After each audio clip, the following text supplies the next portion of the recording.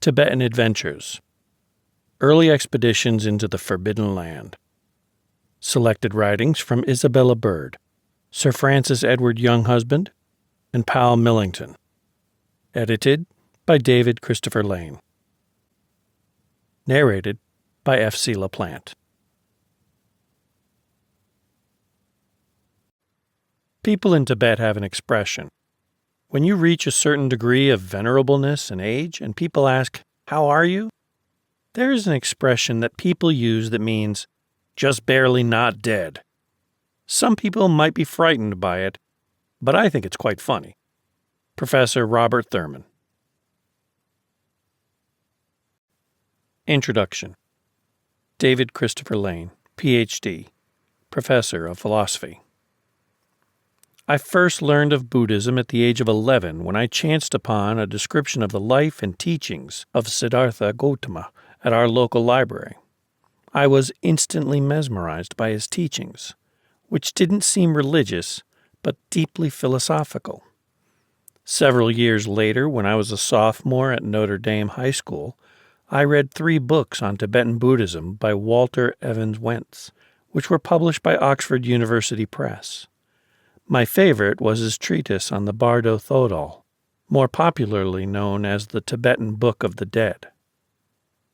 In my junior year in high school, I was introduced to the fictional novels of Lobsang Rampa, who I had initially thought was a genuine Tibetan monk, only to find out to my chagrin that his books were, according to the esteemed Buddhist scholar David Lopez, the works of an unemployed surgical fitter, the son of a plumber, seeking to support himself as a ghostwriter. Despite this incongruity, I found Rampa's vivid descriptions of Tibetan lamas to be great fun, and sometimes quite riveting. Only later did I embark on a more serious study of Tibetan Buddhism and what life was really like in Tibet. I think the tipping point for my obsession for all things related to Tibet happened when I came upon a first edition of Percival Landon's The Opening of Tibet, 1905. Though heavily biased in parts, it made for fascinating reading and prompted me to find more books about early expeditions to Tibet. The following is a selection from 3 books that were published in 1894, 1910, and 1905 respectively by early pioneers who ventured into Tibet. They are Among the Tibetans, India and Tibet, To Lassa at Last. Although as Westerners their perspectives are culturally bounded and too often myopic, they each write vividly and occasionally with great insight about what they experienced in their travels. Sadly, however, 2 of the narratives are militaristic, and we witness an unwanted invasion on behalf of the British to gain controlling interest in the region. Nevertheless, the reader will be enthralled by the many adventures that these writers underwent in their varying journeys, and what Tibet must have looked like over a century ago before its takeover by the Chinese and its present-day modernization. Of particular interest are the Lama series, the culture, the local people and their habits. The city of Lassa and the magnificent Potala where the Dalai Lamas used to reign provides a unique glimpse into a forgotten time and a long-forgotten land. Rich or poor, all come full of devotion and with no inner misgivings, to lay their offerings before the gods and to pray for their blessing. Is there any people so uniformly attached to their religion and so obedient to it in their daily life? I have always envied the Tibetans their simple faith. For all my life, I have been a seeker. Though I learned, while in Asia, the way to meditate, the final answer to the riddle of life has not been vouchsafed to me. But I have at least learned to contemplate the events of life with tranquility and not let myself be flung to and fro by the circumstances in a sea of doubt. Heinrich Harrer, 7 years in Tibet. Among the Tibetans, Isabella L. Bird. The Start. The Vale of Kashmir is too well known to require description. It is the happy hunting ground of the Anglo-Indian sportsman and tourist, the resort of artists and invalids, the home of pasham shawls and exquisitely embroidered fabrics, and the land of Lalla Roque. Its inhabitants, chiefly Muslims infamously governed by the Hindus, are a feeble race, attracting little interest, valuable to travelers as coolies or porters, and repulsive to them from the mingled cunning and obsequiousness which has been fostered by ages of oppression. But even for them there is the dawn of hope. For the Church Missionary Society has a strong medical and educational mission at the capital. A hospital and dispensary under the charge of a lady MD have been opened for women, and a capable and upright settlement officer, lent by the Indian government, is investigating the iniquitous land arrangements with a view to a just settlement. I left the Punjab railroad system at Rawalpindi, bought my camp equipage, and traveled through the grand ravines which led to Kashmir or the Jhelum Valley by hill cart, on horseback, and by houseboat, reaching Srinagar at the end of April, when the velvet lawns were at their greenest and the foliage was at its freshest, and the deodar-skirted mountains which enclosed this fairest gem of the Himalayas still wore their winter mantle of unsullied snow. Making Srinagar my headquarters, I spent 2 months in traveling in Kashmir, half the time in a native houseboat on the Jhelum and Poru rivers, and the other half on horseback, camping wherever the scenery was most attractive. By the middle of June, mosquitoes were rampant. The grass was tawny, a brown dust haze hung over the valley. The campfires of a multitude glared through the hot nights and misty moonlight of the Munshabag. English tents dotted the landscape. There was no mountain, valley, or plateau, however remote, free from the clatter of English voices and the trained civility of Hindu servants. And even Sonamarg, at an altitude of 8,000 feet and rough of access, had capitulated to lawn tennis. To a traveler, this Anglo-Indian hubbub was intolerable, and I left Srinagar and many kind friends on June 20 for the uplifted plateaus of Lesser Tibet. My party consisted of myself, a thoroughly competent servant and passable interpreter, Hassam Khan, a Punjabi, a sais, of whom the less that is said the better, and Mando, a Kashmiri lad, a common coolie, who, under Hassan Khan's training, developed into an efficient traveling servant and later into a smart khitmatkar. Gelpo, my horse, must not be forgotten. Indeed, he cannot be, for he left the marks of his heels or teeth on everyone. He was a beautiful creature, Badakshani bred, of Arab blood, a silver gray, as light as a greyhound, and as strong as a cart horse. He was higher in the scale of intellect than any horse of my acquaintance. His cleverness at times suggested reasoning power, and his mischievousness a sense of humor. He walked 5 miles an hour, jumped like a deer, climbed like a yak, was strong and steady in perilous fords, tireless, hardy, hungry, frolicked along ledges of precipices and over crevassed glaciers, was absolutely fearless, and his slender legs and the use he made of them were the marvel of all. He was an enigma to the end.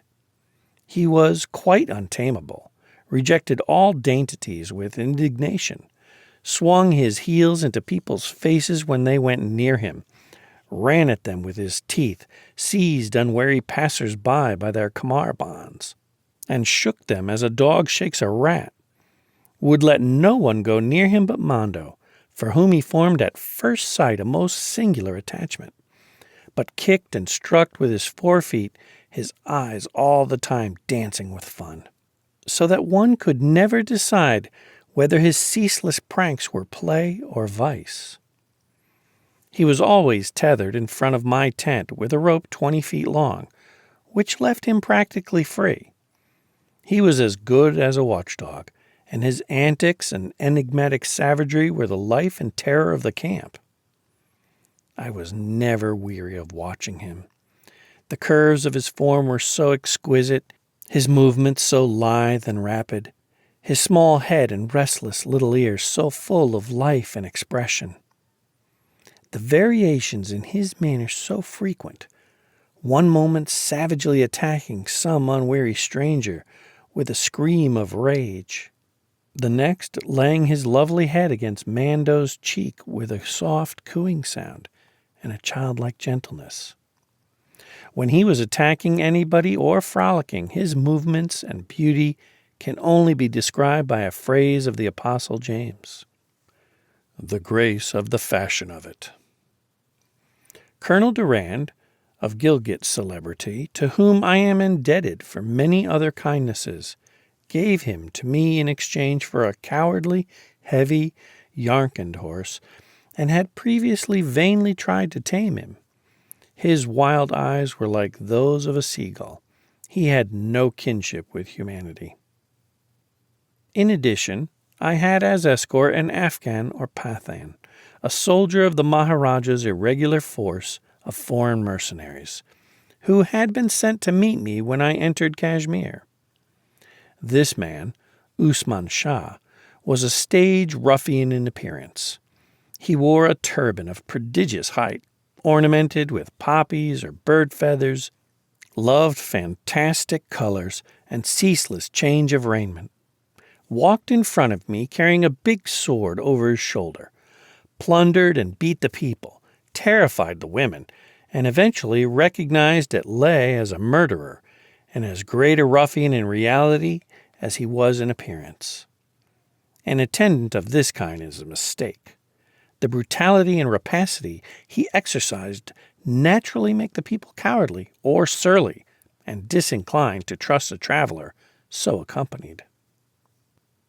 Finally, I had a Kabul tent, 7 feet 6 inches by 8 feet 6 inches, weighing with poles and iron pins 75 pounds, a trestle bed and cork mattress, a folding table and chair, and an Indian dhuri as a carpet. My servants had a tent 5 feet 6 inches square, weighing only 10 pounds, which served as a shelter tent for me during the noonday halt. A kettle, copper pot and frying pan, a few enameled iron table equipments, bedding, clothing, working and sketching materials completed my outfit. The servants carried wadded quilts for beds and bedding, and their own cooking utensils, unwillingness to use those belonging to a Christian being nearly the last rag of religion which they retained. The only stores I carried were tea, a quantity of Edward's desiccated soup, and a little saccharin. The house, furniture, clothing, etc., were a light load for 3 mules, engaged at $1 a day each, including the muleteer.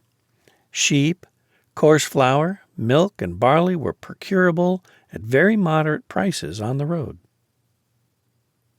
Leh, the capital of Ladakh, or Lesser Tibet, is 19 marches from Srinagar, but I occupied 26 days on the journey and made the first march by water, taking my houseboat to Ganderbal, a few hours from Srinagar, via the Marnula and Ankar Lake.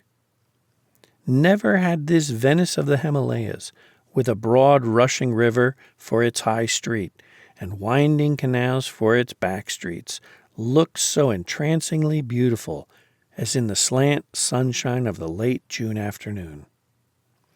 The light fell brightly on the river at the residency stairs where I embarked. On Pernadas and state barges, with their painted arabesques, gay canopies, and banks of 30 and 40 crimson-clad, blue-turbaned paddling men. At the gay facade and gold-domed temple of the Maharaja's palace, on the massive deodar bridges which for centuries have defied decay and the fierce flood of the Jhelum, and on the quaintly picturesque wooden architecture and carved brown lattice fronts of the houses along the swirling waterway, and glanced mirthfully through the dense leafage of the superb plains which overhang the dark green water. But the mercury was 92 degrees in the shade, and the sun blazed terrific, and it was a relief when the boat swung around a corner and left the stir of the broad, rapid Jhelum for a still, narrow, and sharply winding canal, which intersects a part of Srinagar lying between the Jhelum and the hill-crowning fort of Hari Parbat. There the shadows were deep, and chance light alone fell on the red dresses of the women at the ghats, and on the shaven, shiny heads of hundreds of amphibious boys who were swimming and aquatically romping in the canal, which is at once the sewer and the water supply of the district. Several hours were spent in a slow and tortuous progress through scenes of indescribable picturesqueness. A narrow waterway spanned by sharp-angled stone bridges, some of them with houses on the top, or by old brown wooden bridges festooned with vines, hemmed in by lofty stone embankments into which sculptured stones from ancient temples are wrought, on the top of which are houses of rich men, fancifully built, with windows of fretwork of wood, or gardens with kiosks, and low embankments sustaining many balcony dwellings, rich in color and fantastic in design, their upper fronts projecting over the water and supported on piles.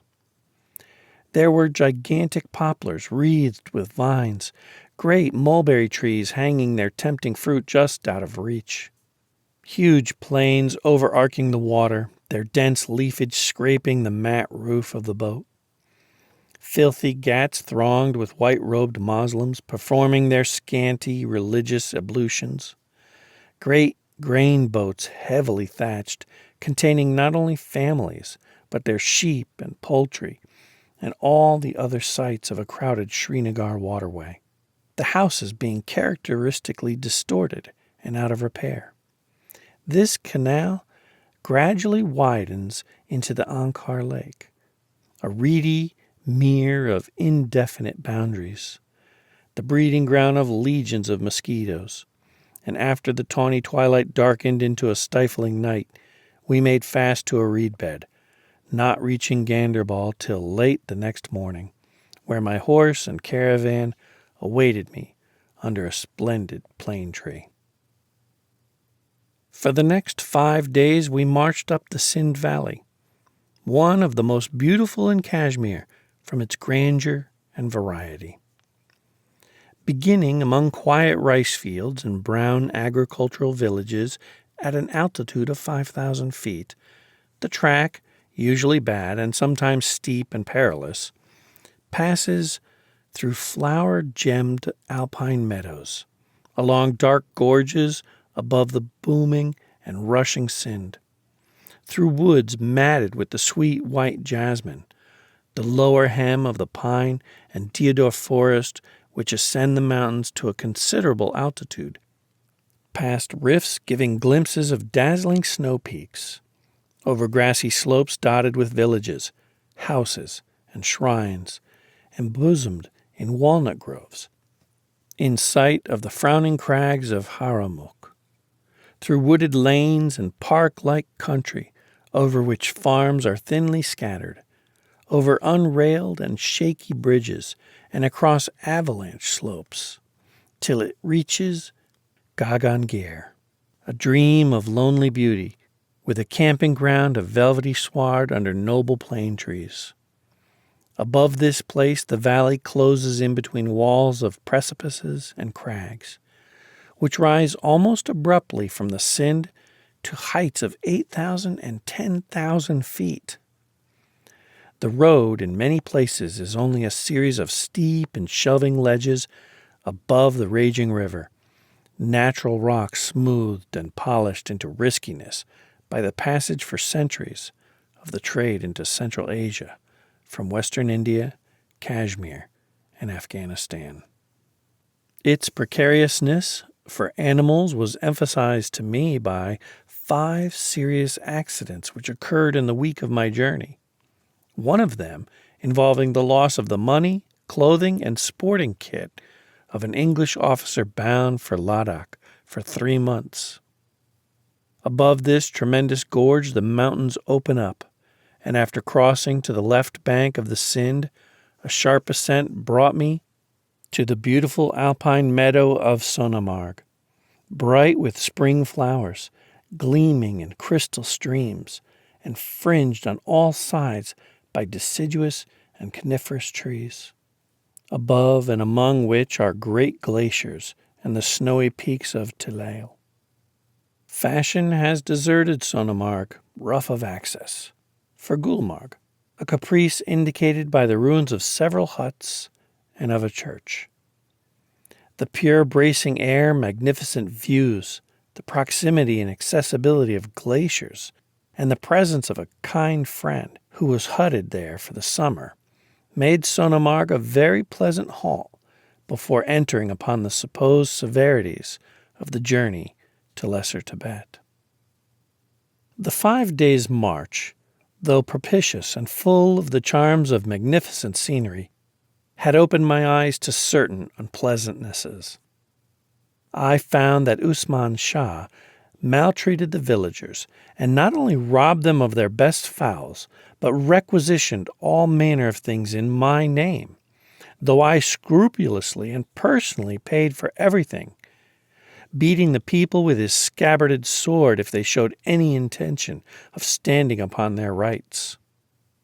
Then I found that my clever factotum, not content with the legitimate squeeze of 10%, was charging me double price for everything and paying the sellers only half the actual price.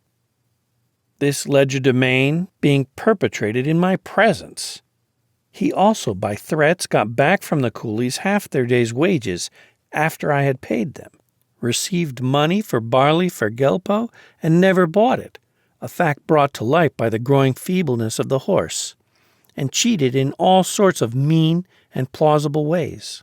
Though I paid him exceptionally high wages, and was prepared to wink at a moderate amount of dishonesty, so long as it affected only myself, it was a lowering influence upon one to live in a fog of lies and fraud, and the attempt to checkmate a fraudulent Asiatic ends in extreme discomfiture. I left Sonamarg late on a lovely afternoon for a short march through forest-skirted alpine meadows to Baltal, the last camping ground in Kashmir, a grassy valley at the foot of the Zoji, the first of 3 gigantic steps by which the lofty plateau of Central Asia are attained. On the road, a large affluent of the Sindh, which tumbles down a pine-hung gorge in broad sheets of foam, has to be crossed. My sais, a rogue, was either half-witted or pretended to be so, and in spite of orders to the contrary, led Gelpo upon a bridge at a considerable height, formed of 2 poles with flat pieces of stone laid loosely over them not more than a foot abroad.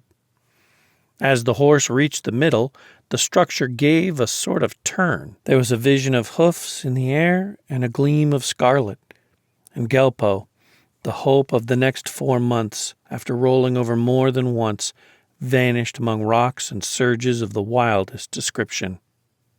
He kept his presence of mind, however, recovered himself, and by a desperate effort got ashore lower down, with legs scratched and bleeding and one horn of the saddle incurably bent. Mr. McConaughey, of the Punjab Civil Service, and Dr. E. Neve, of the CMS Medical Mission in Kashmir, accompanied me from Sonamarg over the pass. And that night Mr. M talked seriously to Usman Shah on the subject of his misconduct, and with such singular results that thereafter I had little cause for complaint. He came to me and said, "The Commissioner Sahib thinks I give Mem Sahib a great deal of trouble," to which I replied in a cold tone, "Take care you don't give me any more." The gist of the Sahib's words was the very pertinent suggestion that it would eventually be more to his interest to serve me honestly and faithfully than to cheat me. Baltal lies at the feet of a precipitous range, the peaks of which exceed Mont Blanc in height. Two gorges unite there. There is not a hut within 10 miles. Big campfires blazed. A few shepherds lay under the shelter of a mat screen. The silence and solitude were most impressive under the frosty stars and the great Central Asian barrier. Sunrise the following morning saw us on the way up a huge gorge with nearly perpendicular sides and filled with a great depth of snow. Then came the Zoji La, which, with the Namika La and the Fotu La, respectively 11,300, 13,000, and 13,500 feet, are the three great steps from Kashmir to the Tibetan heights. The two latter passes present no difficulties. The Zoji La is a thoroughly severe pass, the worst, with the exception perhaps of the Sasir on the Yarkand caravan route. The track cut, broken, and worn on the side of a wall of rock nearly 2,000 feet in abrupt elevation is a series of rough, narrow zigzags, rarely, if ever, wide enough for laden animals to pass each other, composed of broken ledges often nearly breast high, and shelving surfaces of abraded rock up which animals have to leap and scramble as best they may. Trees and trailers drooped over the path, ferns and lilies bloomed in moist recesses, and among myriads of flowers a large blue and cream columbine were conspicuous by its beauty and exquisite odor. The charm of the detail tempted one to linger at every turn, and all the more so because I knew that I should see nothing more of the grace and bounteousness of nature till my projected descent into Kalu in the late autumn. The snow-filled gorge on whose abrupt side the path hangs, the Zoji La Pass, is geographically remarkable at being the lowest depression in the great Himalayan range for 300 miles. And by it, in spite of infamous bits of road on the Sindh and Suru rivers, and consequent losses of goods and animals, all the traffic of Kashmir, Afghanistan, and the western Punjab find its way into Central Asia. It was too early in the season, however, for more than a few enterprising caravans to be on the road. The last look upon Kashmir was a lingering one.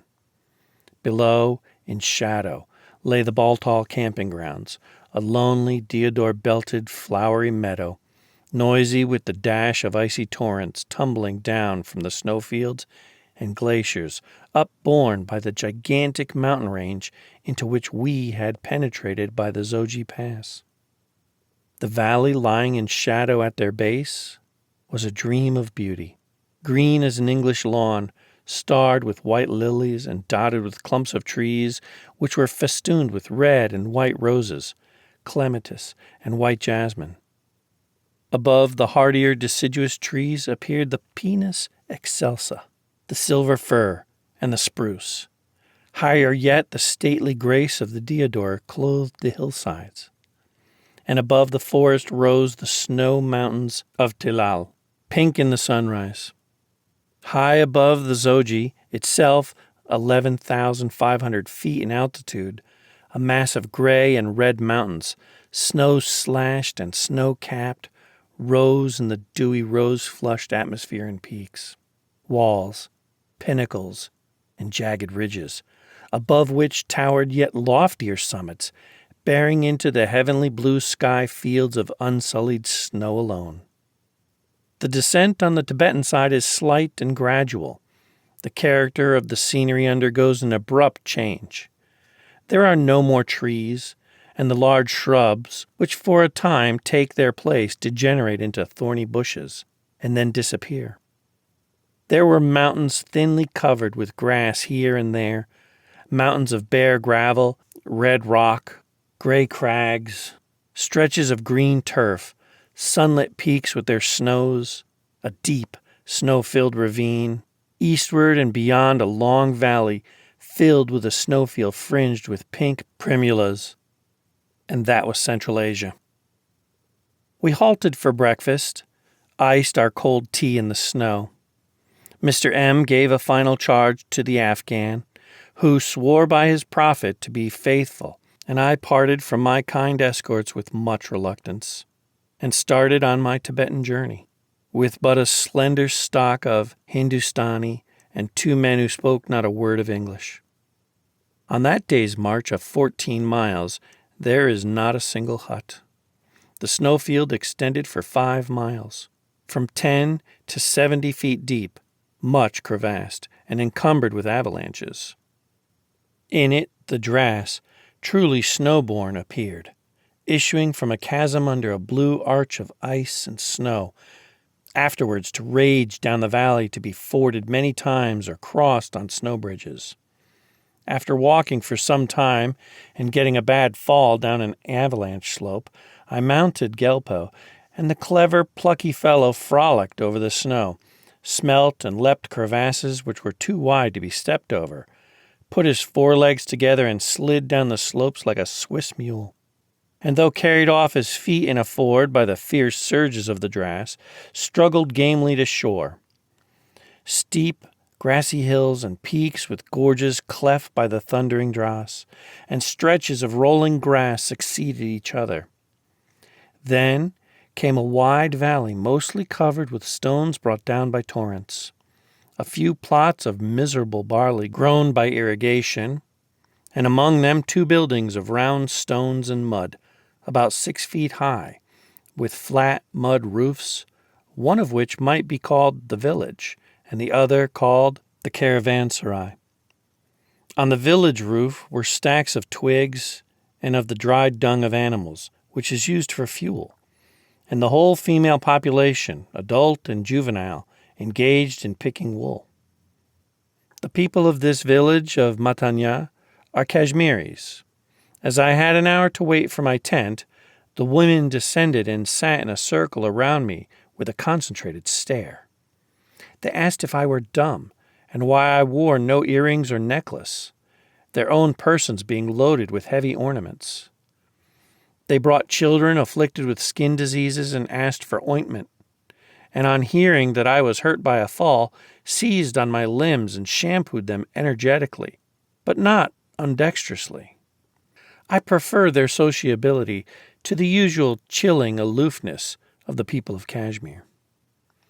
The sarai consisted of several dark and dirty cells, built around a blazing piece of sloping dust, the only camping ground, and under the entrance 2 platforms of animated earth, on which my servants cooked and slept.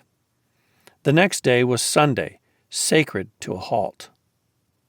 But there was no fodder for the animals, and we were obliged to march to Dras, following where possible the course of the river of that name, which passes among highly colored and snow-slashed mountains, except in places where it suddenly finds itself pent between walls of flame-colored or black rock, not 10 feet apart, through which it boils and rages, forming gigantic potholes.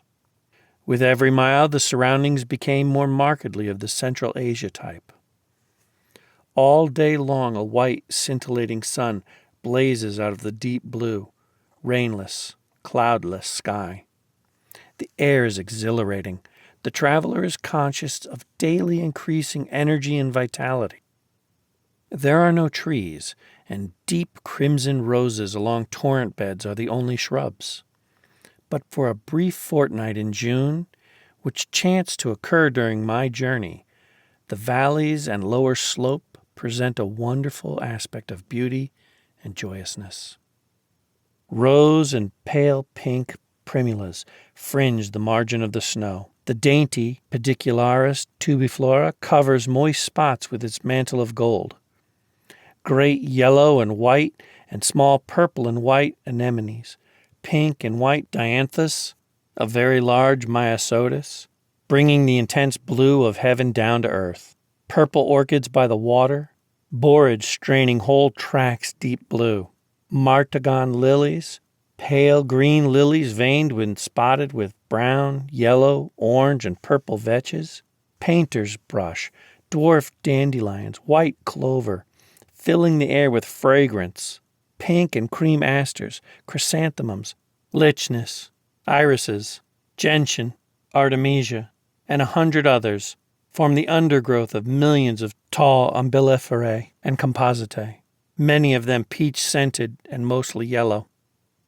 The wind is always strong, and the millions of bright corollas drinking in the sun blaze which perfects all too soon their brief but passionate existence, rippled in broad waves of color with an almost kaleidoscopic effect. About the 11th march from Srinagar at Kargil, a change for the worst occurs, and the remaining marches to the capital of Ladakh are over blazing gravel, or surfaces of denuded rock. The singular Caprifolia horrida, with its dark green mass of wavy ovate leaves on trailing stems, and its fair white anemone-like blossoms, and the graceful Clematis orientalis, the only vegetation. Crossing a raging affluent of the Dras by a bridge which swayed and shivered, the top of a steep hill offered a view of a great valley with branches sloping up into the ravines of a complexity of mountain ranges from 18,000 to 21,000 feet in altitude, with glaciers at times descending as low as 11,000 feet in their hollows.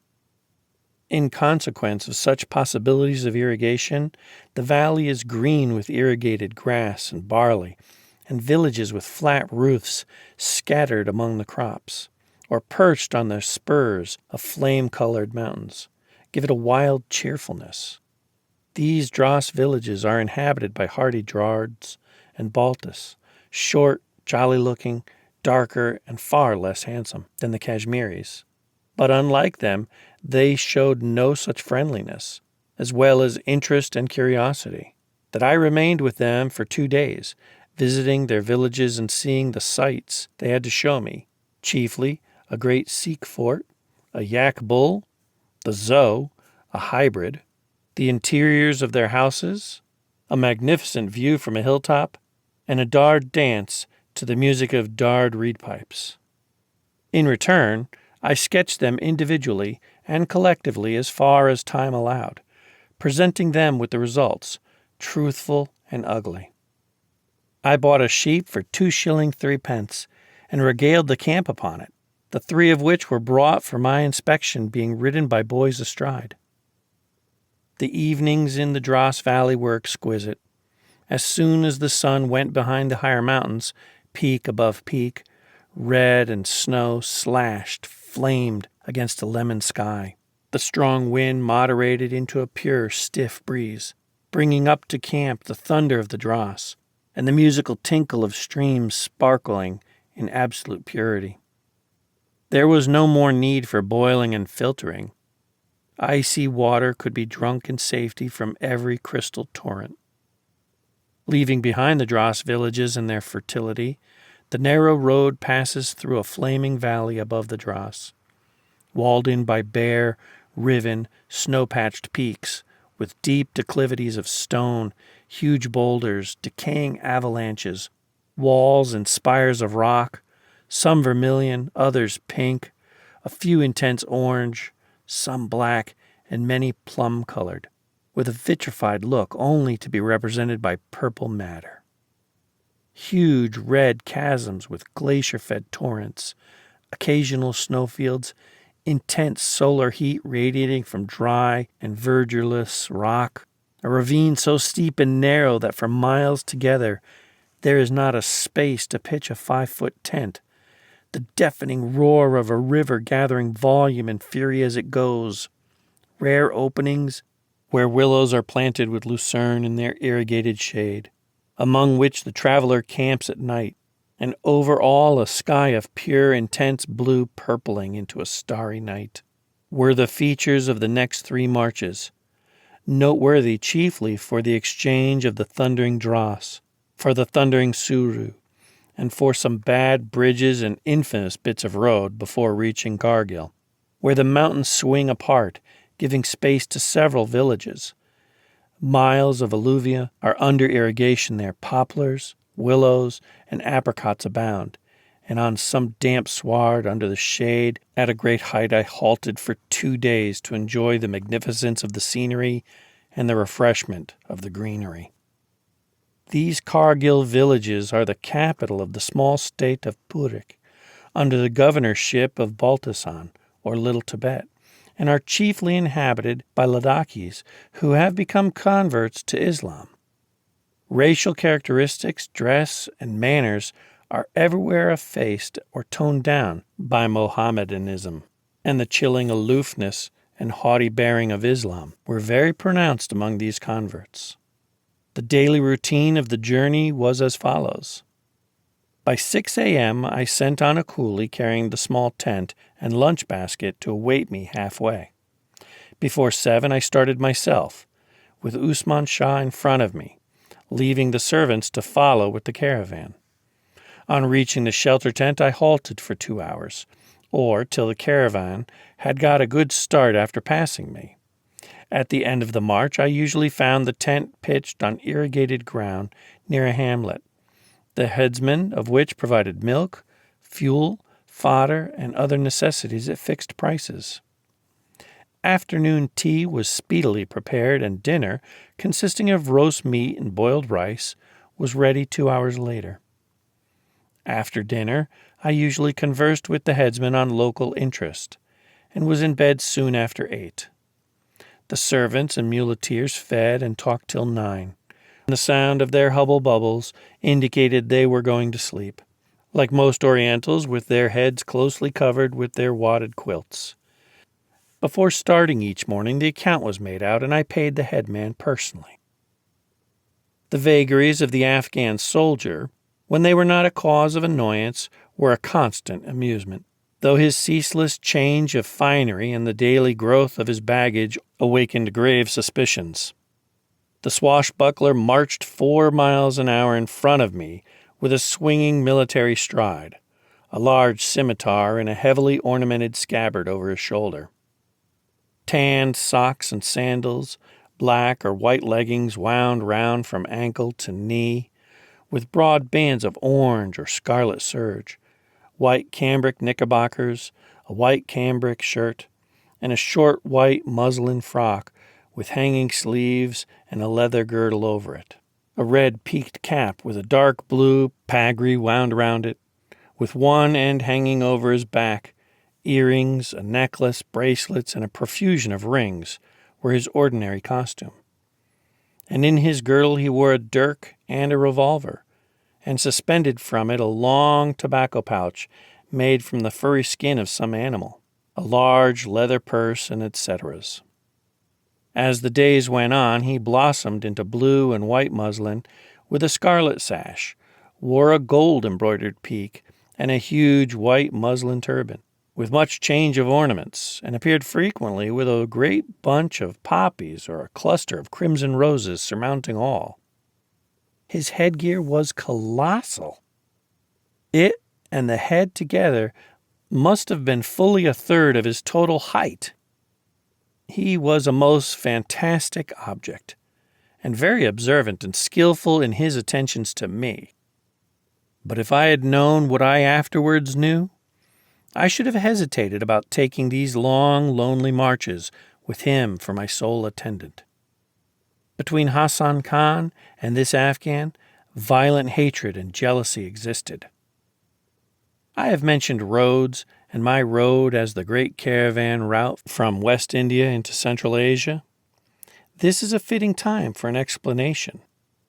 The traveler who aspires to reach the highlands of Tibet from Kashmir cannot be borne along in a carriage or hill cart.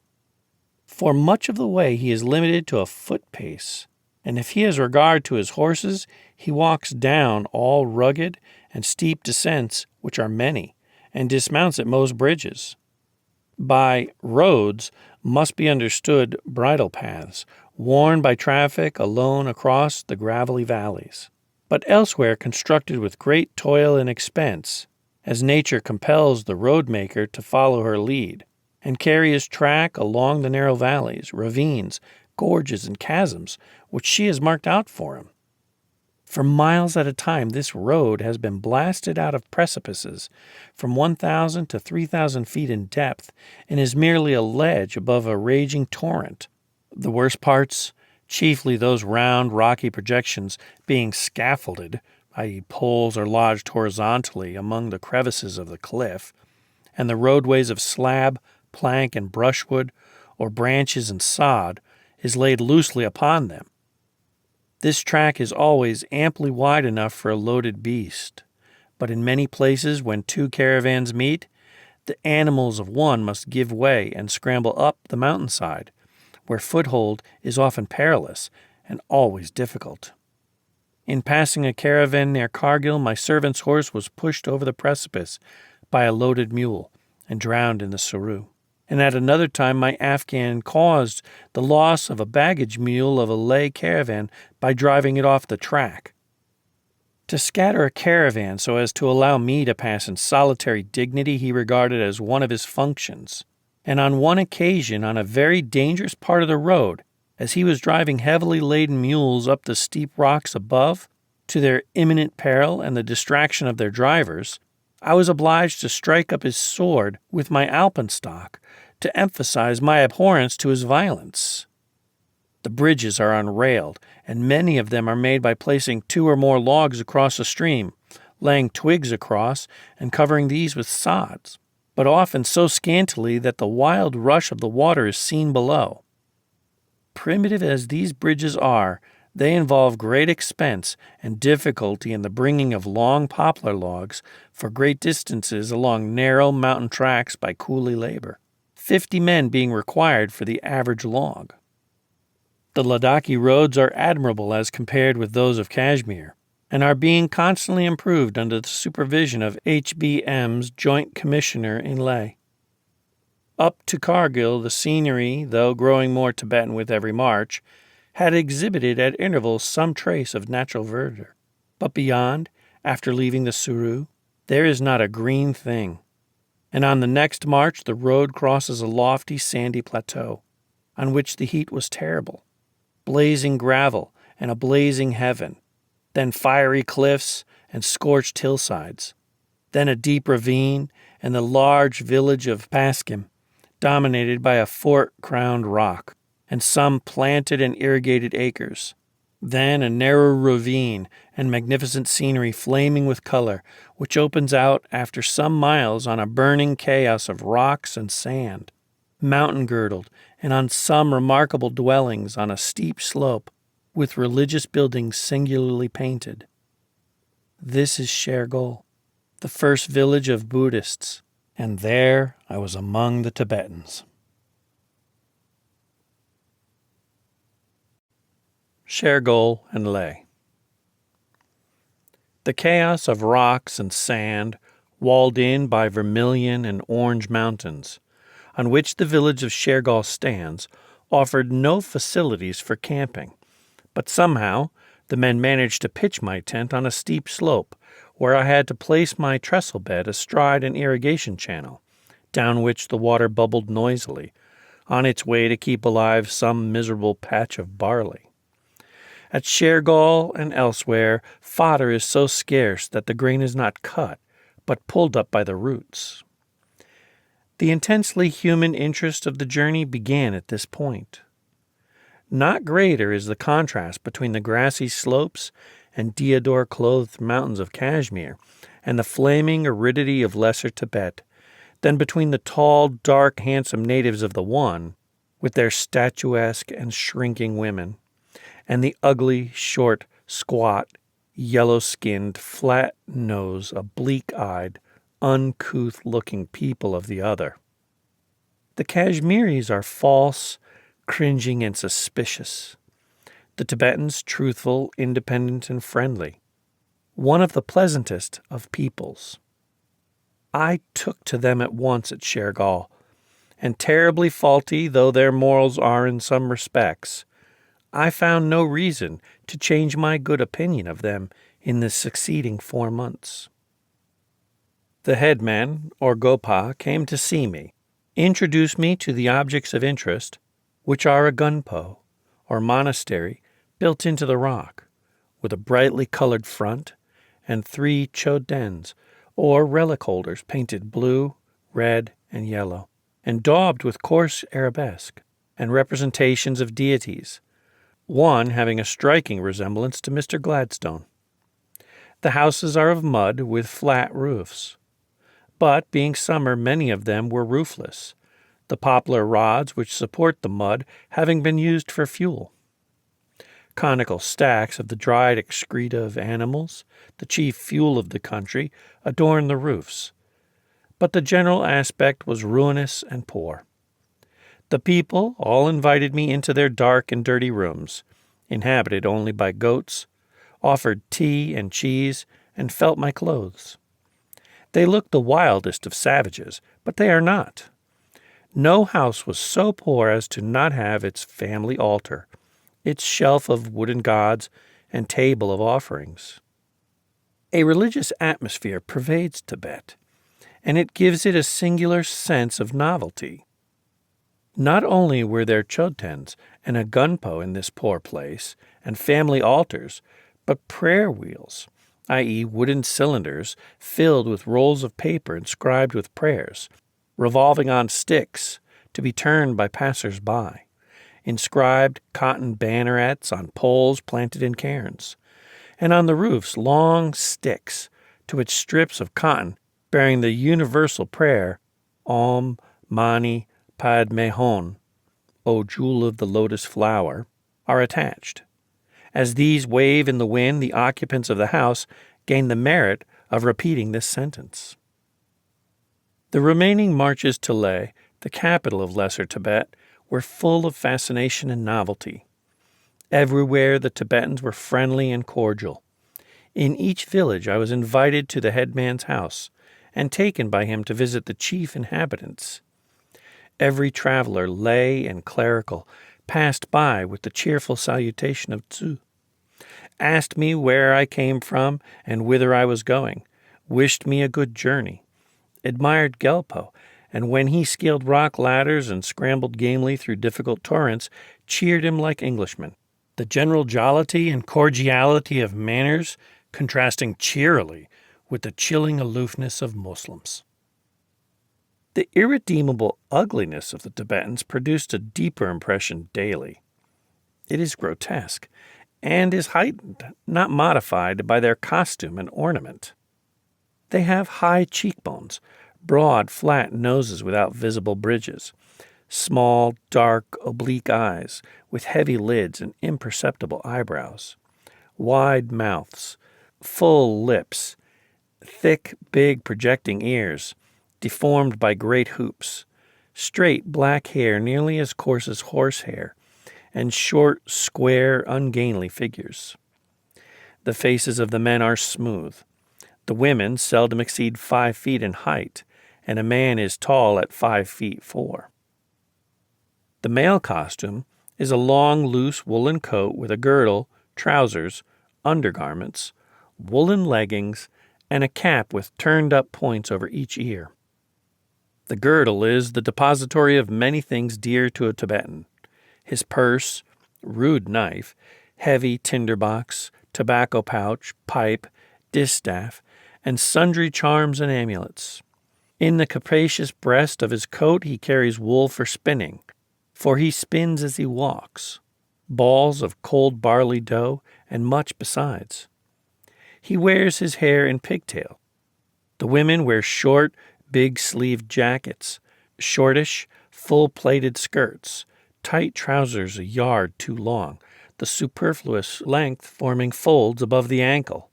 A sheepskin with the fur outside hangs over the back, and on gala occasions a sort of drapery is worn over the usual dress. Felt or straw shoes, and many heavy ornaments are worn by both sexes. Great ears of brocade lined and edged with fur and attached to the hair are worn by the women. Their hair is dressed once a month in many, much greased plaits, fastened together at the back by a long tassel.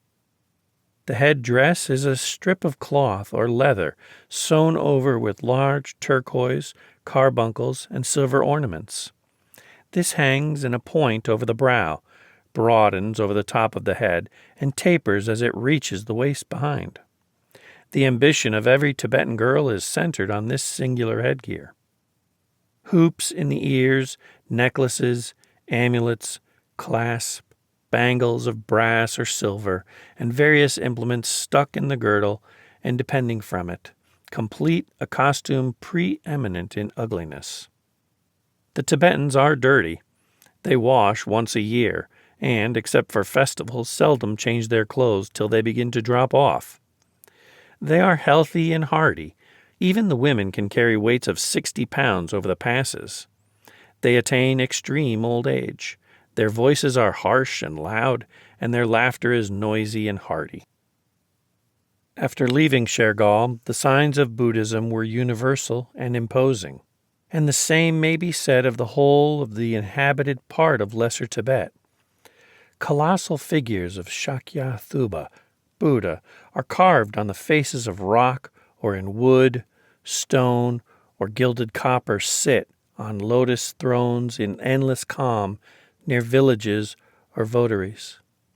Chodtens from 20 to 100 feet in height, dedicated to holy men, are scattered over elevated ground, or in imposing avenues line the approaches to hamlets and gompos. There are also countless manis, dikes of stone from 6 to 16 feet in width, and from 20 feet to a fourth of a mile in length, roofed with flattish stones, inscribed by the lamas, monks, with the phrase Om, etc., and purchased and deposited by those who wish to obtain any special benefit from the gods, such as a safe journey. Then there are paper mills, sometimes 150 in a row, which revolve easily by being brushed by the hand of the passer-by. Larger prayer cylinders which are turned by pulling ropes, and others larger still by water power. The finest of the latter was in a temple overarching a perennial torrent, and was said to contain 20,000 repetitions of the mystic phrase, the fee to the worshipper for each revolution of the cylinder being from 1 penny to 1 shilling 4 pence, according to his means or urgency. The glory and pride of Ladakh and Nubra are the gompos, which the illustrations give a slight idea. Their picturesqueness is absolutely enchanting. They are vast, irregular piles of fantastic buildings, almost invariably crowning lofty, isolated rocks or mountain spurs, reached by steep, rude rock staircases, chodtens below, and battlemented towers above, with temples, domes, bridges over chasms, spires, and scaffolded projections gleaming with gold, looking, as at Lamayuru, the outgrowth of the rock itself. The outer walls are usually whitewashed and red, yellow, and brown wooden buildings. Broad bands of red and blue on the whitewash, tridents, prayer wheels, yaks' tails, and flags on poles give color and movement, while the jangle of cymbals, the ringing of bells, the incessant beating of big drums and gongs, and the braying at intervals of 6-foot silver horns attest the ritualistic activities of the communities within.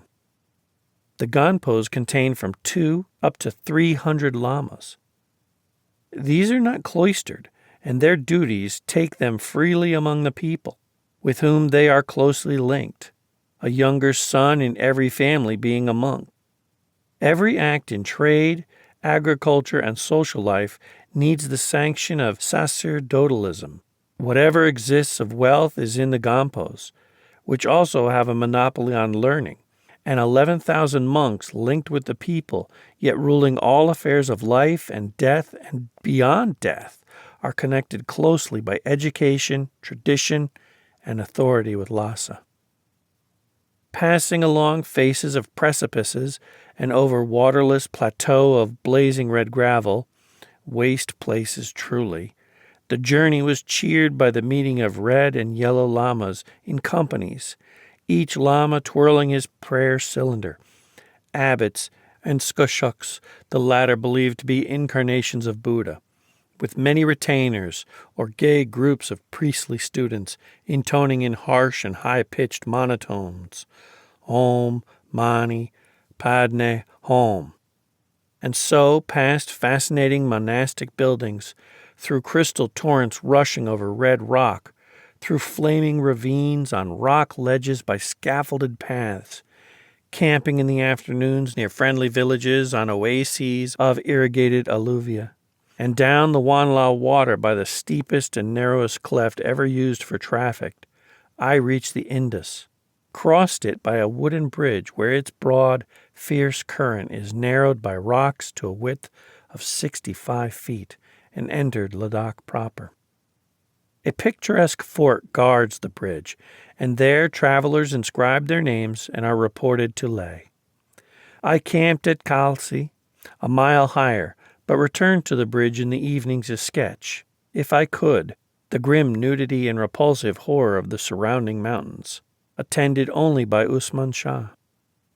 A few months earlier, this ruffian was sent down from Leh with 6 other soldiers and an officer to guard the fort, where they became the terror of all who crossed the bridge by their outrageous levies of blackmail.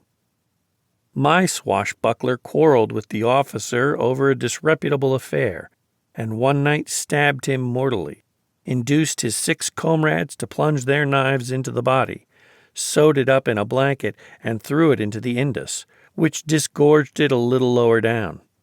The men were all arrested and marched to Srinagar, where Usman turned king's evidence. The remaining marches were alongside of the tremendous granite ranges which divide the Indus from its great tributary, the Shyok. Colossal scenery, desperate aridity, tremendous solar heat, and an atmosphere highly rarefied and of nearly intolerable dryness were the chief characteristics. At these Tibetan altitudes, where the valleys exceed 11,000 feet, the sun's rays are even more powerful than on the burning plains of India. The day wind, rising at 9 a.m. and only falling near sunset, blows with great heat and force. The solar heat at noon was from 120 degrees to 130 degrees, and at night the mercury frequently fell below the freezing point. I did not suffer from the climate, but in the case of most Europeans, the air passages become irritated, the skin cracks, and after a time the action of the heart is affected. The hair, when released, stands out from the head, leather shrivels and splits, horn combs break to pieces, food dries up, rapid evaporation renders watercolor sketching nearly impossible, and tea made with water from 15 to 20 below the boiling point of 212 degrees is flavorless and flat. After a delightful journey of 25 days, I camped at Spitak, among the Chodens and Manis, which cluster around the base of a lofty and isolated rock, crowned with one of the most striking monasteries in Ladakh, and very early the next morning, under a sun of terrific fierceness, rode up a 5-mile slope of blazing gravel to the goal of my long march. Even at a short distance off, the Tibetan capital can scarcely be distinguished from the bare, ribbed, scorched, jagged vermilion and rose-red mountains which nearly surround it.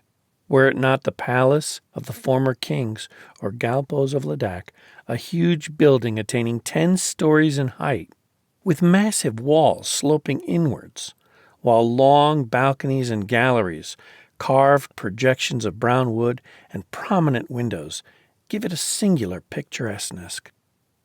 It can be seen for many miles and dwarfs the little Central Asian town which clusters around its base.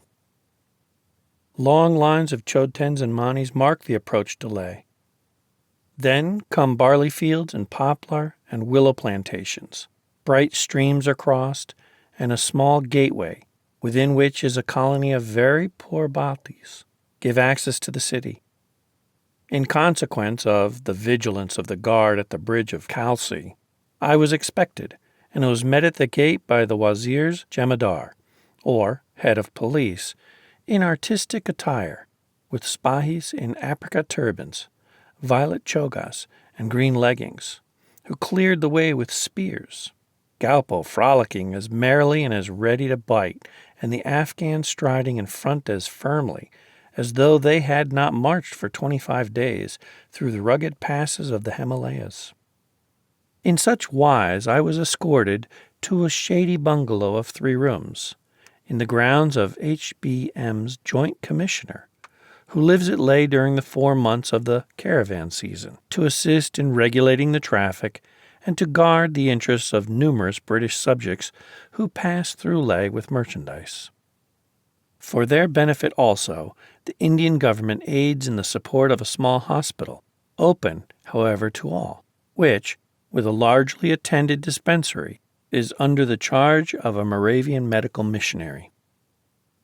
Just outside the commissioner's grounds are 2 very humble whitewashed dwellings, with small gardens brilliant with European flowers, and in these 2 Moravian missionaries, the only permanent European residents in Leh, were living, Mr. Redslub and Dr. Karl Marx, with their wives.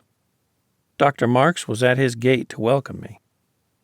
To these 2 men, especially the former, I owe a great debt of gratitude, which in no shape, not even by the hearty acknowledgment of it, can ever be repaid, for they died within a few days of each other, of an epidemic last year, Dr. Marx and a newborn son being buried in one grave. For 25 years Mr. Redslub, the man of notable physique and intellect, a scholar and linguist, an expert botanist, and an admirable artist, devoted himself to the welfare of the Tibetans, and though his great aim was to Christianize them, he gained their confidence so thoroughly by his virtues, kindness, profound Tibetan scholarship, and manliness, that he was loved and welcomed everywhere, and is now mourned for as the best and truest friend the people ever had. I had scarcely finished breakfast when he called, a man of great height and strong voice, with a cheery manner, a face beaming with kindness, and speaking excellent English. Leh was the goal of my journey, but Mr. Redslub came with a proposal to escort me over the great passes to the northward for a 3 weeks' journey to Nubra, a district formed of the combined valleys of the Shayok and Nubra rivers, tributaries of the Indus, and abounding in interest. Of course, I at once accepted an offer so full of advantages, and the performance was better even than the promise. 2 days were occupied in making preparations, but afterwards I spent a fortnight in my tent at Leh, a city by no means to be passed over without remark, for though it and the region of which it is the capital are very remote from the thoughts of most readers, it is one of the centers of Central Asian commerce. There, all traders from India, Kashmir, and Afghanistan must halt for animals and supplies on their way to Yarkand and Chotan. And there also merchants from the mysterious city of Lassa do a great business in brick tea and in Lassa wares, chiefly ecclesiastical. The situation of Leh is a grand one. The great Kailas range, with its glaciers and snowfields rising just behind it to the north, its passes alone reach an altitude of nearly 18,000 feet, while to the south, across a gravelly descent and the Indus Valley, rise great red ranges dominated by snow peaks exceeding 21,000 feet in altitude. The center of Leh is a wide bazaar, where much polo is played in the afternoons, and above this the irregular, flat-roofed, many-balconied houses of the town cluster around the palace and a giant chodten alongside it. The rugged crest of the rock on a spur of which the palace stands is crowned by the fantastic buildings of an ancient gunpo. Beyond the crops and plantations which surround the town lies a flaming desert of gravel or rock. The architectural features of Leh, except for the palace, are mean. A new mosque glaring with vulgar color, a treasury and court of justice, the wazir's bungalow, a Muslim cemetery, and Buddhist cremation grounds, in which each family has its separate burning place, are all that is noteworthy.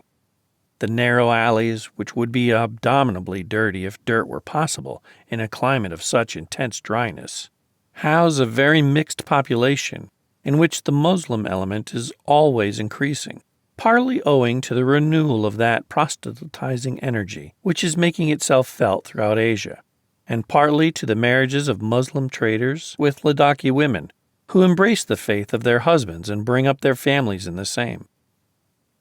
On my arrival, few of the shops in the great place, or bazaar, were open, and there was no business.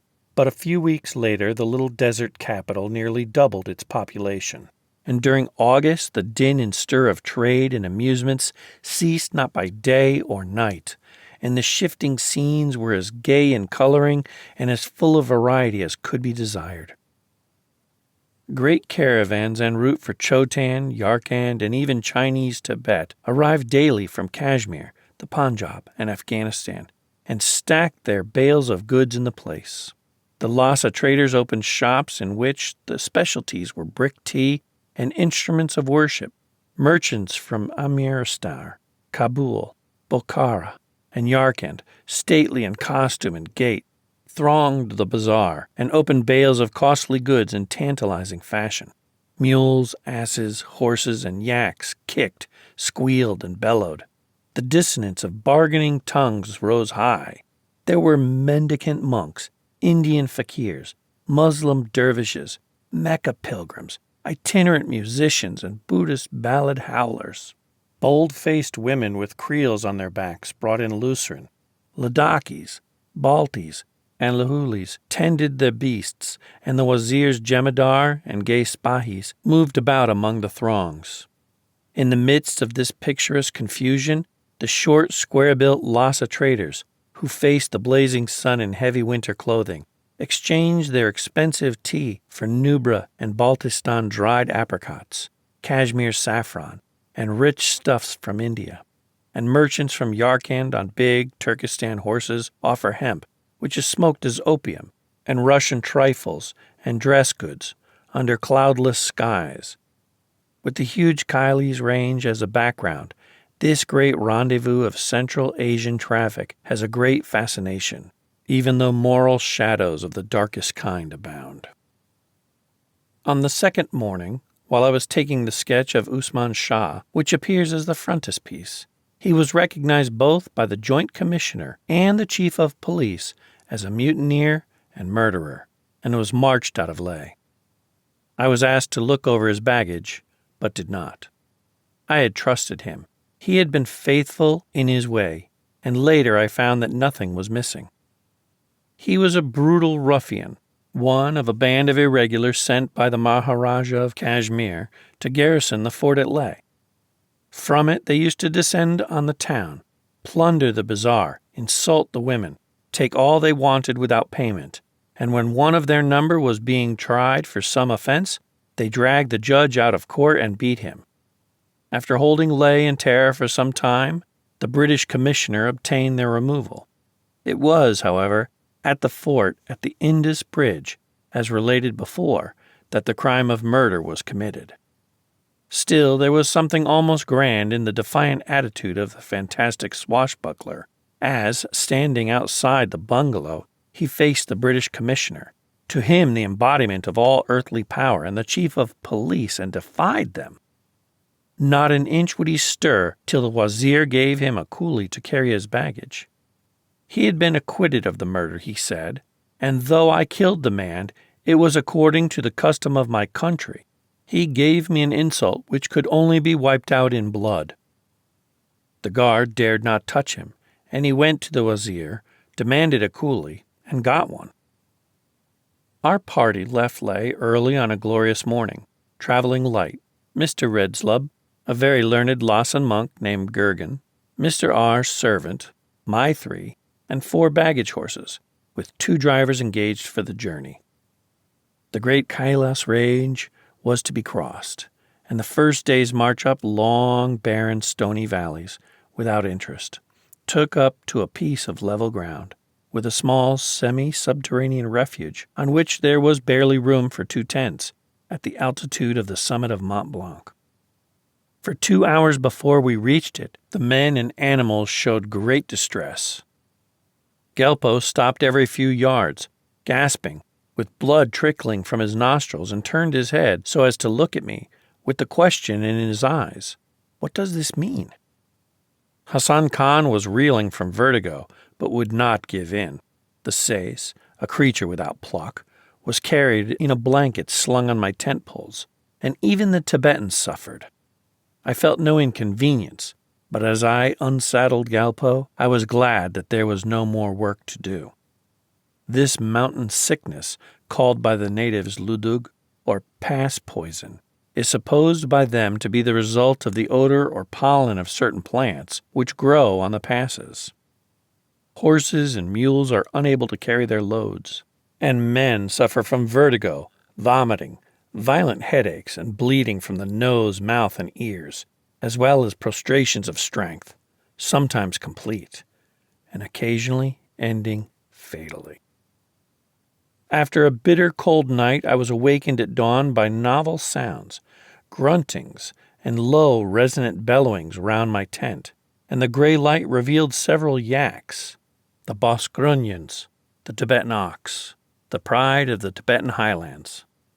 This magnificent animal, though not exceeding an English shorthorn cow in height, looks gigantic, with its thick, curved horns, its wild eyes glaring from under a mass of curls, his long, thick hair hanging to his fetlocks, and his huge, bushy tail.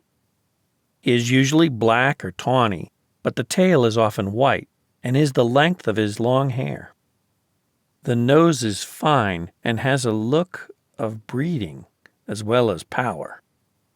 He only flourishes at altitudes exceeding 12,000 feet. Even after generations of semi-domestication, he is very wild, and can only be managed by being led with a rope attached to a ring in the nostrils.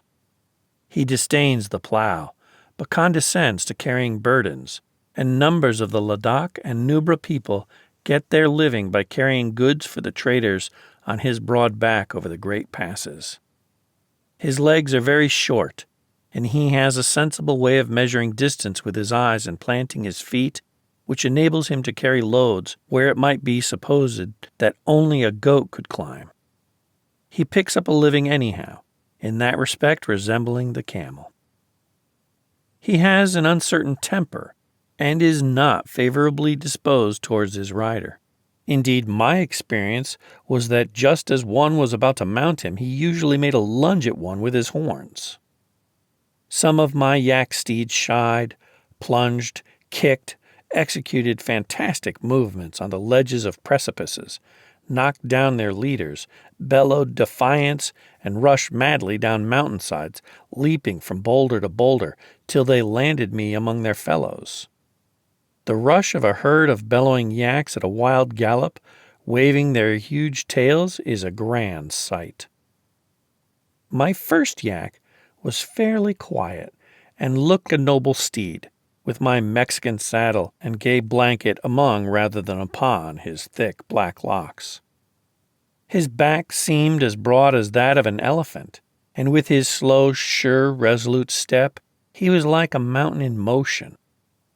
We took 5 hours for the ascent of the Digar Pass, our loads and some of us on yaks, some walking, and those who suffered most from the pass poison and could not sit on yaks were carried. A number of Tibetans went up with us. It was a new thing for a European lady to travel in Nubra, and they took a friendly interest in my getting through all right. The dreary stretches of the ascent, though at first white with edelweiss, of which the people made their tinder, are surmounted for the most part by steep, short zigzags of broken stone. The heavens were dark with snow showers, the wind was high, and the cold severe, and gasping horses and men prostrate on their faces, unable to move, suggested a considerable amount of suffering, but all safely reached the summit, 17,930 feet, where in a snowstorm the guides huzzah'd, praised their gods, and tucked rag streamers into a cairn.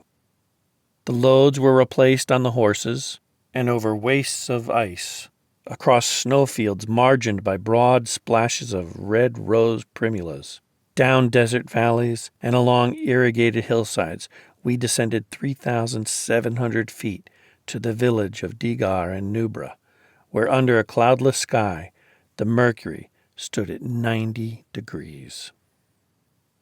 Upper and Lower Nubra consists of the valleys of the Nubra and Shayok River.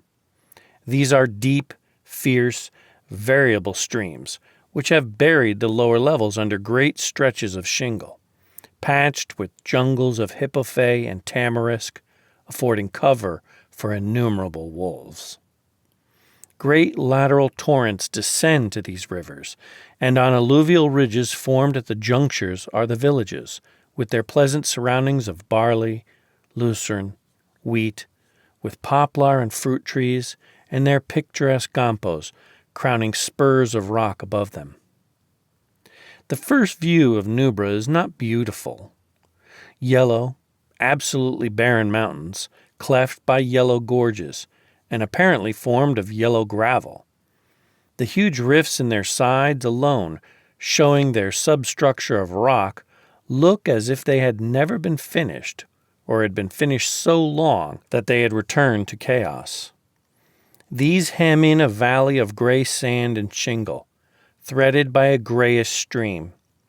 From the second viewpoint, mountains are seen descending on a pleasanter part of the Shayok Valley, in gray, yellow, or vermilion masses of naked rock, 7,000 and 8,000 feet in height, above which rise snow-capped peaks, sending out fantastic spurs and buttresses, while the colossal walls of rock are cleft by rifts as colossal.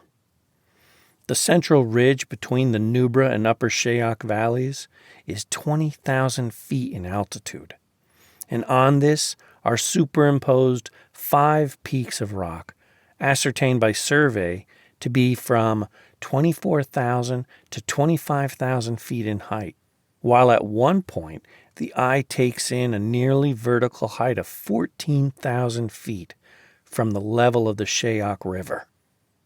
The Shayok and Nubra valleys are only 5 and 4 miles in width respectively, at their widest parts.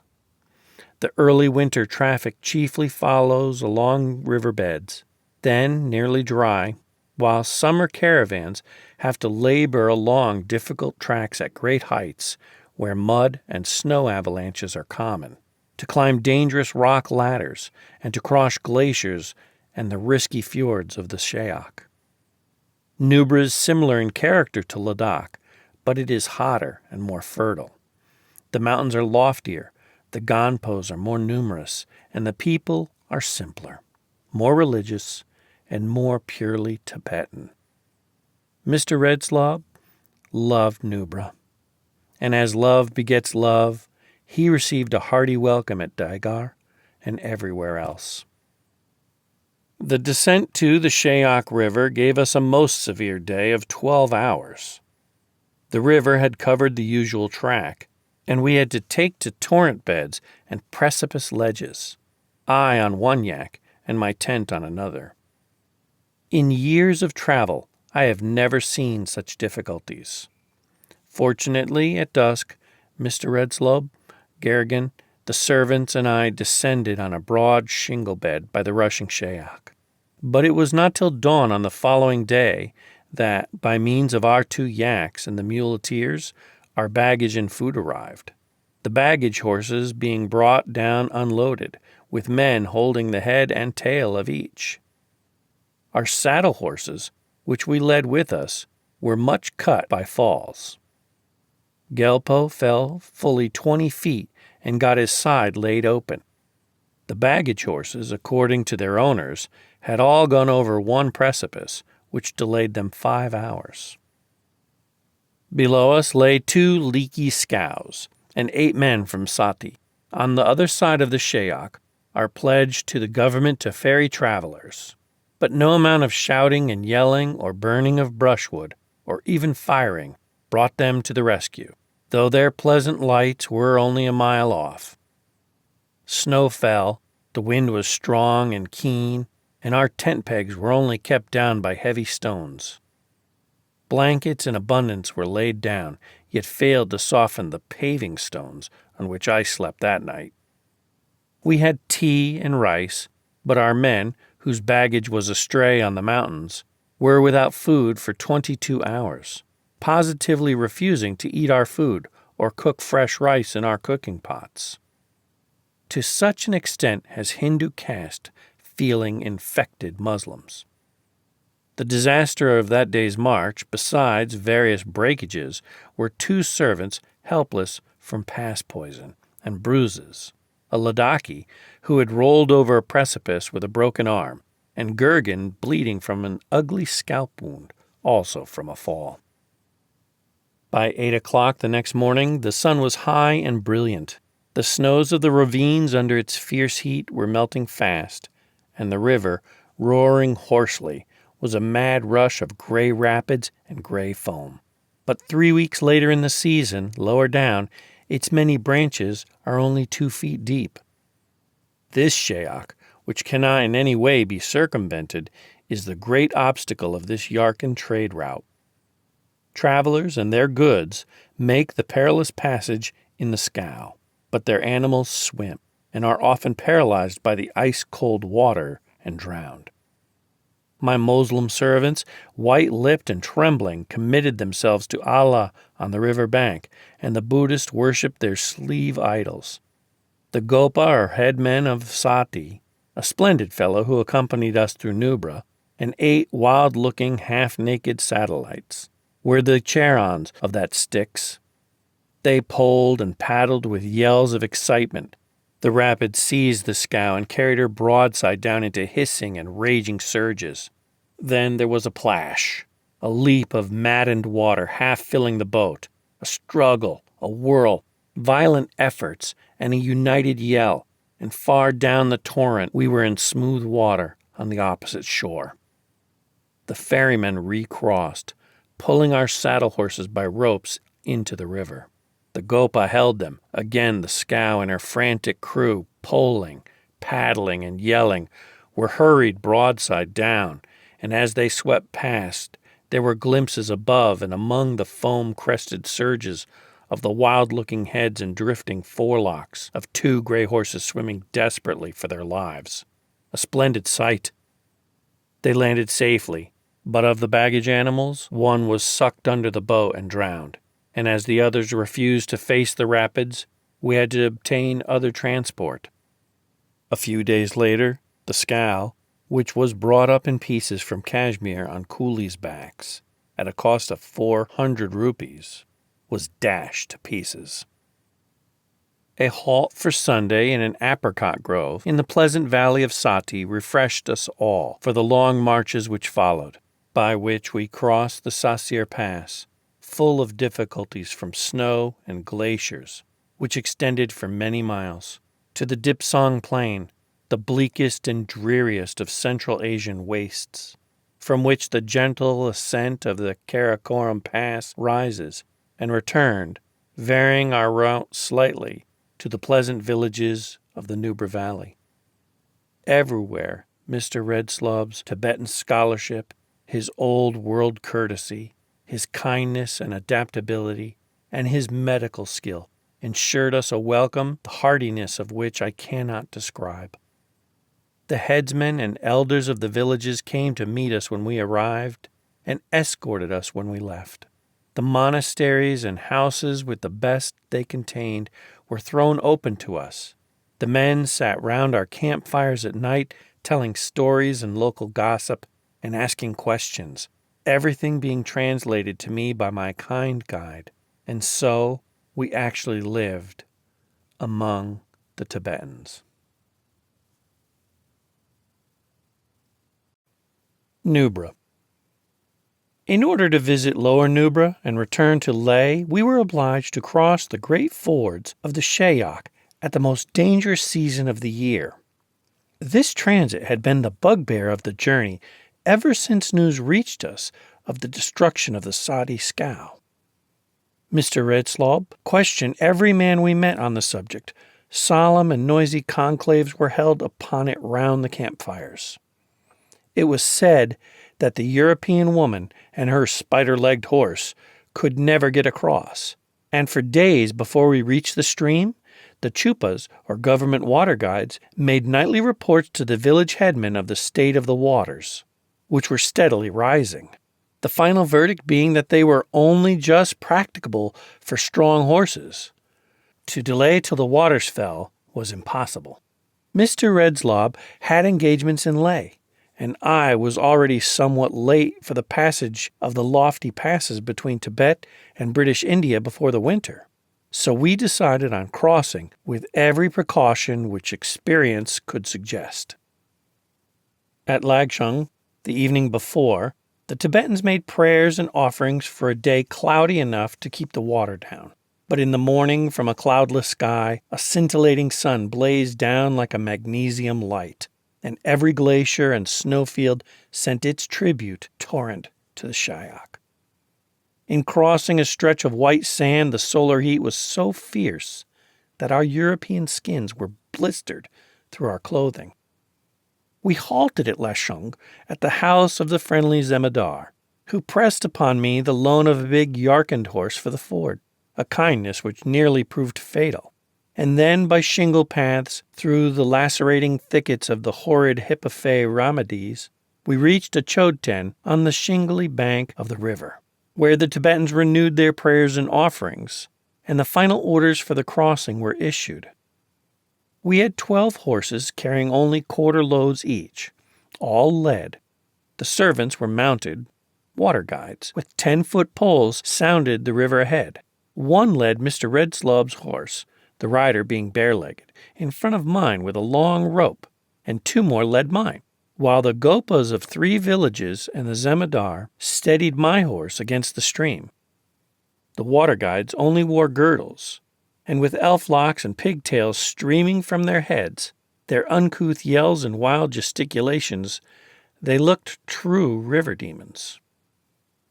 The Shayak presented an expanse of 8 branches and a main stream, divided by shallows and shingle banks, the whole 1.5 miles in width. On the brink, the chupas made us all drink good draughts of their turbid river water, to prevent giddiness, they said, and they added that I must not think them rude if they dashed water at my face frequently with the same object. Hassan Khan and Mando, who were livid with fright, wore dark green goggles, that they might not see the rapids.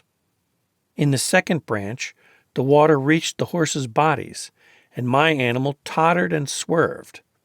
There were bursts of wild laughter, not merriment but excitement, accompanied by yells as the streams grew fiercer. A loud chorus of Kabadar, Sharbaz, "Caution! Well done!" was yelled to encourage the horses, and the boom and hiss of the Shayak made a wild accompaniment. Gelpo, for whose legs of steel I longed, frolicked as usual, making mirthful lunges at his leader when the pair halted. Hassan Khan, in the deepest branch, shakily said to me, "I'm not afraid, Mem Sahib." During the hour spent in crossing the 8 branches, I thought that the risk had been exaggerated, and that giddiness was the chief peril. But when we halted, cold and dripping, on the shingle bank of the main stream, I changed my mind. A deep, fierce, swirling rapid, with a calmer depth below its farther bank, and fully 1/4 mile wide, was yet to be crossed. The business was serious. All the chupas went up and down sounding, long before they found a possible passage. All loads were raised higher, The men roped their soaked clothing on their shoulders. Water was dashed repeatedly at our faces. Girths were tightened, and then, with shouts and yells, the whole caravan plunged into the deep water, strong and almost ice cold. Half an hour was spent in that devious ford, without any apparent progress, for in the dizzy swirl the horses simply seemed treading the water backwards. Louder grew the yells as the torrent raged more hoarsely. The chorus of "Kabadar" grew frantic. The water was up to the men's armpits and the seat of my saddle. My horse tottered and swerved several times. The nearing shore presented an abrupt bank underscooped by the stream. There was a deeper plunge, an encouraging shout, and Mr. Redslub's strong horse leapt the bank. The Gopas encouraged mine.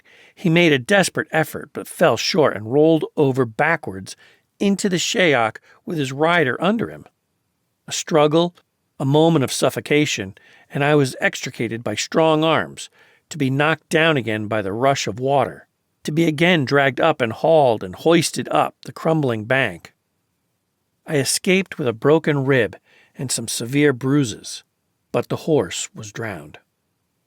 Mr. Redslub, who had thought that my life could not be saved, and the Tibetans were so distressed by the accident that I made very light of it, and only took 1 day of rest. The following morning, some men and animals were carried away, and afterwards the ford was impassable for a fortnight. Such risks are among the amenities of the great trade route from India into Central Asia. The lower Nubra Valley is wider and narrower than the upper, its apricot orchards more luxuriant, its wolf-haunted hippophae and tamarisk thickets more dense.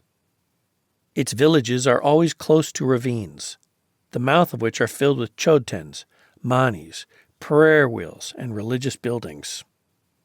Access to them is usually up the stony beds of streams overarched by apricots. The camping grounds are apricot orchards.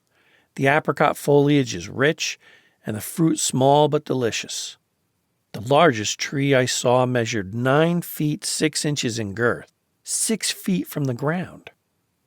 Strangers are welcome to eat as much of the fruit as they please, provided that they return the stones to the proprietor. It is true that Nuba exports dried apricots, and the women are splitting and drying the fruit on every house roof, but the special raison d'etre of the tree is the clear, white, fragrant, and highly illuminating oil made from the kernels by the simple process of crushing them between 2 stones. In every Gampo temple, a silver bowl holding from 4 to 6 gallons is replenished annually with this almond-scented oil for the ever-burning light before the shrine of Buddha. It is used for lamps and very largely in cookery. Children, instead of being washed, are rubbed daily with it, and on being weaned at the age of 4 or 5, are fed for some time, or rather crammed, with balls of barley meal made into paste with it. At Hundar, a superbly situated village, which we visited twice, we were received at the house of Gergen, the monk, who had accompanied us throughout. He is a zemindar, and the large house in which he made us welcome stands in his own patrimony. Everything was prepared for us.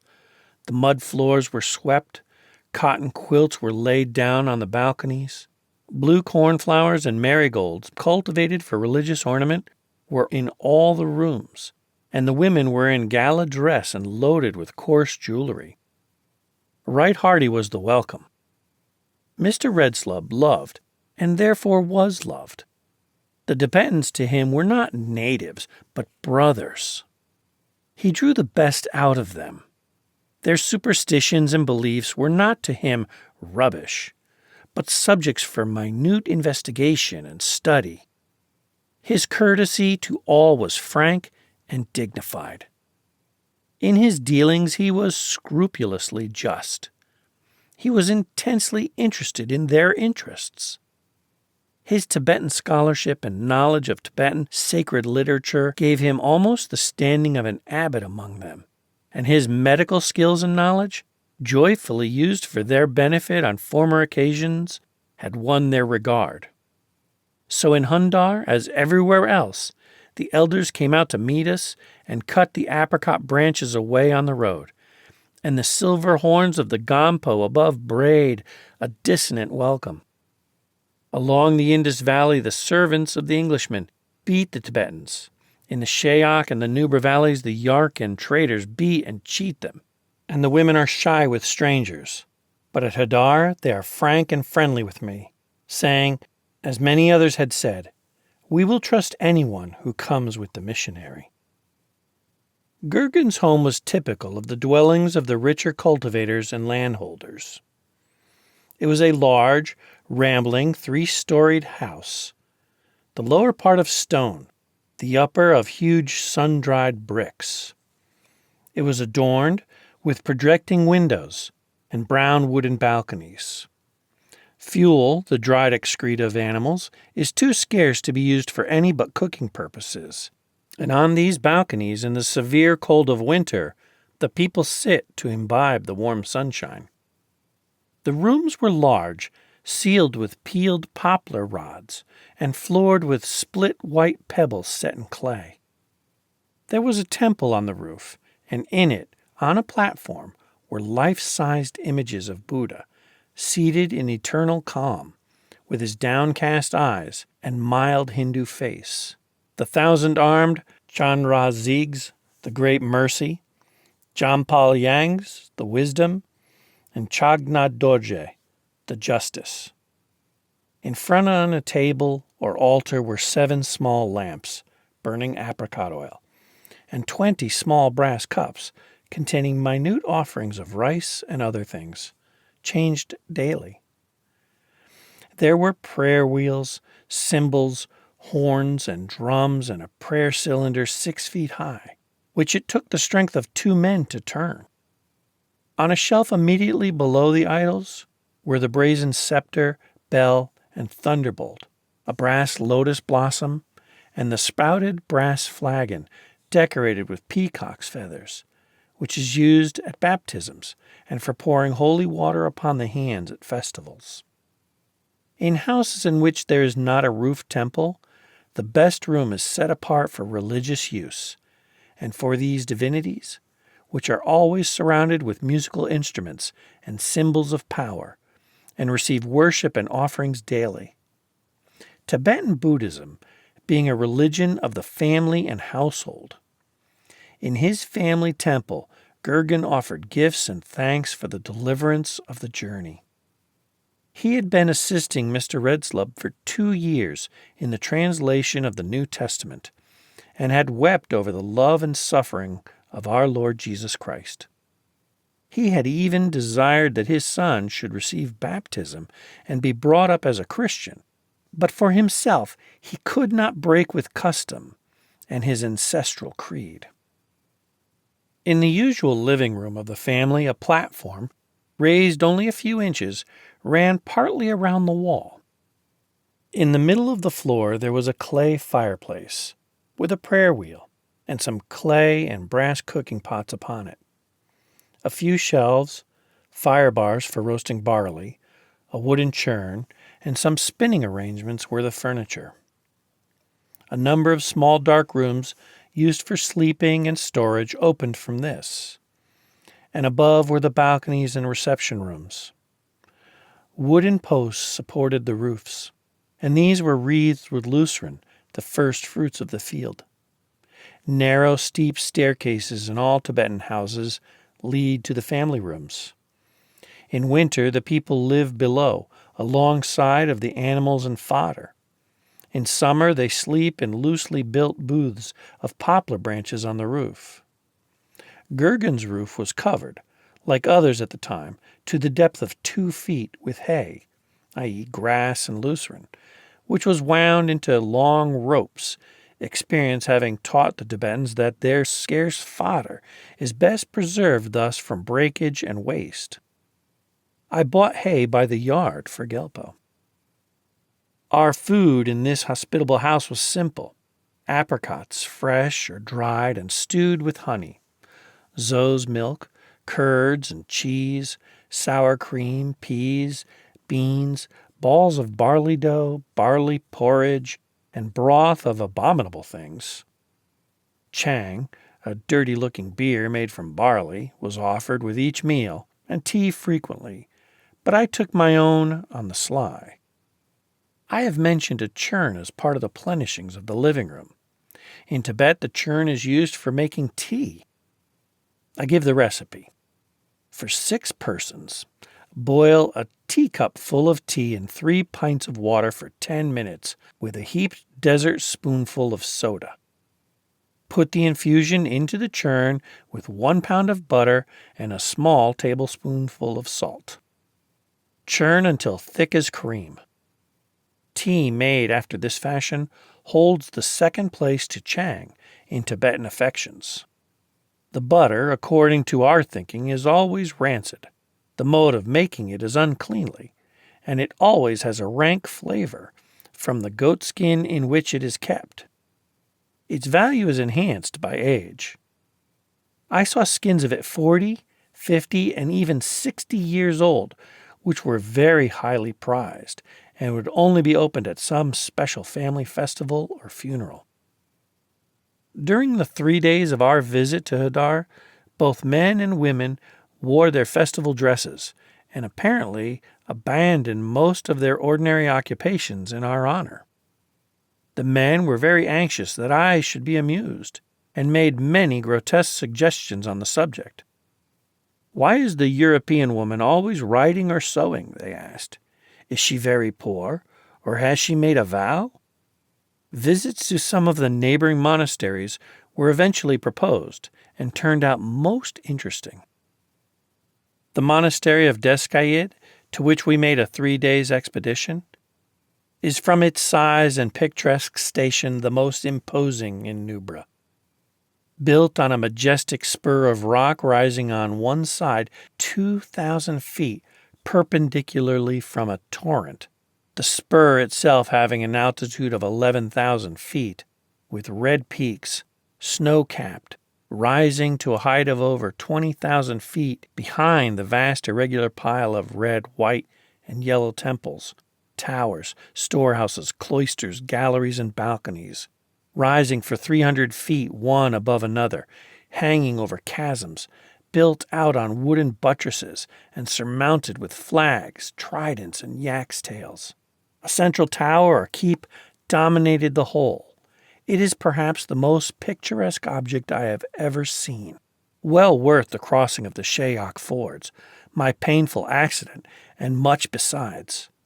It looks inaccessible, but in fact can be attained by rude zigzags of 1,000 steps of rock, some natural, others roughly hewn, getting worse and worse as they rise higher, till the latter zigzag suggests the difficulties of the ascent of the Great Pyramid. The day was fearfully hot, 99 degrees in the shade, and the naked shining surfaces of purple rock with a metallic luster radiated heat. My gallant gray took me up halfway, a great feat, and the Tibetans cheered and shouted, "Sharbaz! Well done!" as he pluckily leapt up the great slippery rock ledges. After I dismounted, any number of willing hands hauled and helped me up the remaining horrible ascent, the rugged rudeness of which is quite indescribable. The inner entrance is a gateway decorated with a yak's head and many Buddhist emblems. High above, on a rude gallery, 50 monks were gathered with their musical instruments. As soon as the Kampo, or abbot, Punt Sogman, the most perfect merit, received us at the gate, the monkish orchestra broke forth in a tornado of sound of a most tremendous and thrilling quality, which was all but overwhelming, as the mountain echoes took up and prolonged the sound of fearful blasts on 6-foot silver horns, the bellowing thunder of 6-foot drums, the clash of cymbals, and the dissonance of a number of monster gongs. It was not music, but it was sublime. The blasts on the horns are to welcome a great personage, and such to the monks who despised his teaching was the devout and learned German missionary. Mr. Redslop explained that I had seen much of Buddhism in Ceylon and Japan, and wished to see their temples. So, with our train of gopas, zemindar, peasants, and muleteers, we mounted to a corridor full of lamas in ragged red dresses, yellow girdles, and yellow caps, where we were presented with plates of apricots, and the door of the lowest of the 7 temples heavily grated backwards. The first view, and indeed the whole view of this temple of wrath or justice, was suggestive of a frightful inferno, with its rows of demon gods, hideous beyond Western conception, engaged in torturing writhing and bleeding specimens of humanity. Demon masks of ancient lacquer hung from the pillars, naked swords gleamed in motionless hands, and in deep recess, whose blackness was rendered visible by one lamp, was that indescribable horror, the executioner of the Lord of Hell, his many brandished arms holding instruments of torture, and before him the bell, the thunderbolt, and scepter, the holy water, and the baptismal flagon. Our joss sticks fumed in the still air. Monks waved censers, and blasts of dissonant music woke the semi-subterranean echoes. In this temple of justice, the younger lamas spend some hours daily in the supposed contemplation of the torments reserved for the unholy. In the highest temple, that of peace, the summer sunshine fell on Shakya Thuba and the Buddhist triad seated in endless serenity. The walls were covered with frescoes of great lamas and a series of alcoves, which, with an image representing an incarnation of Buddha, ran round the temple. In a chapel full of monstrous images and piles of medallions made from the ashes of holy men, the sub-abbots were discoursing to the acolytes on the religious classics. In the chapel of meditations, among lighted incense sticks, monks seated before images were telling their beads with the object of working themselves into a state of ecstatic contemplation, somewhat resembling a certain hypnotic trance. For there are undoubtedly devout lamas, though the majority are idle and unholy. It must be understood that all Tibetan literature is sacred, though some of the volumes of exquisite calligraphy on parchment, which for our benefit were divested of their silken and brocaded wrappings, contain nothing better than fairy tales and stories of doubtful morality, which are recited by the lamas to the accompaniment of incessant cups of chang, as a religious duty when they visit their flocks in the winter. The Deskayid Gampo contains 150 lamas, all of whom have been educated in Lassa. A younger son in every household becomes a monk, and occasionally enters upon his vocation as an acolyte pupil as soon as weaned. At the age of 13, these acolytes are sent to study at Lassa for 5 or 7 years, their departure being made the occasion of a great village feast, with several days of religious observances. The close connection with Lassa, especially in the case of the Yellow Lamas, gives Nubra Buddhism a singular interest. All the larger Gampos have their prototype in Lassa. All ceremonial has originated in Lassa. Every instrument of worship has been consecrated in Lassa, and every Lama is educated in the learning only to be obtained at Lassa. Buddhism is indeed the most salient feature of Nubra. There are Gampos everywhere. The roads are lined for miles by chodten, manis, and prayer mills, and flags inscribed with sacred words in Sanskrit flutter from every roof. There are processions of red and yellow lamas. Every act in trade, agriculture, and social life needs the sanction of sacerdotalism. Whatever exists of wealth is in the Gampos, which also have a monopoly on learning, and 11,000 monks closely linked with the laity, yet ruling all affairs of life and death and beyond death. All are connected by education, tradition, and authority with Lassa. We remained long on the blazing roof of the highest tower of the Gampo, while good Mr. Redslobe disputed with the abbot concerning the things pertaining to the kingdom of God. The monks standing round laughed sneeringly. They had shown a little interest, Mr. R. said, on his earlier visits. The abbot accepted a copy of the Gospel of St. John. St. Matthew, he observed, is very laughable reading. Blasts of wild music and the braying of colossal horns honored our departure and our difficult descent to the apricot groves of Descaid. On our return to Hundar, the grain was ripe on Gergan's fields. The first ripe ears were cut off, offered to the family divinity, and were then bound to the pillars of the house. In the comparatively fertile Nubra Valley, the wheat and barley are cut, not rooted up. While they cut the grain, the men chant, "May it increase. We will give to the poor. We will give to the lamas," with every stroke. They believe that it can be made to multiply both under the sickle and in the threshing, and perform many religious rites for its increase while it is in the sheaves. After 8 days, the corn is trodden out by oxen on a threshing floor renewed every year. After winnowing with wooden forks, they make the grain into a pyramid, insert a sacred symbol, and pile upon it in the threshing instruments and sacks, erecting an axe on the apex with its blade turned to the west, as that is the quarter from which demons are supposed to come.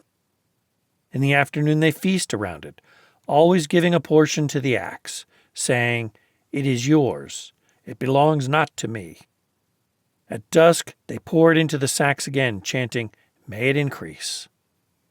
But these are not removed to the granary until late at night, at an hour when the hands of the demons are too much benumbed by the nightly frost to diminish the store. At the beginning of every one of these operations, the presence of lamas is essential to announce the auspicious moment and conduct religious ceremonies. They receive fees and are regaled with abundant chang and the fat of the land. In Hundar, as everywhere, we were made very welcome in all of the houses. I have described the dwelling of Gergan.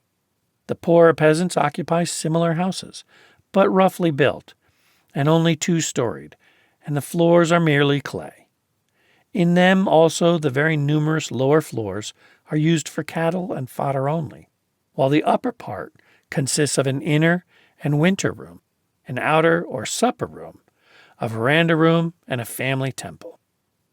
Among their rude plenishings are large stone corn chests, like sarcophagi, stone bowls from Baltistan, cauldrons, cooking pots, a tripod, wooden bowls, spoons and dishes, earthen pots, and yaks and sheep's pack saddles.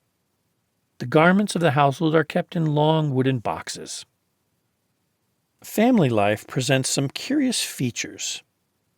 In the disposal and a marriage of a girl, her elder brother has more say than her parents.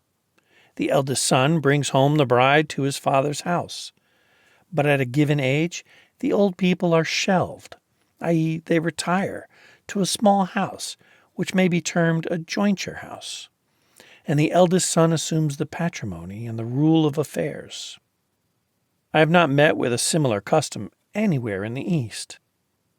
It is difficult to speak of Tibetan life with all its affection and jollity as family life, for Buddhism, which enjoys monastic life and usually celibacy along with it, on 11,000 out of a total population of 120,000, farther restrains the increase of population within the limits of sustenance by inculcating and rigidly upholding the system of polyandry, permitting marriage only to the eldest son, the heir of the land, while the bride accepts all his brothers as inferior or subordinate husbands, thus attaching the whole family to the soil and family roof tree, the children being legally regarded as the property of the eldest son, who is addressed by them as Big Father.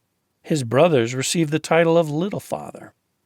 The resolute determination, on economic as well as religious grounds, not to abandon their ancient custom, is the most formidable obstacle in the way of the reception of Christianity by the Tibetans. The women cling to it. They say, We have 3 or 4 men to help us instead of one, and sneer at the dullness and monotony of European monogamous life. A woman said to me, if I had only one husband and he died, I should be a widow. If I have 2 or 3, I am never a widow. The word widow is with them a term of reproach and is applied abusively to animals and men. Children are brought up to be very obedient to fathers and mother, and to take great care of little ones and cattle. Parental affection is strong. Husbands and wives beat each other, but separation usually follows a violent outbreak of this kind. It is the custom for the men and women of a village to assemble when a bride enters the house of her husbands, each of them presenting her with 3 rupees. The Tibetan wife, far from spending these gifts on personal adornment, looks ahead, contemplating possible contingencies, and immediately hires a field, produce of which is her own, and which accumulates year after year in a separate granary, so that she may not be portionless in case she leaves her husband. It is impossible not to become attached to the Nubra people. We live so completely among them, and met with such unbounded goodwill. Feasts were given in our honor, every gampo was open to us, monkish blasts on colossal horns brayed out welcomes, and while nothing could exceed the helpfulness and alacrity of kindness shown by all, there was not a thought or suggestion of bakshish.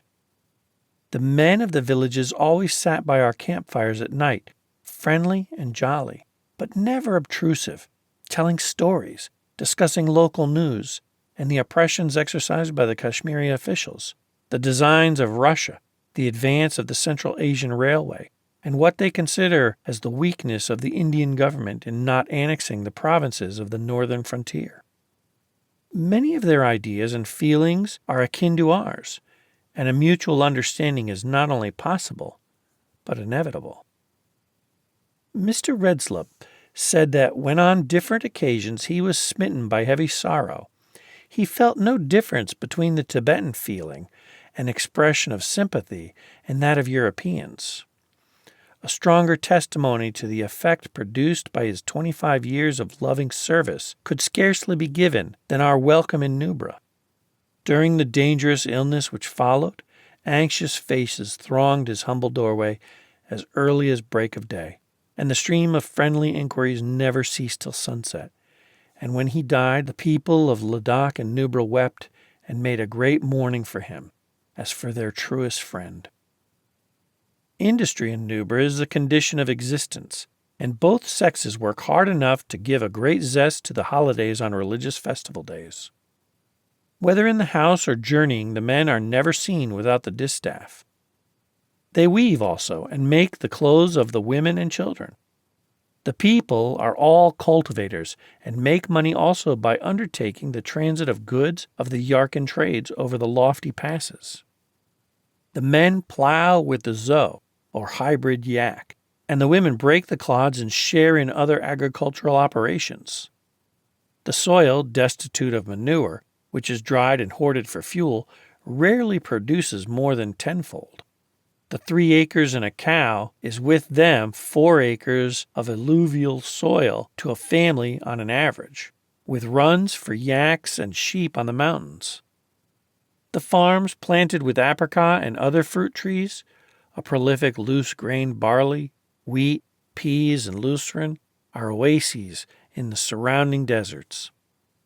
The people export apricot oil, dried apricots, sheep's wool, heavy undyed woolens, coarse cloth made from yak's hair, and pasham, the underfleece of the shawl goat. They complained, and I think with good reason, of the merciless exactions of the Kashmiri officials. But there were no evidence of severe poverty, and not one beggar was seen. It is not an easy matter to get back to Leh. The rise of the Shayok made it impossible to reach and return by the Digar Pass, and the alternative route over the Karzong Glacier continued for some time impracticable. That is, it was perfectly smooth ice. At length the news came that a fall of snow had roughened its surface. A number of men worked for 2 days at scaffolding a path. and with great difficulty and the loss of one yak from a falling rock, a fruitful source of fatalities in Tibet, we reached Khalsar, where with great regret we parted with Se Ring Don Drub, life's purpose fulfilled, the Gopa of Sati, whose friendship had been a real pleasure, and to whose courage and promptitude, in Mr. Redslob's opinion, I owed my rescue from the drowning. 2 days of very severe marching and long and steep ascents brought us to the wretched hamlet of Karsong Larsa in a snowstorm at an altitude higher than the summit of Mont Blanc. The servants were all ill of pass poison and crept into a cave along with a number of big Tibetan mastiffs, where they enjoyed the comfort of semi-suffocation till the next morning. Mr. R. and I, with some willing Tibetan helpers, pitched our own tents. The wind was strong and keen, and with the mercury down at 15 degrees Fahrenheit, it was impossible to do anything but go to bed in the early afternoon and stay there till the next day. Mr. Redslob took a severe chill, which produced an alarming attack of pleurisy, from the effects of which he never fully recovered. We started on a grim, snowy morning with 6 yaks carrying our baggage or ridden by ourselves, 4 led horses, and a number of Tibetans, some more having been sent on in advance to cut steps in the glacier and roughen them with gravel. Within certain limits, the ground grew greener as one ascends, and we passed upwards among primulas, asters, a large blue myosotis, gentians, potentillas, and great sheets of edelweiss. At the glacier foot we skirted a deep green lake on snow with a glorious view of the Karzong Glacier and the pass, a nearly perpendicular wall of rock, bearing up a steep glacier and a snowfield of great width and depth, above which tower pinnacles of naked rock. It presented to all appearances an impassable barrier, rising 2,500 feet above the lake, grand and awful in the dazzling whiteness of the new-fallen snow. Thanks to the ice steps, our yaks took us over in 4 hours without a false step, and from the summit, a sharp ridge 17,500 feet in altitude, we looked our last on grimness, blackness, and snow, and southward for many a weary mile to the Indus Valley lying in sunshine and summer. Fully 24 carcasses of horses newly dead lay in cavities of the glacier. Our animals were ill of pass poison and nearly blind, and I was obliged to ride my yak into Leh, a severe march of 13 hours, down miles of crumbling zigzags, and then among villages of irrigated terraces, till the grand view of the Gelpo's palace, with its air hung Gampo and clustering chodtens, and of the desert city itself, burst suddenly upon us, and our benumbed and stiffened limbs thawed in the hot sunshine. I pitched my tent in a poplar grove for a fortnight, near the Moravian compounds and close to the travelers' bungalows, in which is a British postal agency and a Tibetan postmaster who speaks English, a Christian, much trusted and respected, named Joldan, in whose intelligence, kindness, and friendship I found both interest and pleasure. India and Tibet by Sir Francis Edward Younghusband. Darjeeling to Chumbi. During our stay at Chambajong, Mr. White, Captain O'Connor, and I had often talked over the question of advancing into Tibet in winter. It had always so far been assumed that with the approach of winter, all operations on this frontier must cease, missions must withdraw, and troops go into winter quarters. But on the Gilgit frontier, we had taken troops across snow passes in winter, and Colonel Kelly took troops and guns across the Chandur Pass to the relief of Chitral in April, which, from the softness of the snow, is the very worst time.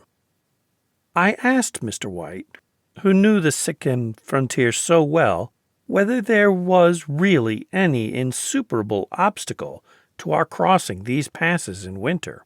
And as he said there were not, and as he was heartily in favor of such a move, I urged government not to delay till the spring, but to let us advance even in winter. We do not hesitate when there is real necessity to send troops and missions into unhealthy and hot places in the hottest season of the year. Why, then, should we be put off by cold? Against cold, we can take plenty of precautions by clothing troops and followers with furs and sheepskins, and we should doubtless lose some, but not more than we lose from malaria and heat strokes in hot places. And as for passes being closed, I had had as much experience as most people of Himalayan passes, and I knew that passes which are closed for single men or small parties are not necessarily closed for large parties, which can organize regular shelters and trample down paths in the snow. It was a risk to take, and Lord Curzon and the government of India were courageous in taking it. But, like many other risks we took in this enterprise, it was justified by the result. By April, the casualties from sickness and frostbite were only 35 deaths among combatants and 45 among followers, which, considering the circumstances, was wonderfully low, and we had proved for all time to the Tibetans, to ourselves, and to the world that Indian troops could march across the Himalayas in the very depth of winter. As we settled down to our preparations at Darjeeling, it did indeed seem a bold task that we were undertaking. The weather now, in November, was clear and bright. Day after day from our headquarters at the Rockville Hotel, we could look out on that stupendous range of snowy mountains, to view which hundreds of people came at this season from all over the world. And to think that we had to pierce through that mighty barrier at the coldest season of the year, in face of the certain opposition of the Tibetans, and to establish ourselves far beyond in a spot to which for half a century no European had approached, did indeed at times appall one. But the very risk and romance and novelty of the task soon again inspired one with enthusiasm. It was no ignoble little raid, as ignoble little Englanders were saying, that we were embarking on. It was an undertaking with every moral justification behind it, and it was a feat which, if successfully performed, would add one more to the triumphs of man over nature and bring added glory to the Indian army by whom it was accomplished. It had been originally intended that I should return to Chamba Jong to the mission which I had left there, and with them march across to Kalatso on the Gyantse line, while General MacDonald marched up through Chambi. But on talking the matter over with him at Darjeeling, we thought that such a move would involve unnecessary risk, and would be difficult to arrange for with the transport and supplies, as the Tibetans had forcibly dispersed the yaks which the Nepalese had sent across the frontier. It was arranged, therefore, that the mission, now under the charge of Mr. Wilson, should be withdrawn from Chamba Jong, but both Mr. White and I were anxious that no retirement should take place from one direction till we were actually advancing in another.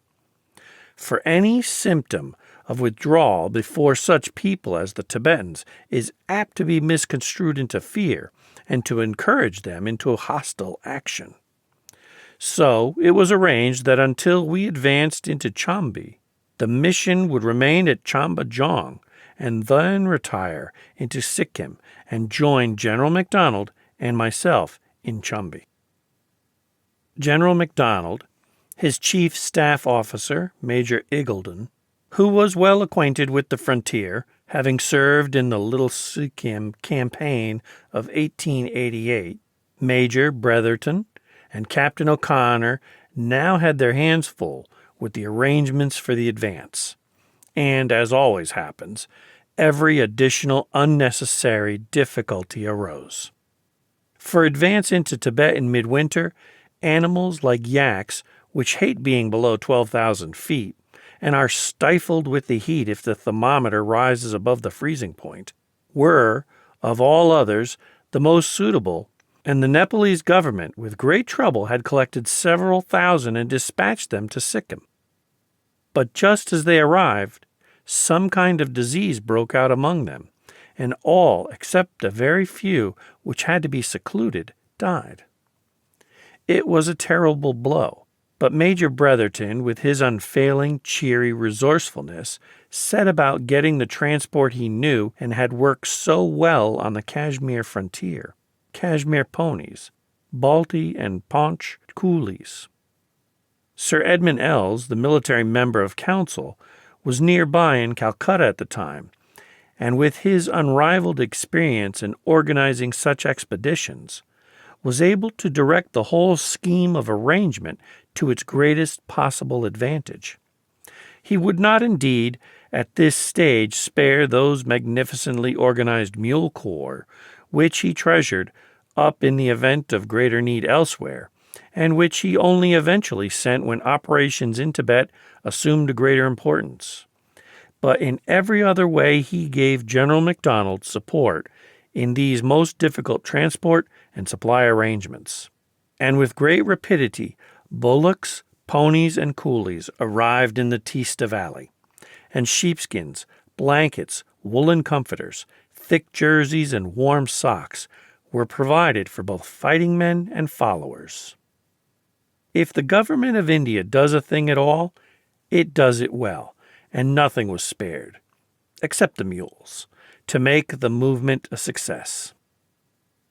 The local authorities were also extremely helpful. Mr. Walsh, the Deputy Commissioner of Darjeeling, on account of his knowledge of the frontier, and because he spoke Tibetan, was to accompany me as an assistant commissioner, and Mr. Garrett, who took his place at Darjeeling, put his whole energies to collecting coolies, ponies, and supplies. The local engineers got the road along the Teesta Valley, which with unfailing regularity falls into the river in the rainy season, into proper working order again. Mr. White, in Sikkim, set to work to raise a coolie corps for work on the passes. And in a month from the date of receiving the sanction of the Secretary of State, General MacDonald was able, in spite of the blow which had befallen him in the loss of the yaks, to make the start towards Tibet. It was a sad day when I said goodbye to my wife and little girl, to plunge into the unknown beyond the mighty snowy range which lay before us. To me there was nothing but the stir and thrill of an enterprise which would ever live in history. Before her there lay only long and dreary months of sickening anxiety and suspense, for which my eventual success might or might not be a sufficient recompense. A little knot of visitors assembled at the Rockville Hotel on the morning of December 5th to bid us goodbye and good luck, and Mrs. Wakefield, the manageress, patriotically waved a Union Jack. Then we were off, as it turned out, to the mysterious Lassa itself. The first night I passed with Mr. James, a nephew of my old traveling companion in Manchuria, at a most charming little bungalow in a tea plantation, and on the way met other tea planters, all very anxious that my mission would have the result of opening up Tibet for their produce. I once more rode through all that glorious tropical vegetation in the Teesta Valley. I passed the camp of the 23rd Pioneers, and first made the acquaintance of Colonel Hogue and his officers, with whom I was to be so closely associated in future, and in whom I always found such firm supporters. And by December 10th, General MacDonald and his staff, the bulk of the troops for the advance, Mr. White, Mr. Walsh, Captain O'Connor, and myself had all rendezvoused at Natong, ready to move into Tibet. The force then assembled consisted of 2 guns, No. 7 Mountain Battery, Royal Artillery, a Maxim gun detachment of the Norfolk Regiment, 2 guns, 7-pounders, 8th Gurkhas, half company 2nd Sappers, 8 companies of 23rd Sikh Pioneers, 6 companies 8th Gurkhas, with field hospitals, engineer field parks, ammunition column, telegraph, postal, and survey department detachments. In spite of foot and mouth disease among the pack bullocks, of sickness and desertion amongst the Nepalese coolie corps, and of rinderpest, Major Bretherton had succeeded in accumulating a month's supply for the troops and 10 days' fodder for the animals, and General MacDonald was able to make a short march on the 11th to the foot of the Jalapla Pass, with the first column consisting of 1,150 fighting men, 4 guns, and 4 Maxims. On December 12, we crossed the pass itself. It is 14,390 feet in height and leads not across the main watershed of the Himalayas, but across the range dividing Sikkim from Chumbi, a sharp, bare, rocky ridge. The ascent to it was very steep, and as the ridge formed the boundary between Sikkim and Tibet, it was possible we might be opposed at the summit. But on the question of opposition, I had had some communication with the Tibetans. News of the assembly of troops and of the preparations we were making had naturally reached the Tibetans, and on November 28, Captain Parr, who was in Chinese employ, associated with the Chinese delegate, informed me that the Tibetans were expecting that, before any advance was made into their country, the British government would make a formal declaration of their intention, that if they intended to make war, they would make a formal declaration of war. I replied that no more formal declaration would be made than that conveyed in the letter from the Viceroy to the Chinese resident. If the progress of the mission were obstructed, General MacDonald would use force to clear a way for the passage of the mission. If no opposition were offered, he would not attack the Tibetans. We were prepared to fight if fighting were forced upon us. We were equally ready to negotiate if the Chinese and Tibetans would send proper delegates to negotiate with us. All accounts seemed to show at that time that the Tibetans intended to fight, and from several independent sources came information that they were relying on Russian support. And these latter reports were confirmed later by Colonel Zhao, the Chinese delegate, who said that Dorjiev was then in Lassa, and that the arrogance of the Tibetans was due to their reliance on the support of the Russians, since many discussions had been held in Russia between Dorjiev and Russian officials, with the result that of late the Tibetans had been taunting the Chinese openly and saying that they had now a stronger and greater power than China upon which to rely for assistance. Still, I meant to do my best to secure our passage to Gyansa without fighting, and to the general commanding the Tibetan troops at Yatung, I gave the pledge that we were conducting the mission under adequate protection to a place better fitted for negotiation, but that we were not at war with Tibet, and unless we were ourselves attacked, we would not attack the Tibetans. I repeated these assurances to some Tibetan messengers at Natong, and told them to tell the Tibetan generals that if they did not attack us, we would not attack them. On reaching the summit of the Jalapla on a bright, clear, sunny day, with glorious views all around, we found no one to oppose us. We looked down into the Chumbi Valley, into a sort of labyrinth of deep forest-clad valleys, and beyond these to the high main range, which still separated us from Tibet proper. For Chumbi is not geographically part of Tibet, nor are its inhabitants true Tibetans. The march was very trying for the troops and transport, for the road was simply a mountain path of the roughest description. One coolie corps struck work, and a number of the local drivers of a pony corps and many Nepalese coolies had deserted, for a curious feeling was prevalent on the frontier that we were advancing to our doom. But the troops and the bulk of the transport got over all right, though very exhausted, and we encamped in 3 bodies near La Gram, well below the pass, in a deep, narrow, forest-clad gorge. Here I was met by the ubiquitous Captain Parr, who in many ways was extremely helpful at this time, by the local Chinese official and by the Tibetan general. They asked me to go back to Natong, where the Chinese resident and the Tibetan counselors would come and discuss matters with me. On my declining, they asked me to remain where I was for 2 or 3 months. I told them I had waited for months without result at Chambadjong. Now I had to go on into Tibet. If my passage were opposed, General MacDonald would break down opposition. If they did not oppose us, we would not attack them. They asked me what we should do if on the morrow we found the gate in the Yatong wall closed. I said we would blow it open. What would happen on the morrow was now the interesting question. We would reach Yatong, which for the last 10 years we had been trying to make into a trade mart, according to the treaty, and we would approach that wall which the Tibetans had thrown up to prevent anyone coming to trade.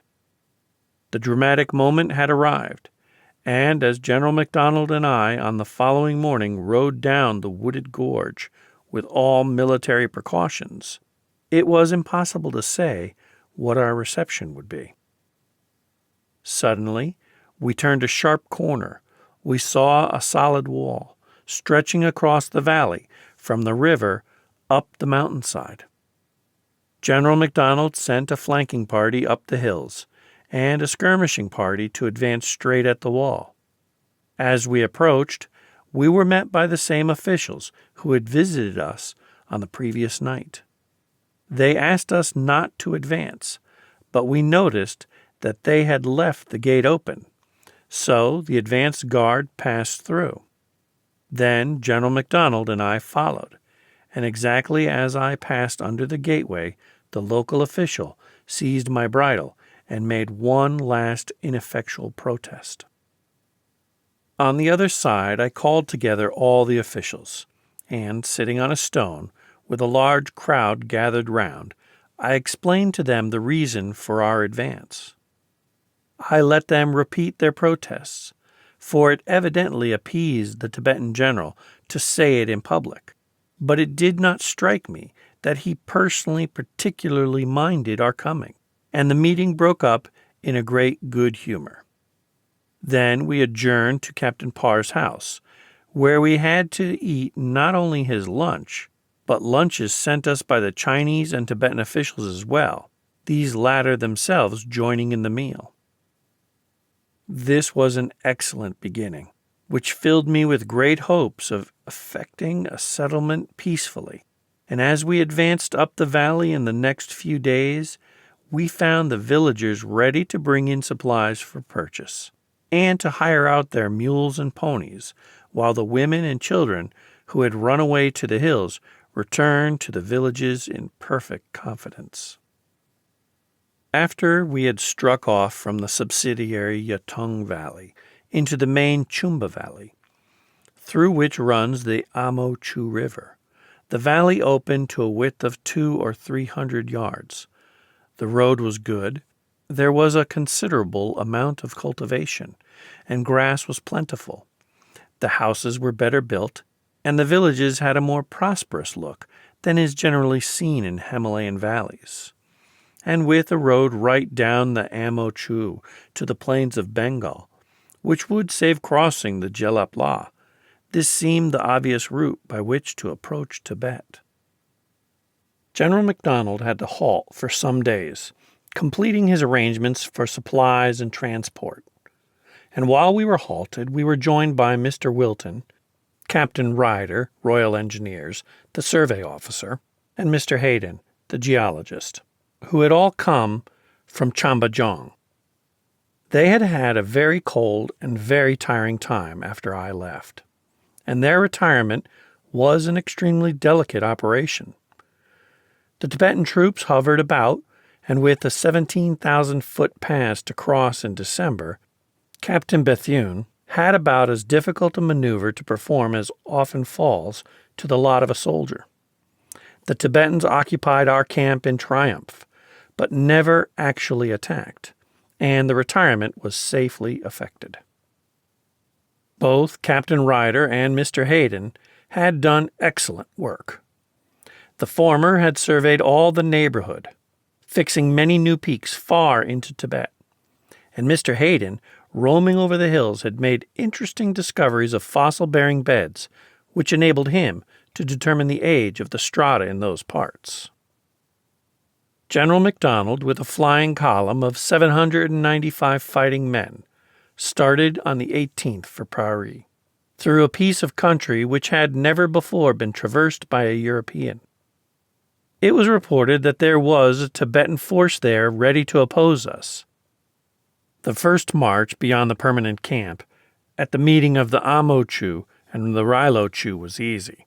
But the second march was over a very bad road, ascending steeply through a narrow wooded gorge, where a few determined men could have greatly delayed the advance of the column. The hardships of the march were increased by the almost total absence of fuel at Kamparab camping ground, which was 2 miles beyond the wood limit. A certain amount of fuel had been taken on spare mules, and this, with yak dung in small quantities, had to suffice. On the 20th, General MacDonald reached Pari, marching over open country, where the only obstacle to rapid marching was the great altitude and numerous frozen streams. The Jong fort he found unoccupied. It was a strong, lofty, masonry castellated structure at the junction of the road to the Tongla Pass, with a road to Bhutan, up which Bogle, Turner, and Manning had proceeded to Tibet so many years before. In this Jong, General MacDonald stationed 2 companies of the 8th Gurkhas and 1 7-pounder gun, while the remainder of the column camped on the plain outside. To the Tibetan and Chinese officials, General MacDonald explained that he was only safeguarding the road for the advance of the mission, and guarding against the regrettable display of force with which the Tibetans had endeavored to intimidate the mission at Chambajong.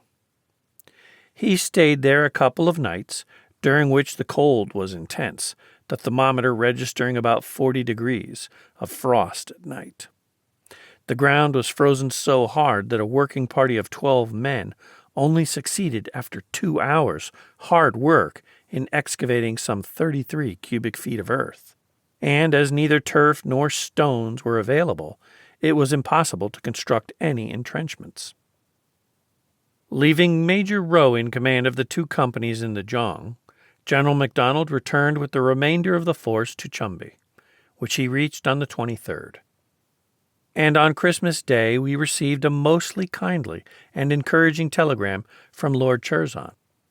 The inhabitants of the Chumbi Valley were now selling us grass, buckwheat, turnips, and potatoes, and Major Bretherton had arranged for 400 mules to ply on a contract system between here and the Teesta Valley. This, though very helpful, did not amount to very much, and we were dependent for most of our supplies and transport from the rear.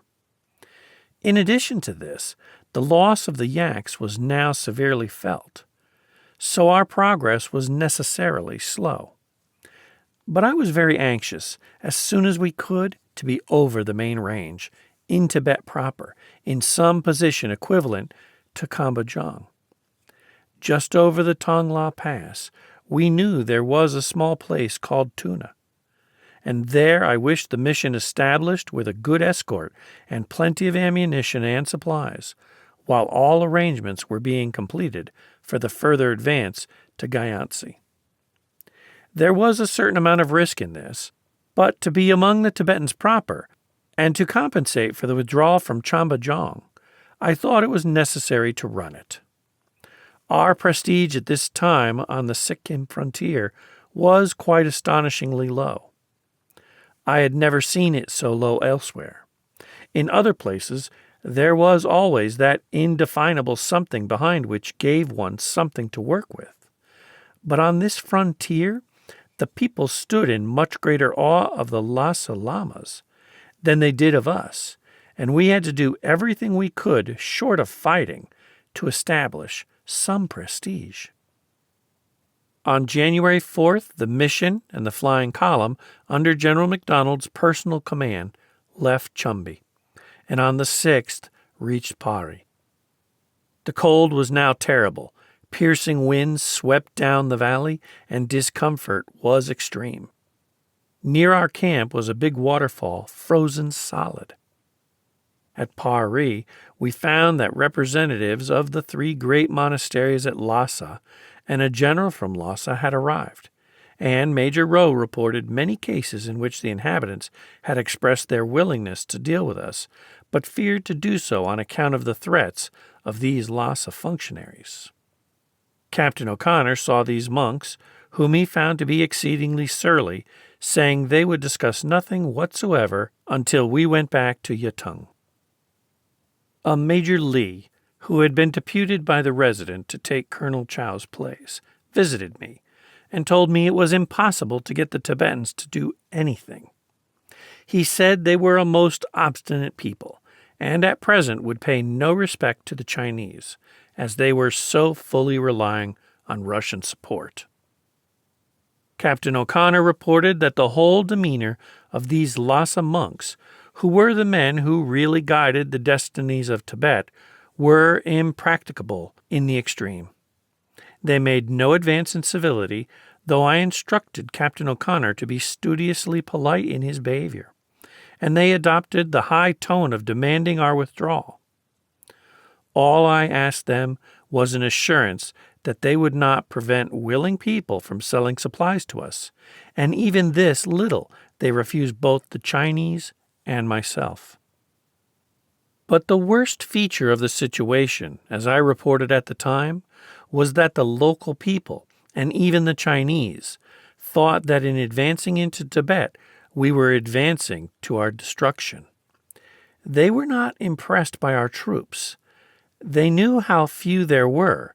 They knew of thousands of Tibetan troops on the far side of the pass, and they believed that the new Lhasa-made rifles and the new drill would prevent the loss they had incurred in their last campaign against us.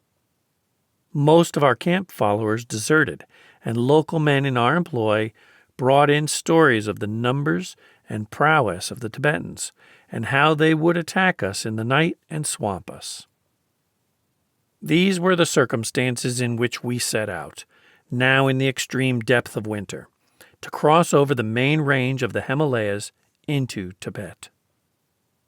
On January 7, we encamped at the foot of the pass, the thermometer that night falling 18 degrees below zero. As I looked out of my tent at the first streak of dawn the next morning, there was a clear-cutting feel in the atmosphere, such as is only experienced at great altitudes. The stars were darting out their rays with almost supernatural brilliance. The sky was of a steely clearness, into which one could look unfathomable depths. Behind the great sentinel peaks of Chumulhari, which guards the entrance to Tibet, the first streaks of dawn were just appearing. Not a breath of air stirred, but all was gripped tight in the frost which turned buckets of water left out overnight into solid ice, and made the remains of last night's stew as hard as a rock. Under such conditions we prepared for our advance over the pass, and as our troops were formed on parade, preparatory to starting, it was found that many of the rifles and one of the Maxims would not work, on account of the oil having frozen. The rise to the pass was very gradual, and the pass itself, 15,200 feet above sea level, was so wide and level that we could have advanced across it in line. But soon now the wind got up and swept along the path with terrific force. At this altitude and clad in such heavy clothing, we could advance but slowly, and the march seemed interminable. The clearness of the atmosphere made the little hamlet of Tuna appear quite near, but hour after hour we plodded wearily over the plateau, and it was late in the afternoon before we reached it, and even then, for the sake of water, we had to go a mile or more beyond and encamp in the open.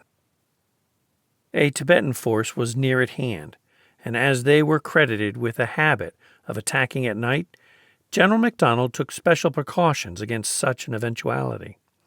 But as darkness set in and the cold increased in intensity, we felt we should be pretty helpless in an open camp, and there were some thoughts of retiring again across the pass, for the military risks were very great.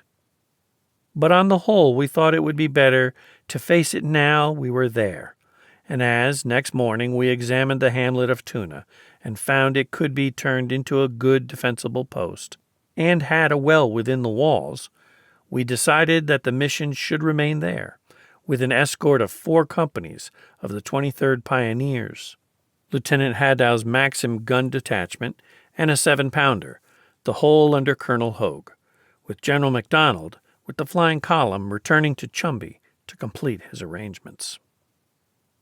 The immediate surroundings in which we now found ourselves were miserable in the extreme.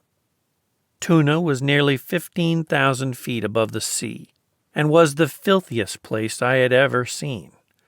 We tried to live in the houses, but after a few days preferred our tents in spite of the cold, which was intense, and against which we could not have the comfort and cheer of a fire, for only sufficient fuel for cooking could be obtained, most of it being yak dung, and much having to be brought from Chumbi. The saving feature was the grand natural scenery, which was a joy of which I never tired. Immediately before us was an almost level and perfectly smooth gravel plain, 10 or 12 miles in width, and on the far side of this rose the great snowy range, which forms the main axis of the Himalayas, and here separates Tibet from Bhutan. Snow seldom fell. The sky was generally clear, and the sunshine brilliant and well wrapped up. Away from the dirty hamlet, and sheltered from the terrific wind, there was pleasure to be had out of even Tuna.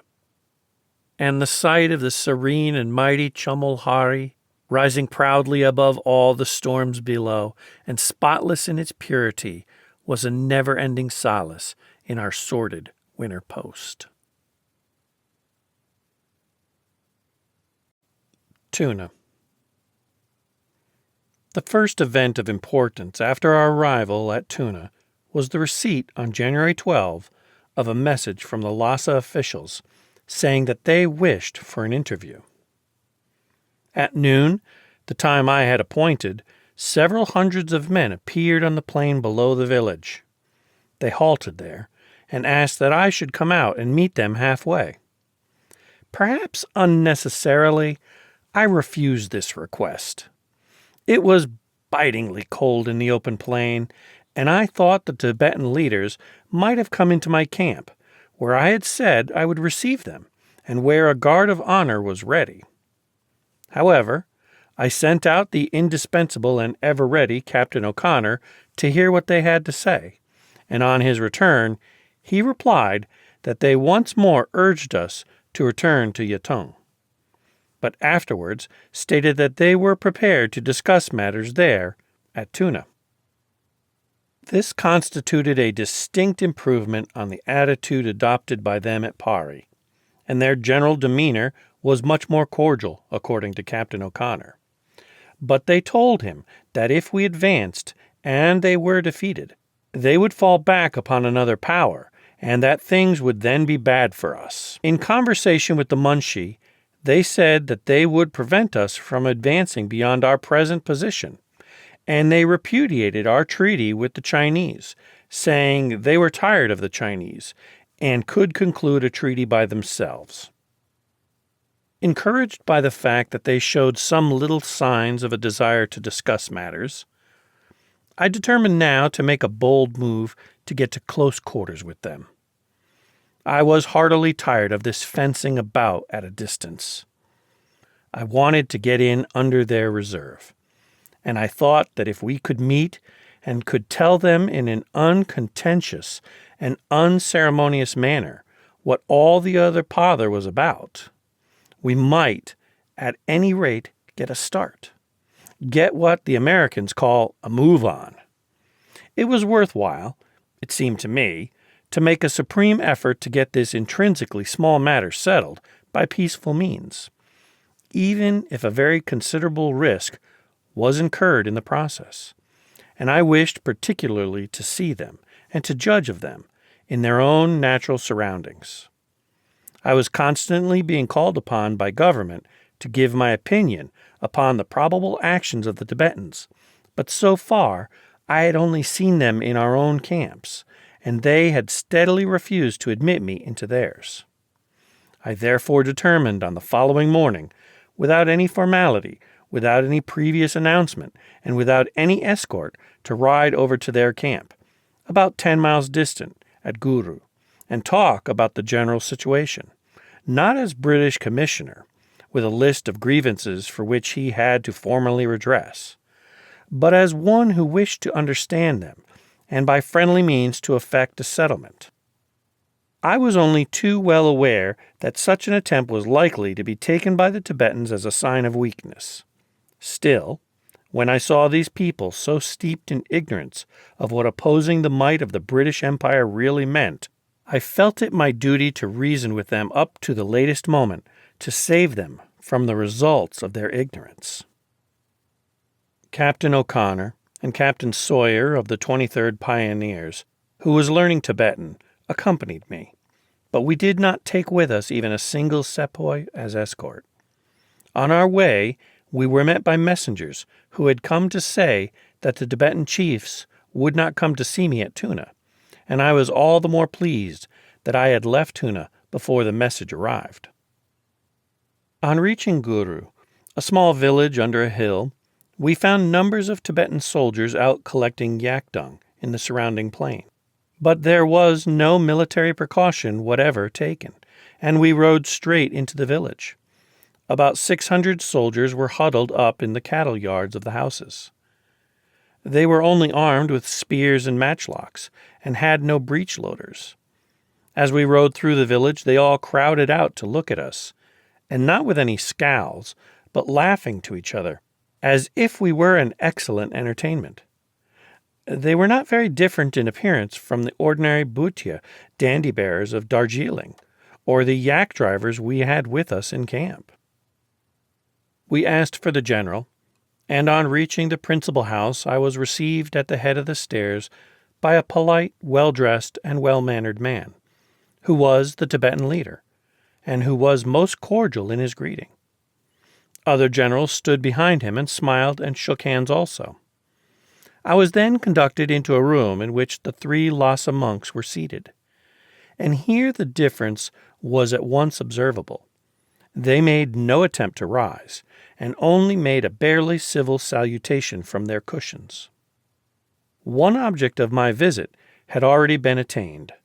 I could, from this, in itself, see how the land lay, and where the real obstruction came from. The Lassa general and the Shigatse general, we had become accustomed to calling them generals, though the English reader must not imagine they at all resembled Napoleon, took their seats on cushions at the head of the room and opposite to the monks. We were given 3 cushions on the right, and 2 Shigatse generals and another Shigatse representative had seats on the left. Tea was served, and the Lassa general, as the spokesman of the assembly, asked after my health.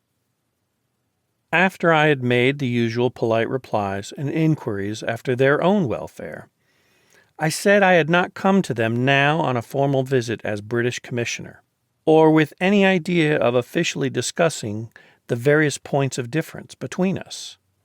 But I was anxious to see them and know them, and to have an opportunity of freely discussing the general situation in a friendly, informal manner.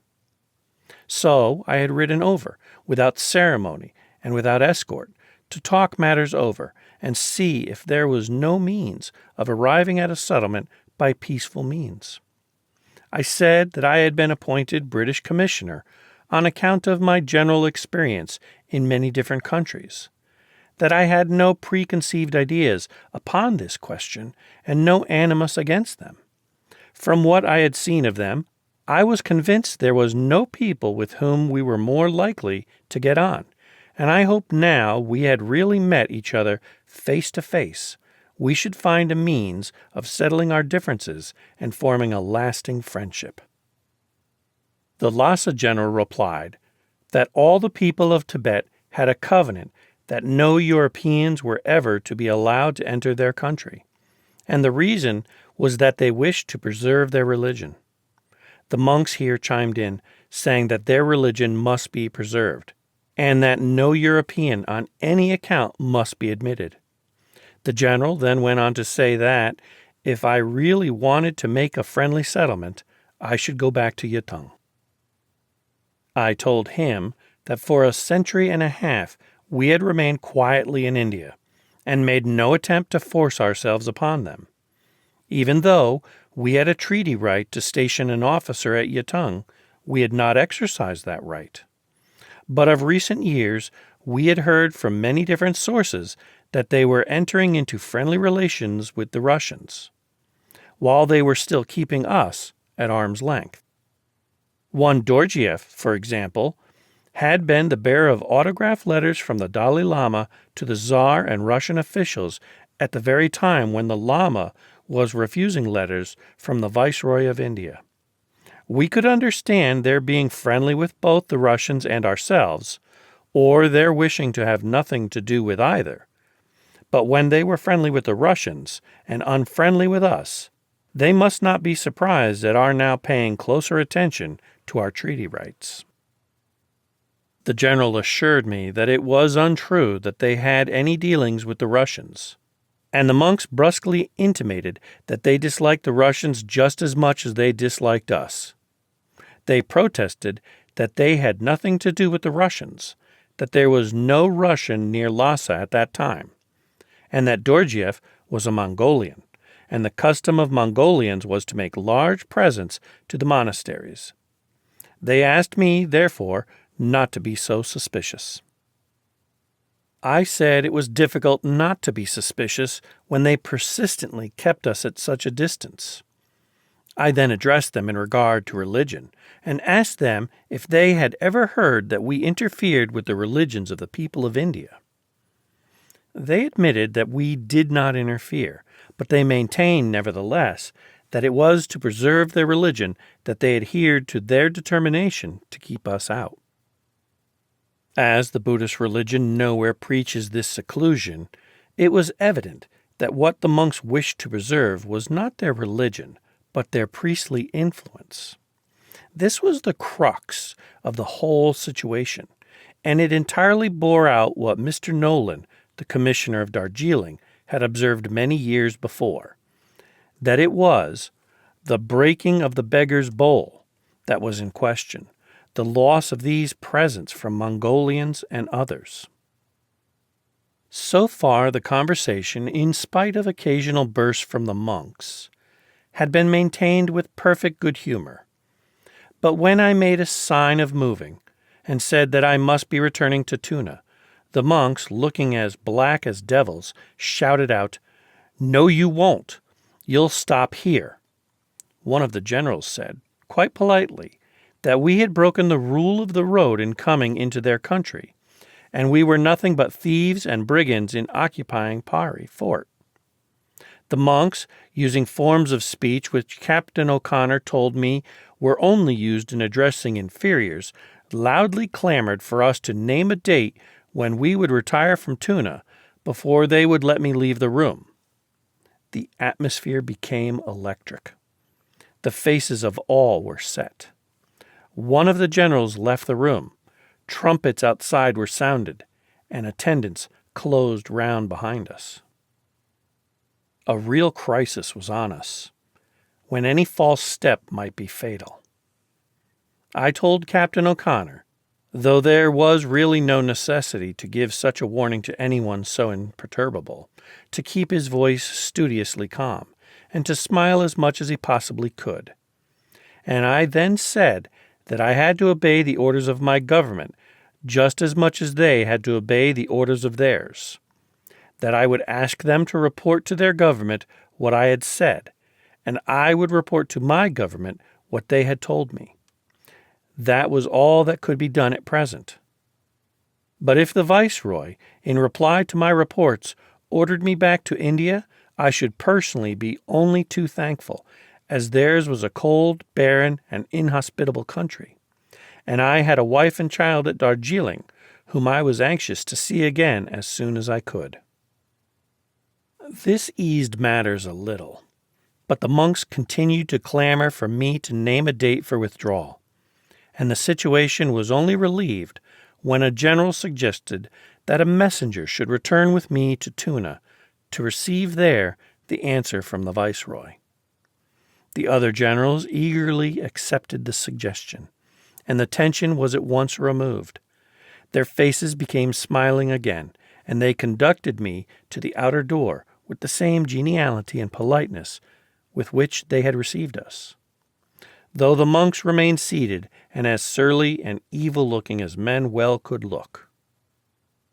We preserved our equanimity of demeanor and the smiles on our faces till we had mounted our ponies and were well outside the camp, and then we galloped off as hard as we could, lest the monks should get the upper hand again and send men after us. It had been a close shave, but it was worth it. I had sized up the situation and felt now I knew how I stood. I knew from that moment that nowhere else than in Lassa, and not until the monkish power had been broken, should we ever make a settlement. But it was still treason to mention the word Lassa in any communication to government, and I had to keep these conclusions to myself for many months yet, for fear I might frighten people in England who had not yet got accustomed to the idea of our going even as far as Gyantsy. While I perceived that the monks were implacably hostile, that they were the preponderating influence in the state, and were entirely convinced of their power to dictate to us, I perceived also that the lay officials were much less unfriendly, less ignorant of our strength, and more amenable to reason, and that the ordinary people and soldiers, though perhaps liable to be worked on by the monks, had no innate bad feelings against us. Hereon I based my hopes for the security of the eventual settlement.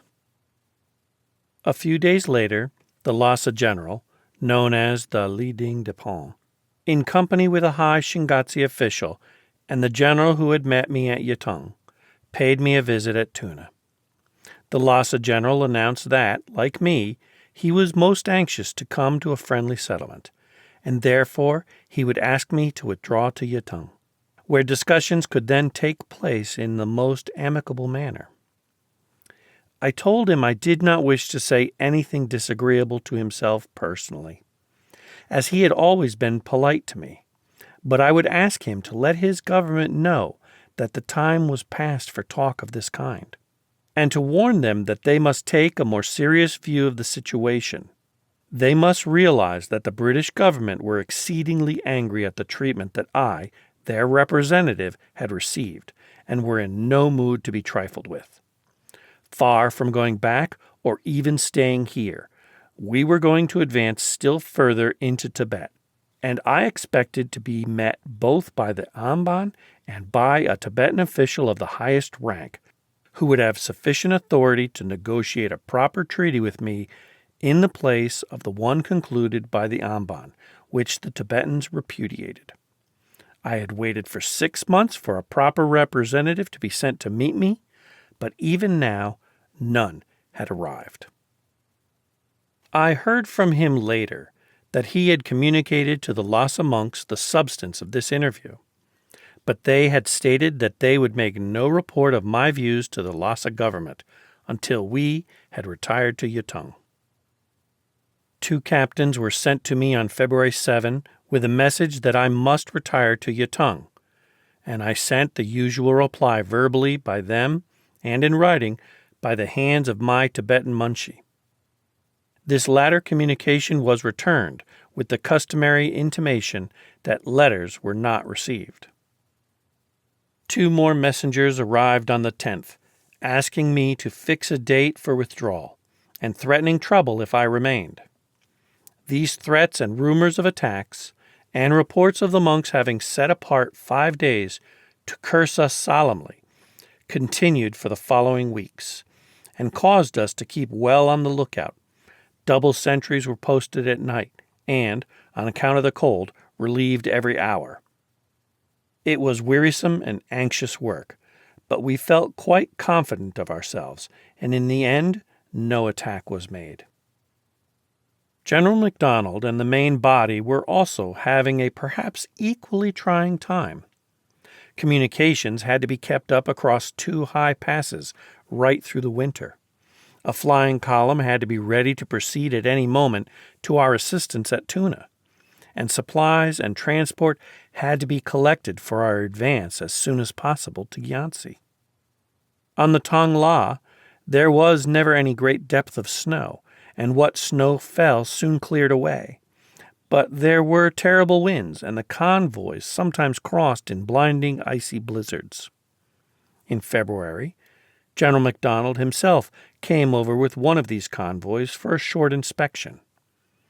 On the passes into Sikkim, there was much more snow, and they were occasionally closed after an unusually heavy storm. Still, fairly continuously, the transport corps plied across them, and supplies accumulated in Chumbi. All this time, we had been in considerable anxiety in regard to Bhutan.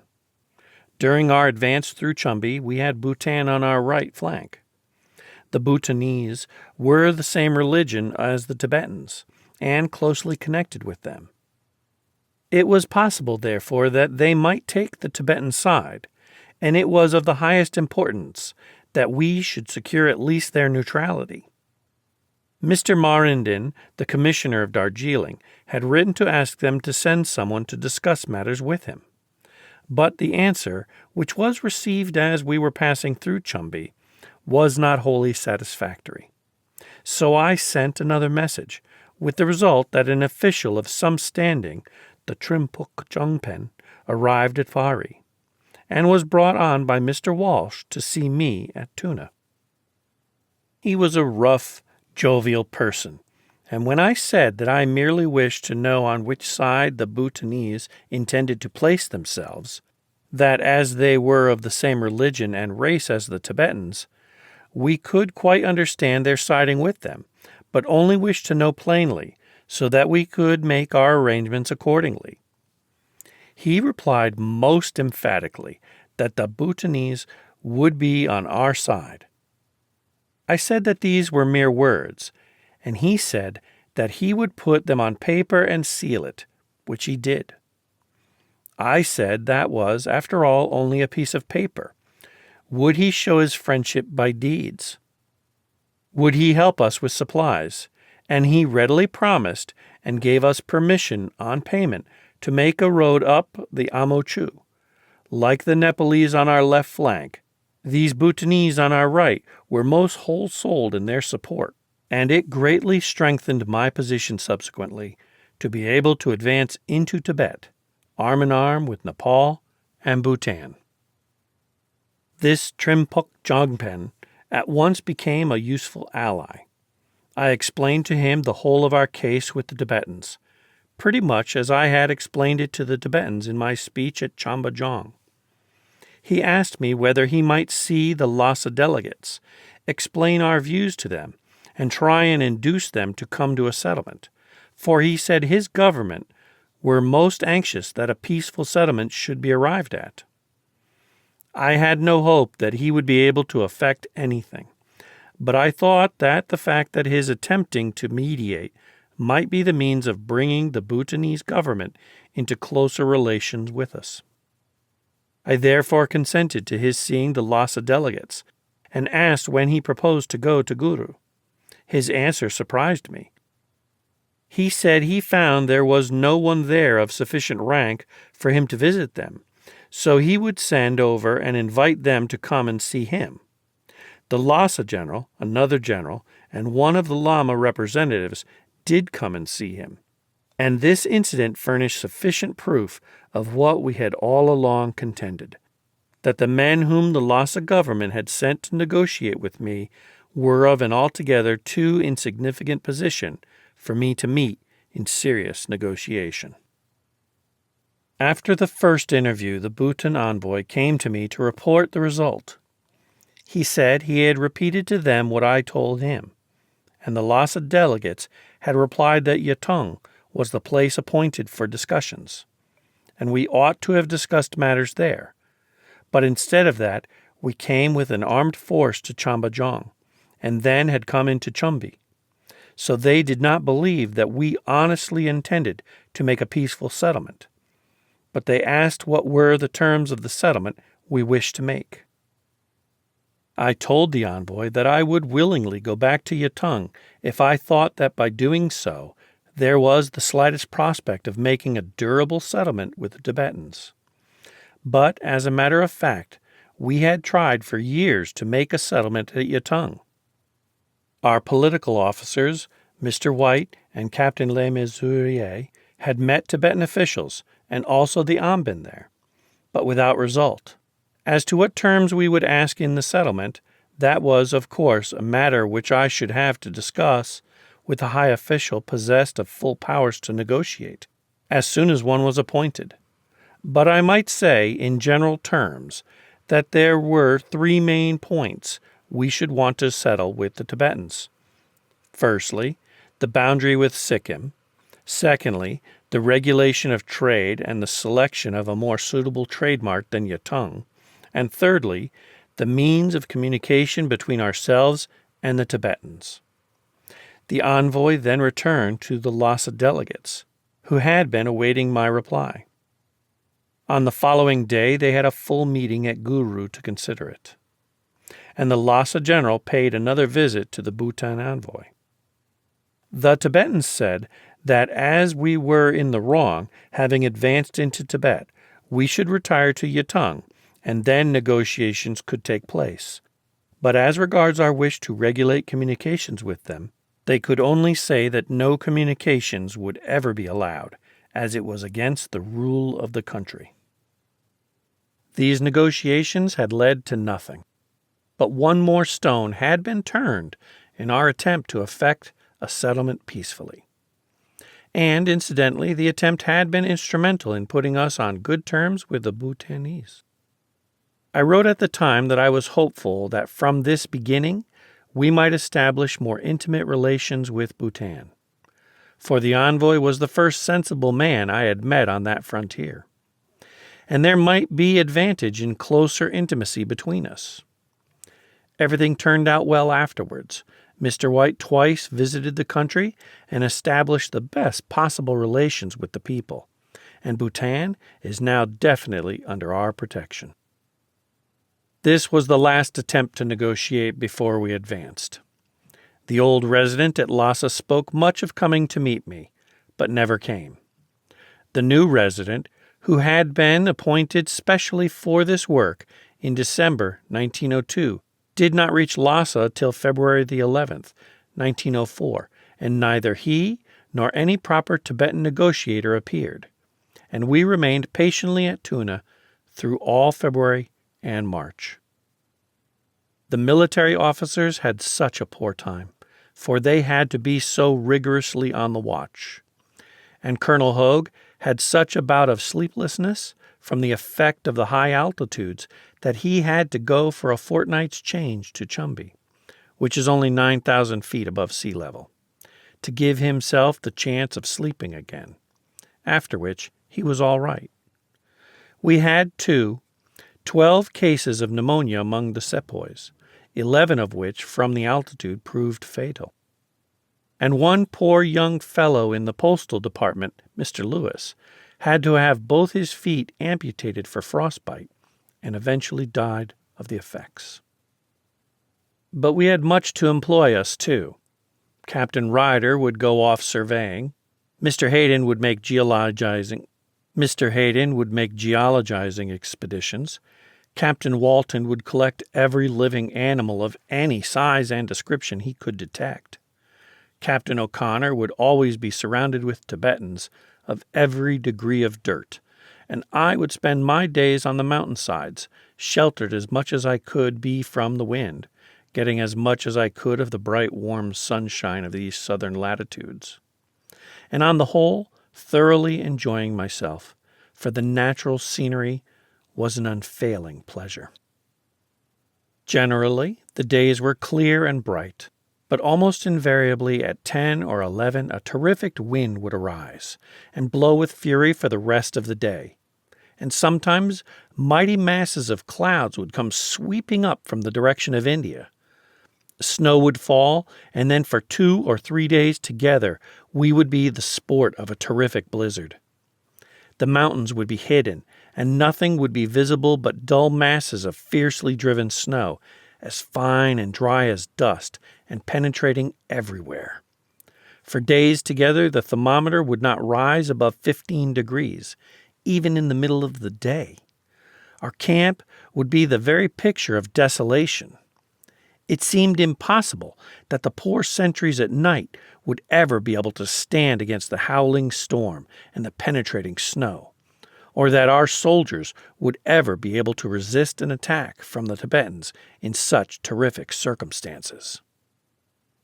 By the middle of March, General MacDonald's arrangements were nearing completion, and I wrote to the new resident, who had recently announced his arrival, saying that I was about to move to Gyantse to commence negotiations, that I hoped to meet him there, and trusted he would secure the attendance of fully empowered Tibetan representatives of suitable rank. I asked him to warn the Tibetans that the consequences of resisting to the passage of my mission would be very serious. On March 24, General MacDonald left Chumbi and arrived at Tuna on the 28th, with 2 10-pounder guns, 1 7-pounder, 4 companies, 32nd Pioneers, 3.5 companies, 8th Gurkhas, Field Hospital, and Engineering Park. Colonel Hoag's patrols had been watching the Tibetans carefully lately. Reinforcements had arrived since I visited Guru, and the Tibetans had built a wall across the road about 6 miles from Tuna. There was also a considerable force on the other side of the Bomso Lake. On March 31, after we had given fair warning to the Tibetans, the advance was made. Light snow lay on the ground. The cold was even now intense.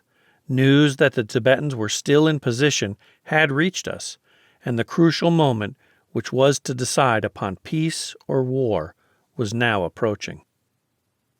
We moved along as rapidly as is possible at those high altitudes, and encumbered with heavy clothing. A short way out we were met by a messenger from the Tibetan general, urging us to go back to India. I told the messenger to gallop back at once and tell the Lassa general that we were on our way to Gyantse, and were going as far as Guru, 10 miles distant that day.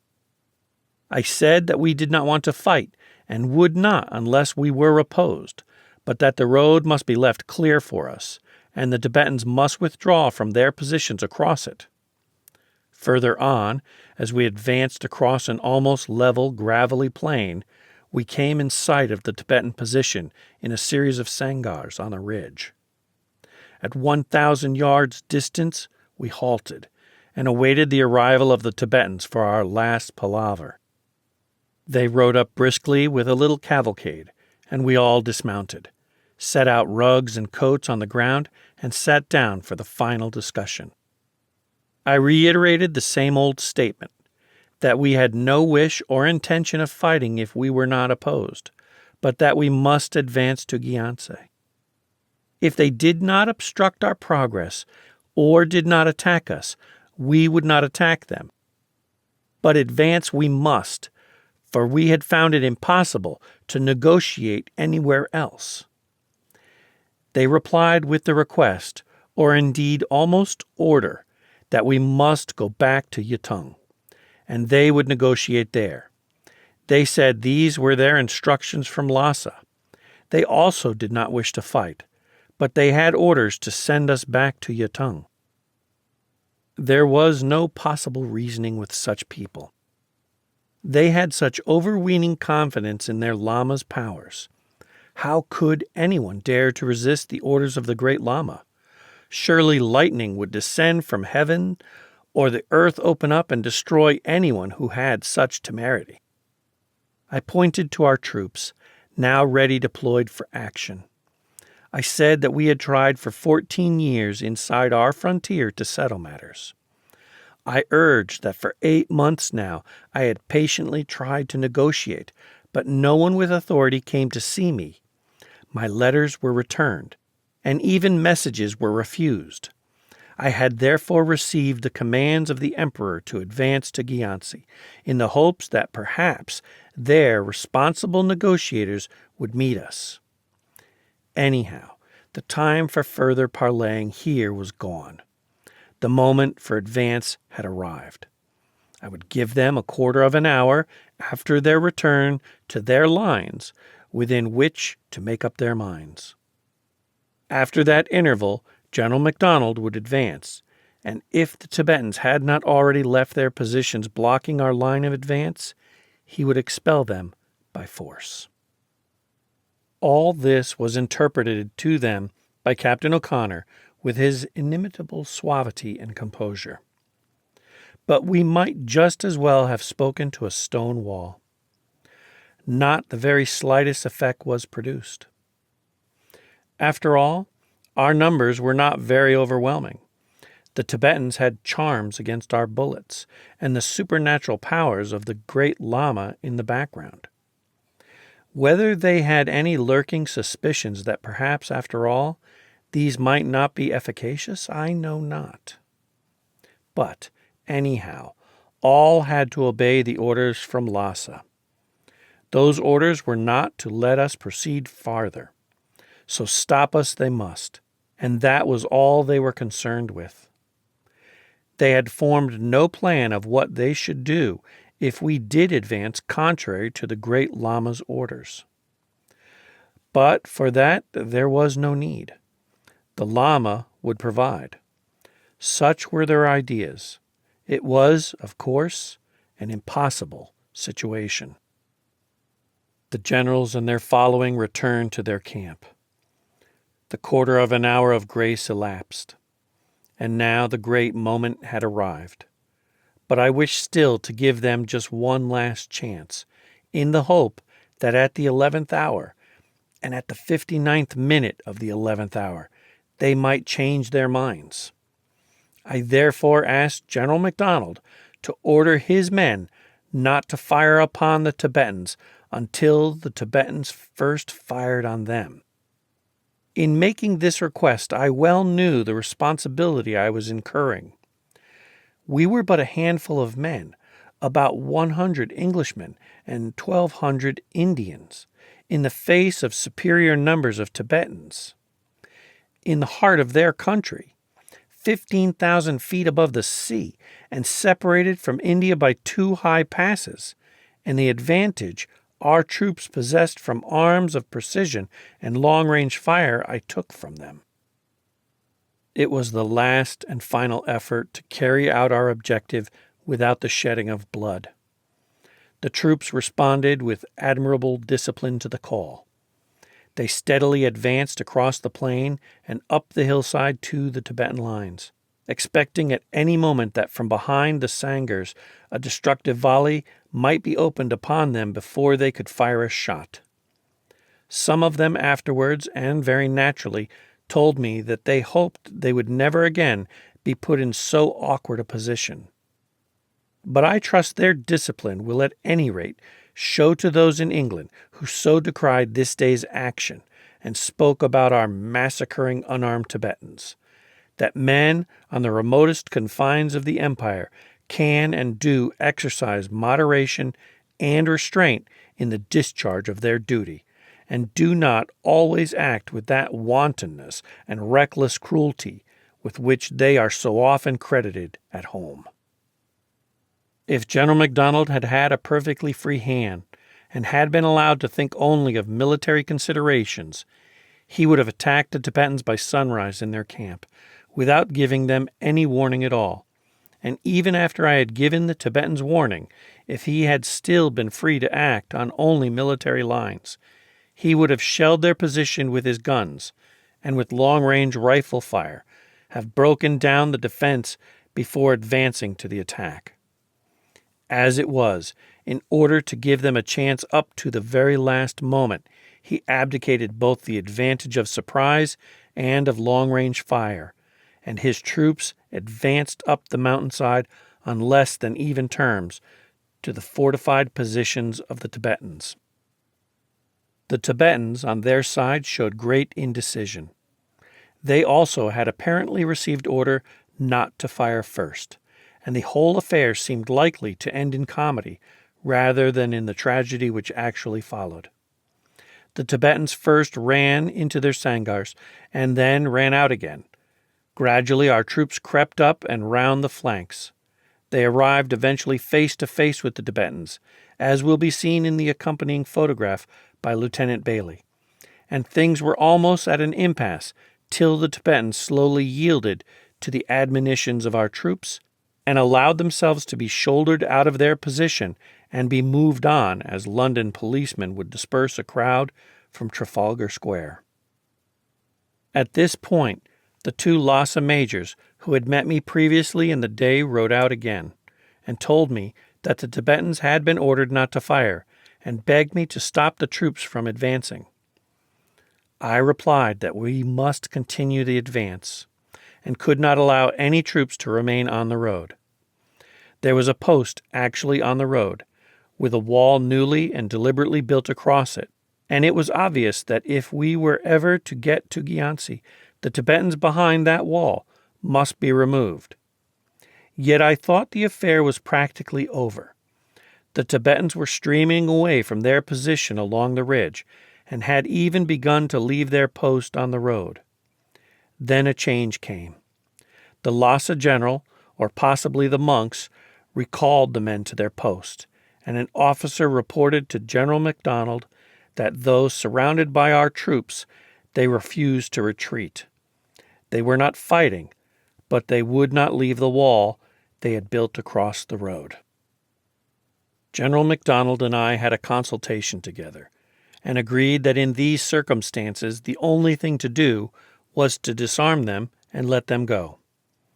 We rode together to the spot, and found the Tibetans huddled together like a flock of sheep behind the wall. Our infantry were in position on the hillside only 20 yards above them on the one side. On the other side, our Maxims and guns were trained upon them at not 200 yards distance. Our mounted infantry were in readiness in the plain only a quarter of a mile away. Our sepoys were actually standing up on the wall, with their rifles pointing over at the Tibetans within a few feet of them, and the Lhasa general himself, with his staff, was on our side of the wall, in among the sepoys. He had, of course, completely lost his head. Though in command of some thousands of armed men, and though I had given him ample warning of our intention to advance, he was totally unprepared for action when our advance was made. He had brought his men back into an absurd position. His action when he had got them back was simply childish. I sent Captain O'Connor to announce to him that General MacDonald and I had decided that his men must be disarmed. But he remained sullen and did nothing. And when, after a pause, the disarmament was actually commenced, he threw himself upon a sepoy, drew a revolver, and shot the sepoy in the jaw. Not, as I think, with any deliberate intention, but from sheer inanity. The signal had now been given. Other Tibetan shots immediately followed. Simultaneously, volleys from our own troops rang out. The guns and Maxims commenced to fire. Tibetan swordsmen made a rush upon any within reach, and the plucky and enterprising Edmund Candler, the very able correspondent of the Daily Mail, received more than a dozen wounds, while Major Wallace Dunlop, one of the best officers in the force, was severely handled. For just one single instant the Tibetans, by a concerted and concentrated rush, might have broken our thin line and have carried the mission and the military staff. But that instant passed in a flash. Before a few seconds were over, rifles and guns were dealing the deadliest destruction on them in their huddled masses. The Lassa general himself was killed at the start, and in a few minutes the whole affair was over. The plain was strewn with dead Tibetans, and our troops instinctively and without direct orders ceased firing, though, in fact, they had only fired 13 rounds per man.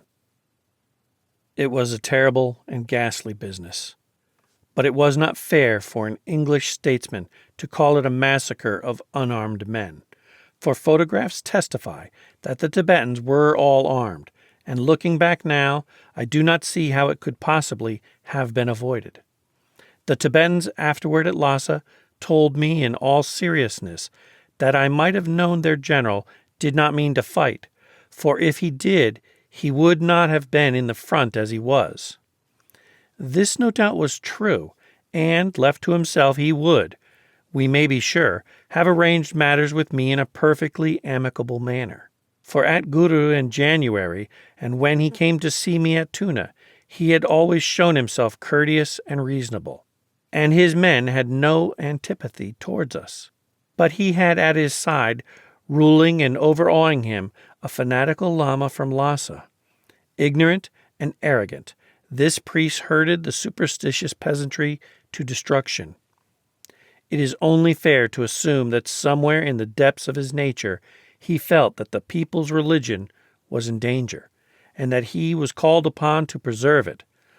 But blind fear of the danger which he believed threatened was so combined with overweening confidence, and there was such a lack of effort to avert the supposed danger by reasonable means, as might so easily have been done, that he simply brought disaster on his country, and, poor man, paid the penalty of his unreasonableness with his life. What to me is so sad is that now, when the lamas have discovered their errors and are imploring our aid, we can do so little to befriend them. After the action, General MacDonald ordered the whole of the medical staff to attend the wounded Tibetans. Everything that with our limited means we could do for them was done.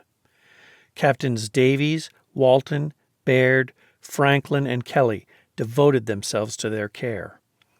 A rough hospital was made at Tuna, and the Tibetans showed great gratitude for what we did, though they failed to understand why we should try to take their lives one day and try to save them the next.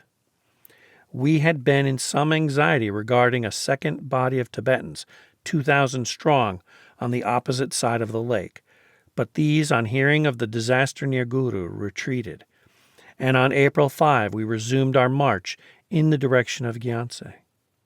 The thermometer, even thus in April, showing 23 degrees of frost on the morning we started. I now received a letter dated March the 27th from the resident, who said he was most anxious to hasten to meet me, and had seen the Dalai Lama, but difficulties arose over transport, which he was unwilling to grant. After considering all this, he had come to the conclusion that Tibetan politics were those of drift, that Chinese officials were too engrossed in self-seeking, and hence the Tibetans shirked action. But a quarrel on his part with the Dalai Lama would only mar matters, so he would go on and perform his share of the duties allotted to him.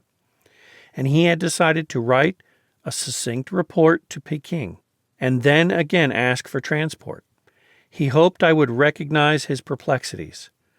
I had excellent reason for an advance to Gyantse with my escort, he said.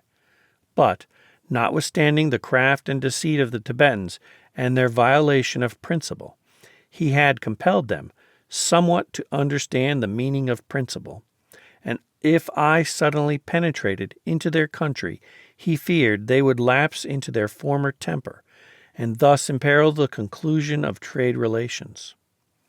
The Dalai Lama had told him that if I would retire to Yatong, he would select Tibetan delegates and request him, the resident, to proceed there and discuss matters.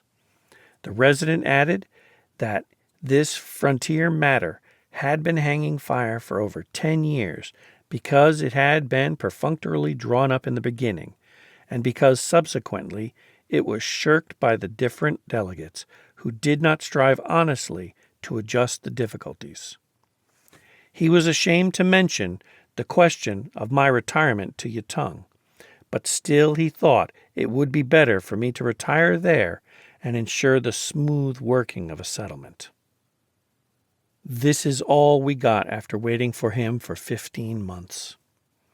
I replied, informing him of the circumstances of the Guru fight, and telling him that I was advancing on Gyantse, which I expected to reach in about a week, and I hoped that I should then have the pleasure of meeting him and a high Tibetan official with the power to make a settlement which would prevent any further useless bloodshed.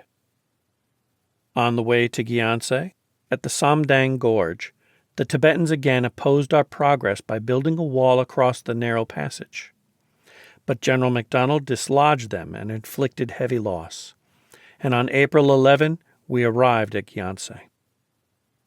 We found the valley covered with well-built hamlets and numerous trees and plenty of cultivation. Most of the inhabitants had fled, but the Jong, or fort, which stands on an eminence in the middle of the valley, was still partially occupied. The commandant was informed that General MacDonald proposed to occupy the Jong on the following morning, and would expect to find it vacated by 9 a.m. On the morning of the 12th, we found that the troops had been withdrawn, and the Jong was occupied without opposition.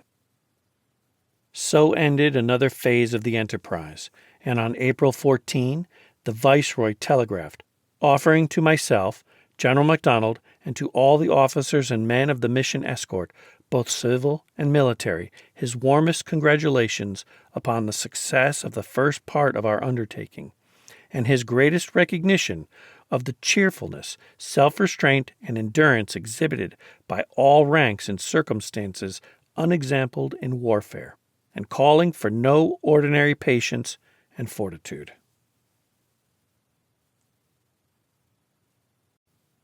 Gyantse.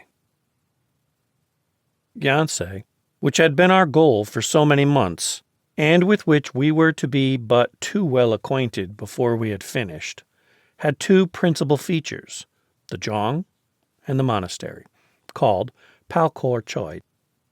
The Jong is a really imposing structure built of strong, solid masonry, and rising in tiers of walls up a rocky eminence springing abruptly out of the plain to a height of 400 or 500 feet. It has a most commanding and dominant look. And the monastery immediately adjoining it at a part of the base of the hill is also impressive from the height and solidity of the walls with which it is surrounded, and the massiveness of the buildings within the walls. The town itself was not of much importance, nor so promising as a trading mart as I had hoped. It lay at the foot of the Jong, and the bazaar did not possess shops of any size. The real population, indeed, seemed to be scattered in the numerous hamlets dotted all over the valley, through which ran a considerable river. The demeanor of the inhabitants was respectful. They brought in supplies for sale, and in a few days a regular bazaar was established by the Tibetans immediately outside our camp, the bartering being carried on, as usual, mostly by women. The people said they had not the slightest wish to fight us, and only desired to escape being commandeered by the Lassa authorities. The valley proved to be very fertile, and cultivation all down it, and supplies were plentiful. Gyantse was indeed a delightful change from Tuna. It was, in the first place, nearly 2,000 feet lower, so naturally warmer. In addition, spring was coming on. Leaf buds were beginning to sprout on the willows. The The little irises in plenty were appearing, and birds of several rare varieties came to rejoice Captain Walton's heart and fill his collection. Captain O'Connor, Captain Ryder, and Mr. Hayden rode down the Shigatse Road to Dongsei and visited its monastery, besides other houses and estates of note in the valley. They found the people everywhere friendly and very different from what they would have been on the northwest frontier, for instance, under similar circumstances. The peasants were plowing and sowing their fields, and the whole country appeared perfectly contented and quiet. From the rear, too, came encouraging tidings. I received a letter from Dharm Raja of Bhutan, saying that when he heard that his friends had won a victory, he was greatly rejoiced, for nowadays England and Bhutan had established a firm friendship, and he hoped that there would always be firm faith and friendship between the English and Bhutanese. Yet, with all this ease and quiet, there was not the slightest real sign of the business of negotiation being commenced. I had naturally expected that, when the resident had been specially deputed by the Chinese government for these negotiations 16 months previously, I should have found him at Gyantse, or at any rate on his way there, and that, after the Chinese government had been urging the Tibetans since the previous summer to send a properly empowered delegate, the resident would have been accompanied by a Tibetan commissioner capable of negotiating with me. But on April 22nd, I received a dispatch from the resident stating indeed his intention of arriving at Gyantse before May 12th, but giving no news that a proper Tibetan commissioner had been appointed. He stated that the Lassa general had been the aggressor in the fight at Guru, that the fault was on the side of the Tibetans, who had disregarded his advice, and he recognized our compassion in having magnanimously released the foolish and ignorant prisoners, cared for the wounded, and shown humane motives of sternness and mercy. He added that the Dalai Lama was now aroused to a sense of our power, but still there was no mention that the transport which the resident was insisting on had been provided, and the appointment of a proper Tibetan commissioner was still not made. In fact, the counselors had all been imprisoned by the Dalai Lama, and there were but few capable Tibetan officials to settle the frontier and other important questions, which could not, added the resident, be disposed of in a peremptory manner.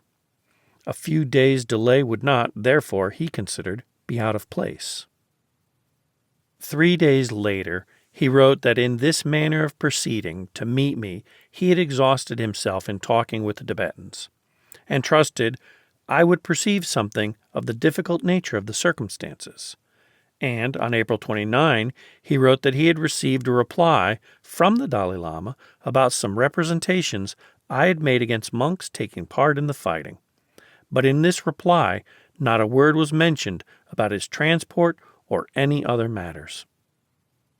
In these circumstances, I telegraphed to government on April 22 that the best way to meet these dilatory tactics was, at the earliest moment by which military preparations could be completed, to move the mission straight to Lassa and carry out the negotiations at the capital instead of halfway.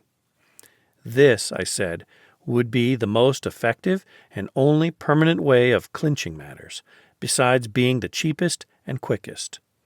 Our prestige, I urged, was then at its height. Nepal and Bhutan were with us. The people were not against us. The Tibetan soldiers did not care to fight. The lamas were stunned. By a decisive move, then a permanent settlement could be procured. I added that in recommending this proposal at so early a stage for the consideration of government, my object was that the favorable season might be utilized to the full, and that we might not allow the psychological moment to pass without taking advantage of it. Meanwhile, I said I would receive the armband, and would ascertain what power to effect a settlement he and the Tibetan representative really possessed.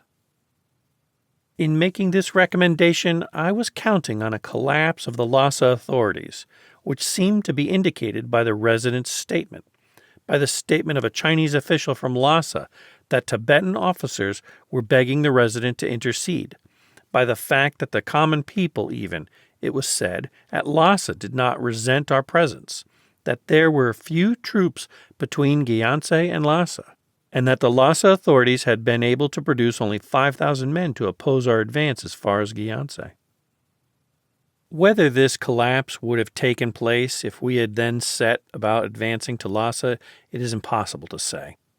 Certainly it did not take place, but this may have been due to the retirement of General MacDonald, with the greater part of the force which now took place, in accordance with the plan prearranged between us of leaving the mission with a good strong escort to conduct negotiations, while the bulk of the force remained in support in Chumbi, where supplies were more readily available.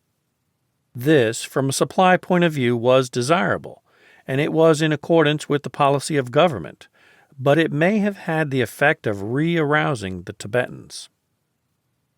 Anyhow, rumors soon began to reach me that Tibetan forces were collecting again.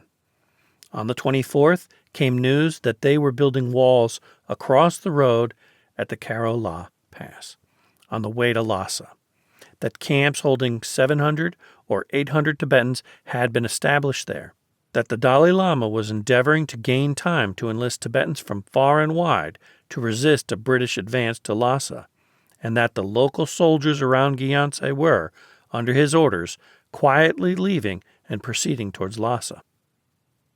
To ascertain the truth of these rumors, Colonel Brander, who was now in command of the mission escort of 500 men, 2 guns and 2 Maxims, and some mounted infantry, on April 28 sent out a reconnaissance party of 1 company of mounted infantry to the Karo-La, and on May 1 we received news from Captain Hodgson, commanding the party, that he had advanced with his mounted infantry across the pass, and 3 miles beyond had found the Tibetans in occupation of a wall, some 600 yards long, built across the valley. The Tibetans, estimated at from 1,000 to 1,500 in number, opened a heavy fire on the mounted infantry at about 300 yards distance. Our men then retired steadily, firing only a few shots, and returned toward Gyantse. Besides the definite information thus acquired, reports also reached me that other troops were assembling in the Wrong Valley, ready to support those on the Lhasa road, and that there was a large gathering, estimated at 4,000, assembled at Shagatse itself, a portion of which was to move up to Dongse, 12 miles from Gyantse. Colonel Brander now came to me and asked for leave to go out and attack the Tibetans before these gatherings could come to a head. He had much frontier experience, and I also had some, and we both of us knew that when such gatherings take place, it is a pretty sound general principle to take the initiative and hit hard at them before they have time to accumulate overwhelming strength. It was a bold move, he contemplated, for the Karo-La Pass was 45 miles distant and was over 16,000 feet high, and while he was away with 2/3 of the escort, the mission, with only 1/3 of its full escort, might be itself attacked. I said that if he, on his side, did not mind taking this risk, I, on my side, did not mind it, and, as far as my military opinion was worth anything, was quite in favor of the operation. But it was on political grounds that I had to give the decision, and on those grounds I had no objection. I had come to negotiate, but there was no symptom of negotiators appearing. On the other hand, the Tibetans were still further massing their troops. Their position on the Karo-La and between there and Kagman were threatening our line of communication, and they had fired on our reconnoitering party. For these reasons, I informed government by telegram on May 2 that I had raised no objection on political grounds to Colonel Brander's proposal to go out and attack the Tibetans on the pass before they could attack our line of communications. I had stated verbally and in writing to the Chinese and to the Tibetans that we came to Gyantse to negotiate.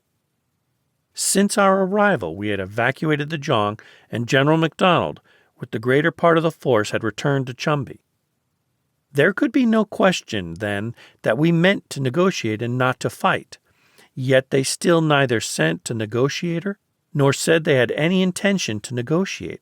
Instead, they massed troops to attack us, and I felt at perfect liberty to let the commander of the mission escort take whatever means he liked to secure its safety. On the same day, in view of the rumors of the hostile attitude of the Tibetans toward Shigatse and of their reinforcement by local levies, I placed the Gyaltsen Jongpen in custody in the British camp.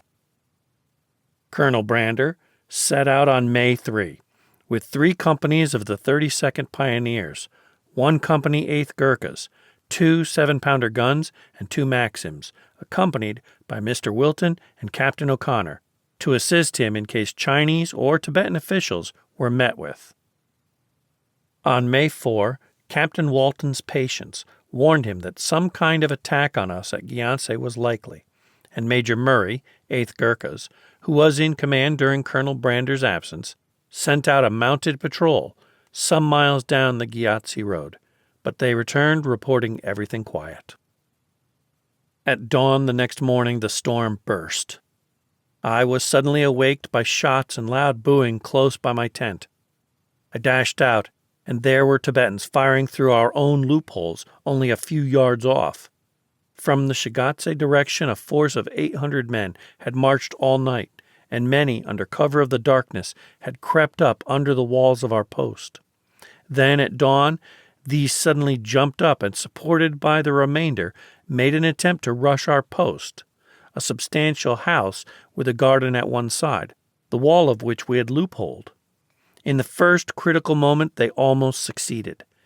They, as nearly as possible, forced an entrance, but were stoutly held at bay by 2 gallant little Gurkha sentries till our men turned out.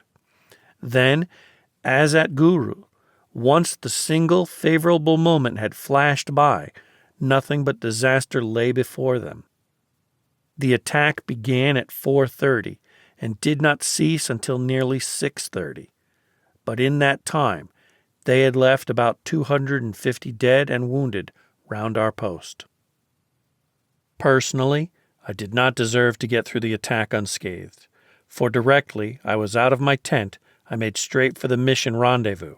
I was in my pajamas and only half awake, and the first thought that struck me was to go to the rendezvous, agreed upon beforehand, in what we called the Citadel. But I ought, as I did on other occasions, and as I think always should be done in cases of any sudden attack, to have made straight for the wall with whatever weapon came to hand, and joined in repelling the attack during the few crucial moments. Major Murray, as soon as he had repelled the attack, pursued the enemy for about 2 miles down the Shigatse road. But it now became evident that this attacking party was not the only force of Tibetans in the neighborhood, and that another of similar strength had occupied the Zhang, for these latter began firing into our post, and we gradually came to realize that we were now besieged. It turned out from information received from prisoners that these troops had been collected by a general recently appointed by the Lassa government, and that it was accompanied by a representative of the great Gaiden monastery at Lassa, by 2 clerks of the Dalai Lama and other Lassa officials. It was, therefore, no mere local rising, but an attack deliberately planned by the central Tibetan government.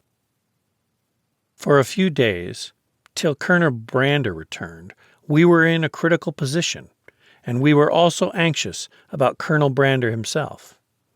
The worst that, in making our calculations at Darjeeling in November, we had deemed likely to happen had happened, and we were now at the straining point. Major Murray, assisted especially by Captain Ryder, with his engineering experience, strengthened the post as far as possible during the day, and at night we looked out watchfully for a further attack. For it was at night, when our long-range rifles lost their special advantage, that the Tibetans would have had their best chance.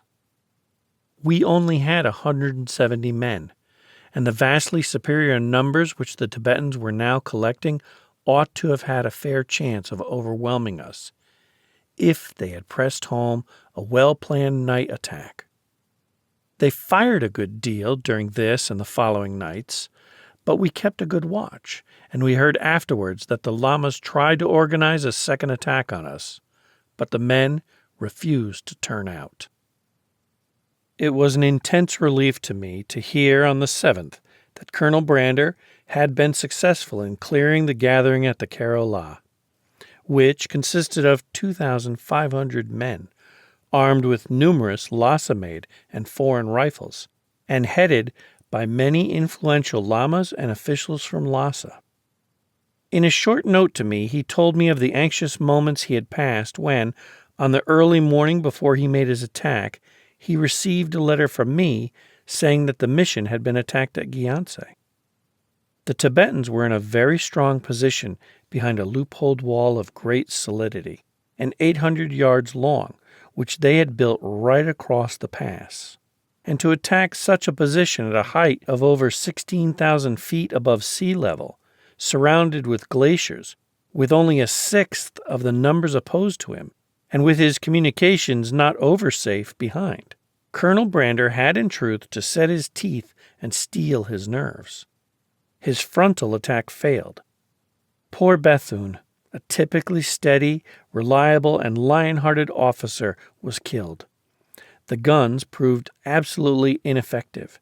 Ammunition was none too plentiful, and Colonel Brander said in his letter to me that he was on the point of despairing when, just at the critical moment, the turning movement of the Gurkhas, under Major Rowe, who had slowly scrambled up to a height of 18,000 feet, proved successful. Panic took the Tibetans. They first began dribbling away from the wall, then poured away in torrents. Colonel Brander hurled his mountain infantry at them, and Captain Otley pursued them halfway to Lassa. It was a plucky and daring little action, and unique of its kind in the annals of any nation, for never before had fighting taken place at altitudes well over the summit of Mont Blanc. I was indeed relieved to hear of its brilliant success, and late at night on the 7th, that is, the very day after the fight, to welcome back Captain O'Connor, Mr. Percival Landon, and the indefatigable Captain Otley, with his dashing mounted infantry, already the terror of the Tibetans. They had made a bold dash back ahead of Colonel Brander, and on the very next morning Captain Otley was to show the Tibetans who were investing us the difference which his presence made. A party of Tibetan horsemen were seen from our post sauntering unsuspectingly along the valley, out of reach of our rifles, but not out of reach of our mounted infantry, 20 of whom, under Captain Otley, now dashed out of our post in pursuit. The Tibetans galloped up a side valley. Captain Otley galloped after them, and now we saw a great body of Tibetan horsemen issue from the jong to cut him off. I held my breath in suspense, fearing he would not see the party behind in his eager pursuit of the party in front. But Captain Otley was not to be so easily caught. He suddenly wheeled on to some rising ground, dismounted his men as quick as lightning, and was blazing away at both parties before they could realize what had happened. In a moment, several Tibetans dropped, and the remainder scuttled away as fast as they could. All this put fresh spirit into our men, for we had had 3 days and nights of considerable strain. And on the day following, Colonel Brander himself, with his column, returned safely to camp, and arrangements were at once made to harry the garrison of the jong with rifle and Maxim fire. We now heard full details of the Kerala fight. It appears that the Tibetans engaged were mostly drawn from the districts of southeastern Tibet. They were commanded by a layman and a monk official, and had been organized by a monk state counselor and another high ecclesiastical officer who had been stationed for some time at Nagartse. representatives of the 3 great Lassa monasteries were at the fight, and each monk had been provided by the Lassa government with a matchlock and a knife before starting to join the army. On the morning of the 10th, we buried the remains of poor Bethune, and it was my melancholy duty to read the burial service over one whom I had known since the relief of Chitral, whose genial, manly nature attached him to every one of us, and for whose soldierly qualities all had the highest admiration. He was a grand type of British officer, strict and thorough in his duties, yet beloved by his men, and his loss was severely felt in the days that were upon us. Colonel Brander now reconnoitered the Jong to see if it was possible to capture it. He came to the conclusion that an attack was too much to undertake. Our 2 7-pounder guns were useless, though they had been brought up specially for this purpose, and our force was too small to carry the place by assault. It will naturally be asked why, when the Jong was evacuated on our first arrival, we were not now occupying it instead of a house in the plain. General MacDonald had several excellent reasons for not establishing the mission with escort in the Jong. It was too far from a water supply, and it was too big to hold. The post he chose was compact and on the river. Here he placed us, with ample supplies to last us till relief could arrive if we were attacked. As I have said, the worst that could happen did happen, and we held out till reinforcements came. But Colonel Brander, though he could not attack the Jong, did not allow himself to be simply invested in his post. He constantly sallied out to clear villages and demolish any within the vicinity of our post. He maintained a mounted dak service to the rear, and in every way endeavored to keep as much in the ascendant as was possible in the circumstances. An important stage had now been reached. The government of India, on May 14, telegraphed to me that His Majesty's government agreed with them that recent events made it inevitable that the mission should advance to Lhasa, unless the Tibetans consented to open negotiations at Gyantse. I was, therefore, to give notice to the Amban that we should insist on negotiating at Lhasa itself if no competent negotiator appeared in conjunction with him at Gyantse within a month. This was satisfactory to a certain degree, but I was disappointed to have to still be further talking about negotiations when we had been wantonly attacked, when we were now actually invested, and when the Lamas were gathering yet more forces around us. Any mention of negotiating in such circumstances would only lead them to believe we feared them, and it was with much reluctance that I eventually gave this message. But the government had to contend with many difficulties. They were in the face of a strong opposition in the House of Commons. There was no enthusiasm for the enterprise in the country. We had only recently emerged from the South African War. The Russo-Japanese War was causing anxiety, and we had not yet concluded the agreement and formed the Entente Cordiale with France. General MacDonald was meanwhile making every preparation in Chumbi for supporting the mission escort and eventually advancing to Lhasa. And he had many difficulties of his own to contend with, through an outbreak of cholera and through the heavy rains causing many breaches in the road in Sikkim. Supplies, munitions, and transport had to be laboriously collected, and progress was necessarily slow. But on May 24, strong reinforcements reached Gyantse, and were a most welcome addition to our strength, enabling Colonel Brander to assume a more active attitude. They consisted of 2 10-pounder guns of the British Mountain Battery, under Lieutenant Easton, a company of native sappers and miners, 50 Sikhs, and 20 mounted infantry. Our little garrison was strengthened, too, by the arrival of Captain Shepherd, Royal Engineers, who, of all the officers I saw during the mission, struck me as being the most likely to rise to the very highest position in the service. Energy, his never-failing cheerfulness, his daring, and his general ability were altogether exceptional. He was the champion racket player in the Army, and he was already known on northwestern frontier campaigns for his bravery.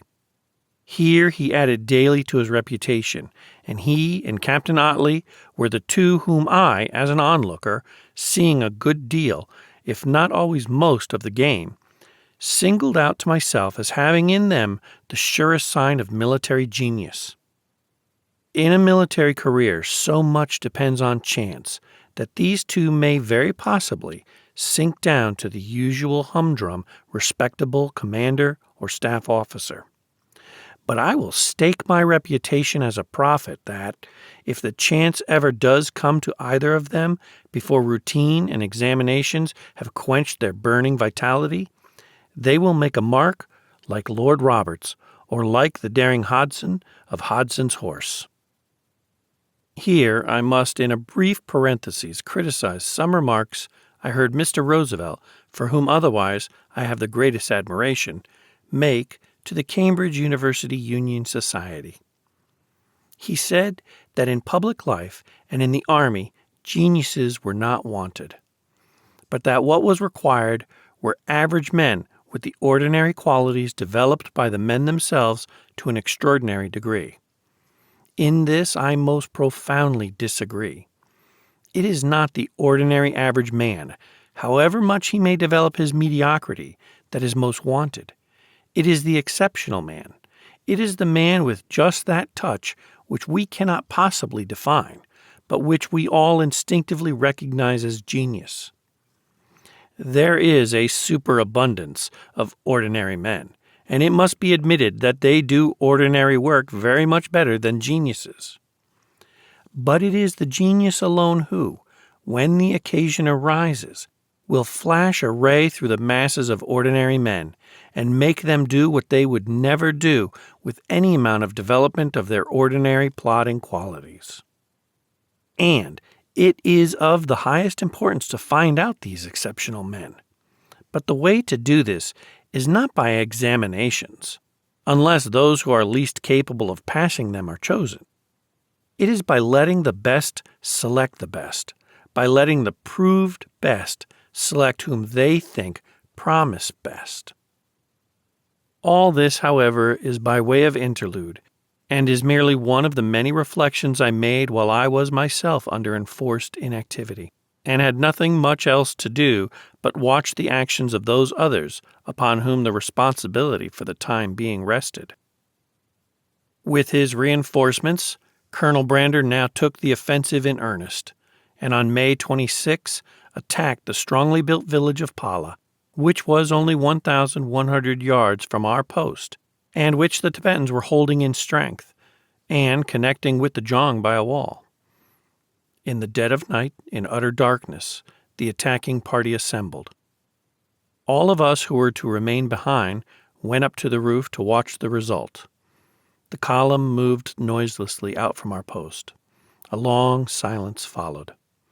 Then a few sharp rifle cracks rang out, and soon from the Jong and from the Pala village there was a continuous crackle, with sharp spurts of flame lighting the darkness. Soon after, a great explosion was heard, followed by a deadly silence. What had happened we had heard afterwards. Captain Shepherd, accompanied by Captain O'Connor, had dashed up to the wall of one of the principal houses in the village, and after shooting 2 Tibetans with his revolver, placed a charge of gun cotton, lighted with a fuse, and dashed back again to cover. The explosion was the result, and a big breach had been made. Captain O'Connor had then, with his cake of gun cotton, rushed into another house and successfully fired it. Lieutenant Garston and Lieutenant Walker in another place tried to make a similar breach, but the fuse did not act, and in making a second attempt the former was killed, while Captain O'Connor also was severely wounded. This blowing up of houses crammed full of armed men is indeed a desperate undertaking. But except by this method of deliberately rushing up and placing a charge under manned walls and firing the charge, there was no means of getting in, and Shepherd, Garston, Walker, and O'Connor deserve all the honor that is due to the bravest of military actions. Breaches had been made, But the village had yet to be stormed, and Major Peterson, with his Sikh pioneers, as soon as it was light, gallantly stormed house after house, while Colonel Brander supported him with the guns on the hillside a few hundred yards off. The Tibetans fought stubbornly, as they always did in these villages, but Major Peterson pressed steadily on, and by 1:30 the village was in Colonel Brander's hands. Our losses were, besides Lieutenant Garston, Royal Engineers, killed, Captain O'Connor, Lieutenant Mitchell, 32nd Pioneers, Lieutenant Walker, Royal Engineers, and 9 men wounded. It was a heavy casualty list for our little garrison to sustain, but the capture of the village was a great shock to the Tibetans, who till then, according to a Chinaman whom Mr. Wilton had met when accompanying one of our sorties, had become very truculent and talked of first attacking us and cutting all our throats, and then murdering all Chinese. The Pala village was occupied by our troops, and at 1:30 on the morning of May 30, the Tibetans, who had for long been trying to screw themselves up for an attack upon us, attacked both this and a Gurkha outpost we had established. It was a beautiful sight to watch, with the Jong keeping up a heavy fire on us, and the houses at the foot of the Jong firing away hard on the village. But the Tibetans were easily repulsed, for Colonel Brander had been careful to fortify the place well, and the Tibetans after this never ventured to take the offensive against us, and the tide now definitely began to turn. I therefore now, with less reluctance, wrote letters to the Resident and Dalai Lama, saying that we were ready to negotiate at Gyantse up to June 25, but that unless by that date the Resident and competent negotiators had arrived, we would insist upon negotiations being carried on at Lassa. The letters, together with a covering letter to the Tibetan commander in the Jong, were sent by the hands of prisoners. Before undertaking their delivery, however, the bearers stipulated that they should be allowed to return to us as prisoners, which was a significant commentary on the method of enlistment of the Tibetan forces opposing us.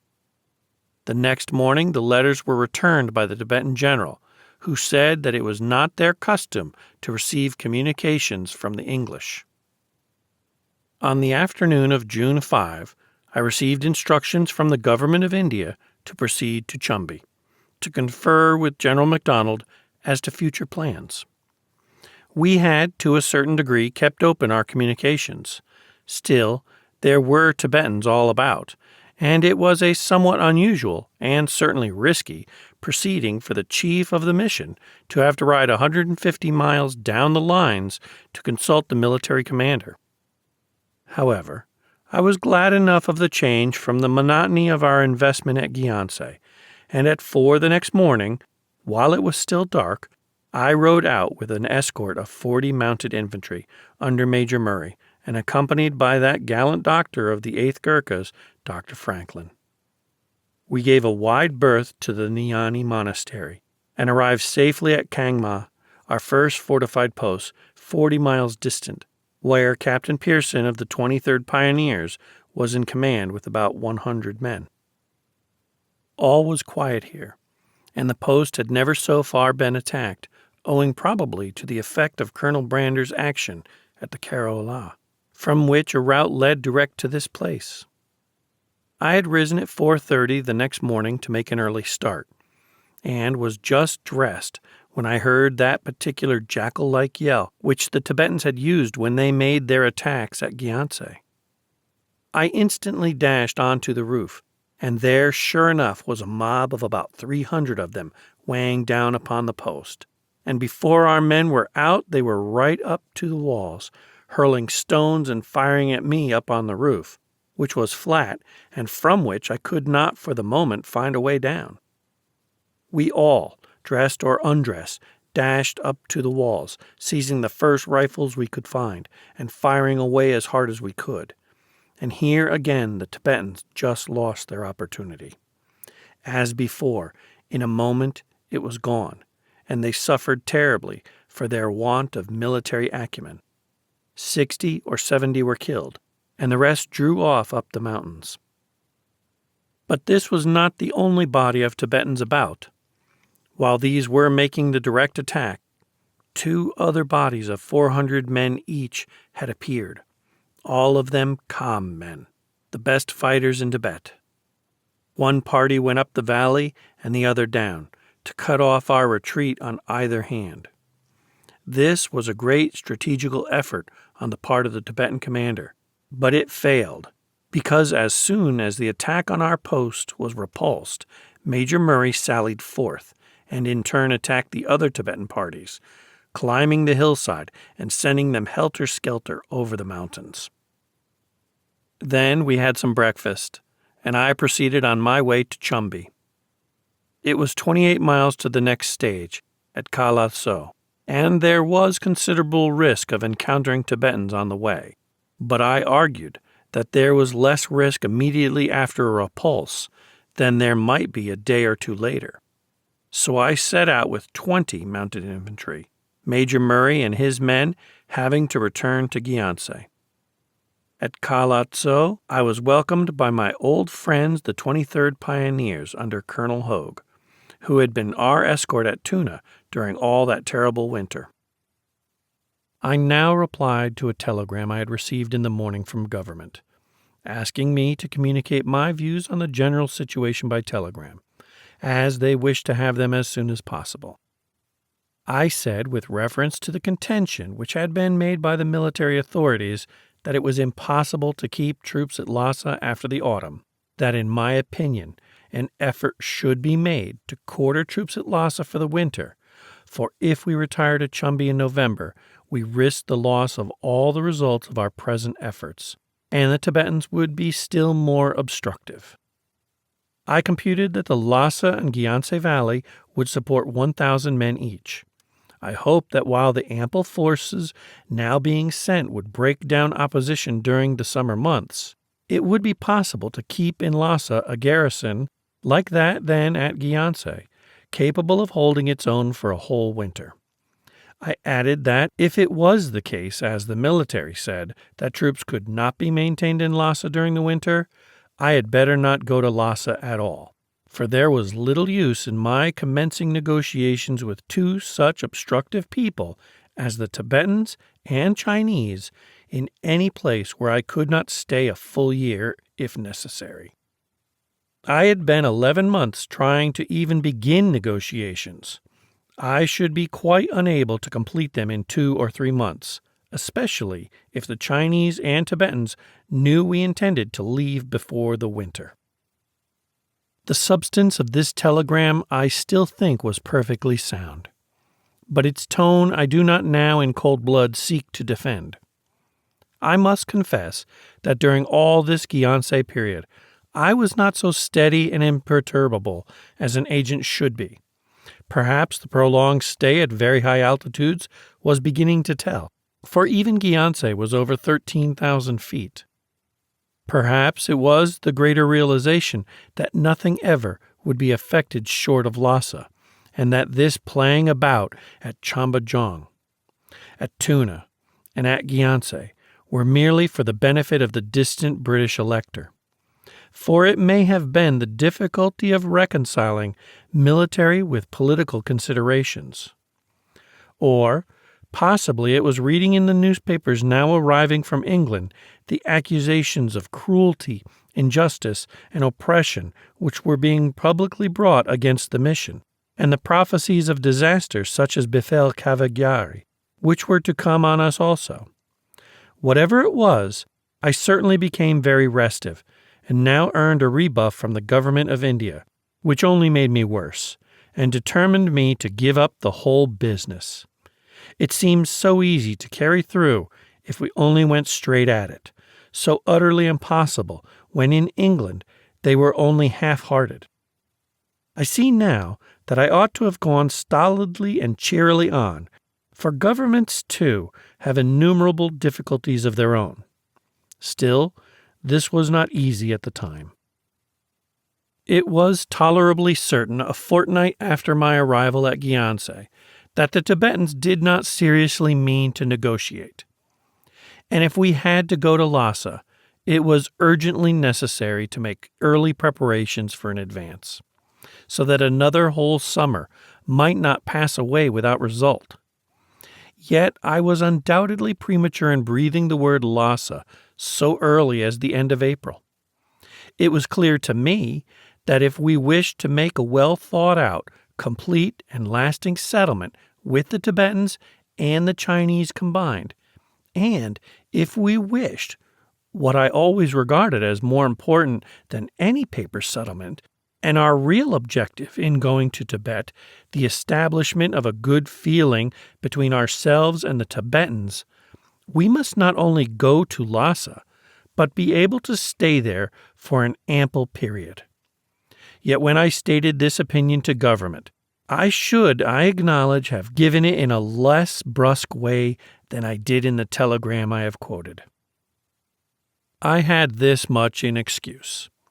I had, as I have related, at dawn on the day I sent that telegram, and before having had my breakfast, been attacked by the Tibetans, and had myself to fight with a rifle in my hands. I had had after breakfast to ride nearly 30 miles with the constant risk of further attack on the way. I had had to do all this after being cooped up for a month in a house without being able to stir outside of it. I had therefore to compose and cipher my telegram when I was physically exhausted and depressed in spirit. I knew that military considerations and imperial considerations and international considerations and every other consideration which hampers action were dead against my proposal. And I was not in the mood to be respectful towards them. Still, I was ill-advised to let my telegram have the slightest tinge of brusqueness in it. If I wanted to get the thing done, I should have preserved that marvelous imperturbability and cheery good sense which, from the stranger's gallery, I have so frequently admired in British ministers in the House of Commons. All this I note for the benefit of future leaders of unpopular missions. For the effort of my telegram was not to further the object I had in view, the making of all preparations for keeping the mission at Lhasa for the winter, if need be. It merely earned me a reprimand from government, who telegraphed back on June 14 that they found it necessary to remind me that any definite proposals I made for their consideration should be, as far as possible, in conformity with the orders and present policy of His Majesty's government. And I was to remember that the policy of His Majesty's government was based on considerations of international relations wider than the mere relations between India and Tibet, which were not only beyond my purview, but also beyond the purview of the government of India. They expected me, therefore, to do my utmost to carry out the present plans until there was unquestionable proof that they were impracticable. It was impossible, I was told, to argue the political necessary for remaining at Lhasa during the winter until I had arrived there and gauged the situation, and the military objections were great and obvious. My reply to this is not published, so I will not quote it. I will only say that I pretty well despaired of getting this business through. Lord Curzon was away in England, and evidently now military and not political considerations were having the upper hand. I knew about the international relations and the wider view, for copies of all the important dispatches to our ambassadors were sent to me. But there were dozens and scores of men to represent those wider views, which need not, as is so often imagined, be wiser simply because they are wider. Whereas there was only one person, and that was myself, to represent the narrower view, but which, because it was local, needed not be inferior or less important. The narrow point of view was, then, that for 30 years continuously, we in India had been trying to settle a trumpery affair of trade and boundary with a semi-barbarous people on our frontier, And time after time, we had been put off by these considerations of international relations wider than the mere relations between India and Tibet. But now we had the chance of a century of settling this business once and for all. We had, after years of negotiations and correspondence, made our effort. We had taken immense trouble and gone to great expense, and all I wished to do was to represent, from my restricted point of view, that I ought to have plenty of time to make the most of this opportunity. I should have represented my views in less provocative language, I admit.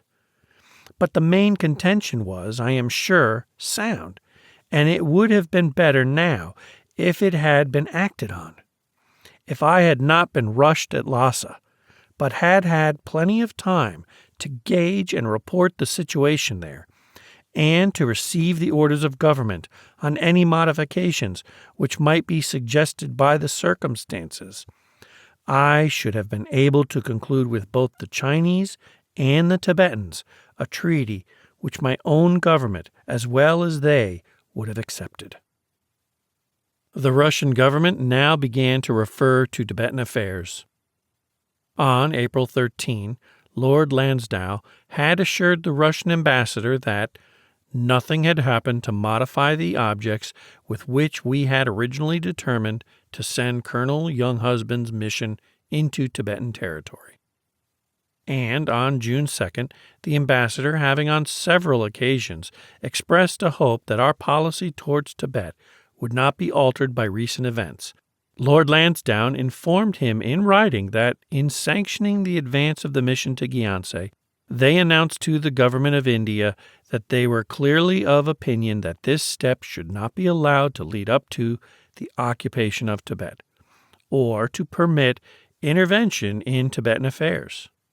They stated that the advance was to be made for the sole purpose of obtaining satisfaction, and that as soon as reparation had been obtained, withdrawal would be effected.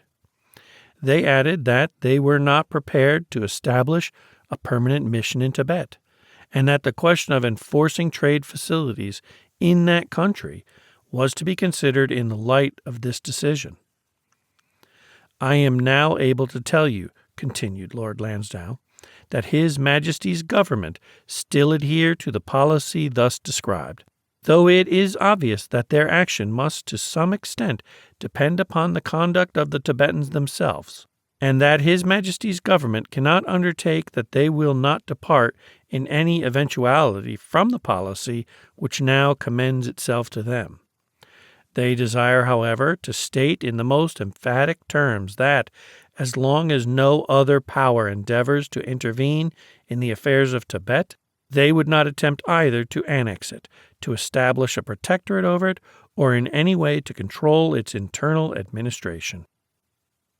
This, in the sequel, was to be a clinching fetter on the actions of the Indian government. They still wanted a representative at Lassa, and in view of the determined hostility of the Tibetans, they wanted discretion to occupy the Chumbi Valley as a guarantee for the fulfillment of the treaty. And when the Russians had permanently stationed thousands of troops in Manchuria, had constructed railways, built forts, and established posts where 17 years before I had not seen a single Russian, and when they had consular representatives all along their border in Chinese Turkestan and Mongolia, it was hard to see on what grounds they could have objected to the very mild measures which the government of India desired to adopt. In any case, when the Tibetans had shown not merely passive obstinacy, but downright hostility, and when, even though it might be the case that, in the words of Count Lambsdorff or Sir Charles Harding, the relations between Russia and Tibet were of a purely religious nature, due solely to the large number of Russian Buriats, who regarded the Dalai Lama as their pope, it was clear that the Tibetans relied on those merely religious relations as a support against us. The government of India might have hoped that their hands would be freed to enable them to definitely settle up this intrinsically not very important Tibetan affair. But wider international considerations were, as so often happens in Indian affairs, to tell hardly against the government of India. Since the mission had started into Tibet, war between Russia and Japan had broken out. Our relations with Russia were, consequently, at a very delicate stage. War was in the air, and statesmen had to be careful. For the sake of this insignificant business with Tibet, it would be hardly worthwhile endangering our relations with Russia, especially when her adhesion to our arrangement with France in regard to Egypt was required. Yet when we look at the map at the end of this book and see how far the Russian frontier is from Tibet and to what a length our own actually touches it, and when we remember, too, that there was actually in Lassa at that time a Russian subject who had been accustomed to go backwards and forwards between Lassa and St. Petersburg, and served, therefore, all of the purposes required of those religious relations, which it was very natural should subsist between the Dalai Lama and the Russian Buddhists, it does seem hard that the government of India, now at the climax of all their efforts, should have been tied down through deference to the distant power. It is a remarkable coincidence in this connection that while the Russians were making protest and representations upon a move of ours, which was not within 1,000 miles of their frontier, the Chinese vice minister, when Sir Ernest Satow informed him that we intended to advance to Lhasa, received the news with perfect equanimity, raised no objection, and remarked that the Dalai Lama was ignorant and pig-headed. I reached Chumbi on June 10 and spent the next few days in discussing details of the advance with General MacDonald. The change from the monotony of the investment at Gyantse and from the barrenness and high altitude of Tibet was refreshing in the extreme. I met old friends again, Colonel J.M. Stewart, who had years before relieved me when I had been arrested by the Russians on the Pamirs, Major Bayan, who had been Colonel Kelly's staff officer in the relief of Chitral, and my brother-in-law, Vernon Magniac, who was to accompany me now as private secretary, and whose companionship was the greatest relief in the midst of a host of the usual official worries. The drop from 13,000 feet at Gyantse to 9,000 feet in Chumbi and the change from constant risk to absolute security all eased the tension in me, and the joy of being once more amidst luxuriant vegetation with gorgeous rhododendrons, dense pine forest, roses, primulas, and all the wealth of alpine flowery beauty was a softening and welcome relaxation. At Pari, on my way to Chumbi, I had met the Tongsa Penlop, now the Maharaja of Bhutan, who had recently come to interview General MacDonald and myself. Mr. Walsh, who had been in political charge of Chumbi, had interviewed him on June 3, and to him the Tongsa Penlop had admitted the unreasonableness and folly of the Tibetans, who argued that it was due to the bad advice of the counselors, who had, in consequence, all been put in prison. He said, though, that nothing could be gained by our going to Lhasa, as the Dalai Lama and the government would all leave before our arrival, and we should find no one there with whom to negotiate. He had written to the Dalai Lama, informing him of what I had told the Trimpuk Jogpen at Tuna we wanted, and the Dalai Lama had replied that the Sikkim boundary must be as it was, that no trademark could be established, and that no communication from the Indian government could be received by the Tibetan government. The Tongsa Penlop added that the rumor in Bhutan was that Mr. Walsh had been killed in Guru, and that I had been killed at Gyantse, and that Russians had landed at Calcutta, defeated the English, and set up 5 banners. This was a somewhat gloomy outlook. Still, I was a good deal encouraged by my interview with the Tongsa Penlop. Mr. Walsh had been able to dispel many illusions, and at subsequent interviews, the Tongsa Penlop had been a good deal impressed by General MacDonald and Mr. White, the latter of whom founded a friendship which has had most beneficial subsequent results. The Tongsa Penlop I found to be a straight, honest-looking, dignified man of about 47 years of age. He bore himself well, dressed well, gave me costly presents, and altogether showed himself a man of importance and authority. He said he was most anxious to effect a settlement between us and the Tibetans. The latter had been very obstinate and wrong-headed, but the Dalai Lama was a young man who needed good counselors, and unfortunately there were bad men in Lassa who acted in his name to the detriment of the country. General MacDonald had told him that we were prepared to receive negotiators up to June 25, and he, the Tongsa Penlop, had accordingly written urgently to the Tibetans to send a negotiator before that date. Would not I therefore show patience up to then? I asked him whether he himself would be inclined to be patient if he had been attacked 4 times at night after waiting 11 months for negotiators to come. He admitted that he would not, and would feel more inclined to go about killing people. But, he said, I was the representative of a great government, and ought to be more patient than he would be. I said I had named June 25th as the date up to which I would receive negotiators. But since then I had been again attacked at Kangba, and I could not answer for it that the Viceroy would still allow me to receive negotiators.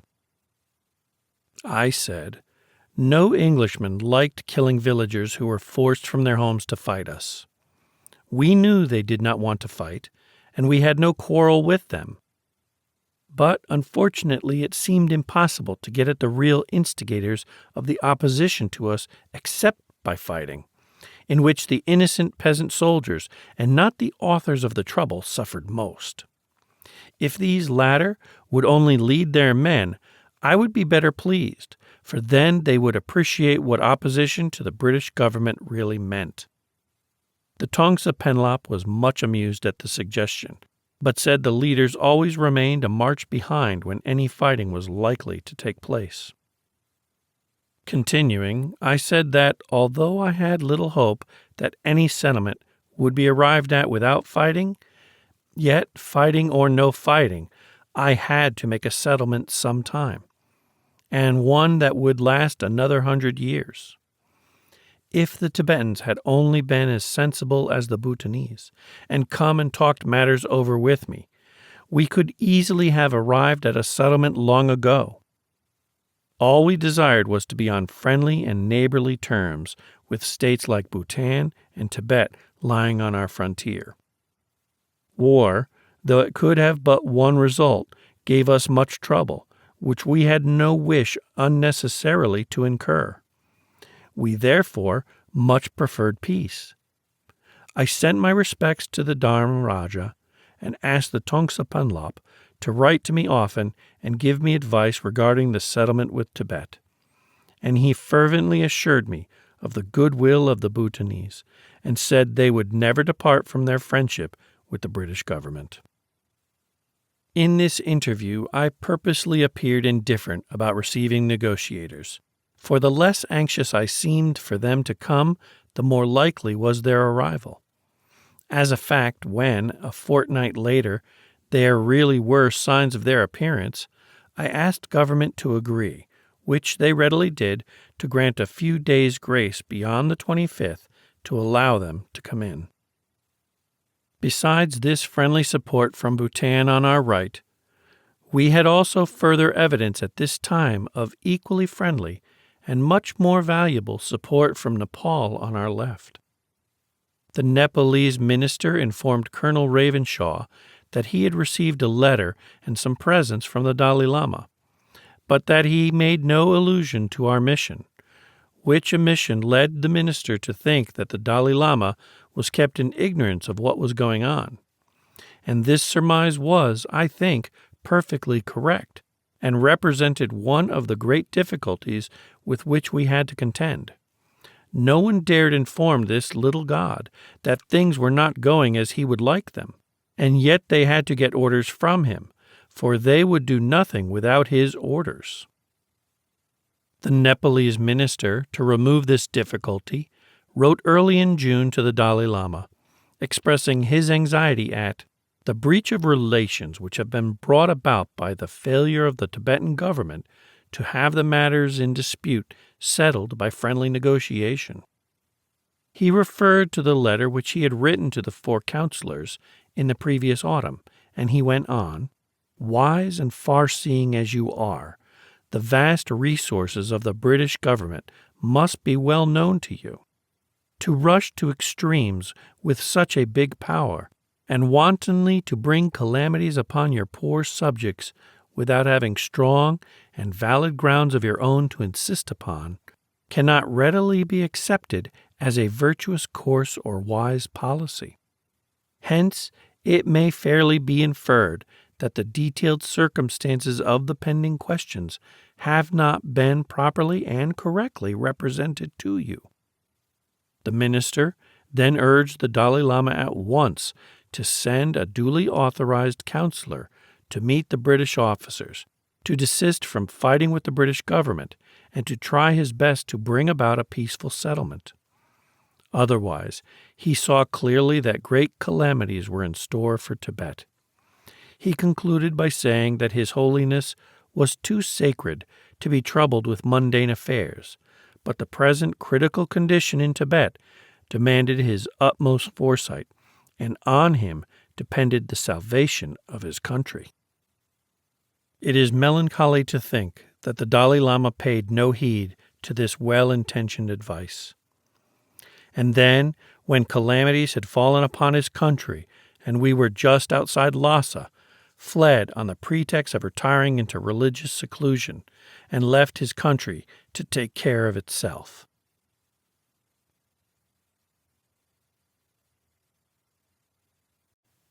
The storming of Gyeongsejong.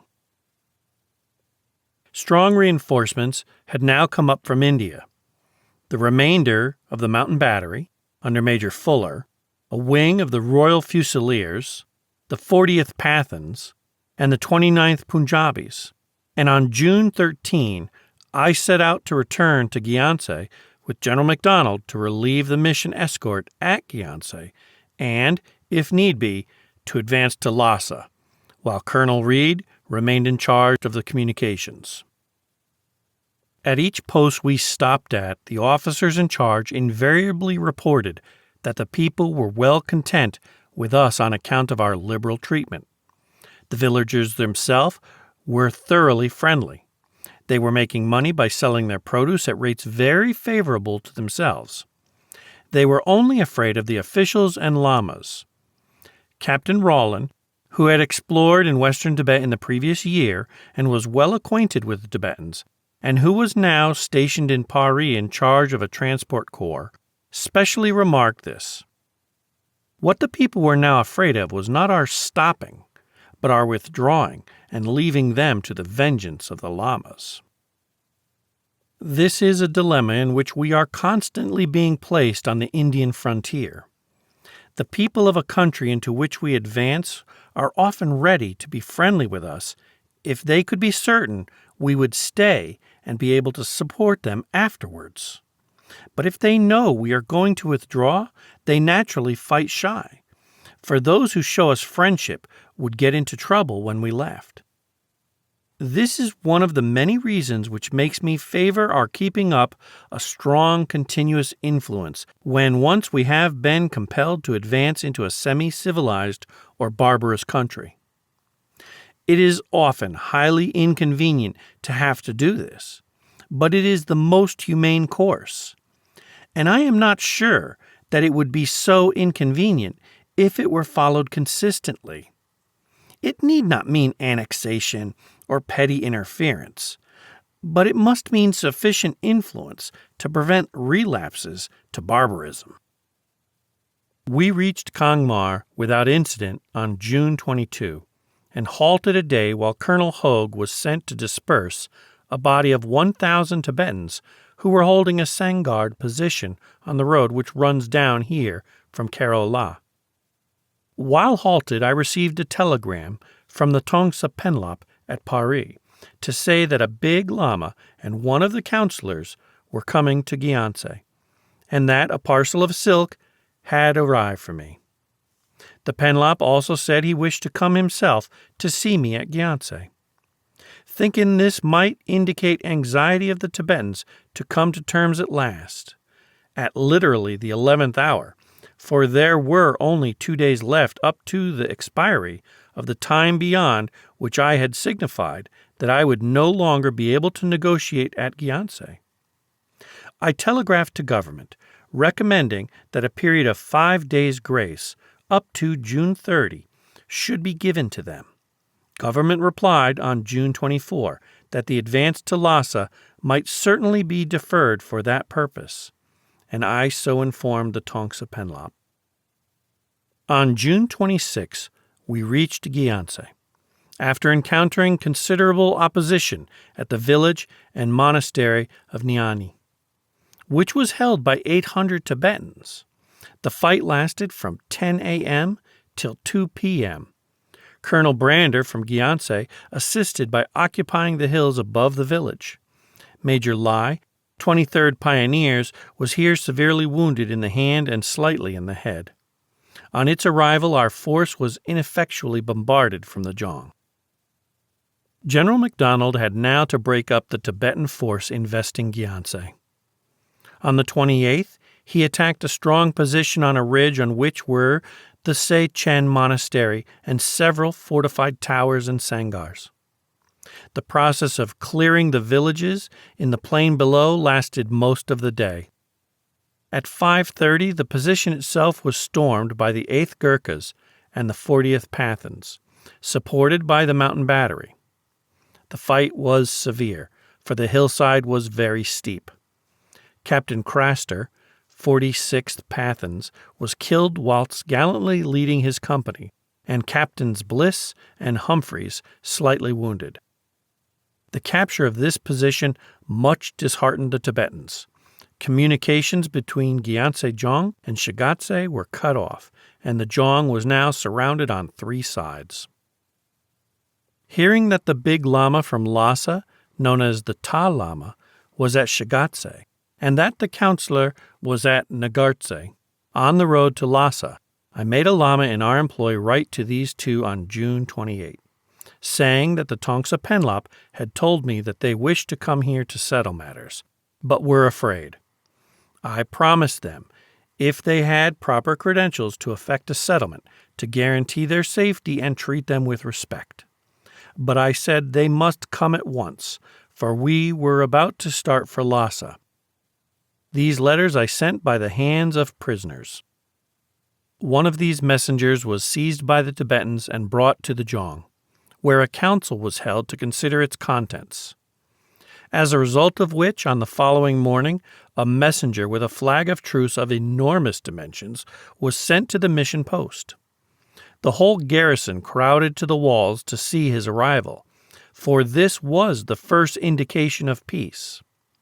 He said the Tibetan leaders desired an armistice till the Ta Lama, who was at Penam, halfway to Shigatse, and who could be at Gyantse on the following day, could arrive to negotiate with me. The messenger said that he and the counselor coming from Nagartse had powers from the Dalai Lama to treat.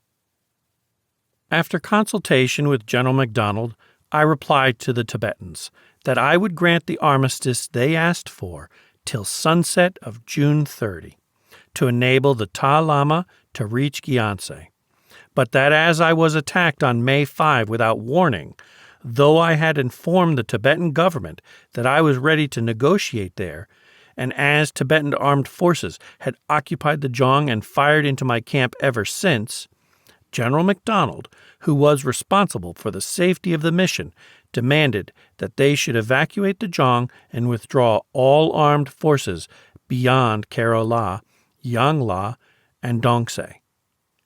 A reasonable time for this would be given. By June 30, Neither of the Tibetan delegates had arrived, but both the Tongsa Penlop and the Ta Lama were to arrive the next day, and we allowed the armistice to extend informally till they arrived. The Tongsa Penlop arrived first, though he had twice the distance to travel, and at once came to see me and showed me a letter he had received from the Dalai Lama, saying he had heard we had appointed a date up to which we would negotiate, and after which we would fight. But as fighting was bad for men and animals, he asked the Tongsa Penlop to assist in making a peaceful settlement, and he was appointing the Ta Lama, who was a counselor, the Grand Secretary, and representative of the three great monasteries, to negotiate. The Tongsa Penlop also produced a packet of silks, which he said the Dalai Lama had sent me. About 3 p.m, the Ta Lama arrived in Gyantse, and as he was already a day later than the date of the armistice, and 6 days over the date of the original ultimatum, I sent a message to say I should be glad to see him that afternoon.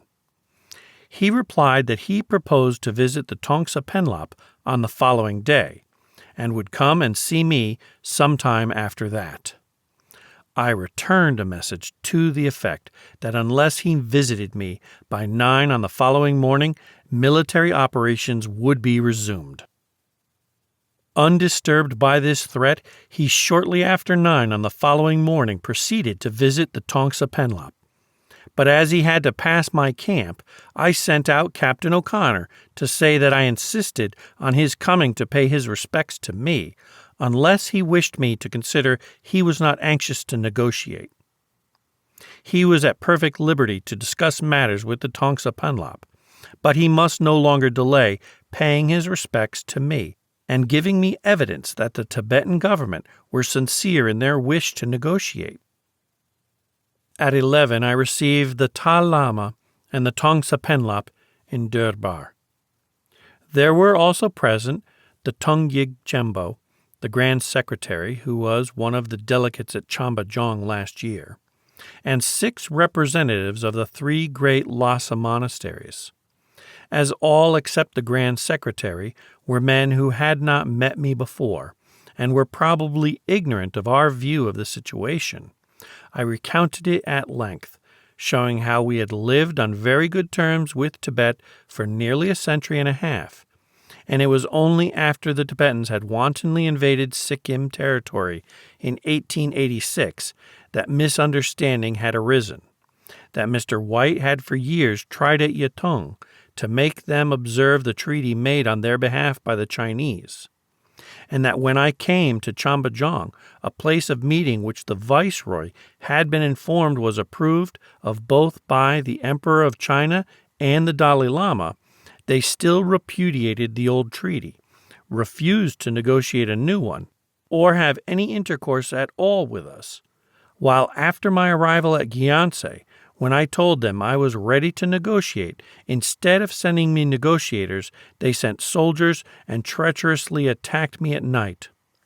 I concluded by saying that the Viceroy, on hearing this, had directed me to write letters to the Dalai Lama and the Amban, announcing that if proper negotiators did not arrive here by June 25, we would advance to Lassa to compel negotiations there. But these letters had been returned by the commander in the Jong. No negotiators had arrived by the 25th, and it was only because on the 24th the Tongsa Penlop had informed me that negotiators really were on the way that the British government, in their anxiety for a peaceful settlement, had been pleased to grant them a few days' grace. We were ready to go on to Lassa the next day. If they were really in earnest and had power to make a settlement, I was prepared to negotiate with them. If they were not empowered to make a settlement, we would advance to Lassa forthwith. Had they proper credentials? The Grand Secretary replied, on behalf of the Ta Lama, that we had come by force into the country and occupied Chumbi and Pari, and though the Tibetan soldiers at Guru had strict orders not to fire on us, we had fired on them and had killed all the high officials. He said they did not know I was here when this camp was attacked on May 5, but they now had orders to negotiate with me. They had no special credentials, but the Dalai Lama in his letter to the Tongsa Penlop had mentioned that they were coming to negotiate, and the fact of a man in the Dalai Lama's high position being here was evidence of their intentions. I replied that I did not wish to discuss the past, except to make clear one point. They were not at the Guru fight, but I was, and I saw the first shot fired by the Tibetans after General MacDonald had purposely restrained his men from firing. But what concerned me was the future. If they made a settlement with me now, would it be observed, or would it be repudiated like the last one? They at first replied that this would depend upon what was in the settlement, but subsequently explained that, though they might have to refer to Lassa for orders, yet, when once the Dalai Lama had placed his seal on a treaty, it would be scrupulously observed. They said they wished to talk matters over with the Tongsa Penlop, who would act as mediator and arrange matters with me. I informed them that I would be very glad if they could discuss the situation with him, and I was willing that he should accompany them when they came to see me, but they themselves must come to see me if they desired that negotiations should take place. They said they would have a talk with him the next day and come and see me the day after. I told them, however, that they must have their talk before noon on the following day and come and see me again at that hour, as I was not yet satisfied of the earnestness of their intentions. The same afternoon they had a prolonged interview with the Tongsa Penlop, who asked them what they had gained by their silly attitude of obstruction, and advised them to give up fighting and make terms with us. The Tongsa Penlop informed me he thought the delegates, or certainly the Dalai Lama, were really anxious to make a settlement. On July 3, the Tongsa Penlop arrived half an hour before the time fixed for the reception of the delegates. At noon, I took my seat in the durbar, which was attended by General MacDonald and many military officers, while a strong guard of honor lined the approach. I waited for half an hour, but at the end of that time, the Tibetan delegates had not arrived. I rose and dismissed the durbar. At 1:30, the Tibetans appeared, but as the dilatoriness they had shown in coming to Gyantse, and after their arrival in coming to see me was a pretty clear indication that they had not even yet realized how serious the situation was, I saw that I should have to do something yet to impress them with its gravity.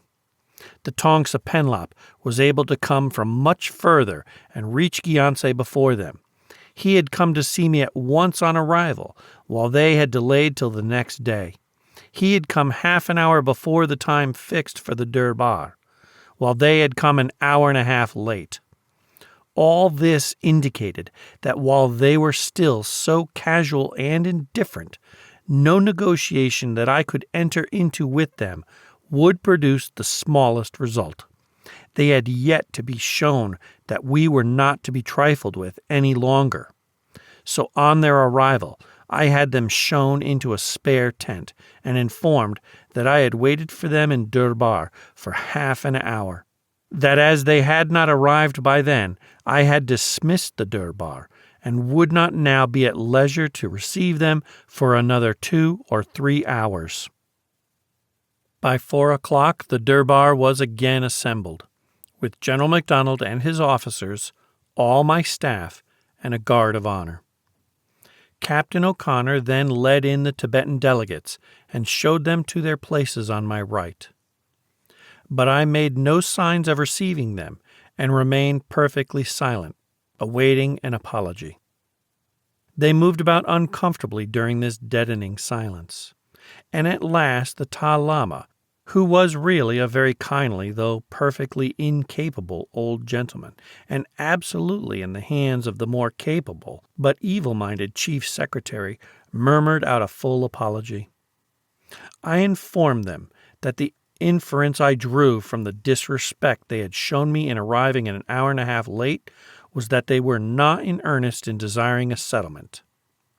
The Ta Lama assured me that they were really in earnest, but that the Grand Secretary was ill.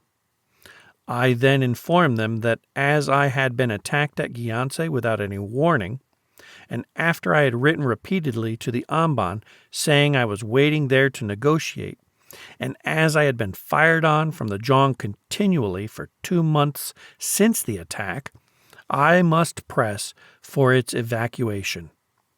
General MacDonald was prepared to give them till noon on the 5th, that is, nearly 2 days, in which to effect the evacuation. But if after that time the Zhang was occupied, he would commence military operations against it. Irrespective of these operations, I would, however, be ready to receive them if they wished to make a settlement, and prevent the necessity of our proceeding to Lassa. The Grand Secretary then said that if the Tibetan troops withdrew from the Zhang, they would expect that we also would withdraw our troops. Otherwise, the Tibetans would be suspicious. I replied that the Tibetans did not at all seem to realize that they would have to pay a penalty for the attack they had made on the mission, and that I could not discuss the matter further. They must either leave the Zhang peaceably before noon on the 5th or expect to be then turned out by force. On leaving, the Ta Lama very politely and respectfully expressed his regrets for having kept me waiting, and begged that I would not be angry. But the Grand Secretary went away without a word of apology. He was the evil genius of the Tibetans throughout this affair. The following morning, the delegates had a long interview with the Tongsa Penlop, and asked whether time could not be given them to refer to Lassa for orders. I sent back a message saying that it was already nearly a week since I had let the Ta Lama know that the evacuation of the Zhang would be demanded, that they ought to be grateful for the opportunity that had been given them of withdrawing unmolested, and that no further grace could be allowed. The Tongsa Penlop also informed me that they were very suspicious, and wanted an assurance that we really wished a settlement. I told him he might inform them that the best evidence that we desired a settlement was the fact that the control of affairs was in my hands. If we had intended war, the control would have been in the hands of a general. The delegates and the commanders in the Zhang were still undecided. No one would take the responsibility of evacuating the Zhang. On the morning of the 5th, the Tongsa Penlop with some Lassa lamas came to see me, and I sent one of the latter over to the delegates, saying that at 12 a signal gun would be fired to warn them that half an hour afterwards firing would commence. I told them that if they came over either before or after with a flag of truce, they would be given an asylum in the Tongsa Penlop's camp. I begged that the women and children should be taken out of the town, and I sent a special warning to General Ma, the local Chinese official. No notice was taken of any of these warnings. At 12, I had a signal gun fired, and at 12:30, I heliographed to General MacDonald that he was free to commence firing. The Tongsa Penlop had stayed with me on the ramparts of our post up till noon, and I asked him to remain and see the fight. But he said he would prefer to see it from a little farther off, and I dare say he did not yet feel quite certain that we should win. For it was a tough task that lay before General MacDonald. We were right in the heart of Tibet, with all the strength that the lamas with a full year of effort could put forth. The fortress to be attacked from our little post in the plain looked impregnable. It was built of solid masonry on a precipitous rock rising sheer out of the plain. It was held by at least double or possibly treble our own force, and they were armed, many hundreds of them, with Lassa-made rifles, which carried over 1,000 yards. In addition, there were several guns mounted. No wonder the Tongsa Penlop thought it best to be a little distance off, and not too decidedly identified with either side. General MacDonald probably never would have been able to take the Jong if his guns had not just been supplied. On the recommendation of General Parsons, the Inspector General of Artillery, with common shells as well as the shrapnel, which was all that up till now had been carried with them. Shrapnel is of use only against troops. Common shell is more solid and can be used against masonry, and against the Jong it proved tremendously effective when fired by the accurate and hard-hitting little 10-pounders. At 1:45 p.m.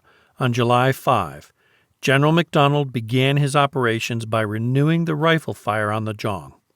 Then, at 3:30 p.m., 2 guns, 6 companies of infantry, and 1 company of mounted infantry were sent to make a feint on the monastery side of the Jong. This succeeded in inducing the Tibetans to reinforce largely that side of their defenses. But after dark, this column was withdrawn, and shortly after midnight, a force of 12 guns, 12 companies of infantry, 1 company of mounted infantry, and half a company of sappers moved out in 2 columns to take up a position southeast of Gyantse. We in the mission post naturally spent the night on the ramparts awaiting events. It was 3:30 a.m. by the time the column had taken up their position. Dawn had not yet appeared. All was silent and still. The stars shone out in all the brilliance of these high altitudes, and nothing could be more serene and peaceful than this clear summer night. Suddenly, a few sharp rifle cracks spat out, telling us that the enemy had seen our assaulting columns. Then the dull, heavy thud of an explosion showed that some doorway had been blown open, and after that came the full blaze of the fight, the whole Jong lighting up with the flashes of rifle and jingle fire, and down below our own fire getting hotter and hotter. As day dawned, we could see that we had gained a footing in the town, which was the immediate object of General MacDonald's attack previous to the assault on the Jong itself. What had happened was this. The Tibetans had opened an unexpectedly heavy fire before the assaulting columns could get close up under the walls of the outer lying parts of the town, and our 3 columns were reorganized into 2. That on the right under Colonel Campbell of the 40th Pathans, a tried and experienced frontier officer, and that on the left under Major Murray, 8th Gurkhas. With Colonel Campbell was Captain Shepherd, Royal Engineers, who, with that dash and effectiveness which always characterized him, succeeded in laying and firing a charge under the walls of the most strongly held house, and blowing in it a breach which, with the damage done by the fire of the 7-pounder gun, gave an opening for the assaulting column. On the left, Lieutenants Gurdon and Burney also succeeded in blowing breaches in the walls of the houses, but, to the grief of all, Gurdon was killed. It is believed by the falling debris of the very wall which he had blown up. He had been with the mission escort from the very first, and in many of these very dangerous assaults on villages had displayed most daring courage. He was a brother of the captain, now Lieutenant Colonel Gurdon, who had so distinguished himself in the siege of Chitral, and who was one of my closest friends. When the news came in to me from the front, I felt how sad indeed it was that one so young and so full of promise, with a great and useful career most certainly before him, should have been thus in an instant cut off. But he did not fall in vain, for what he had done at the cost of his life enabled the assaulting columns to enter the town, which by 7 a.m. was in our possession. The troops began to make good their position in the area thus won. But the real business had yet to be accomplished. The Zhang, with 5,000 or 6,000 Tibetans inside it, still had to be assaulted. During the morning, there was a general lull in the proceedings while the troops rested. But about 2 o'clock, Colonel Campbell, who was in command of all the advanced troops in the town, sent back word to General MacDonald, who was in the Pala village, recommending that an assault should be made on the extreme east of the Zhang.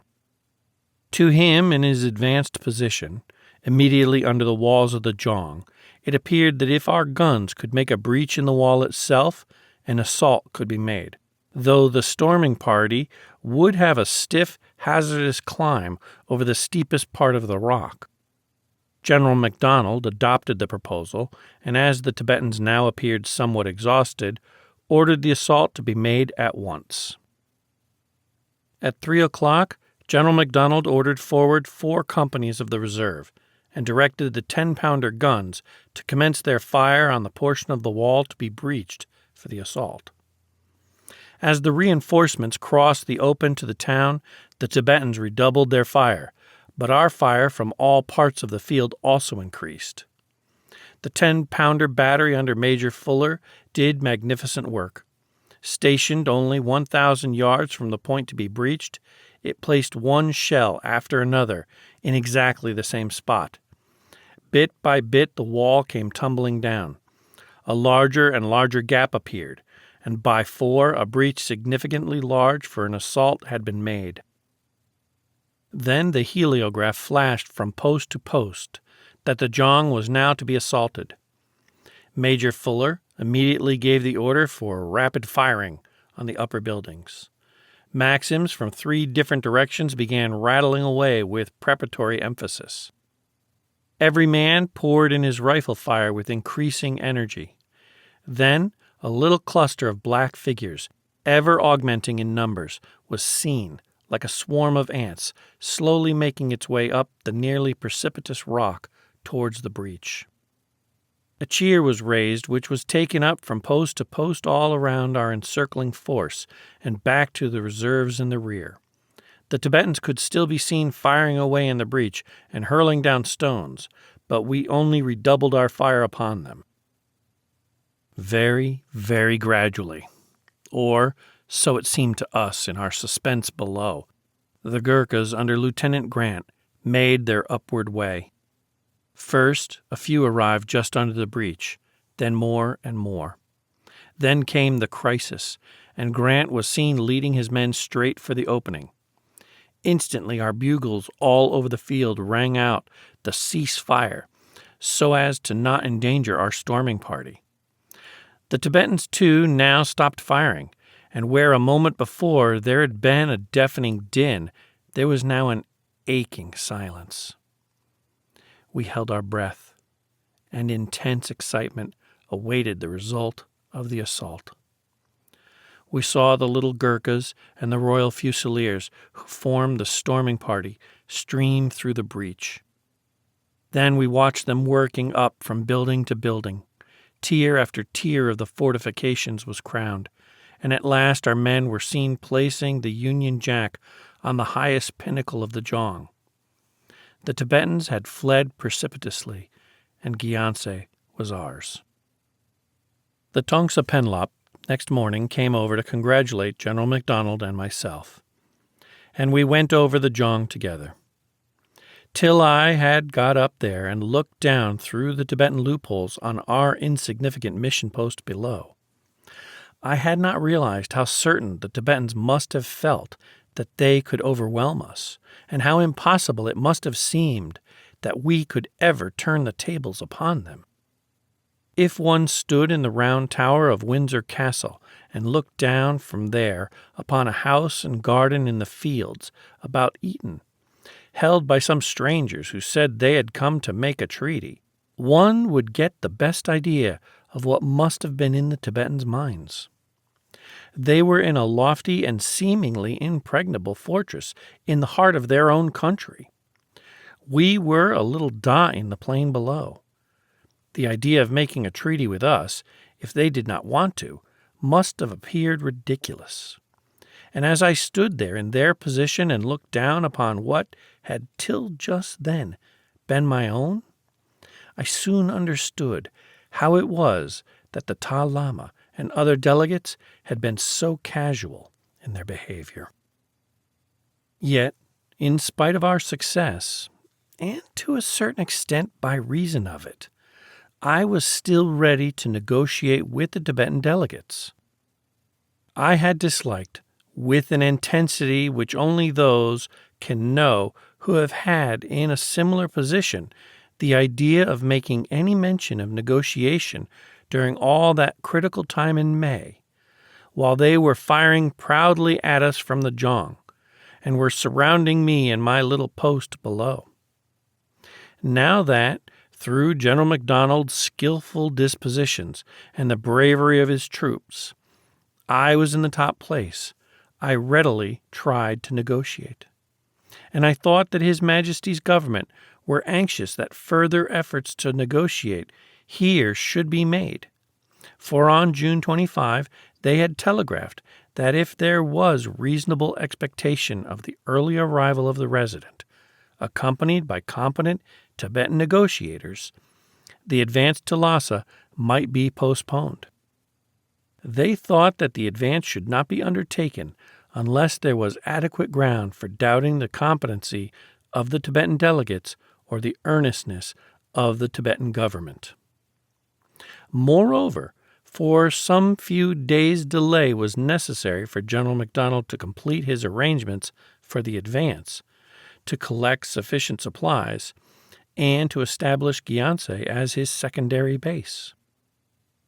I therefore, immediately the Zhang was captured, asked the Tongsa Penlop to send messengers to tell the Ta Lama and the councillors at Nagartse that I was still ready to negotiate, as previously announced, but that they must come in at once, as otherwise we would proceed to Lassa.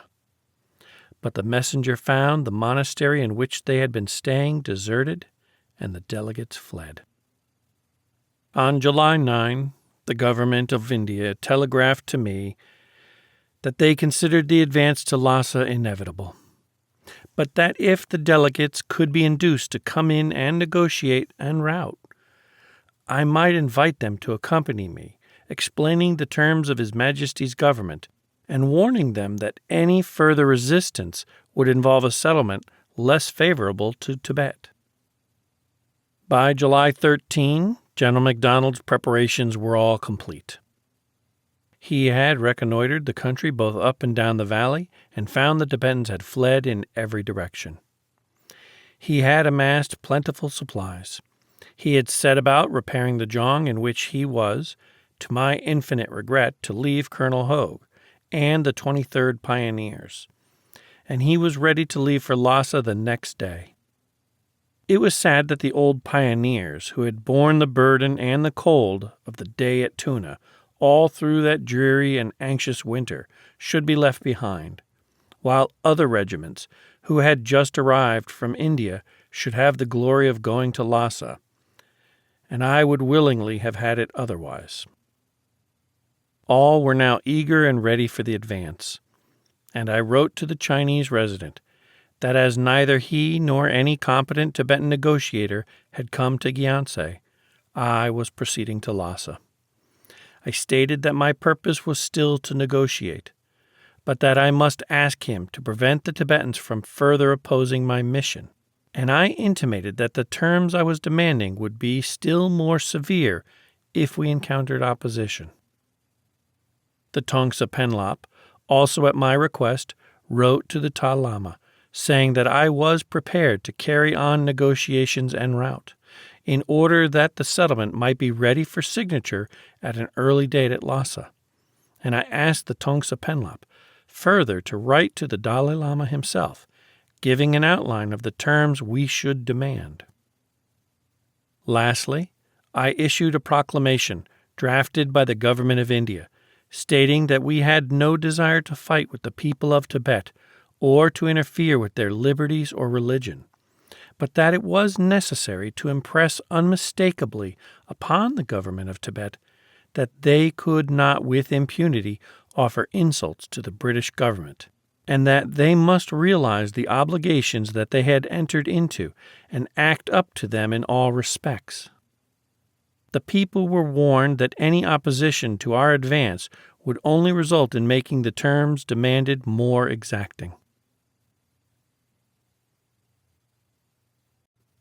The advance to Lassa.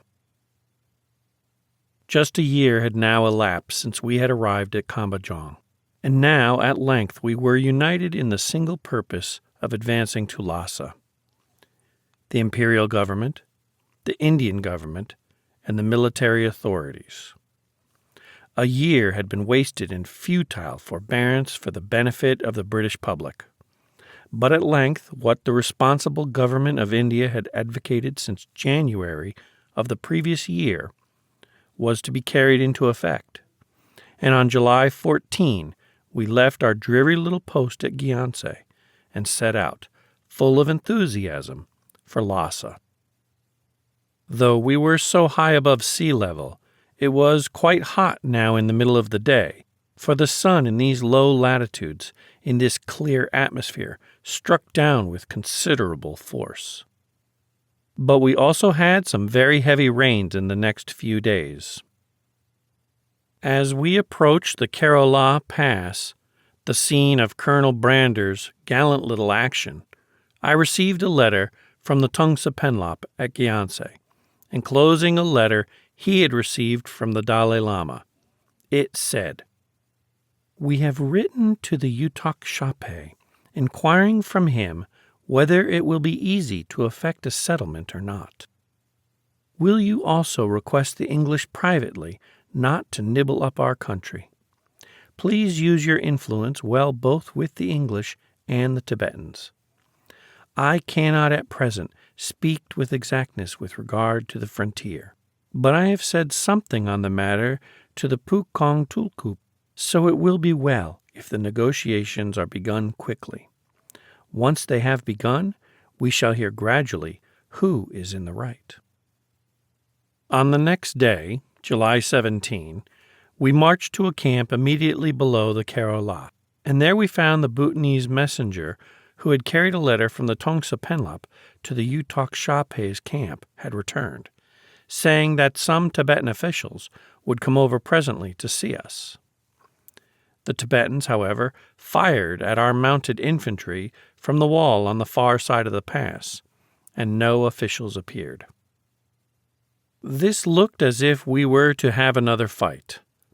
Before we left Gyantse, we had heard that the pass was occupied by 2,000 Tibetans, and that there were 2,000 more in support, and the mounted infantry now reported the pass to be strongly held and fresh walls and sangars to have been built.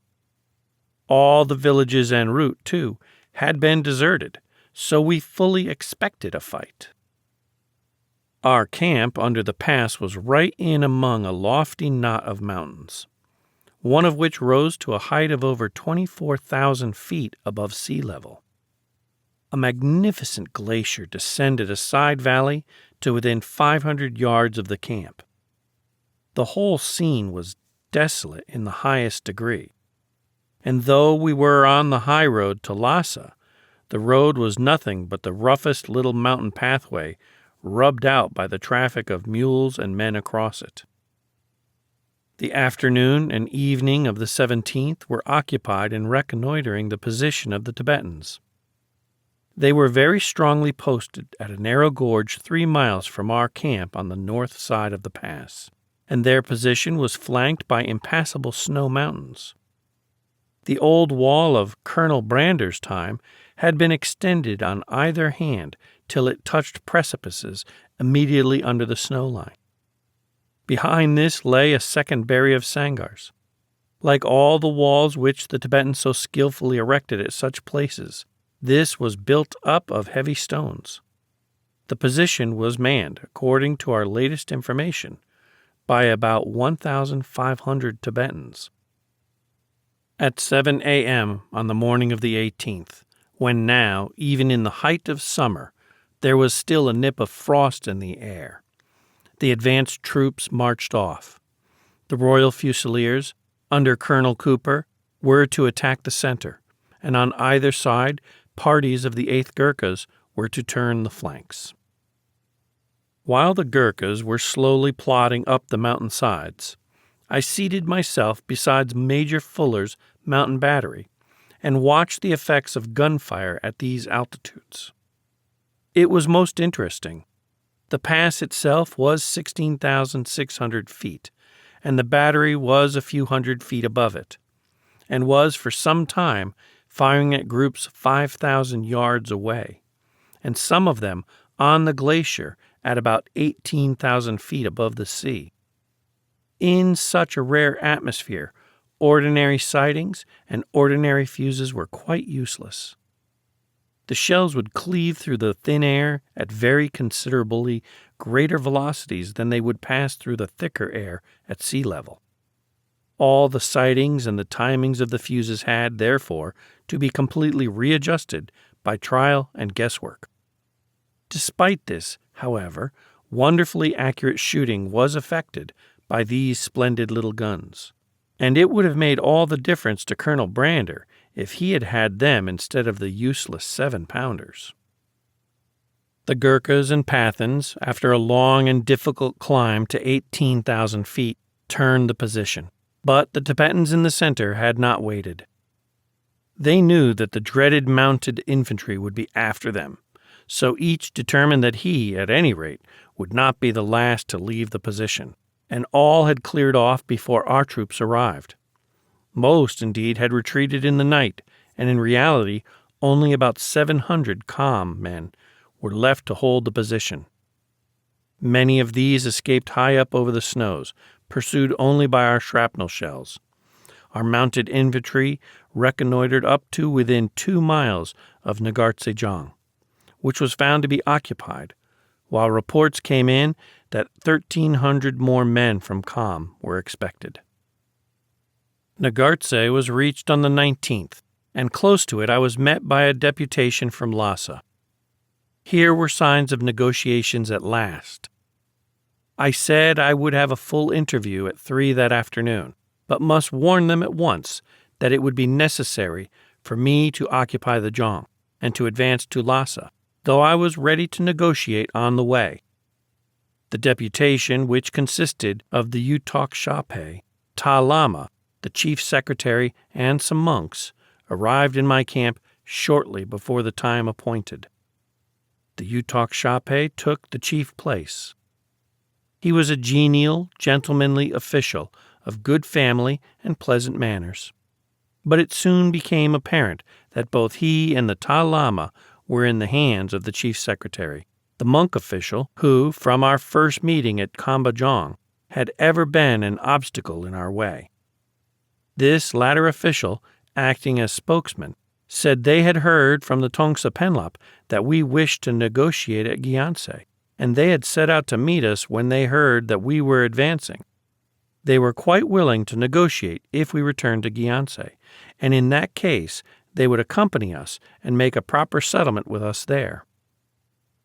I repeated for the 50th time that I had waited for more than a year to negotiate, that even at Gyantse I had given them many opportunities, that when I had first arrived there I had announced my desire to negotiate, that after the attack upon me I had still declared my willingness to negotiate up to June 25, that on the intercession of the Tongsa Penlop the Viceroy had extended that term for some days, that even after the capture of the Jong I had sent messengers over the country to find them and waited for another week at Gyantse, but that eventually the patience of the Viceroy had become completely exhausted, and His Excellency had ordered me to advance to Lassa forthwith, as he had reluctantly become convinced that only there could a settlement be made. We were now advancing to Lassa. I would be quite ready to negotiate with them on the way, and if the Tibetan troops did not oppose us, we would not fight against them. But as our troops had on the previous day been fired at from the Jong, we must send our troops in to occupy it. We would, however, allow the delegates to remain unmolested, and would see that their property was not disturbed, and that they themselves were accorded proper marks of respect. The delegates replied that if we went on to Lassa, there was no chance of a settlement being arrived at, that they had come here with the sincere intention of making friendship with us and securing peace. But if we sent troops into the Zhang, they did not see how they could be friends with us. They were the two biggest men in Tibet, next to the Dalai Lama, and it was both against their religion and disgusting to them to have soldiers in the same place where they were staying. I said they must, after all, allow that this could not be half so disgusting to them as having their soldiers firing into my camp at Gyantse while I was asleep was to me. They continued, one after another, wrangling and protesting against our occupying the Zhang. After listening for an hour to their protest, I asked them if they would now care to hear the terms we intended to ask of them. They replied that they could not discuss any terms till we returned to Gyantse. I said I had no wish now to discuss the terms, but merely desired to know if they wanted to be acquainted with them. They continued to protest that they would discuss nothing here, and it was only after considerable fencing that I got them to admit that they had heard the terms from the Tongsa Penlop. I then said I wished them to understand that if we were further opposed on the way to Lassa, or at Lassa itself, these terms would be made stricter. I said the British government had no wish to be on any other than friendly terms with Tibet, that we had no intention of remaining in Lassa any longer than was required to make a settlement, and as soon as a settlement was made, we would leave. But I had the Viceroy's orders to go to Lassa, and go there I must. I desired, however, to give them most earnest advice and warning. They were leading the men of Tibet, and upon them lay a great responsibility. I was quite prepared on arrival at Lassa to live on as friendly and peaceable terms with the people as I had at Kambajong, and as I had when I first arrived at Gyantse, to pay for everything and to respect their religious buildings. It rested with them now to decide whether our stay at Lassa should be of this peaceable nature and of short duration, and whether the settlement should be of the mild nature we at present contemplated, or whether we should have to resort to force, as we had been compelled to do so at Gyantse, to impose severer terms and to prolong our stay. The delegates listened attentively while I made this exhortation to them, but, after consulting together, replied that even if we did make a settlement at Lassa, it would be of no use. For in Tibet, everything depended on religion, and by the mere fact of our going to Lassa, we should spoil their religion, as no men of other religions were allowed in Lassa. I asked them if there were no Mohammedans living in Lassa, and they replied that there were a few, but they were not allowed to practice their religious rites. A sad admission in view of the toleration which the Buddhist religion in reality enjoins. I added that we would not have gone to Lassa unless we had been absolutely compelled to by their incivility in not meeting us elsewhere, that personally I had already suffered great inconvenience and would much prefer not to have the further inconvenience of going to Lassa. But no other resource was left to us, and my orders from the Viceroy were final. The Yutak Shape throughout was calm and polite, and at his departure was cordial in his manner. The Ta Lama, though more excited, was not ill-mannered. The chief secretary was very much excited throughout, and argumentative and querulous. The whole tone of the delegates showed that they, or, at any rate, the Dalai Lama, had not yet realized the seriousness of the position. The tone they adopted entirely ignored their serious breaches of international courtesy, and was that of a people with a grievance against us, and quite ignorant of the fact that we had grievances against them. They were, too, excessively unbusinesslike and impracticable, and I anticipated an infinity of trouble in carrying through a settlement with such men. On the other hand, the disposition and manners of the Younghusband gave one more confirmation of the impression I had long formed that the laymen of Tibet were by no means inimical, and that but for the opposition of the monks, we might be on extremely friendly terms with them. Under General MacDonald's well-thought-out arrangements, the occupation of the Zhang was effected without any mishap or loss of life. Captain O'Connor accompanied the delegates back towards the Zhang, which, however, they did not again enter, but took up their quarters in the village, while their followers and baggage were sent down to them there. I expressed my regret to the Younghusband that at our first meeting I should have had to put him to such inconvenience, but the occupation of the Zhang was a military necessity. It was a matter of congratulations that it should have been effected without the loss of life on either side. The following day, the Tibetan delegates held another prolonged interview with me, lasting 3.5 hours. They made no further mention of the occupation of the Zhang, but were very insistent that we should not advance to Lassa. The Younghusband was the chief spokesman at first, but during the course of the interview, each one repeated separately much the same arguments. They said that in Lassa there were a great number of monks and many unruly characters, and disturbances might easily arise. To which I replied that I should much regret any such disturbances and hoped the delegates would do their best to prevent them, for the result could only be the same as the result of the disturbances at Gyantse. Another argument the delegates used was that if we went to Lassa, we should probably find no one there. To this I replied that this would necessitate our waiting until people returned. I reminded them that they lived apart from the rest of the world and did not understand the customs of international intercourse. To us, the fact of their having kept the representative of a great power waiting for a year to negotiate was a deep insult, which most powers would resent by making war without giving any further chance for negotiation. But the British government disliked making war if they could possibly help it. They had therefore commanded me to give the Tibetans one more chance of negotiating, though that chance could only be given at Lassa itself. Let them make the most of this opportunity. The delegates replied that they had intended no insult by keeping me waiting a year. It was merely the custom of their country to keep out strangers. But anyhow, they said, let us forget the past. Let us be practical and look only at the present. Here we are, the leading men in Tibet, ready to negotiate at Gyantse and make a settlement which will last a century.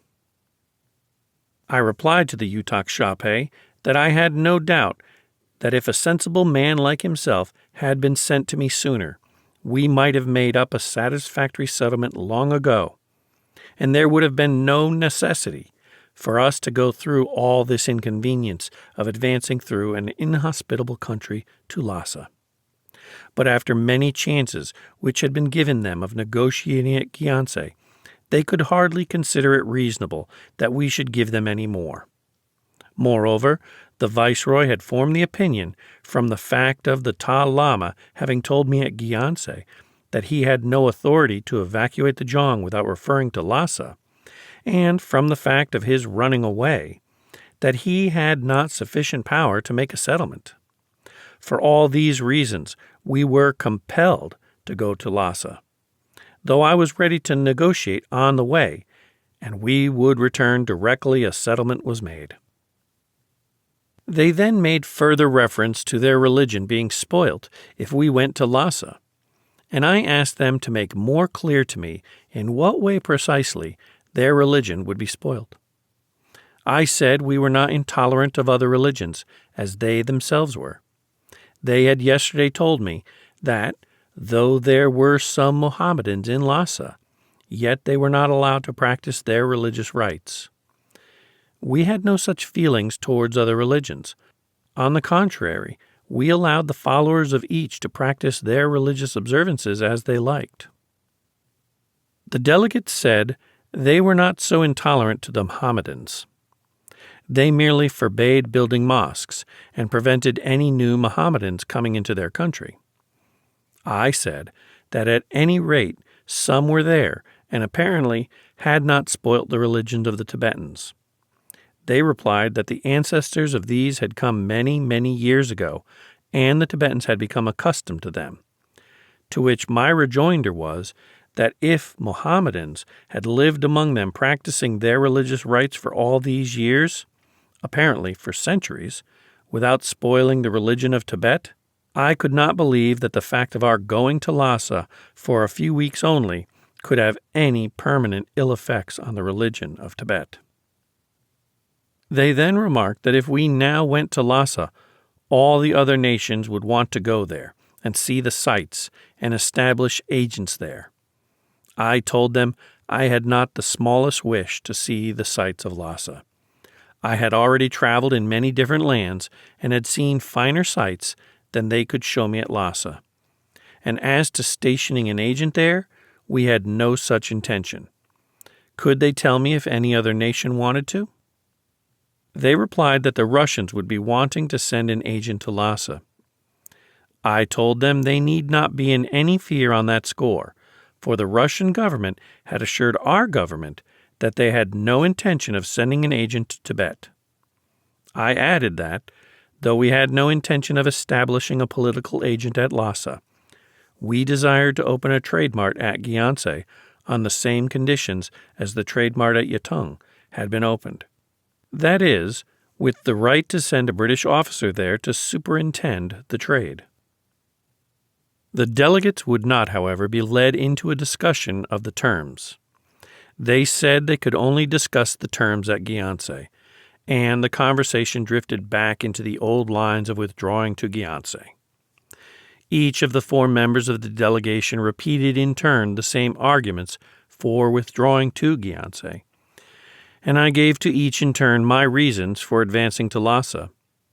I said I feared they must think me extremely obstinate, and I felt sure that, if they had been deputed by their government earlier in the day, I should have been able to agree to their wishes, and we could have soon come to an agreement.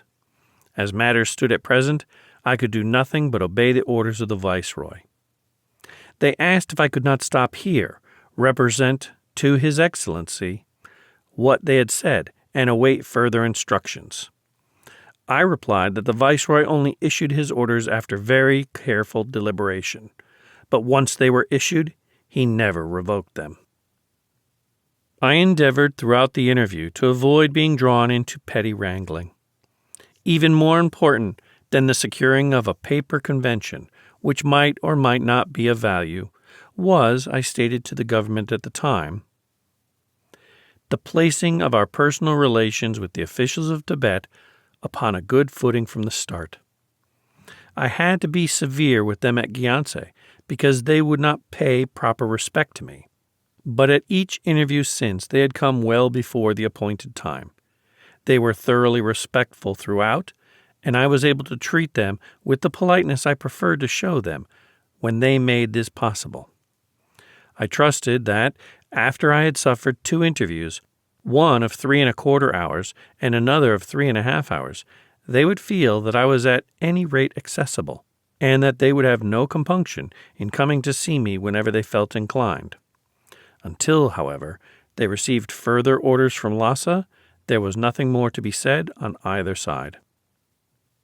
We halted a day at Nagartse to collect supplies, of which we were short, and some question arose whether, as we had the negotiators here, it would not be better to stop and negotiate. But, being too uncompromising, we might be simply stiffening them up to renewed fighting. And in the desolate country in which we found ourselves was practically no supplies, and with a lofty pass behind us, we might find ourselves in a very awkward predicament. All this had certainly to be taken into consideration. Still, we should be sure to find supplies in the Lassa Valley, unless the Tibetans resorted to the extreme course of destroying or carrying off all their foodstuffs, and as the Tibetans were now evidently on the run, I never had any real doubt that we should keep them on the run and follow them clean through right up to Lhasa. On the 21st, we found that the delegates had decamped in the night. Perhaps, after all, I had made a mistake, and allowed those very coy birds to escape just as they had come into my hand. On the whole, I thought not. I believed others would soon come in, so I marched very contentedly along the shores of one of the most beautiful lakes I had ever seen, the Yamdok-so. It was 14,350 feet above sea level. In shape, it was like a rough ring, surrounding what is practically an island, and in color it varied to every shade of violet and turquoise blue and green. In times it would be the blue of heaven, reflecting the intense Tibetan sky. Then, as some cloud passed over it, or as marching along we beheld it at some different angle, it would flash back rays of the deep greeny blue of a turquoise. Anon, it would show out in various shades of richest violet. Often, when overhead all was black with heavy rain clouds, we would see a streak of brilliant light and color flashing from the far horizon of the lake, while beyond it and beyond the bordering mountains, each receding range of which was one more beautiful shade of purple than the last, rose once more the mighty axial range of the Himalayas. At that great distance, not harsh in their whitey coldness, but softly tinted with a delicate blue, and shading away into the exquisite azure of the sky. What caused the marvelous coloring of this lake, which even the Tibetans called the turquoise lake, we none could of us say. Perhaps it was its depth, perhaps it was its saline character, or some chemical compound of its water. But whatever the main cause, one cause at least must have been the intense blue of the Tibetan skies at these great altitudes, so deep and so translucent that even the sky of Greece and Italy would pale beside it. This latter theory is what Lord Rayleigh would adopt. In a lecture which he delivered this year at the Royal Institution on the causes of the coloration of water, he gave his conclusion, from careful observations and tests, that the cause of the blueness of, say, the Mediterranean Sea was the Mediterranean sky, which was exactly the theory we had thought must apply to this Tibetan lake. Marching along by this lake, we had much rain, turning into snow at night. Pete Jong, a picturesque little fort close to the shore, was reached on the 22nd, where, as at Nagartse, a company of infantry and a few mounted infantry were left to keep up the line of communications. From here the mounted infantry, reconnoitering ahead, reported the remnants of the Kham force to be retreating in a disorganized condition and looting the country en route. Another of the Tibetan stone walls, running from the waters of the lake far up the mountainside, was found deserted on the next day, and that same day we crossed the last pass on the way to Lhasa, the Khamba La, 15,400 feet. The ascent was steep, but we all eagerly clambered up in the faint hope of getting some distant glimpse of Lhasa, or at any rate of the mighty Brahmaputra River, which still lay in between us and the sacred city. The enthusiastic Percival Landon was quite certain that through some chink he saw the glinter of a gilded cupola, and refused to be convinced by the prosaic survey officers that whatever it might be, it at any rate was not the roof of the Potala.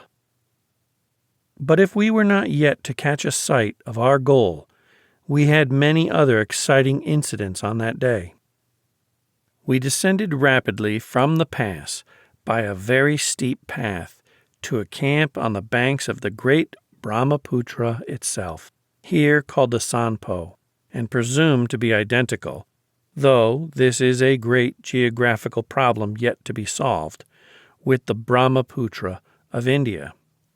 It was here, 11,550 above sea level, and spread out in many channels. But further down, where it was narrowed into a single channel, it was 140 yards wide and flowing with a strong, swift current. The valley was wide and well cultivated, with wheat and barley, and several cultivated valleys ran into it. In these valleys were plenty of trees, poplars, and willows, but the hillsides were not wooded as we had hoped. General MacDonald sent on his mounted infantry to seize the Chaksam ferry, and they succeeded in capturing the 2 large ferry boats and occupied Chaksam for the night. This was a great stroke, as if the Tibetans had kept the boats on the other side of the river, our difficulties in surmounting this most serious obstacle would have been immensely increased. Another great event on this day was the receipt of what was, I think, the first written communication which any British official had received from a Tibetan official since the time of Warren Hastings. It was addressed to the all-wise Sahib sent by the English government to settle affairs from the Tibetan National Assembly. It ran as follows. Recently, the Tongsa Penlop sent a letter to the Dalai Lama and also communicated with the 2 delegates, but hitherto a treaty has not been effected. The Sahibs say that they intend to come to Lassa and to see the Dalai Lama and to negotiate there, and that they will there establish friendship. The letter, which contains the 9 terms of the convention, has arrived here. This is a matter of great importance, and therefore the Chingyob Khenpo, Lord Chamberlain, has been sent to Chisel. Now our Tibetan religion is very precious, so our regent, officials, monks, and laymen have consulted together. Formally, we have made a national convention that none was to enter the country. So now, even if the Sahib should come to Lhasa and meet the Dalai Lama, this will not advantage the cause of friendship. Should a fresh cause of dispute arise, we greatly fear that a disturbance, contrary to the interests of friendship, may follow. So we beg of the Sahibs, both now and in the future, to give the matter their earnest consideration, and if they will negotiate with the delegates who are now here, all will be well. Please consider well all that has been said, and do not press forward hastily to Lhasa. Dated the Wood Dragon Year. This letter was brought by a messenger, who said that the new delegates were then at Chisel, on the opposite bank of the river, and now again arose the question of whether we should make use of this new chance of negotiating or should still press on to Lhasa. We had in front of us the serious obstacle formed by the Brahmaputra River, which, if we crossed it, would be a nasty impediment to have in our rear.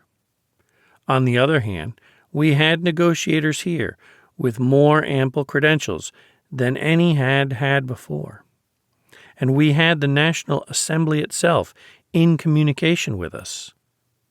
The fear of our going to Lhasa might have more effect than our actual presence in the place.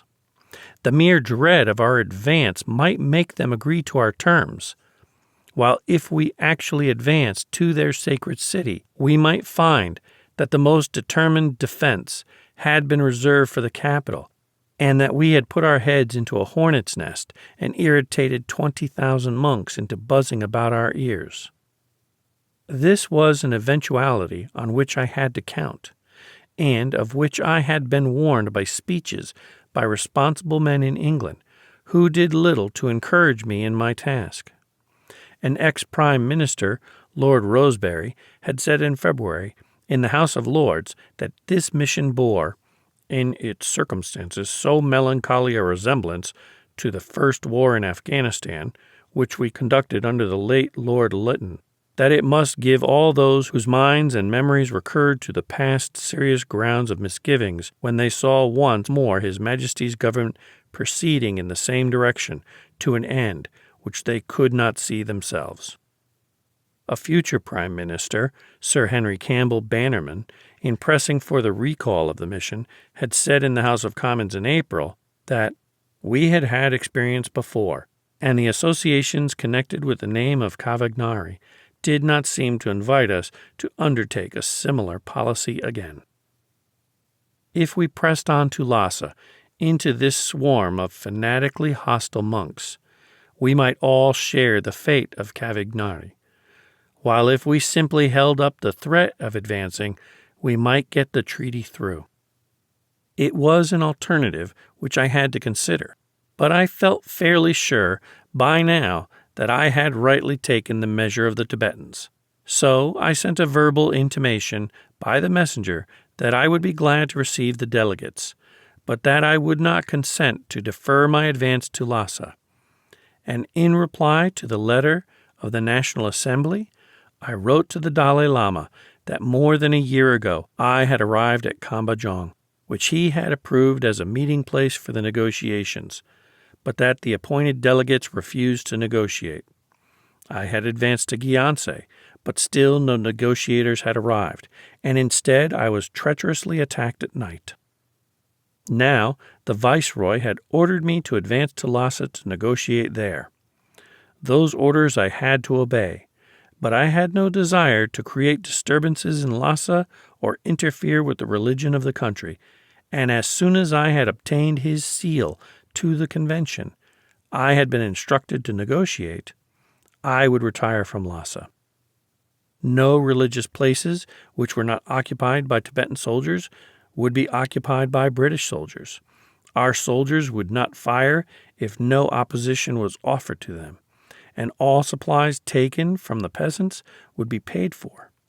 But if opposition were offered, our troops would be compelled to commence military operations, as they did at Gyantse, and the terms of the settlement would be increased in severity. This letter I dispatched on the 25th, and the same day we marched 6 miles down the banks of the Brahmaputra River to Chaksam Ferry.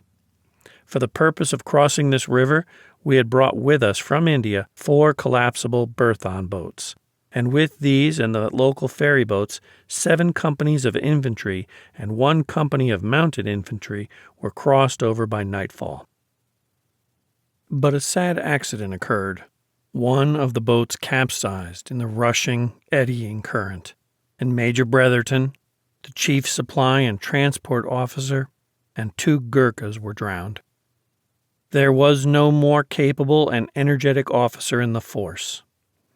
Our success depended much less on fighting than on supply and transport arrangements, and these had been well nigh perfect.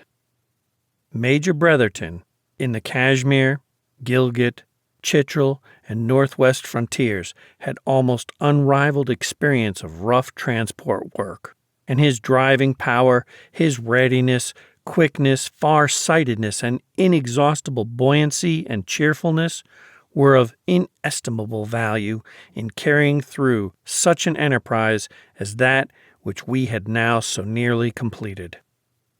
It was hard that young Gurdon should lose his life just at the beginning of so promising a career.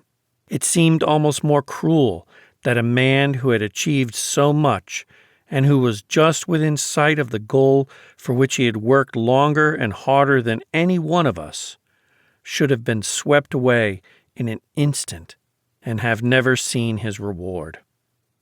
It is in reflecting on cases such as these that one begins to wonder whether our touching trustfulness in the mercy of Providence is altogether justified. We had to halt some days now, while the troops and baggage were being transported across the river, and on the 27th I had a 3 hours interview with this new deputation from Lassa, which consisted of the Dalai Lama's chamberlain, a man of some capacity, with an air of great consequence, who was evidently regarded with much respect, the Ta Lama, the somewhat effete but genial old gentleman who had met me at Gyantse, and a secretary of the council, a brisk, cheery gentleman, with an ever-ready smile, and very different from the other secretary who had met us at Kambajong, Gyantse, and Nagartse. They brought with them a letter from the Dalai Lama, and repeated the old request that we should not go to Lassa. The only new argument they used was that our going to Lassa would so spoil their religion that the Dalai Lama might die.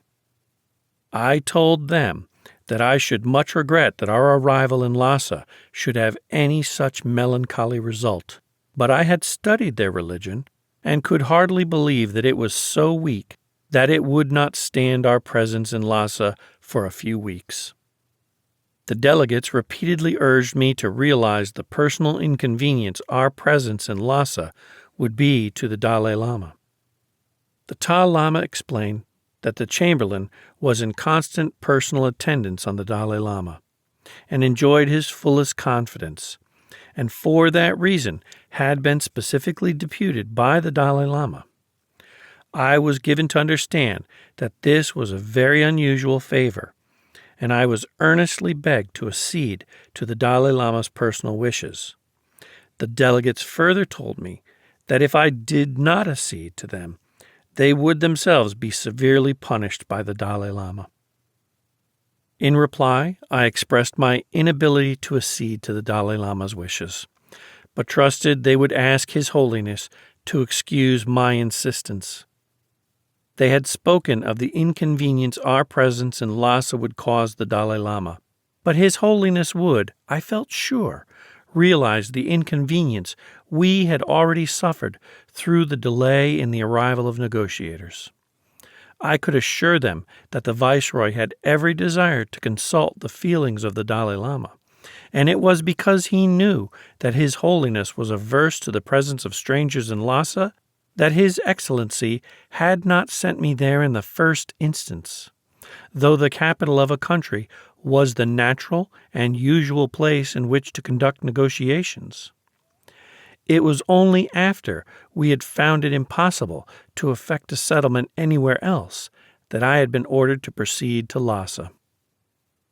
I added that after an envoy had been kept waiting for a year and had been attacked and shot at for 2 months, most rulers would have refused to allow their representative to negotiate till the capital had been captured. We were not, however, advancing with that object. They could see that here we were paying for all our supplies we took, and the monastery immediately outside the camp was left unmolested. I was prepared to show like consideration on our arrival at Lhasa if we were unopposed, and I trusted His Holiness would appreciate this concession. The delegates assured me again that the Dalai Lama was really anxious to make a settlement, and that they had come in a peaceful manner, and had let the army they had with them a few days ago disperse to their homes. I had little difficulty in believing these assertions, for we had received accounts that the Tibetan army had scattered in a panic, the Kham levies looting in all directions. A peaceful settlement was undoubtedly, therefore, the sincere desire of the Dalai Lama, though turbulent monks might yet create a disturbance in Lhasa. As to the delegates being punished if we advanced to Lhasa, I said that I myself would be punished if we did not. A discussion followed on the question of other foreigners coming to Tibet if we were allowed there. I told them it was the usual custom for neighboring countries to have representatives at each other's capitals, and we would probably have avoided all the misunderstandings which led to the present troubles if we had had a representative at Lhasa and they had had one in Calcutta. We knew, however, their aversion to keeping a British agent at Lhasa. We were not therefore pressing the point, and were only insisting upon having trade agents at Gyantse and other marts.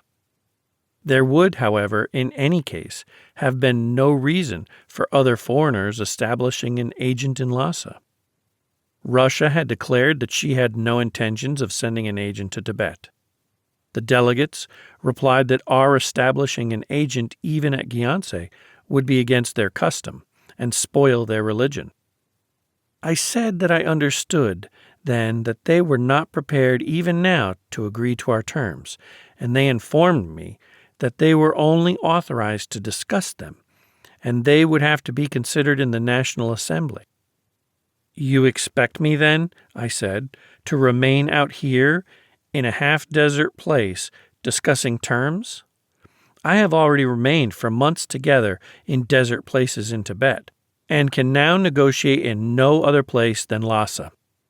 I begged the Chamberlain, as a practical man, to accept this as inevitable, and to turn his mind now to ensuring that there should be no more useless bloodshed on the way, and that we should be enabled by the speedy conclusion of the settlement to leave Lhasa at an early date.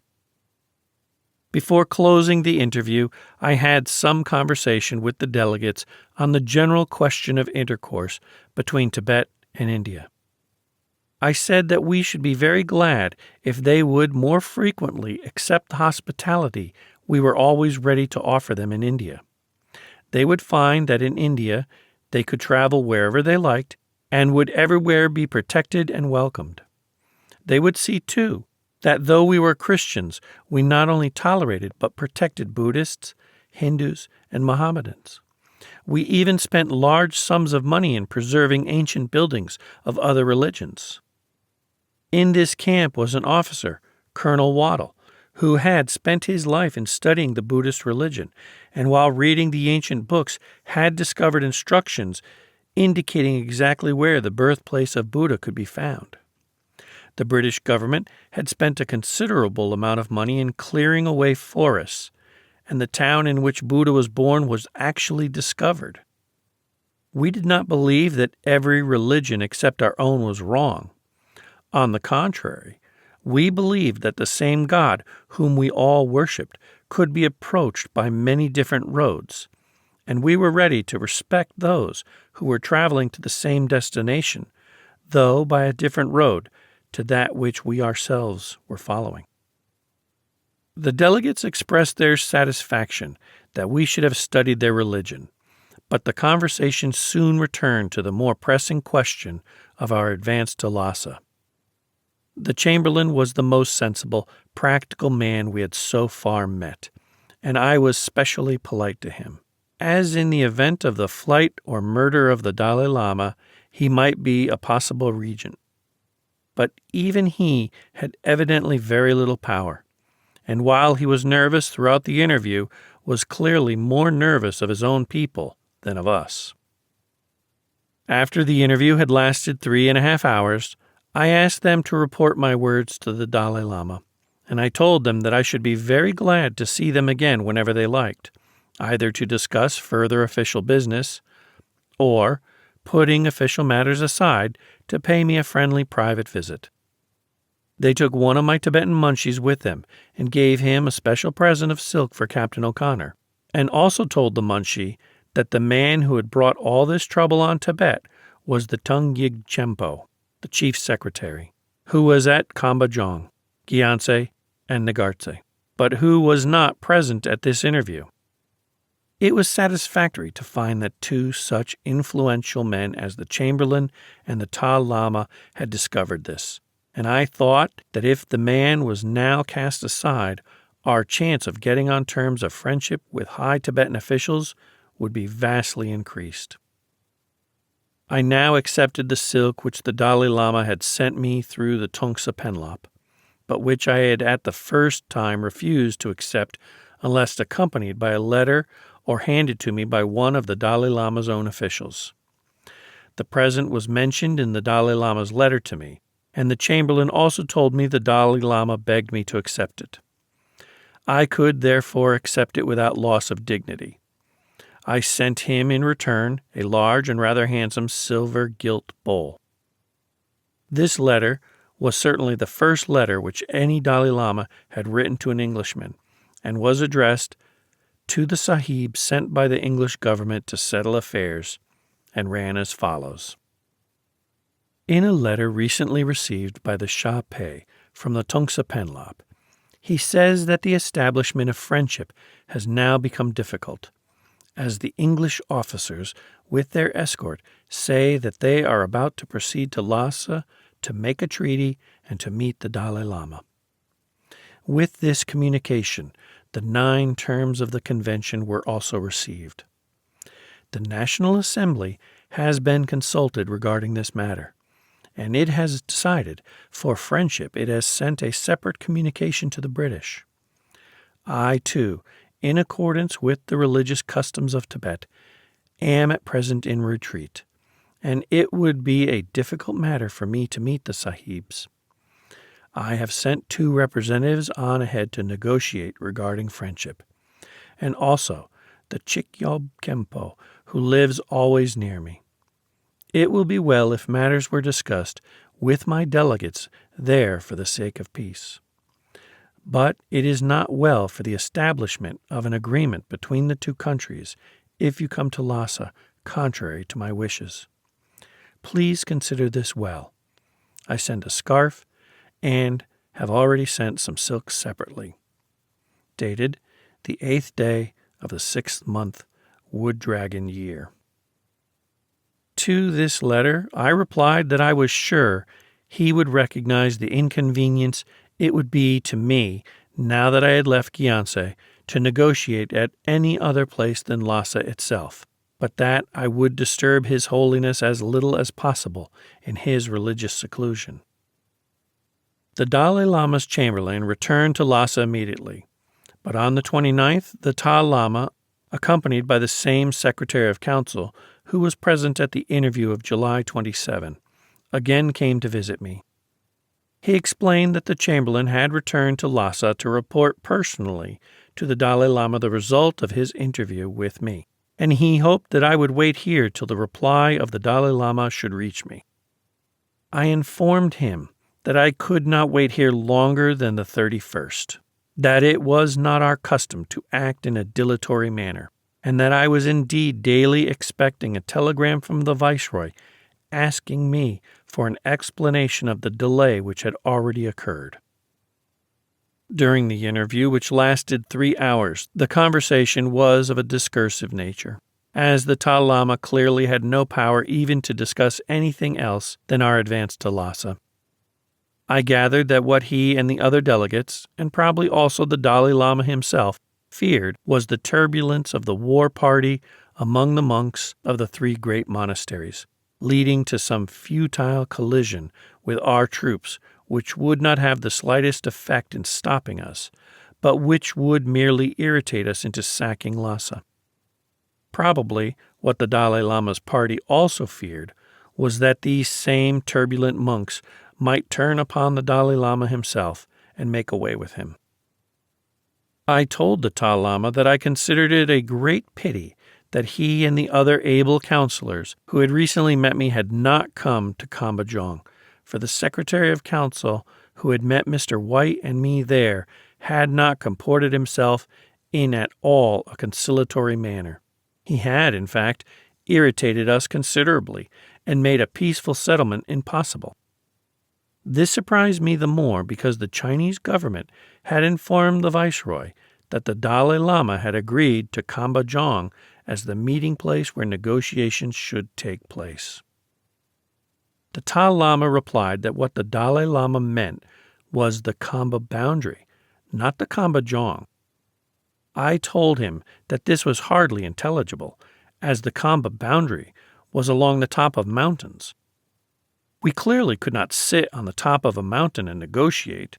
We had to meet on either the one side or the other, and as the Amban and Tibetan officials had come to India on the last occasion, it was natural that we should expect to meet in Tibet on this. I added that when the Chinese and Tibetan officials came to India, we treated them as our guests, as Mr. White, who was present in Darjeeling, could testify. We provided houses, food, and transport for them. allowed them to have their own soldiers as escort, and took them down to Calcutta to visit His Excellency the Viceroy.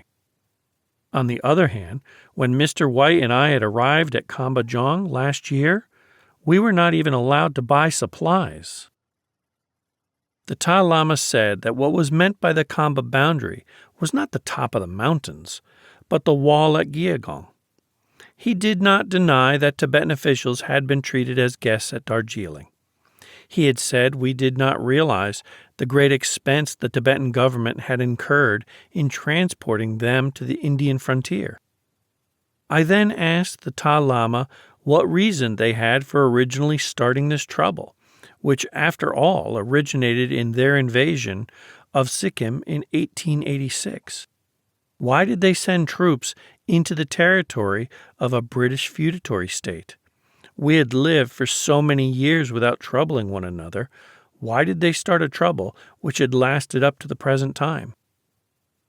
He replied that they considered Sikkim to be a feudatory of Tibet, and the Dalai Lama was accustomed at that time to send orders to the Sikkim chief. I said that they must surely have been aware of the treaty which had been concluded more than 20 years previous to the Tibetan invasion of Sikkim, between Sikkim and the British government, by which the former acknowledged the suzerainty of the latter. If the Tibetans had had any objection, the proper course would have been to make representations at the time, and not 20 years after to send troops into Sikkim. As regards the treaty we now wish to make with them, how would the negotiations be conducted, I asked, and who had the final authority in the state? The Dalai Lama said that councillors and secretaries and representatives of the National Assembly would meet me and discuss the terms. The final authority was the National Assembly, which was composed of representatives from all over Tibet, but chiefly from the 3 great monasteries at Lassa. Both monks and laymen attended, as well as many officials, but the councillors, Shahpes, were not included in it, and the Dalai Lama had no representative there. I told the Dalai Lama that this seemed rather extraordinary, for the councillors were presumably the most able men in the state, and yet their counsels were liable to be overridden by the decision of a body of irresponsible and less capable men. Supposing, I said, that the Dalai Lama and the councillors wished to agree to the terms I was asking, and the National Assembly declined to agree, whose view would be adopted? The Dalai Lama said that the Dalai Lama and the councillors never disagreed with the National Assembly, for the decision of the latter was final. I said this made matters very difficult for me, for I negotiated with the councillors as being the leading men in the state, and yet they could not even enter the National Assembly to report what I had said to them. The Dalai Lama said the custom was for the councillors to send one of the secretaries to present their views to the National Assembly. I asked who presided, what was the number of representatives, and whether the decision was arrived at by votes. He said no one presided, that there were about 500 representatives, and that they arrived at a decision by discussing till they were all of one mind. I remarked that in these circumstances the negotiations promised to last a considerable time. Did he think they would be concluded in a year? He said a good deal depended upon how we proposed to set about negotiating. If we took each point separately and had it discussed in the National Assembly till agreed to, the settlement might be made fairly quickly. But if we gave the whole treaty in a lump and said this and nothing less must be agreed to, he did not think a settlement would ever be made. I told the Dalai Lama that it was a matter of indifference to the British government how long the negotiations lasted, for we should expect the Tibetan government to pay for our expenses from the date of the attack on the mission at Gyantse till the date of the conclusion of the treaty. The Dalai Lama urged that we should not be hard on the Tibetans by demanding an indemnity, for if we did, we could never be friends. I answered that we would not have demanded an indemnity if they had been reasonable and had negotiated at Kambajong or Gyantse, But as they had chosen to fight and had been worsted, they must take the consequences of their actions. The Dalai Lama then dwelt upon the habit of the Tibetans to take plenty of time in making decisions. They liked to think well before taking action and could not stand being hurried. I informed him that we also tried to think well before taking action, but we thought quickly and acted at once, so as to get on without delay from one thing to another. The lives of men were short, and we wished to get through as much as possible in the little time we were here. The Dalai Lama said that their time was taken up with the study of religion, which did not admit of hurry. During this latter part of the discussion, the Dalai Lama and the secretary laughed heartily. Then the former, after asking leave to depart, repeated, as I was shaking hands with him, another appeal to me not to go to Lassa. On the same day as I was having this interview, I also received from the Chinese resident a letter in which he expressed sympathy with me in the trials of my long journey and said the Tibetans were dull, unlettered men, obstinately averse to receiving advice, and that he was truly ashamed at the state of affairs. He said he was sending me the chief of the military secretariat to acquaint me with the condition of affairs. He had impressed on the Dalai Lama that the Tibetans were on no account to treat me unceremoniously, but he warned me that these Tibetans were cunning and insincere to a degree, and that it was necessary to obtain guarantees from them before a settlement of anything could be made. On July 31, all the troops, except a small garrison to guard the ferry, having crossed the river, we set out again towards Lassa. As I was passing Chisel, the Dalai Lama asked me to stay for a short time to talk to him. He said he was much surprised at our advancing, as he had understood from me that we wished to make a settlement and be on friendly terms, and, if we advanced, there might be disturbances. I reminded him that I had always said we would advance, and remarked that, if there were disturbances, the responsibility would rest upon the Tibetan government, for I had informed him many times and had written to both the Amban and the Dalai Lama to say that we would not commence fighting, and our troops had orders not to fire unless they were fired upon. The Dalai Lama then begged me to stay till the Chamberlain returned with the reply from the Dalai Lama. His Holiness would not at all like our advancing without his permission, but if we waited for his reply, we might find that he was willing for us to advance, and he would give orders to the Tibetan soldiers to allow us to pass. I replied that we had already waited nearly a week at Choksum Ferry, that there had been plenty of time to issue such orders if there was any intention to issue them, and that, in any case, whatever the Dalai Lama's reply was, I should have to advance to Lassa. The Dalai Lama then tried to persuade me to advance with only a small following. He said that my entering Lassa with such a large army would alarm the Tibetans and make the Dalai Lama think that our intentions were not really friendly. I recalled to his remembrance that only a few minutes before he had spoken of the possibility of disturbances. It was to protect ourselves in case of disturbances and to guard ourselves against such another attack as that which was made upon me at Gyantse in May, that we were taking a sufficient force to Lassa.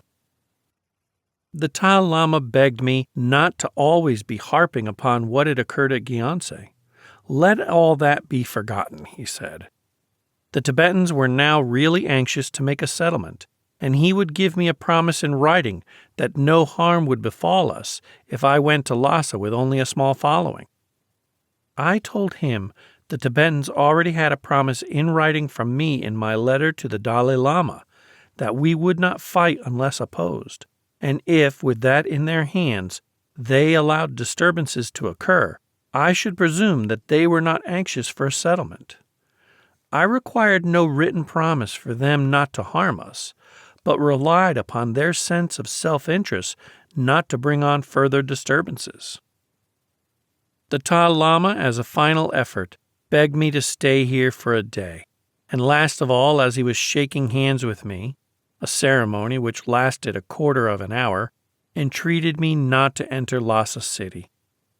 I told him that I had the highest admiration for his eloquence and power of persuasion, and would have great satisfaction in telling the Dalai Lama that he really had done his utmost to delay us.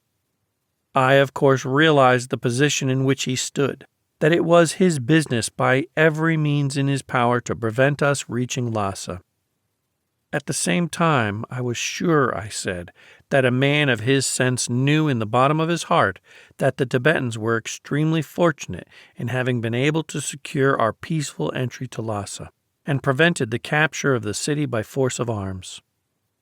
We had promised not to occupy Lhasa if we were not further opposed, and with that promise they must be content. The Ta Lama, though excessively urgent towards the close of the interview, was perfectly polite throughout. But so extraordinarily impracticable are these Tibetans that he evidently thought that because I had assured him at previous interviews that we wished to make a friendly settlement, we were therefore committing a sort of breach of faith in now advancing to Lhasa. I had never ceased to assure him that we did intend to advance, but now that we actually were advancing, he regarded it as a grievance. For the next 2 days we marched steadily on towards Lhasa, expecting at each corner we turned to catch sight of the Potala in the distance, or at least to hear from the reconnoitering parties of mounted infantry that they had seen its gilded roofs. On August 2, at our last camp, a dozen miles only from Lhasa, which now really could be seen in the distance, I received the final deputation, which had come to make the last great effort to induce us to stop.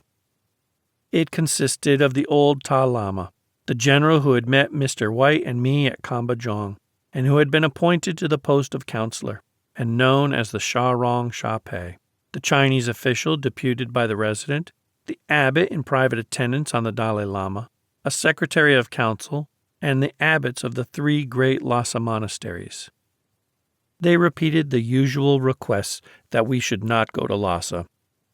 I reiterated my usual statements that we must go there. They said that if we would remain where we were, they would supply us with everything, of course, on payment. The Dalai Lama's private abbot made a special appeal on behalf of the religion of Tibet. I told him I was particularly interested in hearing his views on religion, but I trusted he would not object to my reminding him that while he was an eminent authority on religion, he had little experience of politics.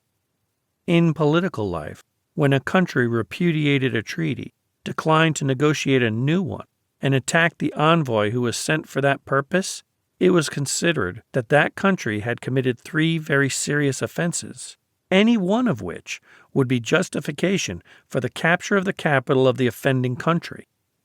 In the present case, out of consideration for the special sanctity of the city, we were prepared, if we encountered no opposition, to abstain from capturing Lhasa.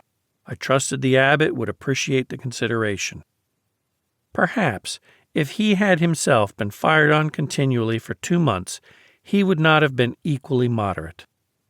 The abbot laughed, but remarked that they also had had to suffer. I promised the abbot to respect the monasteries. If they were occupied by soldiers, and we were fired at from them, as we were from the monasteries round Gyantse, we should, of course, have to attack them. But we did not wish to be obliged to resort to force, and as long as we were not attacked, we would prevent our soldiers from entering the monasteries. I would also see that soldiers and followers did not enter the city of Lhasa unless in attendance on an officer. The Srinagar Shapei asked me to give them a written agreement to this effect. I said I would, provided they would give me a written agreement that traders from the city would not be prevented from coming to sell things to the soldiers in camp, as the Gyantse traders had done. The Srinagar Shapei said that this would be impossible without the consent of the National Assembly. I told him that I could not in that case give them the written agreement, and I rose at once and closed the durbar. The final effort to stop us had failed, and on August 3, we set out on our last march. The eventful day, to which we had so long looked forward, had at length arrived. We marched up a well-cultivated valley 2 or 3 miles broad, bounded by steep snow-capped mountains, and with a rapid river as wide as the Thames at Windsor running through it. We passed numbers of little hamlets and groves of poplars and willows, and then we saw, rising steeply on a rocky prominence in the midst of the valley, a fort-like dominating structure with gilded roofs, which we knew could be none other than the Potala, the palace of the Dalai Lama of Lassa. The goal of so many travelers' ambitions was actually in sight. The goal to attain which we had endured and risked so much, and for which the best efforts of so many had been concentrated, had now been won. Every obstacle which nature and man combined could heap in our way had been finally overcome, and the sacred city, hidden so far and deep behind the Himalayan ramparts, and so jealously guarded from strangers, was full before our eyes. The terms. I have often been asked what were my feelings when I first saw Lassa, whether I was not filled with a sense of elation. I was filled with nothing of the kind. It was when I left Lassa that I really had all that feeling of intense relief and satisfaction which everyone experiences when he has set his heart on one great object and attained it. When I left Lassa, I had my treaty, and what I had always put at more value than the treaty itself, the goodwill of the people. When I arrived at Lassa, it was very doubtful if I should be able to get a treaty at all, and still more doubtful if I could get it with the goodwill of the people, without which any paper treaty would be useless. To negotiate a treaty with a people acknowledged by those who knew them best, the Chinese, the Nepalese, and the Bhutanese, to be more obstinate and obstructive, time was required. To break through the reserve of so exclusive a people, to make friends of men with whom we had just been fighting, still more time was essential. Yet it was just time that was denied me. I had pressed for it in June, but in too ineffectual a manner, and had been rebuffed. Though this was an avowed political mission, military considerations were allowed to preponderate. I could only stay in Lassa a month and a half or 2 months. We must be back before the winter. And thus tied, I had to set to work with all speed, but with the outward appearance of having the utmost leisure to negotiate the treaty. Hurried as I was, I had yet to assume an air of perfect indifference whether the negotiations were concluded this year, next year, or the year after. And irritated though I might be, I had above all to exercise as much control as I could possibly bring to bear to keep down any feelings of hastiness or exasperation which might ruin our chances of securing the eventual goodwill of the people. I had then too much before me and still too much anxiety in regard to the very important present to yet feel much elation on our first arrival at Lassa, and my chief thought was how to start the negotiations without showing in what a hurry I really was. Before, however, describing the course of the negotiations which were now to take place, I must give an account of the terms which I had been directed to make with the Tibetans, and the considerations on which these demands were based. Already, before I left Gyantse, I had received from the Government of India a copy of the dispatch dated June 30, containing their views on the terms which they had sent to the Secretary of State. I was to understand that the proposals contained therein had not yet been approved by His Majesty's government, but I was, without committing government, to ascertain how the Tibetan government would regard them. It was the terms contained in these proposals, with the exception of asking for the establishment of a regent at Lassa, of which I informed the Tongsa Penlop, and asked him, as I have mentioned previously, to communicate to the Dalai Lama. The first point on which the government of India laid stress in their communication to the Secretary of State was the acceptance by the Tibetans of an accredited British agent in their country, preferably in Lhasa itself. The arguments against such a measure were largely based on the declaration of His Majesty's government and on consideration of international policy. And apart from such considerations, the government of India declared themselves deeply impressed by the grave responsibilities which they must incur by placing a resident agent at the capital of Tibet. Still, they felt it in their duty reluctantly to assume the burden of that measure. His Majesty's government had already recognized the necessity of asserting the predominance of British influence in Tibet, and Lord Lansdowne had clearly appraised Count Beckendorf of our attitude in this matter. To establish such an influence, it was evident that we must now acquire something more practical than the nominal concessions acquired by the Treaty of 1890 as the fruits of our operations in 1888. Our experience then gained showed that we could not trust to our recent military successes leaving any lasting impression. It was difficult to avoid the conclusion that the best guarantee for the due observance of the new convention and for the adequate protection of our rights as the only European power limítrofe with Tibet must be that, in addition to the appointment of officers to watch over our commercial interests at the marts to be established in Tibet, we should demand the acceptance of an accredited British agent in Tibet. The place at which this agent should reside was a question on which opinions might easily differ, and it might, the Indian government thought, be left open until they were in possession of the fuller information that would be acquired after the mission had reached Lhasa. The arguments in favor of placing him at Lhasa were the following. Lhasa was the pivot of the religious and political life of Tibet. It was the seat of the Dalai Lama and his council, with whom we had to establish official relations. And it was the focus of the priestly influence, which we had to conciliate or overcome. It might be argued that it was undesirable to arouse the resentment of the Tibetans by requiring them to receive a representative of a strange race and a strange religion in the home of their most sacred associations. But after the manner in which for the past 15 years the Tibetans had repudiated their obligations and had derided the patience with which we had submitted to their insults, government believed that even should such a feeling exist, it might be better to face it than to allow of the misconstructions which would be placed upon the location of an agent at any place outside Lhasa. They saw, however, no reason why the presence of a resident agent in Lhasa should be a lasting source of irritation.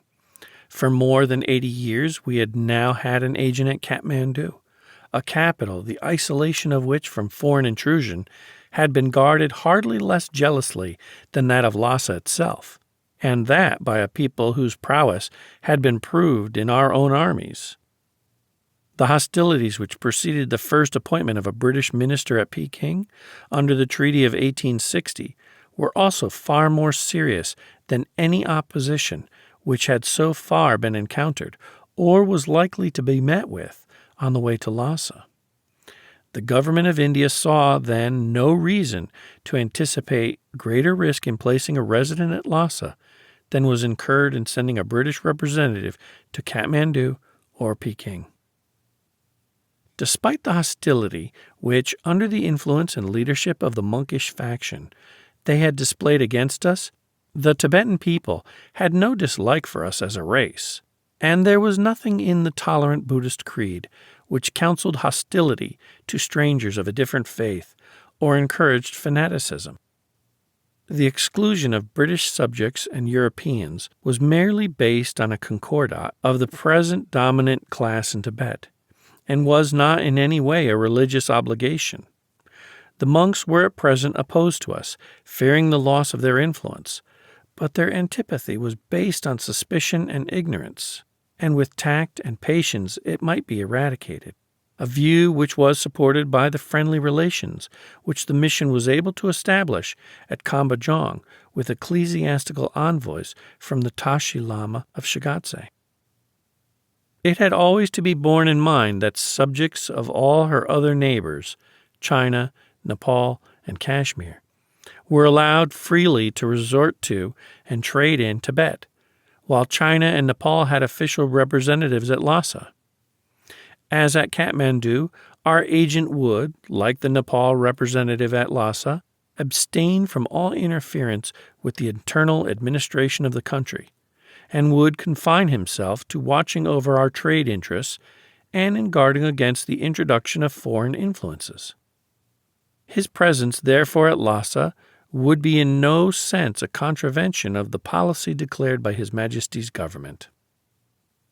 As to the objection which might be raised on the grounds of the difficulty of keeping open communications with the agent at Lhasa, the government of India contended that such an objection was based upon a misapprehension, and that there was no real difficulty, except on the southern side of the watershed, to such free passage to and from Tibet as might be necessary for the adequate support of a British representative, either at Lhasa or Gyantse. And our recent operations had demonstrated that, however great the physical difficulties of communications might be, they were not insuperable even at the worst time of the year. Moreover, the difficulties on the Indian side of the Himalayas would be obviated by a road through Chumbi, which they were examining, that ran down the Amochu to the plains of Bengal, avoiding the Jelapla. The government of India felt, then, that it was a necessity to have an agent at Lhasa, and they were quite willing to undertake the responsibility. That was the view of the responsible government on the spot. The imperial side of the question had still to be weighed, and of that the imperial government would be the judge. But in regard to that aspect, the government of India made the following observations.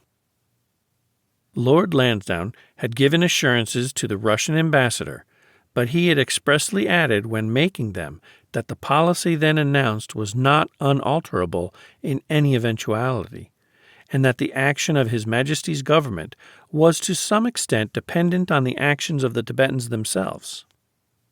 The government of India did not desire to depart from the declaration which Lord Lansdowne had made, that so long as no other power endeavored to intervene in the affairs of Tibet, no attempt would be made to annex it, to establish a protectorate over it, or in any way to control its internal administration. But they thought that recent developments might make it incumbent upon them to recommend to His Majesty's government a reconsideration of the opinion they had expressed in their telegram of November 6, 1903, insofar as it concerned the establishment of a permanent mission in the country.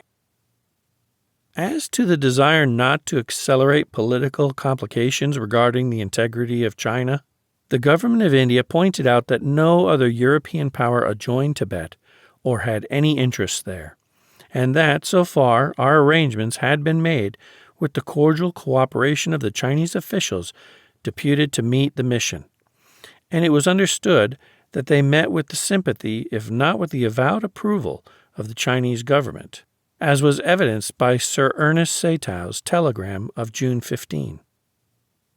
So much was urged by the government in regard to the establishment of an agent at Lhasa. The next cardinal point in the policy which they wished to recommend was the retention of the Chumbi Valley. They explained that this valley lay to the south of the main watershed, and was Indian rather than Tibetan in character.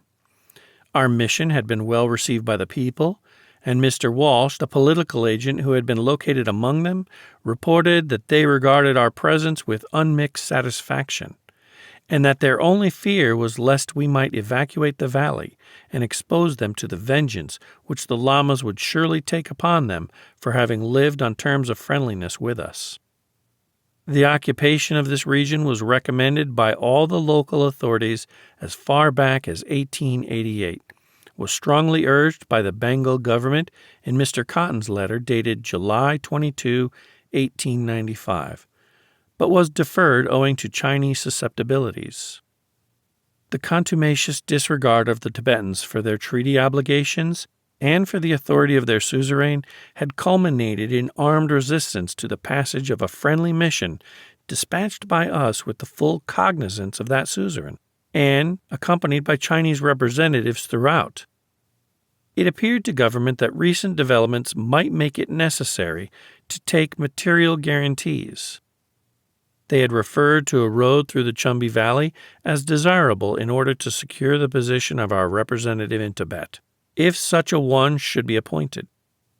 The route which was projected along the Amochu Valley would lead into the foot of the Chumbi Valley, and it was obviously desirable that it should continue under our control up to the point where it debouches onto the open plateau of Tibet beyond the Tangla. The opening up of such a route into Tibet proper must evidently be the precursor of any real development of trade, and, what was of far greater importance, it would provide one of the surest guarantees for the predominance of our influence and the safety of our agents in the country. It had been estimated that, if our forces had all left Tibet by October, the cost of the expedition would not be less than £648,000. The contingency of such an early withdrawal was remote, and it seemed probable that the operations necessary to assert our treaty rights and to exact reparations from the Tibetans would cost us not less than £1,000,000. The Indian government were, therefore, of opinion that, as a guarantee for the fulfillment of the convention, and as a security for the payment of the indemnity that they proposed to require, as well as in the interest of the people of the valley themselves, the occupation of the Chumbi Valley for such period as might be necessary for due protections of our treaty rights and international interests would become inevitable. The next point to be considered was this question of demanding an indemnity. Now that it had become necessary to send a regular military expedition to Lassa, government submitted that they had a good claim to be recouped the expense to which they had been put. It was obvious that the retention of the Chumbi Valley would not, from a monetary point of view, be an adequate return for the outlay in which they had been involved, and government thought it well to put forward a claim to compensation against the Tibetans. Further, they considered that, having regard to the recent attacks upon their mission at Gyantse, and as a measure calculated to increase the security of their representative in Tibet, they should follow the precedent of the demands presented by the Allied powers to the Chinese government after the events of 1900, and should insist on the razing of all fortified positions which might impede the course of free communication between our frontier and Lhasa, and on the prohibition of the importation of arms into Tibet, or their manufacture within the country except with their special permission. Finally, the government of India discussed what might be done if His Majesty's government declined to agree to the appointment of a representative at Lhasa. In that case, they would urge that a resident agent should be posted at Gyantse, whose functions would primarily be to supervise and maintain the trading facilities, which we must undoubtedly secure. Although the duties of such an agent would be mainly commercial, they would necessarily comprise that of seeing that the convention or treaty which we should eventually conclude with the Tibetan government was observed in all respects. The agent should therefore have the right of proceeding to Lhasa as occasion might require, to discuss matters with the Chinese Amban or with the high officials of the Dalai Lama. In making the terms of his appointment, government considered that the grounds and conditions of our self-restraint in this matter should be clearly indicated to the Tibetans.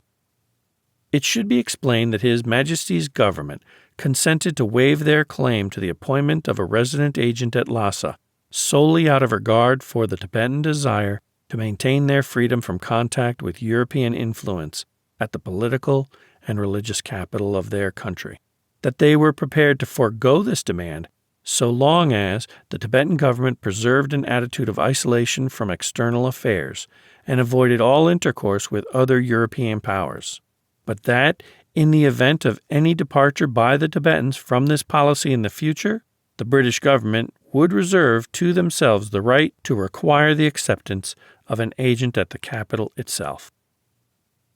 Government considered, however, that this alternative, the least which could be contemplated, was not calculated in the same degree to afford a guarantee of satisfactory results. An agent at Gyantse, though possibly in greater personal security, would probably not be in so good a position for knowing what transpired in political circles at Lassa. But whether or not a British agent was established in Tibet, government considered that recent events justified their requiring from the Tibetans and from the Chinese government a formal recognition of our exclusive political influence in Tibet, and an engagement that would not admit to Tibet the representative of, that they would cede no portion of Tibetan territory to, and that they would enter into no relations regarding Tibet with any other foreign power without the previous consent of the British government.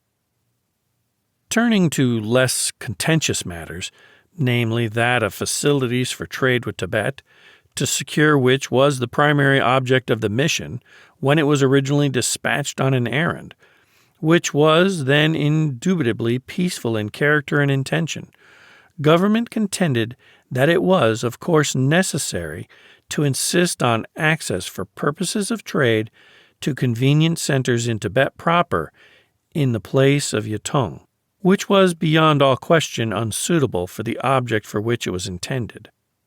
In central Tibet, present information led to the belief that the town of Gyantse provided the site which was best fitted to our requirements. And, in view of recent developments, they thought that it might be advisable to insist on the opening up to trade of the neighboring towns of Shigatse, the seat of the Tashi Lama, and also of Lassa itself, if a British resident should be posted to the capital. They considered, too, that the present opportunity should be taken for completing the road to the frontier, and of opening another market at Gartok, or some other convenient place in western Tibet, which, with its vicinity to Chinese Turkestan, might acquire considerable importance in the future. It would be useless at the present stage, the government of India thought, to enter into details of the draft convention, of the trade regulations, of the terms as to customs duty, of the arrangements in regard to mining rights and concessions which appeared to be necessary, and of the boundary settlement of the Sikkim and Garhwal frontiers, which stood for decision. These questions must first be discussed by their commissioner with the representatives of the Tibetan government.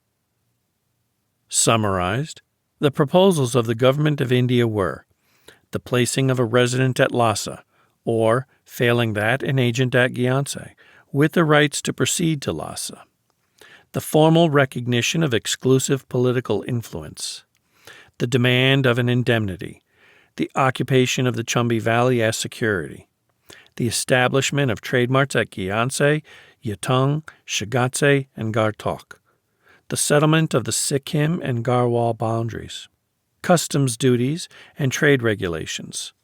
The amount of the indemnity to be demanded was not mentioned in the dispatch, but in a telegram to me giving a summary, which was also sent to the Secretary of State on June 26. It was suggested that it should be £100,000 for every month from the date of the attack on the mission at Gyantse until 1 month after the signature of the convention. These proposals appeared to His Majesty's government to be excessive, and after some telegraphic communication with the government of India, the Secretary of State telegraphed on July 26 the terms which might be named to the Tibetans, and which the government embodied in a draft convention which they afterwards sent to me. Neither at Lassa nor elsewhere was a resident to be demanded.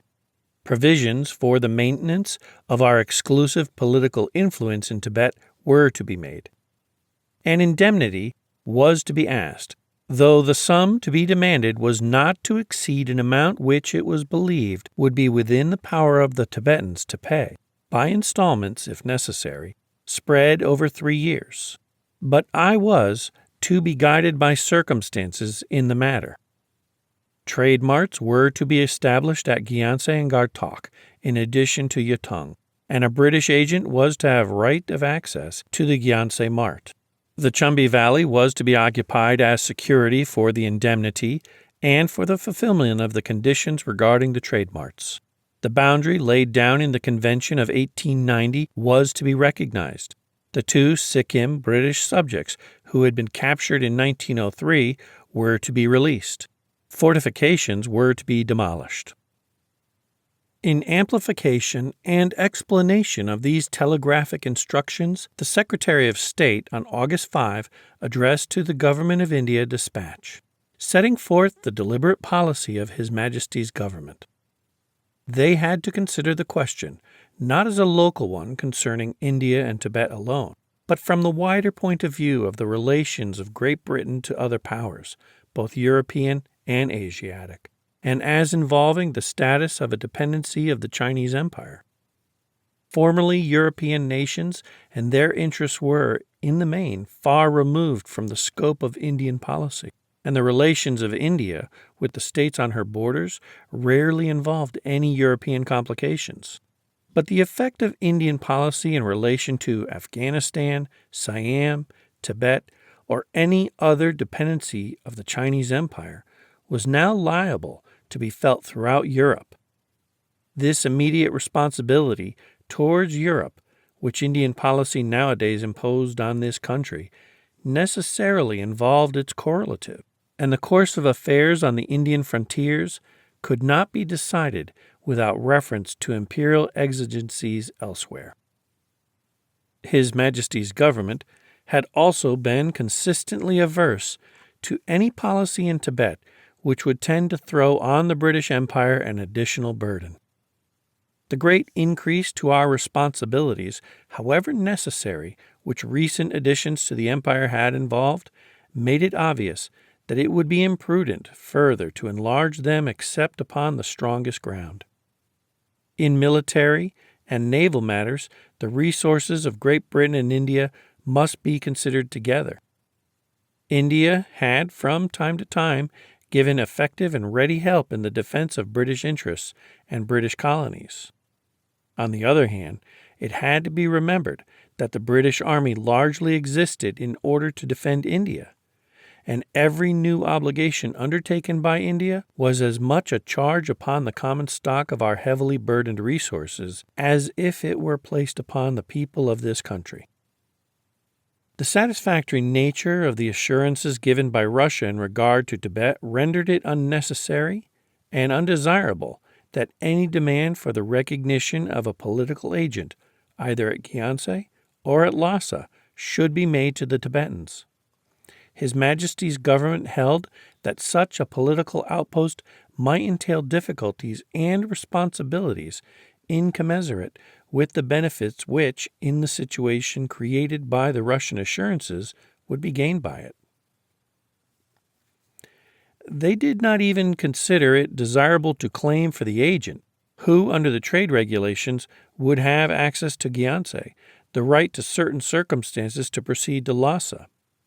The effect of this proposal, they considered, would be to alter the character of the duties of the agent, which, it was intended, should be essentially commercial, and to assimilate them to those of a political resident. As regards the amount of the indemnity, continues the dispatch, our ignorance of the resources of the country make it impossible to speak with any certainty. The question, in the circumstances, must be left to the discretion of Colonel Younghusband.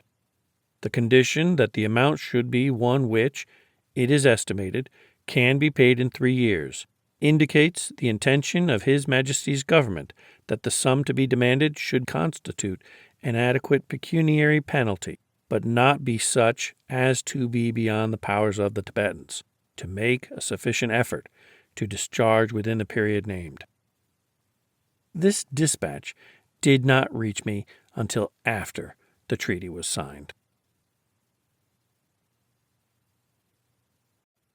The negotiations. The very day we arrived at Lhasa, I made a commencement at negotiating a treaty based on the terms set forth in the preceding chapter. I had already, before I left Gyaltsen and before government had made up their minds as to the terms which should be asked, told the Tongsa Penlop informally what we were likely to ask, so that the Tibetans might have a rough idea of our demands.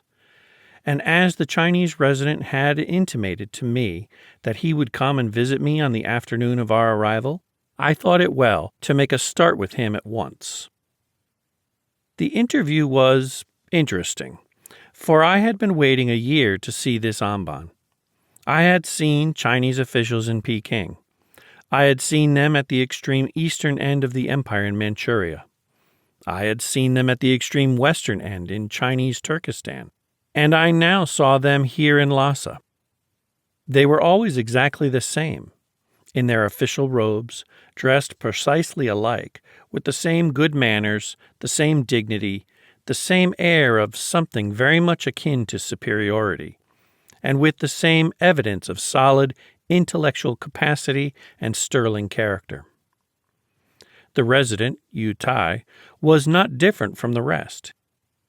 He was not indeed strikingly clever, and I did not see him at his best, for the recalcitrance of the Tibetans had put him in a most humiliating position, which he must have felt, or he would not have paid me a visit before I had visited him.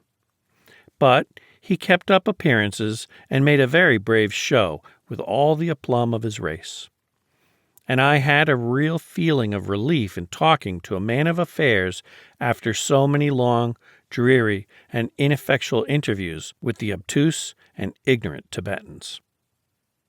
I received him as indeed I had received the Tibetans all through, at official interviews, in full dress uniform, with all my political staff in similar dress. He made the usual polite inquiries, and then said that he wished to work with me in effecting a speedy settlement with the Tibetans. He had hoped to meet me before, and had hastened to Lhasa at unusual speed, but the Tibetans had refused to furnish him with transport, and he had therefore been unable to proceed beyond Lhasa.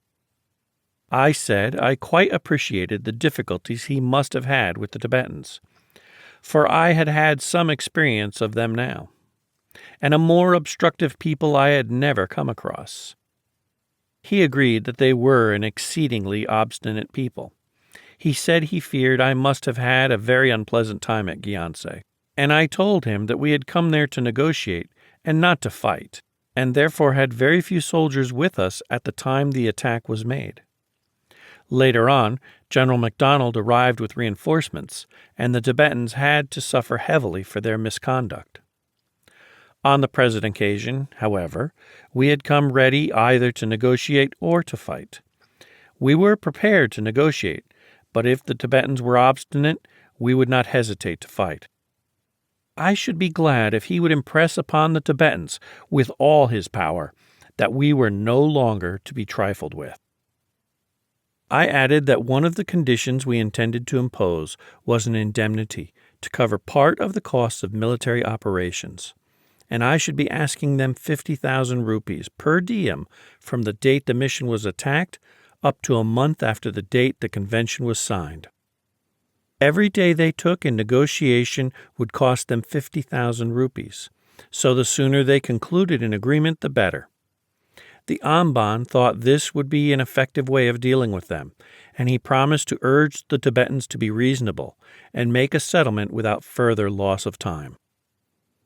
The resident made a special present of food to the troops, and he had already, at my request, collected 2 days' supplies.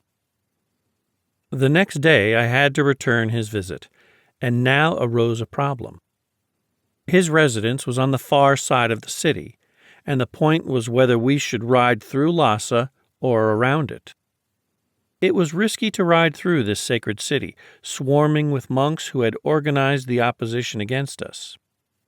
We had been so recently fighting against them that we could not be sure of their attitude. Peace was not yet concluded, and they had shown no signs so far of really negotiating, but had, on the contrary, been doing their best to stave us off from Lhasa. So, our reception was uncertain, and if anything happened to us, the matter-of-fact, common-sense person at home would, without compunction, have criticized me for running the risk without any necessity. But, from my point of view, there was a necessity. All this trouble had arisen through the Tibetans being so inaccessible and keeping themselves so much apart. And now I meant to close in with them, to break through their seclusion, to brush aside their exclusiveness, and to let them see us and us see them as the inhabitants of the rest of the world see each other. And I meant to make a beginning at once. So I determined now, on the very first day after our arrival, to ride right through the heart of the city of Lassa. The Chinese resident sent his bodyguards with pikes and three-pronged spears, and many banners to escort us. And of our own troops, I took 2 companies of the Royal Fusiliers and the 2nd Mounted Infantry. 2 guns and 4 companies of infantry were also kept in readiness in camp to support us at a moment's notice. Many a traveler had pined to look on Lhasa, but now we were actually in this sacred city. It was, except for the Potala, a sorry affair. The streets were filthy dirty, and the inhabitants hardly more clean than the streets. The houses were built of solid masonry, but as dirty as the streets and the inhabitants, and the temples we passed, though massive, were ungainly. Only the Potala was imposing. It rose from the squalid town at its base in tier upon tier of solid, massive masonry, and without any pretense at architectural beauty or symmetry, was impressive from its sheer size and strength and dominating situation. We passed numbers of clean-shaven, bare-headed monks from the great monasteries round, one of which alone held 8,000. They were a dirty, degraded lot, and we all of us remarked how distinctively inferior they were to the ordinary peasantry and townsmen we met. The monks, as a rule, looked thoroughly lazy and sensual and effete. The countrymen and the petty traders in the town were hardy, cheery people, and as we rode through the city really paid very little attention to us. The resident with his staff received me in the usual pagoda-shaped Chinese official residence. He again referred to the obstinate and insubordinate attitude assumed by the Tibetans, and said that in eastern Tibet they had given the Chinese a great deal of trouble. I expressed my opinion that the Tibetans were grossly ungrateful, for they owed much to the Chinese, and certainly after the Sikkim campaign, they would not have come off so easily in the ensuing settlement if the Chinese had not interceded on their behalf. It was merely on account of the friendly feeling we entertained towards the Chinese that the settlement we then made was so light. Now, however, they had repudiated the settlement which the Amban had made on their behalf, and had otherwise offended us. The new settlement would, of course, be more severe, and I should be greatly obliged if the Amban would make them understand from the start that the terms which I was going to demand from them would have to be accepted. The Amban asked me if I would give him the terms. I replied that if he would send over one of his secretaries to Mr. Wilton, he would inform him of them and explain them to him, and the Amban and I could then talk the matter over at an early opportunity. I then asked the Amban if he would get the Tibetans to depute 2 or 3 representatives for the special purpose of negotiating a settlement with me. A variety of delegates had been sent to meet me on the way up, but it was desirable that the same men, without change, should continue to negotiate with me till the settlement was arrived at. The Amban promised to arrange this. After apologizing for intruding business matters into the conversation during my first visit to him, I took leave of the Amban and returned to camp by a detour through the heart of the city. 2 of the counselors, with 2 secretaries, called upon me on the following day with 280 coolie loads of tea, sugar, dried fruits, flour, peas, and butter, and bringing also 20 yaks, 50 sheep, and 1,500 rupees in cash. With the object of getting into the next best house in Lhasa, I made a pretense of wishing to go into the Dalai Lama's summer palace, which was in the plain close by, and eventually arranged that the house of the first duke in Tibet should be at my disposal. This would contain the whole of my staff, as well as an escort of 2 companies, and was therefore, both for purposes of possible defense and also for receptions, much more suitable than a camp in the open plain. I had now got into touch with both the Chinese resident and the highest Tibetan officials, and I was also on the same day, August 5, to see the 2 men who were eventually to be of the greatest help to me as intermediaries. The Nepal representative, who was permanently stationed at Lassa, and the old Tongsa Penlop of Bhutan, who had just arrived from Gyantse. Captain Jit Bahadur had been many years in Lassa, and was much respected. He had very courteous manners, and was much more quick and alert than the Tibetans. He had orders from his government to give me every assistance, and no one could have been more helpful.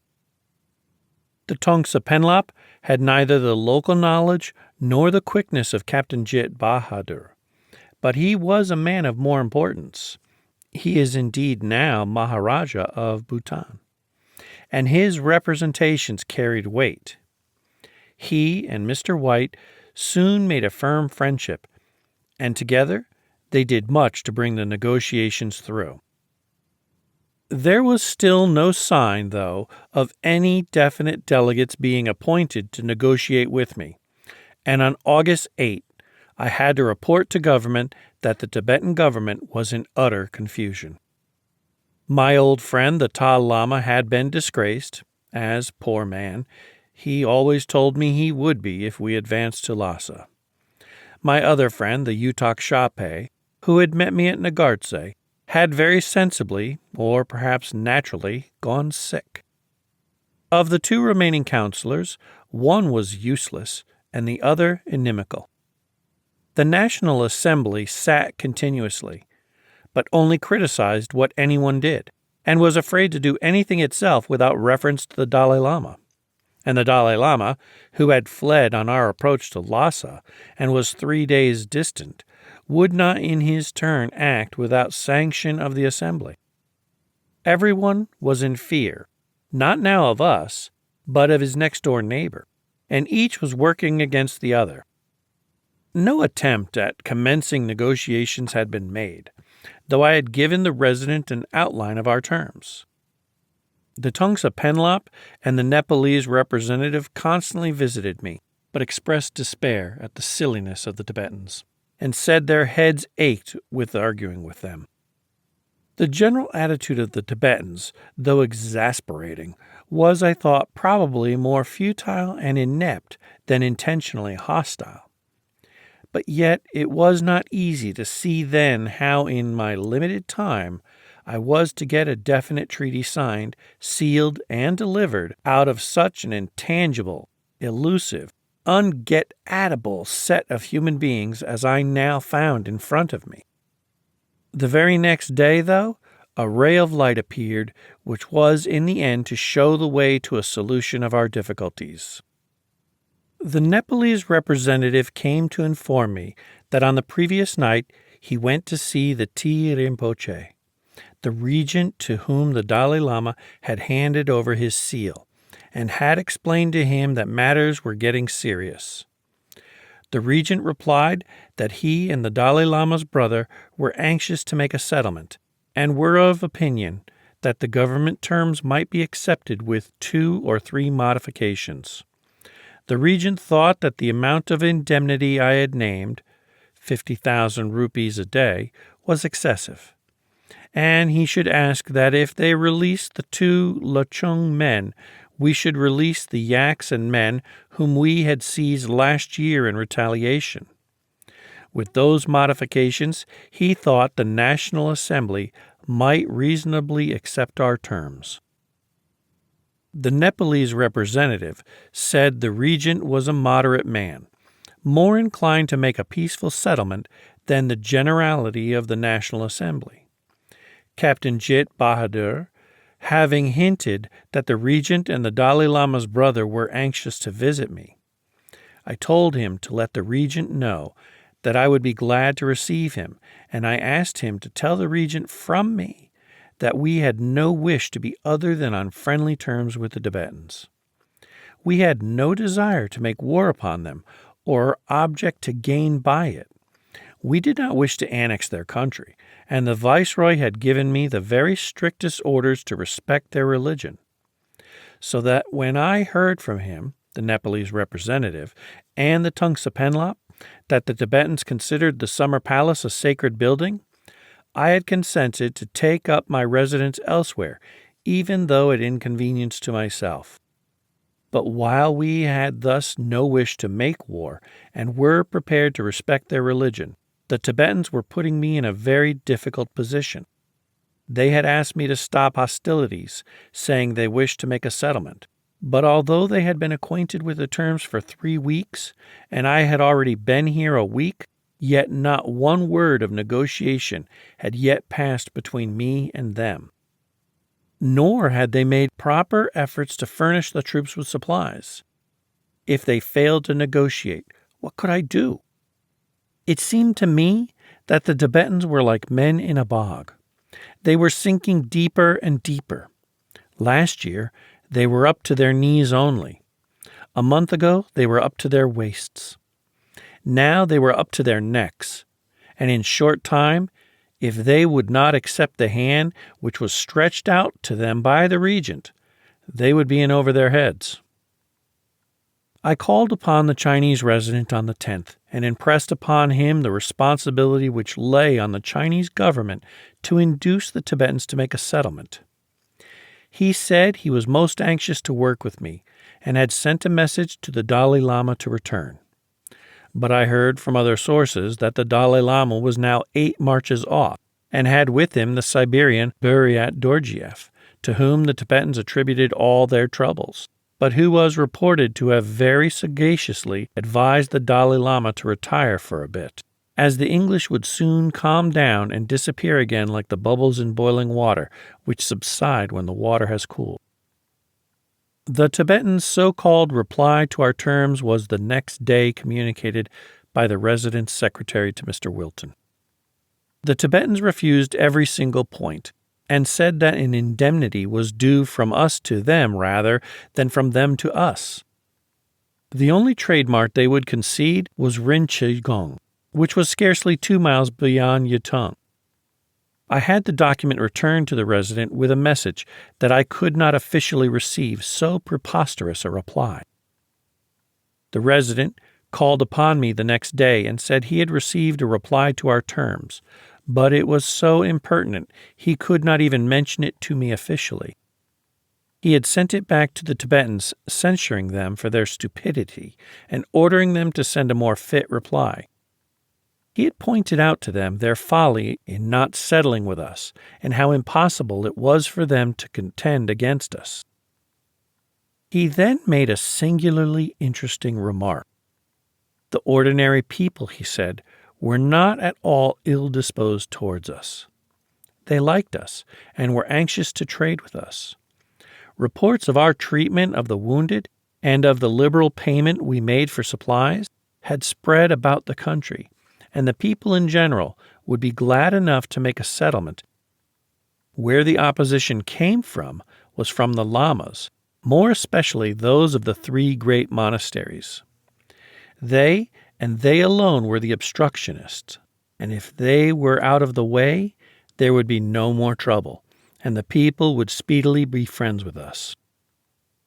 I told the Amban that this was extremely interesting and gratifying to hear, and that what he had said entirely bore out my own conclusions. It made me all the more sorry that so many of these poor peasants with whom we had no quarrel, and who only wished to be friendly with us, should have been killed, and this was one consideration which was restraining us from fighting now. I had on several occasions during the recent fighting gone round the dead Tibetans, and invariably found that they were peasants. A lama was never seen. If we could be quite sure that the originators of all this fighting would fight themselves, I was not sure that we would have been so ready to suspend hostilities. Before the close of his visit, I asked the Amban if the Nepalese and Kashmiris kept on good terms with the Tibetans here. He replied that they got on well enough with the ordinary people, but avoided the lamas, as contact with them was liable to lead to trouble. He added that the Nepalese representative had been ordered by the Prime Minister of Nepal to advise the Tibetans to be reasonable and come to a settlement with us, and to tell them that the British respected the religion of others and would not interfere with theirs. I said I had heard of this, and if the Tibetans had only followed this good advice, which was given a year ago, we might have settled up everything at Kambajong. What the Prime Minister of Nepal had said about the tolerance of other religions was perfectly true. We had many millions of Buddhists under our rule, about 200 million Hindus, and 70 million Mohammedans. The Tibetan fear that we would interfere with their religion was altogether unfounded. The Amban replied that they were so jealous of their religion that they tried to prevent even Chinese Buddhists of other sects from their own from entering Tibet. On August 13, Tu Sha-Pes, the Dalai Lama's private abbot, a secretary of council, and the accountant general paid me a formal visit. I remarked that the Amban had told me that they had drawn up a document which they had presented to him as a reply to our terms, but which was so impertinent that the Amban had said he could not even mention it to me officially. The deputation replied that they were really anxious to make a settlement, and the document they had presented to the Amban merely represented their views, and was not intended as a reply to me. Their idea was to give the Amban their opinion, and he would give orders upon it. I asked them whether they were prepared to obey the orders of the Amban. They said that if the Amban gave orders acceptable to both them and him, they would obey. I asked them if by that they meant that they would obey his orders if they liked them, but would pay no attention to them if they were not according to their taste. They replied that their idea was that the Amban should act as a sort of mediator.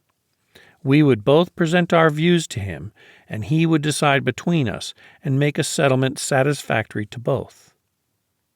When they had stated their case to him, they had no intention to be impertinent. They were a small people and ignorant of the ways of great nations. They thought that if they asked much at first, they might not obtain all they asked, but would obtain a part. I told them I had already warned the Amban that I was not here to act the part of a merchant in the bazaar and haggle over terms. When I arrived at Kambajong last year, I had indeed then been prepared to discuss the terms of a settlement, and by give and take arrive at a mutually satisfactory agreement. I had, for instance, announced that we were prepared to concede the Gyagong lands to them if they showed themselves reasonable in regard to trade concessions elsewhere. But they had declined to negotiate and had chosen to fight. They had been beaten and had no further means of continuing the struggle against us. They must therefore accept our terms or expect us to take still further action against them. The terms we were now asking were extremely moderate, but if we were compelled to undertake more military operations, they would have to be made much more severe. They begged me to be more reasonable and to discuss things more quietly. They said they were accustomed to talk matters over at great length. They hoped that the resident would be able to persuade me to be more considerate, and they suggested that I should ask the viceroy to let me demand easier terms from them. I reminded them that they had been aware of the terms for 3 weeks now, and I had been ready on the way up here to explain them to them. I had now been 10 days at Lassa. They had not yet come to talk to me about them, and I had heard from the resident that so far from showing any inclination to agree with them, they had written about them in very impertinent terms. They must not be surprised, therefore, that my patience was exhausted. The terms which I had shown them were issued by command of the British government, and no reference to His Excellency the Viceroy would have the slightest effect in modifying. The next day, I had a much more interesting interview. The Tea Rinpoche himself came to see me. He was the chief doctor of divinity and metaphysics of Tibet, and was an old and much respected Lama, to whom the Dalai Lama had left his seals of office, and whom he had appointed regent. He remembered seeing Hook and Gabbett as a boy, and he was a cultured, pleasant-mannered, amiable old gentleman, with a kindly, benevolent expression. He was accompanied by the Nepalese representative, and brought with him a present of gold dust and some silk from the Dalai Lama's brother. After some polite observations, he asked me whether we English believed in reincarnation. I said we believed that when we died our bodies remained here, and our souls went up to heaven. He said that might happen to the good people, but where did the bad people go to? I replied that we had no bad, we were all good. He laughed and said that, at any rate, he hoped that both of us would be good during this negotiation.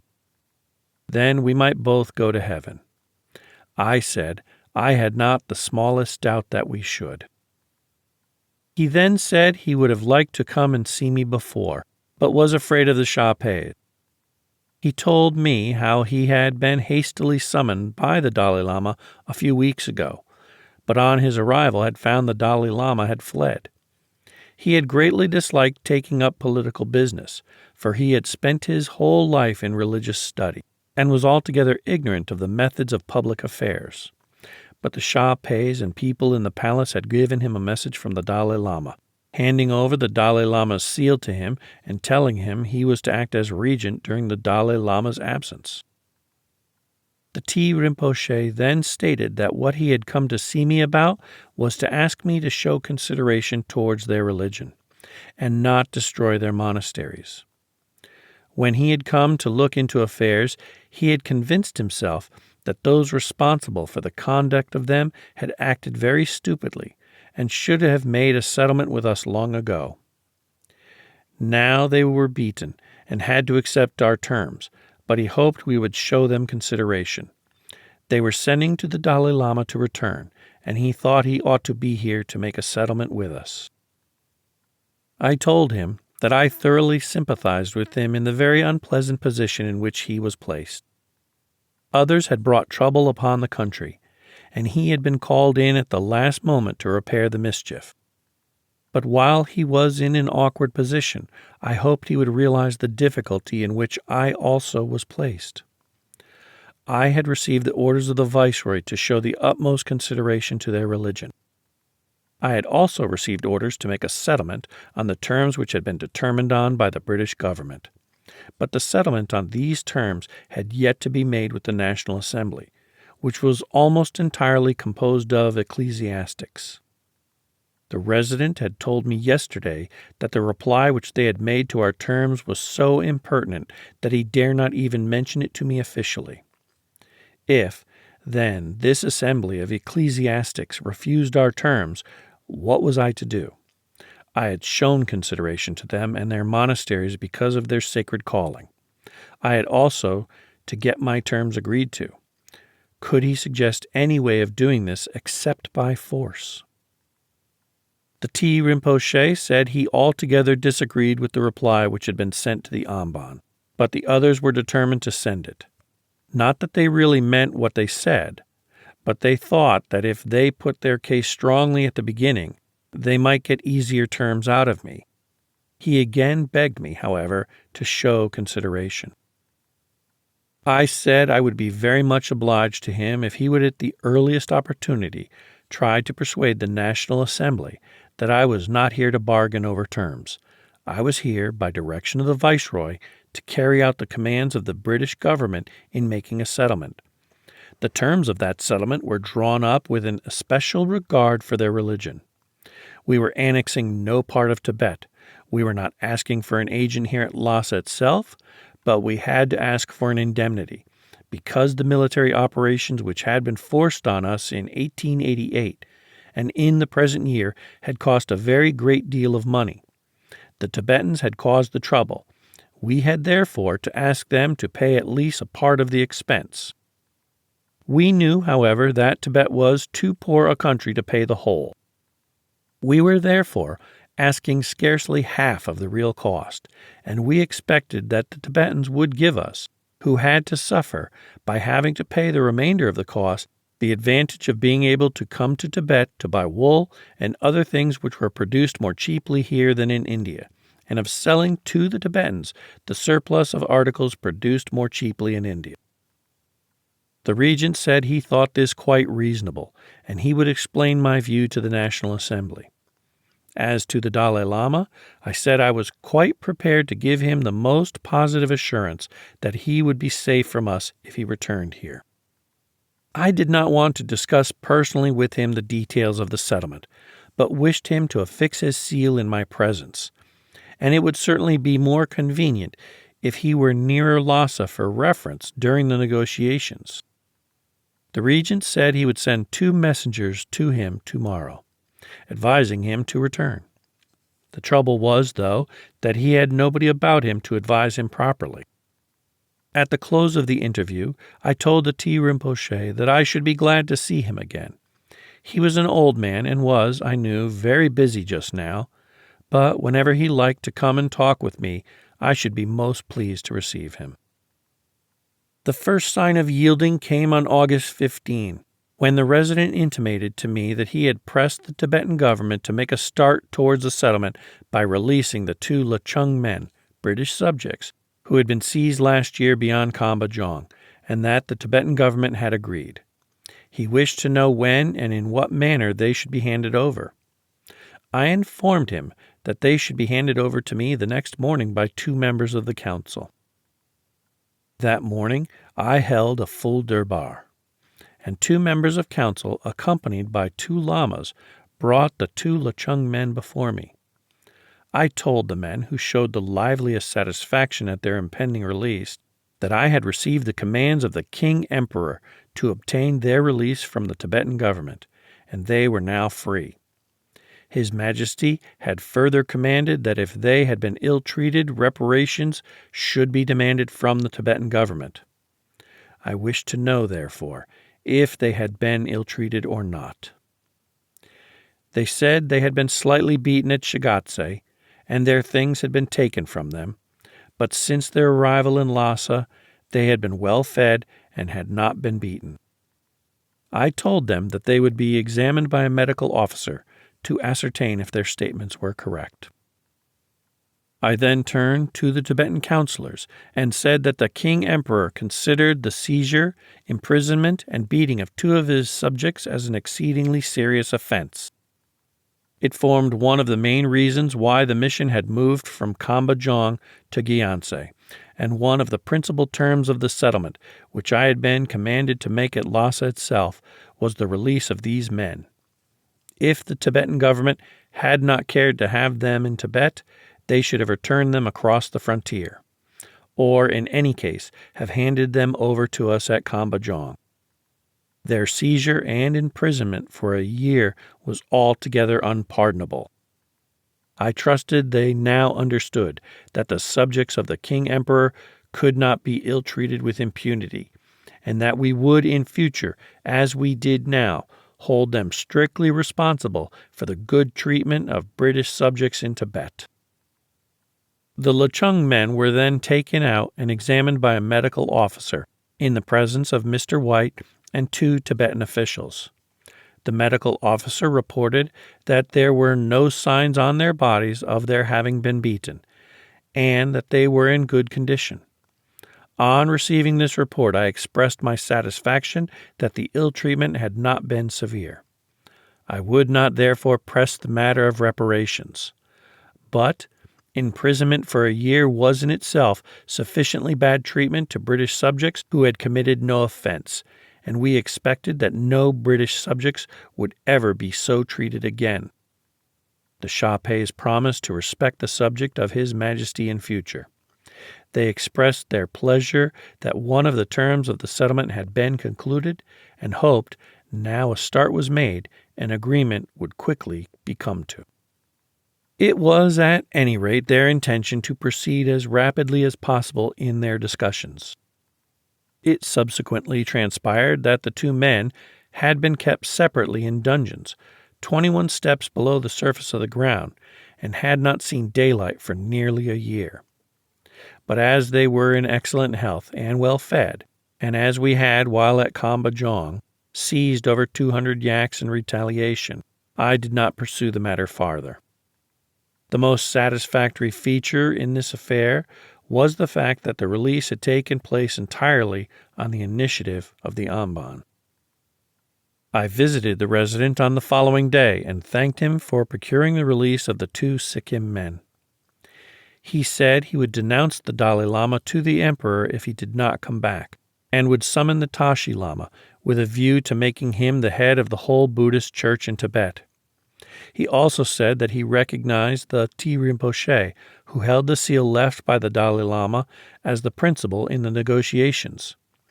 This was a decided advance, though it had taken a fortnight of my precious 6 weeks to make, and I was also able to report to government that the general situation was certainly improving, that supplies, which at first we had only been able to secure by the threat of force and by surrounding a monastery, were now coming in steadily, and people were showing growing confidence, while even the National Assembly were slowly giving way, and the party in favor of settlement were increasing in influence.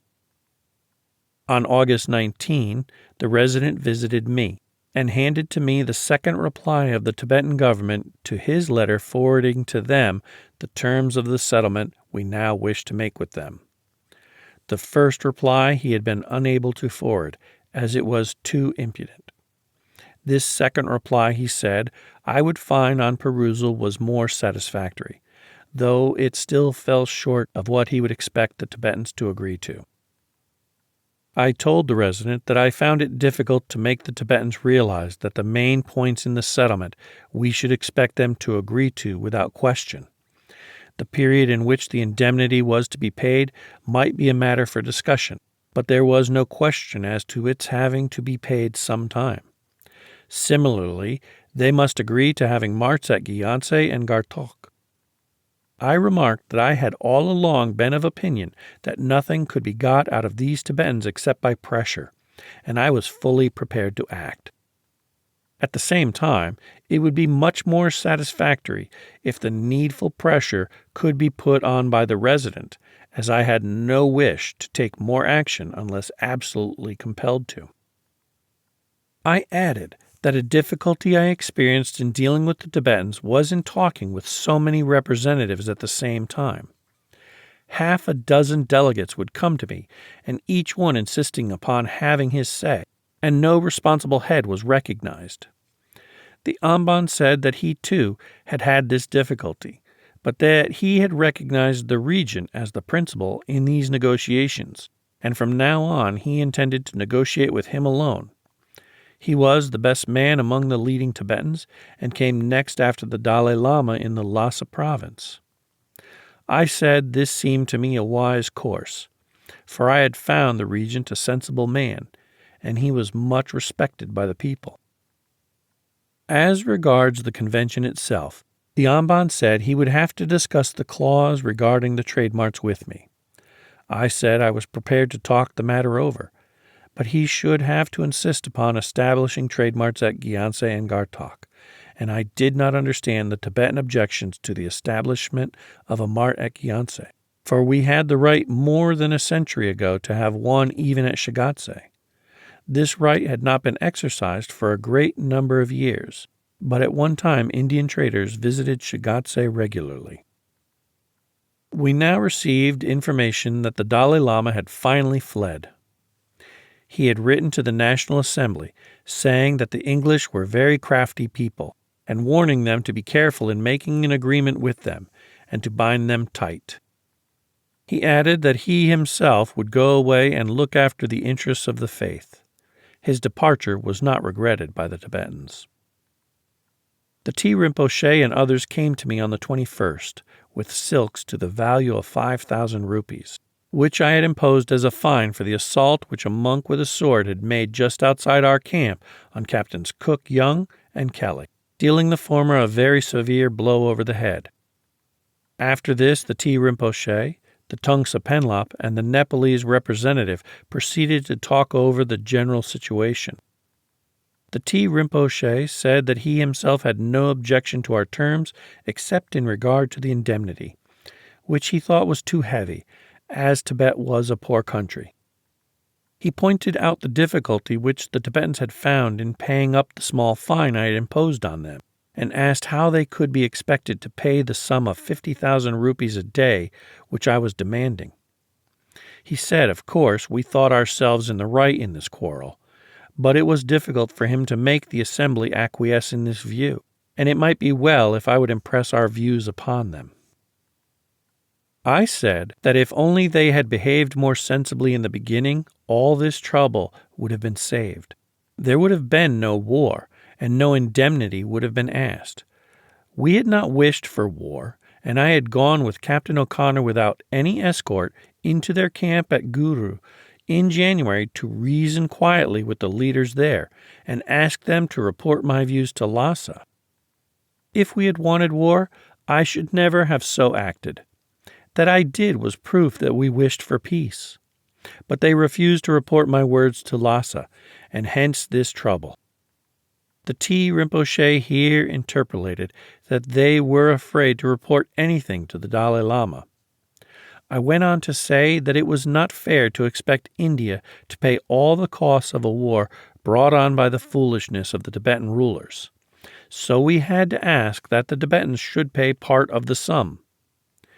Yet, even now, we were not asking for more than half of the whole cost. I was demanding 50,000 rupees a day from the date of the attack on the mission till a month after the date on which the convention was signed. The Tea Rinpoche would note that I was not asking payment from the date of the Guru fight, because that fight might have been due to mere foolishness on the part of the leaders, but from the date when the Tibetans deliberately attacked the mission at Gyantse, after I had repeatedly notified that I had come to negotiate. From that date, therefore, we expected them to contribute to the cost of the military operation. The Tea Rinpoche had said that the Tibetans had very little cash. If that was so, I was prepared to consider the question of extending the period in which the payment of the indemnity could be made. I would also consider whether some of it could not be paid in kind to the trade agents in Gyantse and the officer commanding in Chumbi. The Tea Rinpoche said he wished the settlement with us to be fully completed now, so that we could have it over and be friends. But if the Tibetans had to go on paying us an indemnity for some years after, the raw would be kept up, and friendship would be difficult. I replied that if they would now at once pay the indemnity, we should be only too glad. But in any case, we would not on our side harbor any ill feelings towards the Tibetans, with whom we had no other desire than to live on terms of friendship. The Tongsa Penlop then said that Tibet, Nepal, and Bhutan were bonded together by the same religion, and all bordered on India. They ought therefore to look on England as their friend and leader. The English had no wish to interfere with them, but did not like anyone else interfering. They ought to stand together, therefore, for if one was hurt, all were hurt. They could rely, however, on their big neighbor England to help them in time of trouble if they kept on good terms with her. The Nepalese representative agreed with the Tongsa Penlop that all four countries should be on terms of friendship with one another, and that Tibet, Nepal, and Bhutan should always preserve good relations with their neighbor England.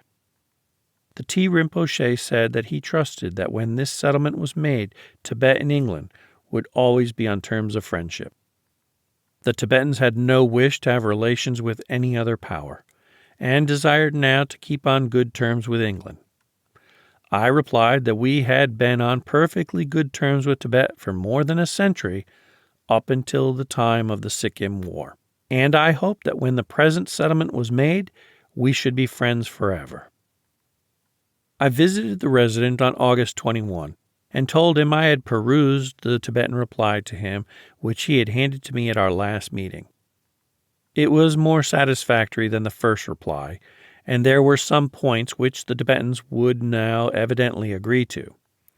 I proposed then that we should get these points settled first and out of the way, so as to make a start, and then work on the more contentious clauses.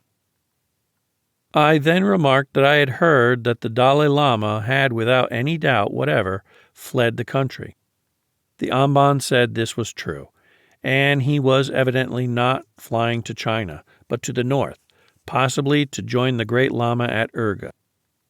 I said he would hardly be flying to China, for he would surely have obtained the Amban's permission to proceed to Peking, and at least have informed him of his intention.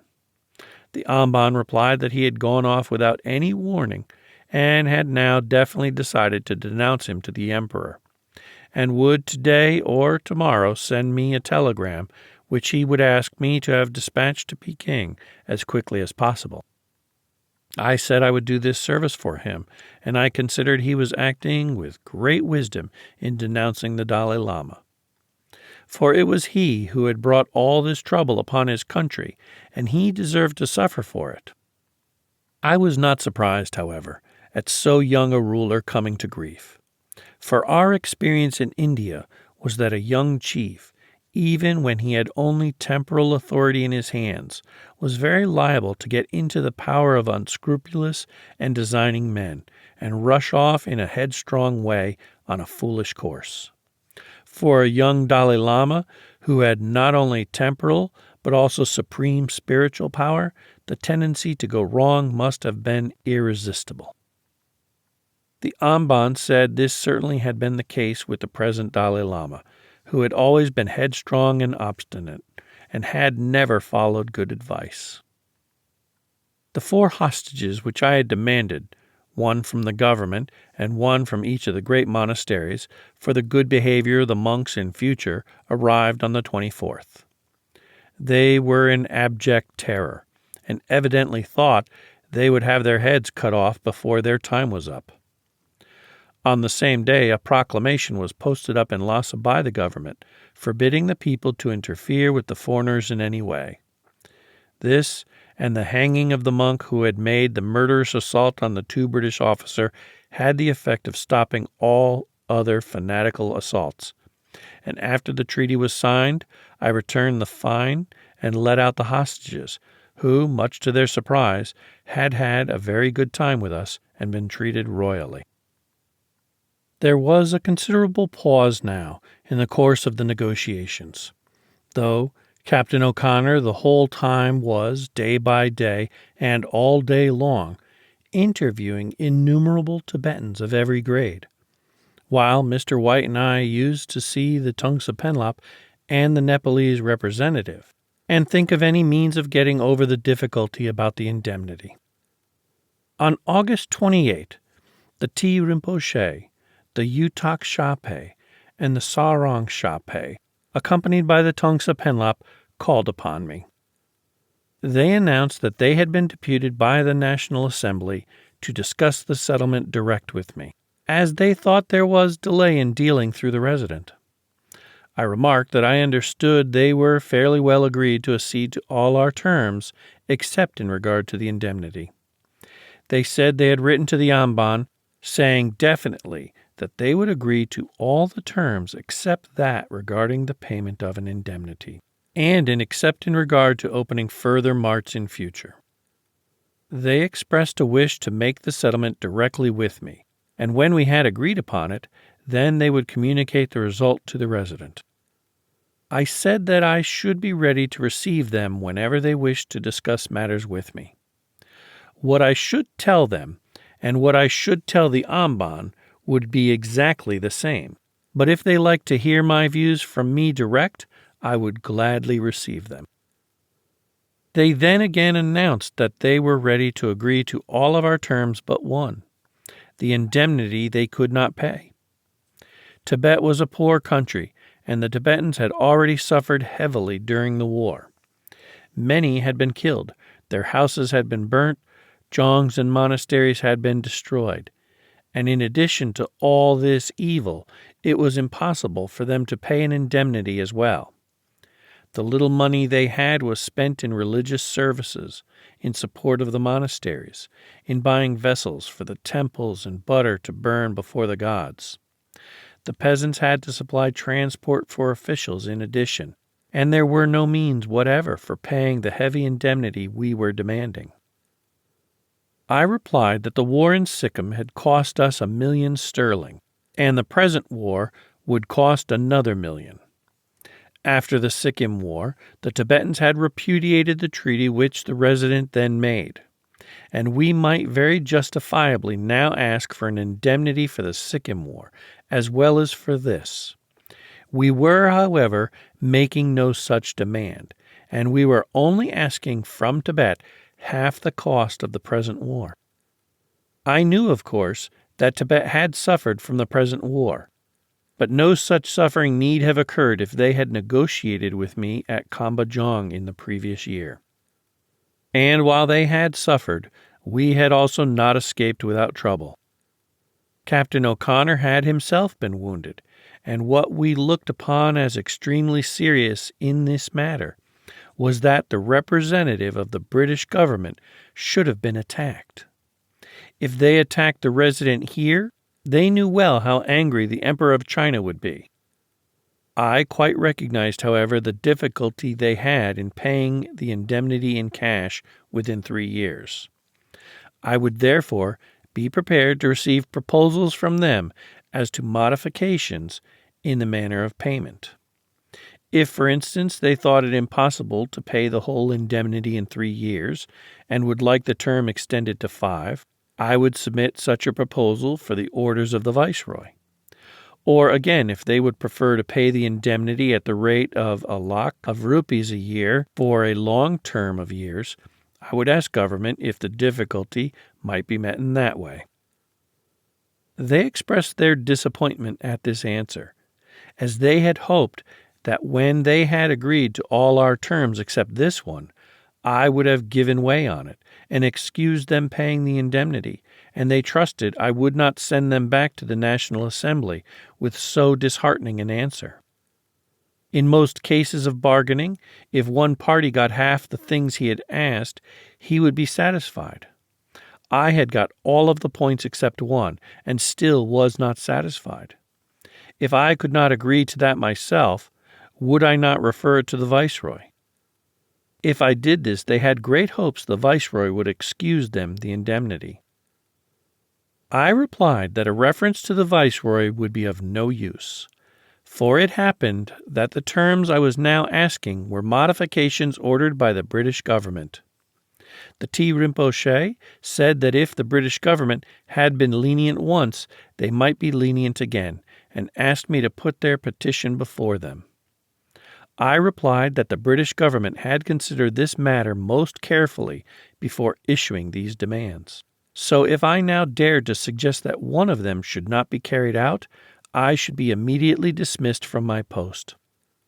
I was prepared, as I had said, to submit proposals for alternate methods of payments of the indemnity, and I would be also prepared to submit proposals for privileges of concession in Tibet which might be taken in lieu of part of the indemnity.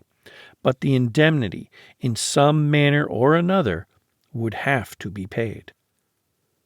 The Sarong Shape said we were accustomed to fish in the ocean, and did not understand that there were not so many fish to be got out of a well as could be caught from the ocean. A field could only yield according to its size and the amount put into it. A poor peasant got only just enough from his field to support himself and his family, with a very little over for religious offerings. It was hard, therefore, that we should demand so much from Tibet, and the National Assembly would be very much disheartened at the result of this interview. I replied that what they had agreed to was what cost them nothing, and was indeed to their advantage. The opening of trade marts would in reality prove of more benefit to them than to us. The only thing that really cost them anything they were consistently refusing. Even on that point, I was prepared to make it as easy for them in carrying out as possible, and I could not acknowledge that they had any cause for complaint. The Tongsa Penlop said that he hoped I would take into consideration the suffering the Tibetans had already gone through, and, if I could, lay the matter before the Viceroy. I told the Tongsa Penlop that I was always glad to hear suggestions from one who had proved himself so staunch a friend of the British government, and if he could think of some way which would save India from being saddled with the cost of this war, and at the same time not weigh too heavily upon the Tibetans, he would be doing a service which would be appreciated by both the government of India and the Tibetans. I now came to the conclusion that the Tibetans were trying to make dissension between the resident and myself. So I asked the Amban when he next came to see me to bring the Tibetan members of council with him. He came on the 30th, accompanied by the acting regent and 3 members of council. I told him that we had had some misunderstanding with the Tibetans as to what precisely they did and did not agree to. They had informed me on a previous occasion that they had sent him a written agreement to accept all our terms except that regarding the indemnity. I proposed, therefore, on this occasion to ascertain from them precisely what did they agree to point by point. I then addressed the Tibetans in regard to Clause 9, which was the one I understood they had least objection to. I explained to them that by it we had not the least desire to supplant China in the suzerainty of Tibet. The Chinese suzerainty was fully recognized in the adhesion agreement, which it was proposed the resident would sign on behalf of the Chinese government, and China was not included in the term foreign power. We were not placing a British resident here at Lassa, and we were not asking for any railway or other concessions. What we asked in this clause was merely what was in accordance with their traditional policy. Did they agree to the clause? They replied that they did not want to have anything to do with foreign powers. They would therefore be able to agree to it. The clause regarding the raising of fortifications was then discussed, and they began to raise objections. But I cut them short by observing that all the fortifications named were in our hands and would be destroyed whether they agreed or not. The clause had been drafted by government before the fortifications were in our possession. Their agreement was, therefore, merely a formality. They said in that case they would agree. We then discussed at length the clause relating to the opening of new trade marts. They had an idea we wished them to make a road from Gyantse to Gartok, and to make big roads by blasting. I assured them that all we wanted was that the roads from the frontier to Gyantse and from the frontier to Gartok should be kept in repair. We did not expect new roads to be constructed by them, but existing roads kept suitable for trade purposes. The sentence regarding the opening of more trade marts in future they strongly objected to. I pointed out, however, that we were merely asking them to consider this, not to decide on it now. I said we might reasonably have now demanded a mart here at Lassa itself and in 6 other places, and I could not permit them to refuse merely considering the question of future extension. The resident added that their objections were frivolous, and trade marts were to their advantage. To the establishment of marts at Gyantse and Gartok they agreed, and the discussion having now lasted 2 hours, and I having told the Amban that we had done about as much as it was possible to do in one day, he dismissed them. The next day, the Tea Rinpoche and the Tongsa Penlop and the Nepalese representative came to see me. The Tea Rinpoche said there was a good deal of opposition to the clause regarding opening other trade marts in future. The Tibetans did not wish to be bound by anything in regard to the future. I said it was really the least important sentence in the whole convention. It secured nothing definite for us. It did not say, for instance, that after 10 years a third trade mart should be opened, but merely that the matter should be considered. Now, however, that the matter had, in the last official interview with the Amban, been put forward in official discussion by the Tibetan Council, I was bound to maintain the sentence. While I did not expect that they should now accede to the future opening of trade marts, I could not accept their refusal to open them. The matter must remain, as stated in the draft convention, one for future consideration. The Tea Rinpoche then again dwelt upon the impossibility of paying what he considered so heavy an indemnity. He said, laughing, that we must remember the losses which not only we, but their own troops had inflicted on the country. I repeated my old argument as to the unfairness of saddling India with the whole cost of a war necessitated by the folly and stupidity of Tibetans. It was bad enough to impose on India half the cost, but anything more than that would be a great injustice. The Tea Rinpoche said that we were putting on the donkey a greater load than it could possibly carry. I replied that I was not asking the donkey to carry the whole load in one journey. It could go backwards and forwards many times, carrying a light load each journey. The Tea Rinpoche laughed again and asked what would happen if the donkey died. I said I should ask the resident to see that the donkey was properly treated, so there should be no fear of its dying. Dropping metaphor, I told the acting regent I was really quite prepared to receive proposals as to easier methods of paying the indemnity. If, for instance, they could not pay the full amount in 3 years, I would receive and consider proposals as to paying in a larger number of years or any other reasonable proposal. The Tea Rinpoche replied that the Tibetans disliked the idea of prolonging the time during which they would be under obligation to us. They wanted to settle the business up at once and have done with it. I asked him if, in that case, he had any other suggestions to make. He made none, but the Tongsa Penlop suggested to him that the Tibetans should let us collect the customs duties at the new trade marts and get the amount of the indemnity from that source. The Tea Rinpoche said that, while he personally saw the wisdom of agreeing to our terms, he could not persuade the National Assembly to be reasonable. I said I quite saw that he was more sensible than the National Assembly, and that he was doing his best to bring them to reason. When, therefore, I used hard words and employed threats, he must consider them as directed at the stupid, obstructive people and not at himself personally. The treaty concluded. We are now at the end of August. My time was very short, and I was in an awkward predicament. On the 30th, I had telegraphed to government that the Tibetans, in spite of their protests of poverty, could really pay the indemnity, but that I thought trade concessions in lieu of a portion would be preferable.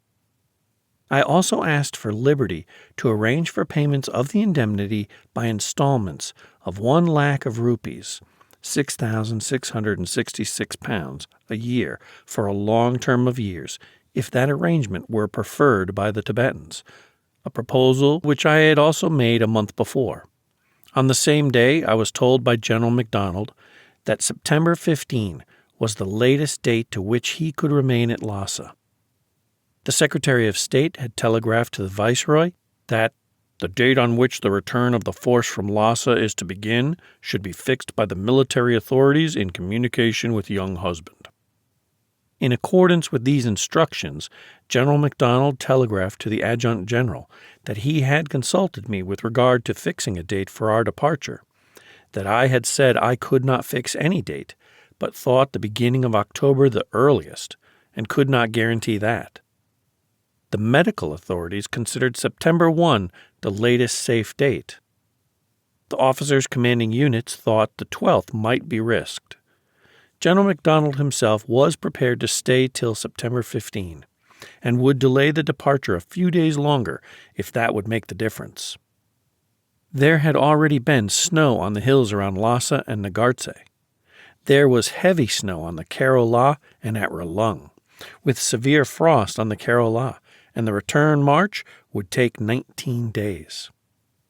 General MacDonald concluded that September 13 was the latest safe date for our stay in Lassa, and would be glad of immediate orders, but, in the absence of orders to the contrary, would fix the 15th for the departure. From the purely military point of view, this was perfectly sound, and latterly the emphasis had been so much laid upon military considerations that I had not much hope of this date being altered. It had indeed got into the papers from some military office in Simla and reached Peking. I was then in a very critical position. The treaty was almost within my grasp, but I might be pulled back by military considerations before I had time to conclude it.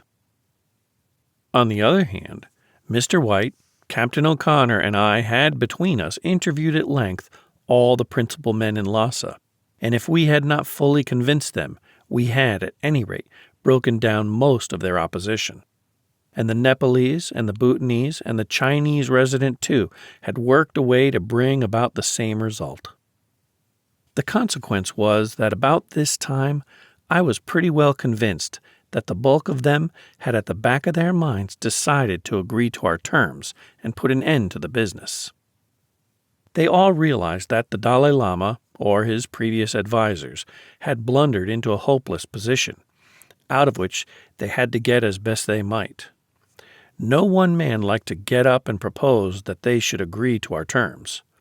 But if they were put in a position where all had to agree, no one would undertake the responsibility of objecting. That was how I gauged the situation. The time to strike had come. If I had moved earlier, before the Tibetans had, each of them, had the opportunity of blowing off steam, I should simply have aroused more armed opposition. If I delayed, I might have to leave Lhasa through military considerations before I ever got the chance. I had asserted 15 months before, in a letter to my father, written when just starting for Tibet, that I would sit tight any length of time, but when my opportunity came, as come it must, I would strike in hard and sharp. The psychological moment had exactly arrived, and I determined to use it. I told the Chinese resident that I would call on him on September 1 with the full final draft of the treaty, and that I would like the Tibetan Council and the members of the National Assembly to be present when I met him. In the presence of the Chinese representative, I meant to inform the whole of the leading men of Lhasa, monk, lay, and official, that they must sign the treaty or take the consequences of refusal. On the appointed day, September 1, with my whole staff, all of us in full dress uniform, I rode through the city of Lhasa to the Chinese residency. Here the resident received me with his usual courtesy, and after some general conversation, I intimated to him that I would proceed to business. He thereupon summoned the Sha-Pes, who, after salutations, took their seats on stools in the center of the room. Most of the members of the National Assembly then present in Lhasa also came in, and were huddled into the corners. I then rose and presented the resident with the full final draft of the treaty, precisely as I had received it from government, in English, Chinese, and Tibetan. The resident handed the Tibetan copy to the Sha-Pes, and when all were seated again, I asked the resident's permission to address a few words to the Tibetans in regard to the treaty. The resident having assented, I said that as this was the first opportunity I had had of addressing members of the National Assembly, I wished to take advantage of it to let them know that if they had negotiated with me at Kambajong, or even at Gyantse when I had first arrived there, the terms would not have been as severe as these we were now asking. We would merely have arranged trade and boundary questions, and there would have been no demand for an indemnity. By following the advice the resident had given them, they might have been saved all the trouble in which they found themselves involved. They had chosen to fight and had been defeated and had to pay the consequences. Yet even now, we were not demanding the whole, but only half, the cost of the military operation. The other half would have to fall upon India.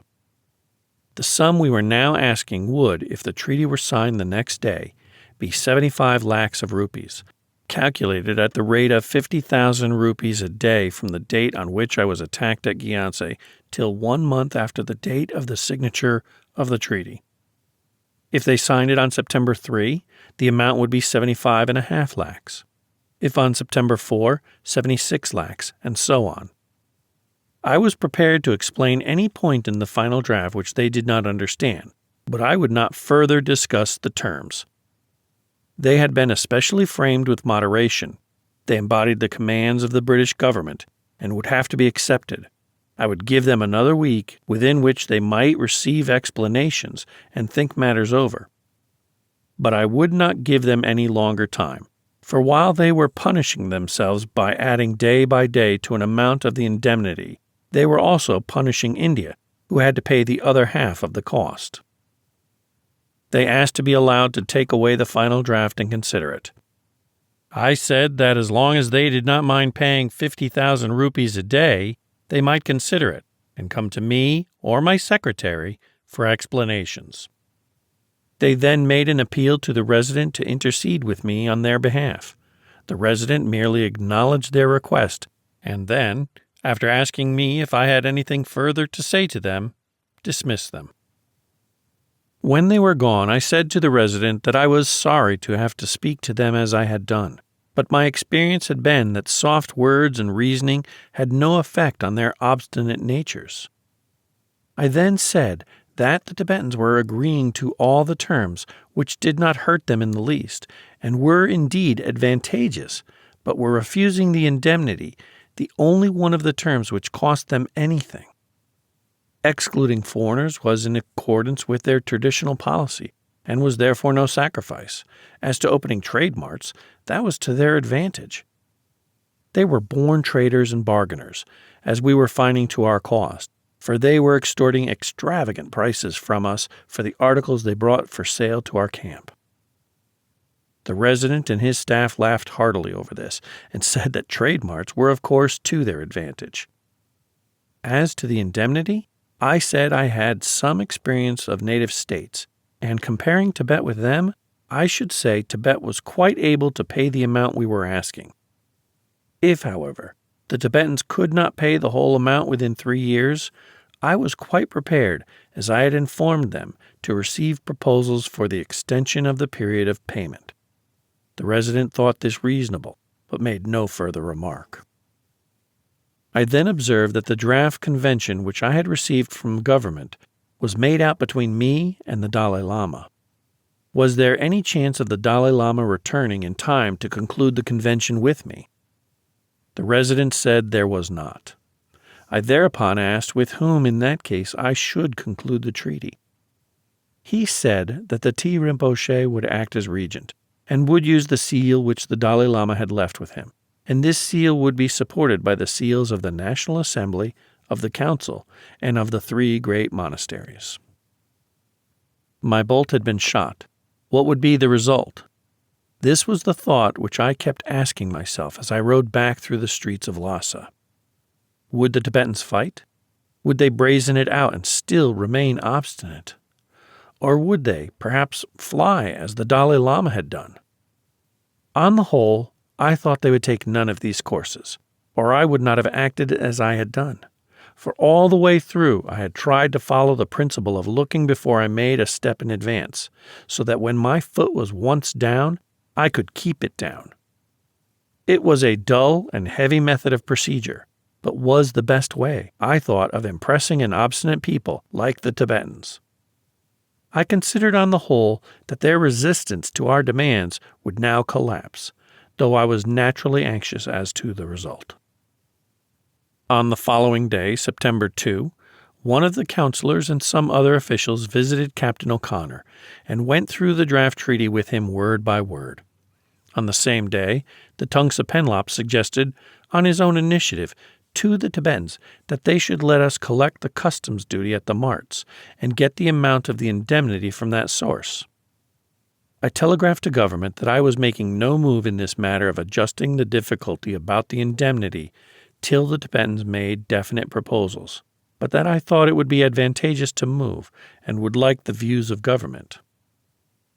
On September 4, the T. Rinpoche, the regent, and a secretary of council, accompanied by the Tongsa Penlop and the Nepalese representative, came to me and announced that the Tibetan government were prepared to conclude the treaty with me if the terms for the payment of the indemnity would be extended, and the payment made in 75 annual installments of 1 lakh of rupees each.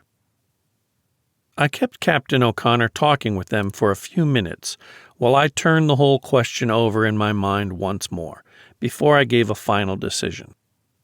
One very easy course I might have adopted was to say that I must refer the matter to government and await their orders. But before I could get an answer, military considerations might have preponderated, and I might find myself forced to leave Lhasa. As the government of India subsequently said, the language of the communications which they received from the home government was such as to impress on them and me alike that they were strongly averse to any prolongation of the stay at Lhasa.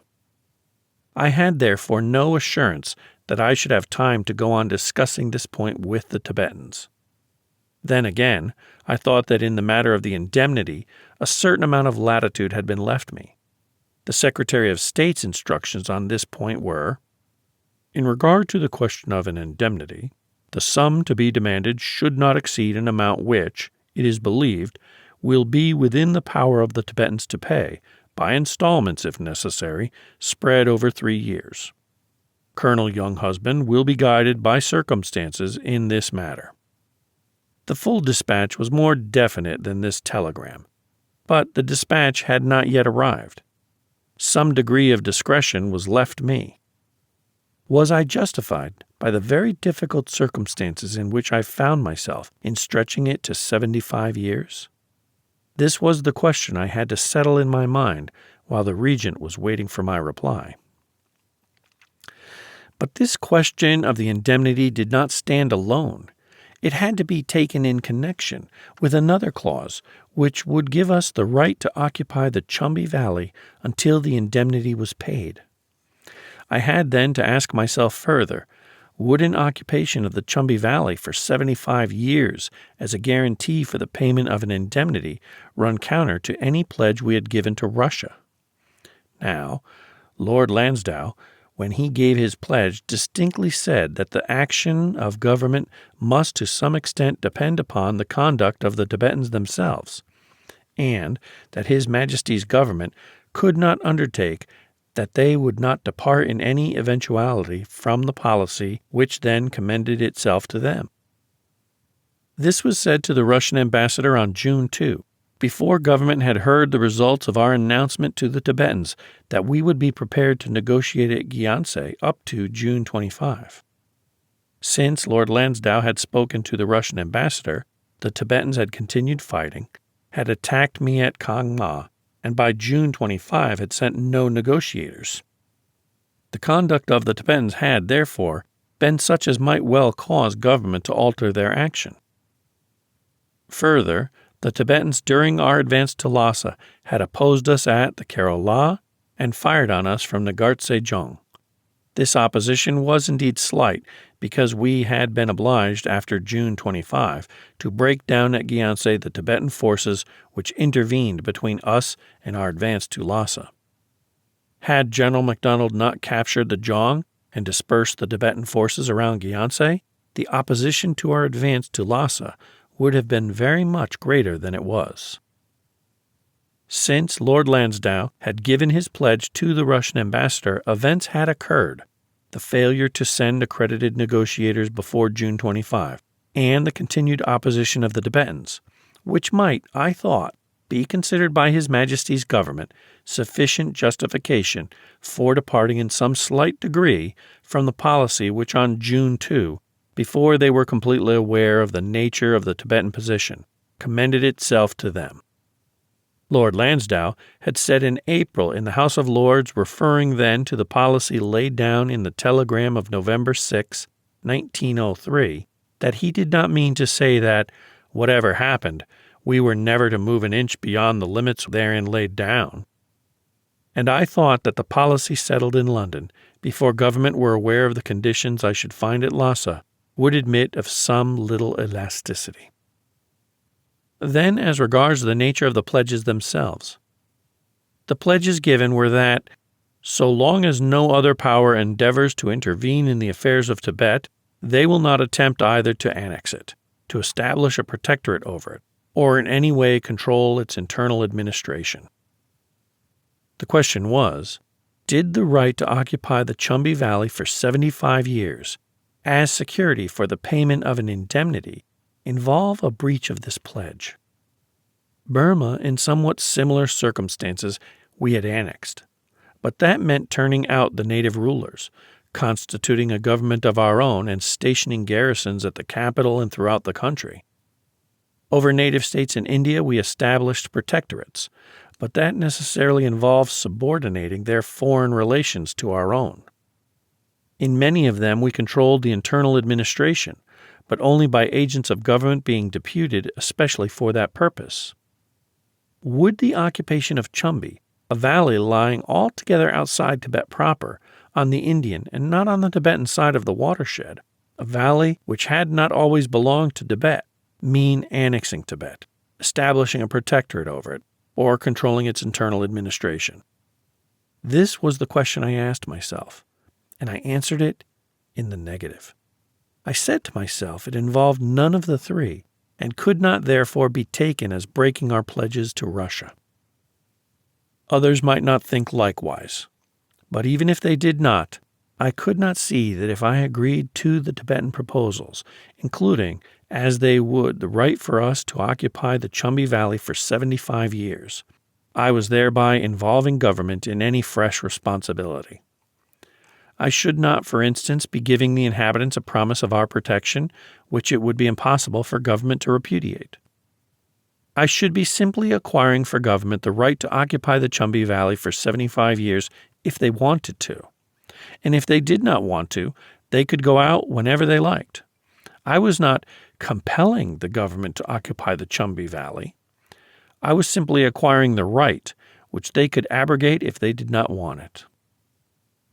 Arguing thus with myself, I decided finally to seize the golden opportunity. If I let it go, I knew not what might happen.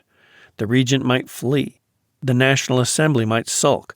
The Chinese might wake up and put in some obstruction. But agreeing, I should be doing nothing counter to the wishes of the government of India, for the amount of the indemnity was what they had themselves suggested, and they had, on June 30, after the pledges to Russia were given, spoken of retaining the Chumbi Valley, the occupation of which had been urged by the Bengal government as far back as 1888. By agreeing, I should also be effecting what my own experience showed me would be by far the most satisfactory permanent solution of the whole question. Chumbi is the key to Tibet. It is also the most difficult part of the road to Lhasa. Situated in the Chumbi Valley, we should have a clear run into Tibet, for the Tangla Pass across the watershed is an open plain several miles wide. The Chumbi Valley is the only strategical point of value in the whole northeastern frontier from Kashmir to Burma. It was the surest guarantee for the fulfillment of the new treaty which we could possibly get, except the establishment of an agent at Lassa, and the obtaining of a guarantee had from the first been placed as one of the chief objectives of my mission. Our main object was to put our relations with the Tibetans on a permanent, satisfactory basis.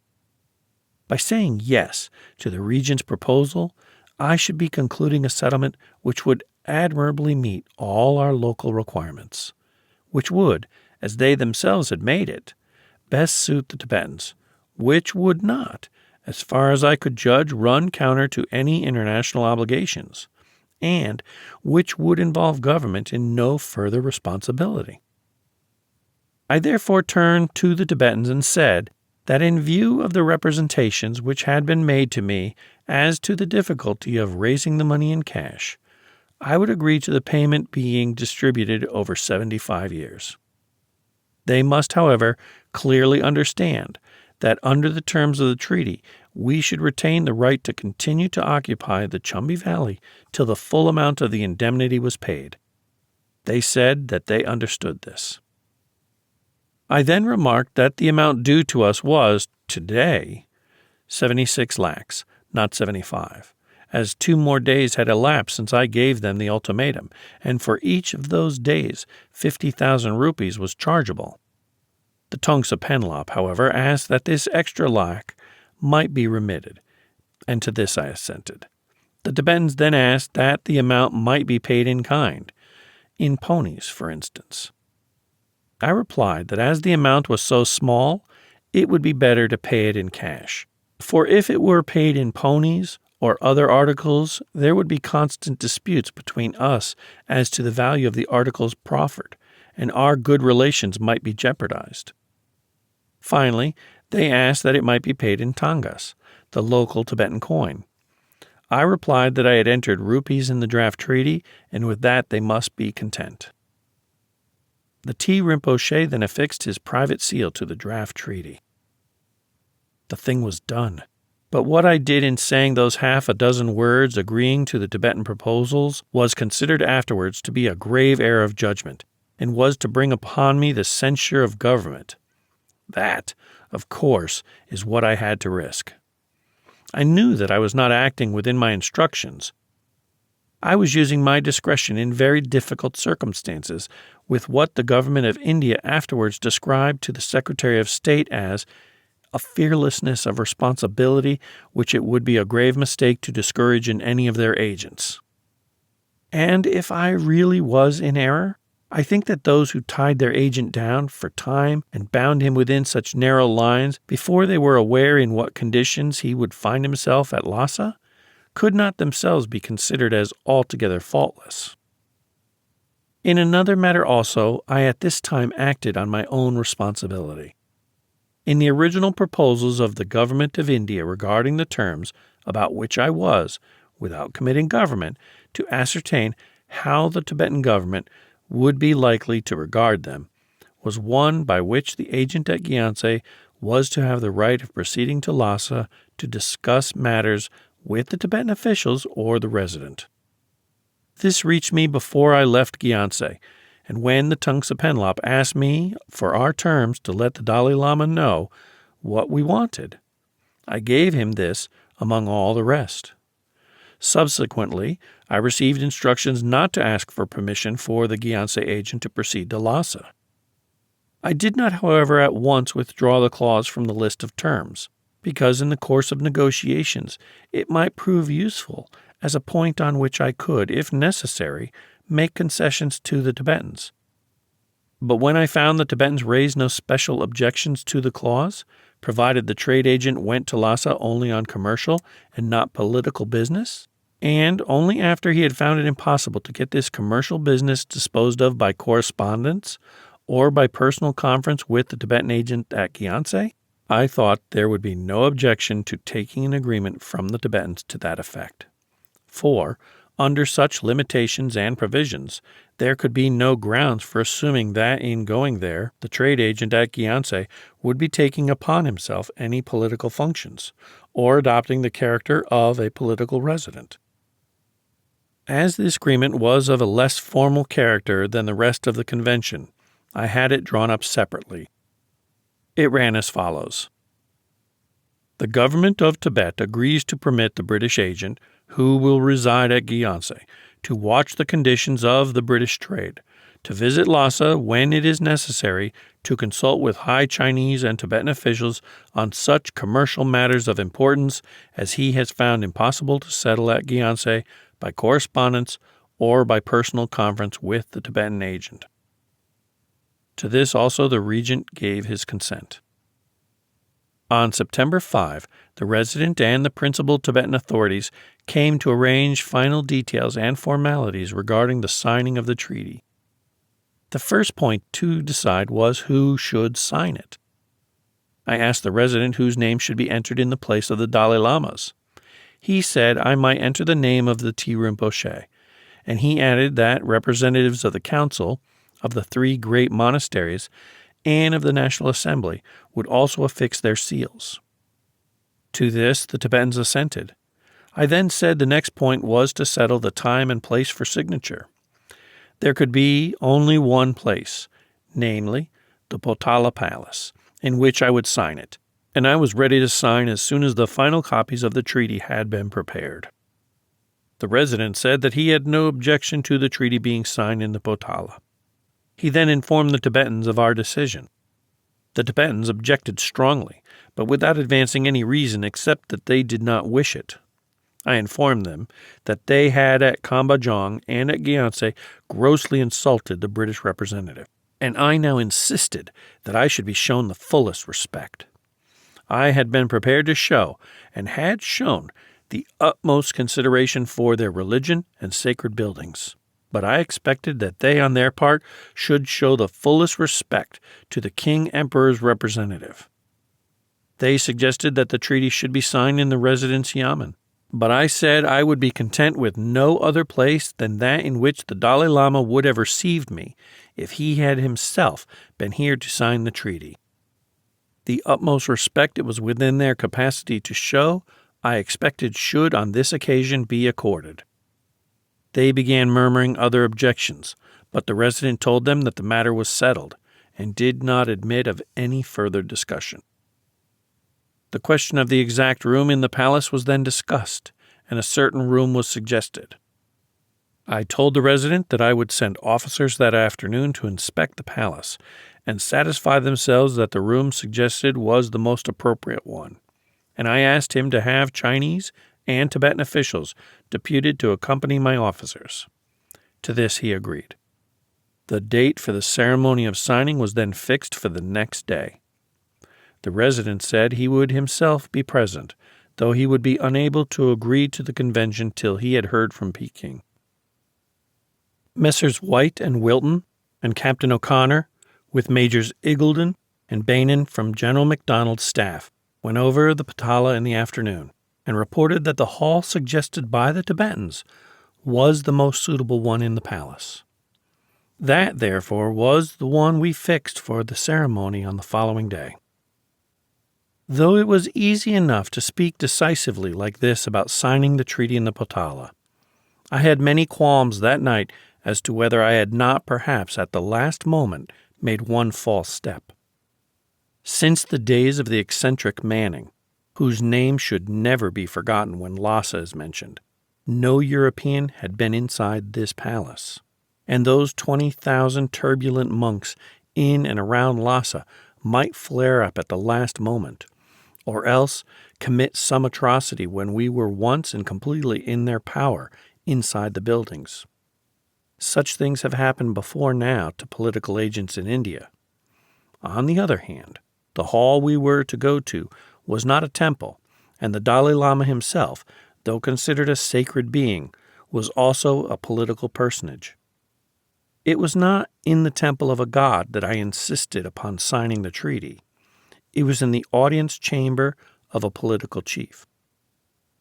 And for the effect upon the Tibetans and upon men in general, upon our own soldiers, British and Indian, and upon the Nepalese, Bhutanese, and Sikkimese, and far away up into Kashmir and Turkestan, it was necessary to do something to strike their imagination and to give some unmistakable sign that the Tibetans had not been able through all these years to flout us without suffering the penalty.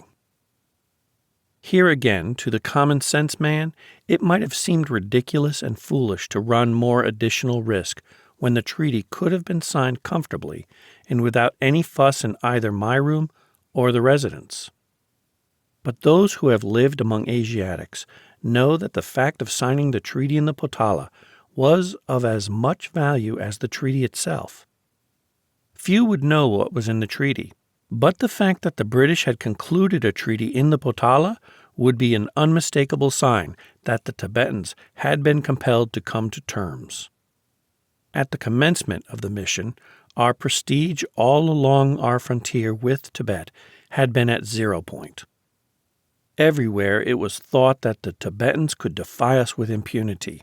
Our prestige had no value, and prestige in Asiatic countries is a high practical asset.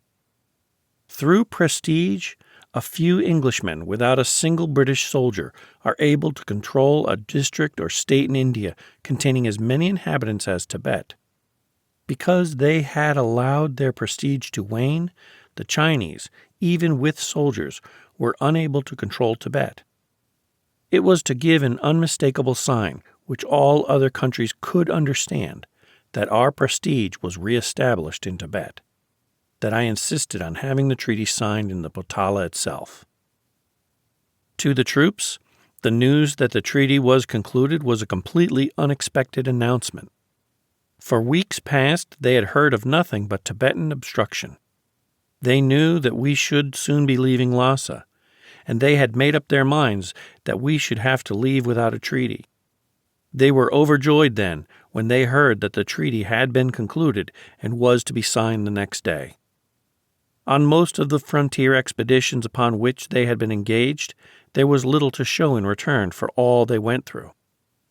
Now they had been led to a remote sacred city and had not only reached their goal, but were also to bring back something with them as the tangible result of their labors.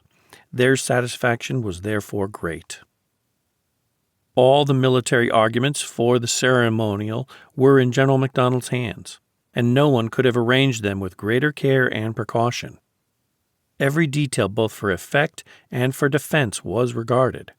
The route to the palace was lined with troops, equally for show and for use in case of emergency, and a battery to fire a salute or to bombard the palace, as occasion might require, was stationed in a suitable position. On the political side, we had to arrange the ceremony in detail so that there might be no inconvenient hitch at the last moment. The copy of the treaty which the Tibetans were to keep was written on an immensely long and broad stretch of paper, so that the whole treaty, in all 3 languages, English, Tibetan, and Chinese, might be on one piece of paper. 4 other copies had to be made, one for Calcutta, one for London, one for the Chinese government, and one for our minister in Peking. All these were carried on a large silver tray by my Bengali head clerk, Mr. Mitter, who had accompanied me from the Indore residency office, and undergone all the hardships and dangers with unfailing cheerfulness. My camp table was taken in to sign the treaty on, and on it was laid the flag which had flown over the mission headquarters throughout. Half an hour before the time fixed for the ceremony, the whole of the route leading up to the Potala, and the inside passages as well, were lined with troops. Soon after 3 p.m., General MacDonald and I, accompanied by the members of the mission and the military staff, reached the Potala. We were received in the Durbar Hall by the Chinese resident. The chamber was one in which the Dalai Lama holds durbars, and was large enough to hold about 200 of our troops, some of whom were formed up as an escort, while others had been allowed to attend as spectators, and about 100 Chinese, and over 100 Tibetans. The scene as we entered was unique in interest. On the left were all the British and Indian officers and men in their somber fighting dress. On the right were the mass of Tibetans, the counselors in yellow silk robes, and many others in brilliant clothing, together with the Bhutanese in bright dresses and quaint headgear. And in front the resident and all his staff, in their full official dress, advanced to meet me, with the regent by him in the severely simple garb of a lama. The pillars and crossbeams of the roof of the hall were richly painted. An immense silk curtain, gorgeously embroidered, was hung immediately behind the chairs to be occupied by the resident and myself.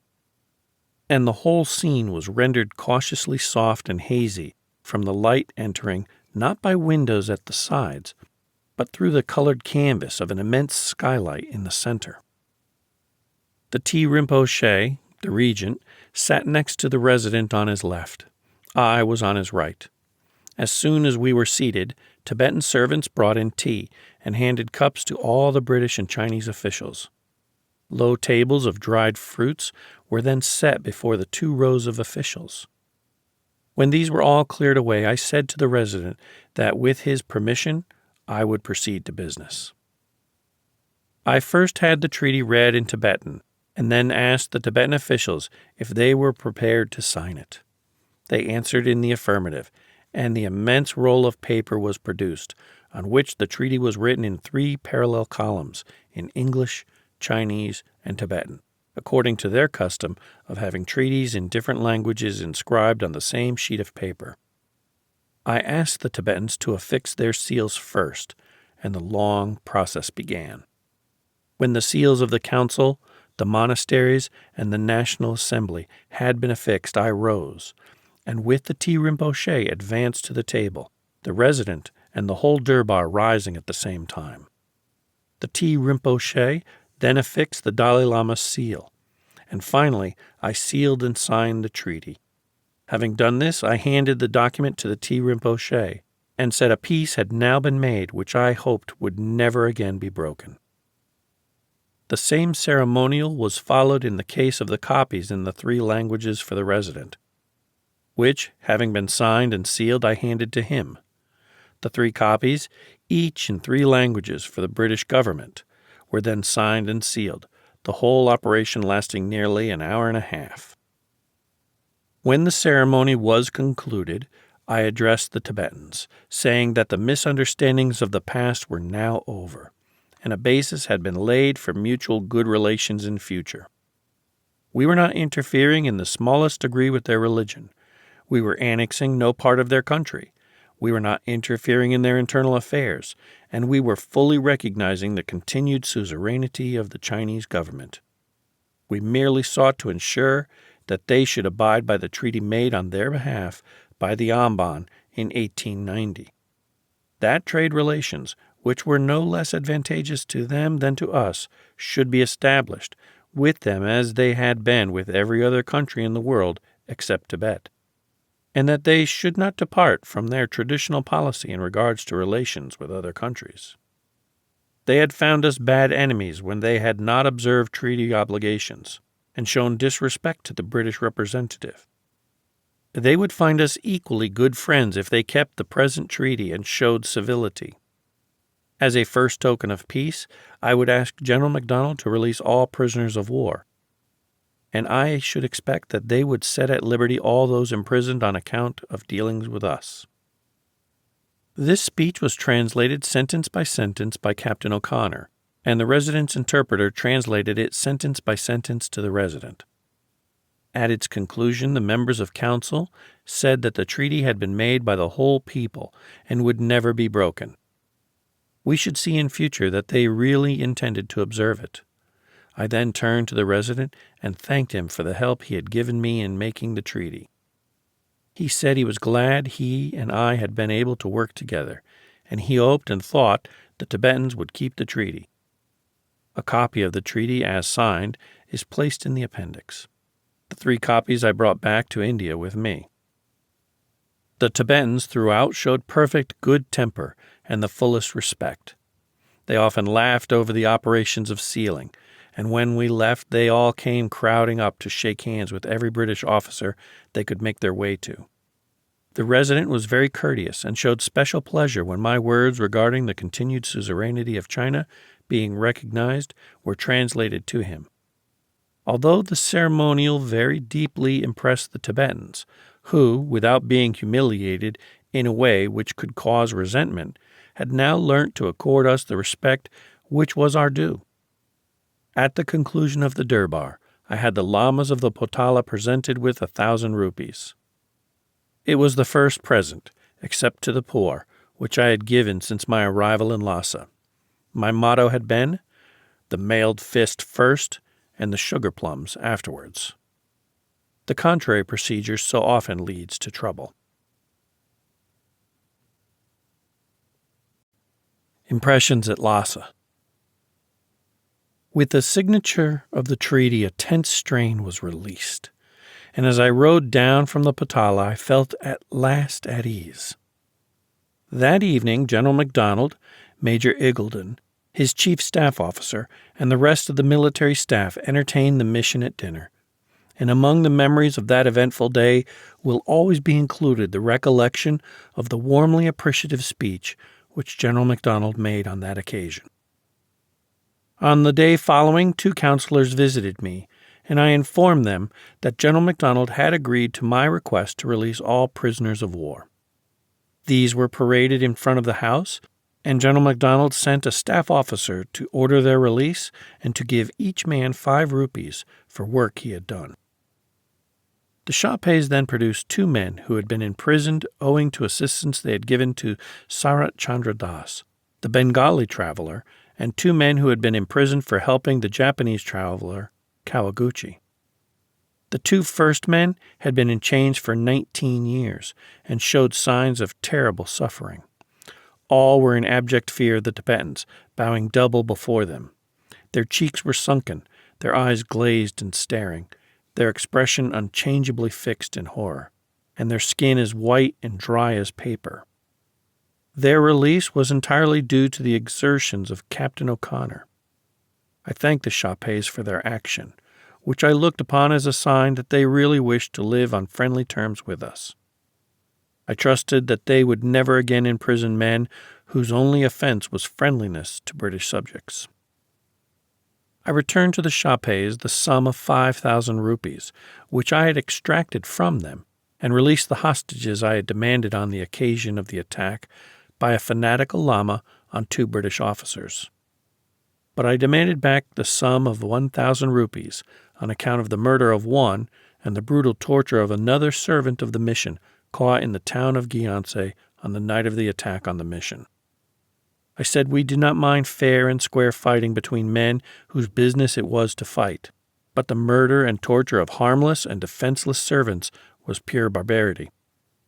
The Shahpais acknowledged that what I said was just, but said they were not present and knew nothing of it. 1,000 rupees were, therefore, retained to be paid in compensation to the servants' families. I then remarked that we had now had a general settling up of all accounts between us and could start fair. The Shahpais said they hoped now we should always be on friendly terms, and they certainly meant to observe the treaty. The Tongsa Penlop paid me a formal visit on the 10th to congratulate me on the successful issue of the negotiations. He said that there was no resentment at the settlement or at the manner in which it had been made, and the Nepalese representative was of the same opinion. The Tibetans were well satisfied with the issue of the negotiations, and I dare say in their heart of hearts, and despite all their protests, they had fully expected us to annex the whole country as we had annexed Burma, or at any rate to annex up to Gyanse, and were probably quite surprised to have got off so lightly. Congratulations from India and England soon came pouring in. Only 6 days after the treaty was signed came a telegram from the Viceroy conveying the congratulations of the King himself. His Majesty, though away at Marienbad, had immediately telegraphed his congratulations, a particular compliment which is rarely given for work in India. To the troops this was especially gratifying. The telegram was read out to them on a full parade, which General MacDonald ordered for the purpose. The Secretary of State, the acting Viceroy, Lord Ampthill, Lord Curzon from England, Lord Kirchner, and very many others also sent their congratulations, and now, while the Chinese government were making up their minds whether they would allow the resident to sign his adhesion to the treaty, I had leisure and inclination to go about Lassa and see something of the monasteries and temples, and talk with the people in a less forced and formal manner than I had to while the strain of the negotiations was on us.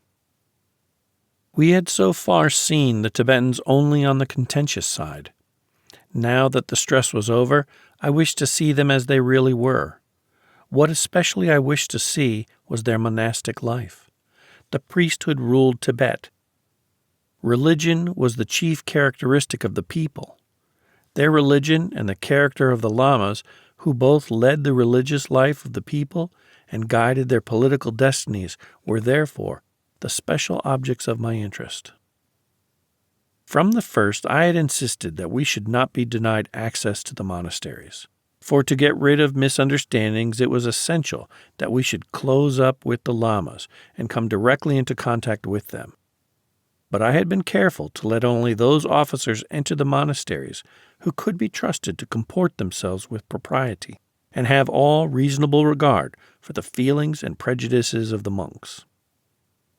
For this purpose, Mr. White, Mr. Walsh, Captain O'Connor, and Colonel Waddell, the well-known writer on Lamaism, who was appointed chief medical officer and archaeologist to the mission's escort, were invaluable.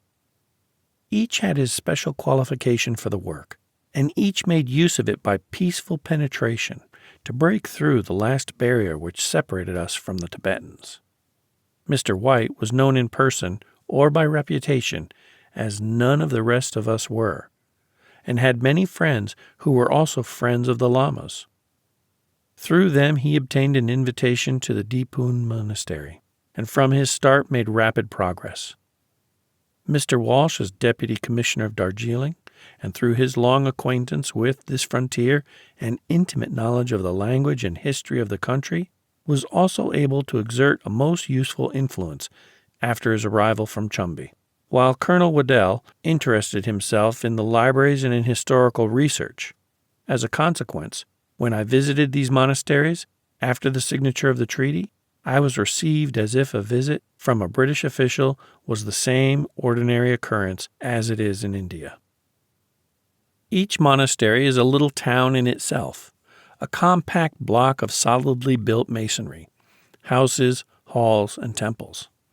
The streets are narrow and not over clean, but the halls and temples are spacious.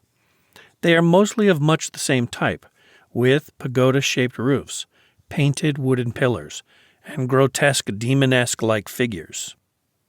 In the Dipun Monastery, there were from 8,000 to 10,000 monks, divided into, I think, 4 sections, each with its abbot and its separate temple hall and instructions. In outward appearance, the monks of some of these Lassa monasteries are not prepossessing. They look coarse and besotted. Some are bright and cordial, but hardly any look really intellectual or spiritual, and the general impression I took away was one of dirt and degradation. Of the higher lamas also, my impression was not favorable as regards their intellectual capacity or spiritual attainments. The regent, T. Rinpoche, with whom I carried on the negotiation, had great charm. He was a benevolent, kindly old gentleman, who would not have hurt a fly if he could have avoided it. No one could help liking him, but no one could say that he had the intellectual capacity we would meet with in Brahmins in India, or the character and bearing one would expect in the leading man of a country. And his spiritual attainments, I gathered from a long conversation I had with him after the treaty was signed, consisted mainly of a knowledge by rote of vast quantities of his holy books. The capacity of these Tibetan monks for learning their sacred books by rote is, indeed, something prodigious, though about the actual meaning they trouble themselves but little. Some of the abbots we met were cheery, genial souls, much as we picture to ourselves the jolly friars of olden days in England. But as spiritual leaders of a religious people, I did not find the higher lamas impressed me any more favorably than the ordinary monks. These impressions, which in themselves would not have much value, as my period for observation was so very limited, are borne out by the courageous Japanese traveler Kawaguchi, himself a Buddhist and once rector of a monastery in Japan, who lived in the Sera Monastery, and in his most valuable work, 3 Years in Tibet, written since we were in Tibet, had given to the English public the result of his study. For a few lamas he had a sincere attachment. Like himself, he greatly revered the old T. Rinpoche, who taught him Buddhism in its correct form, and truly impressed him as a living Buddha. He struck Kawaguchi as not only having a juster ideal of the real spirit of Buddhism than the other lamas, but as also having greater ability, which may have been due to what I had not myself known, his father being a Chinaman.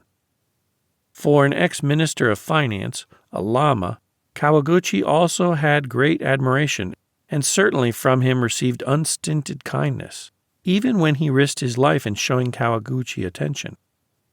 The head priest of Wartong he also thought very clever, and from him he received valuable information on Buddhism. These, however, were exceptional men, and most of the lamas were very disappointing to the Japanese. Even the good ex-financial minister had the defect of living with a nun. A lama traveling companion was a pedantic scholar who knew nothing of the essential principles of Buddhism and had only a vague notion of the doctrines. The abbot of Sakya had a son, though lamas are not allowed to marry, and Kawaguchi was loath to remain with so dissipated a priest. The tutor of the Tashi Lama was disappointing in his answers about grammar. The doctors of the highest degrees, he said, were unquestionably theologians of great erudition and at home in the complete cycle of Buddhist works. They had indeed, he considered, a better knowledge of Buddhist theory than the Japanese divines, but such were few and far between, and he seemed to have agreed with the observation of the Tea Rinpoche that it would be better to have even 2 or 3 precious diamonds than a heap of stones. The Tibetan priesthood, he thought, contained plenty of rubbish with very few diamonds. To account for this, he says that the main purpose of Tibetans in entering the priesthood is only to procure the largest amount of fortune, as well as the highest possible fame. To seek religious truth and to work for the deliverance of men was not at all what, according to this Japanese, they wished to do. They simply desired, he says, to escape from the painful struggle of life and enjoy lazy and comfortable days on earth as well as in heaven. There is nothing deep that he could see in their religious life and study. Service went in their eyes for nothing. Medicine, logic, engineering, and religious philosophy were introduced into Tibet centuries ago from India. But nowadays, says Kawaguchi, there are almost no Tibetans who are proficient in even one of these subjects. Of the morality of the lamas, Kawaguchi gives no very pleasant account. Most of these celibate priest nobles kept women somewhere, and the lower warrior priests really seem, he says, to be the descendants of Sodom and Gomorrah. Some of the festivals were simply bestial orgies. These warrior priests of the Sera Monastery, which is one of those I visited, are a particular institution. Their daily task is varied. It is to play flutes, lyres, harps, flageolet, and to beat drums, to prepare offerings for the deities, to carry yak dung for fuel, to practice throwing stones at a target, and to act as a bodyguard.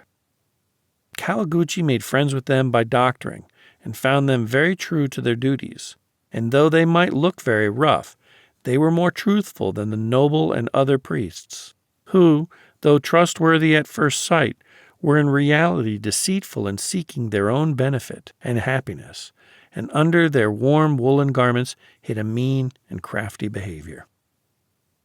The ordinary student in these monasteries had certainly to work hard. Kawaguchi worked till he got a swelling on his shoulder, and, to get a degree, some work for 20 years with examinations every year.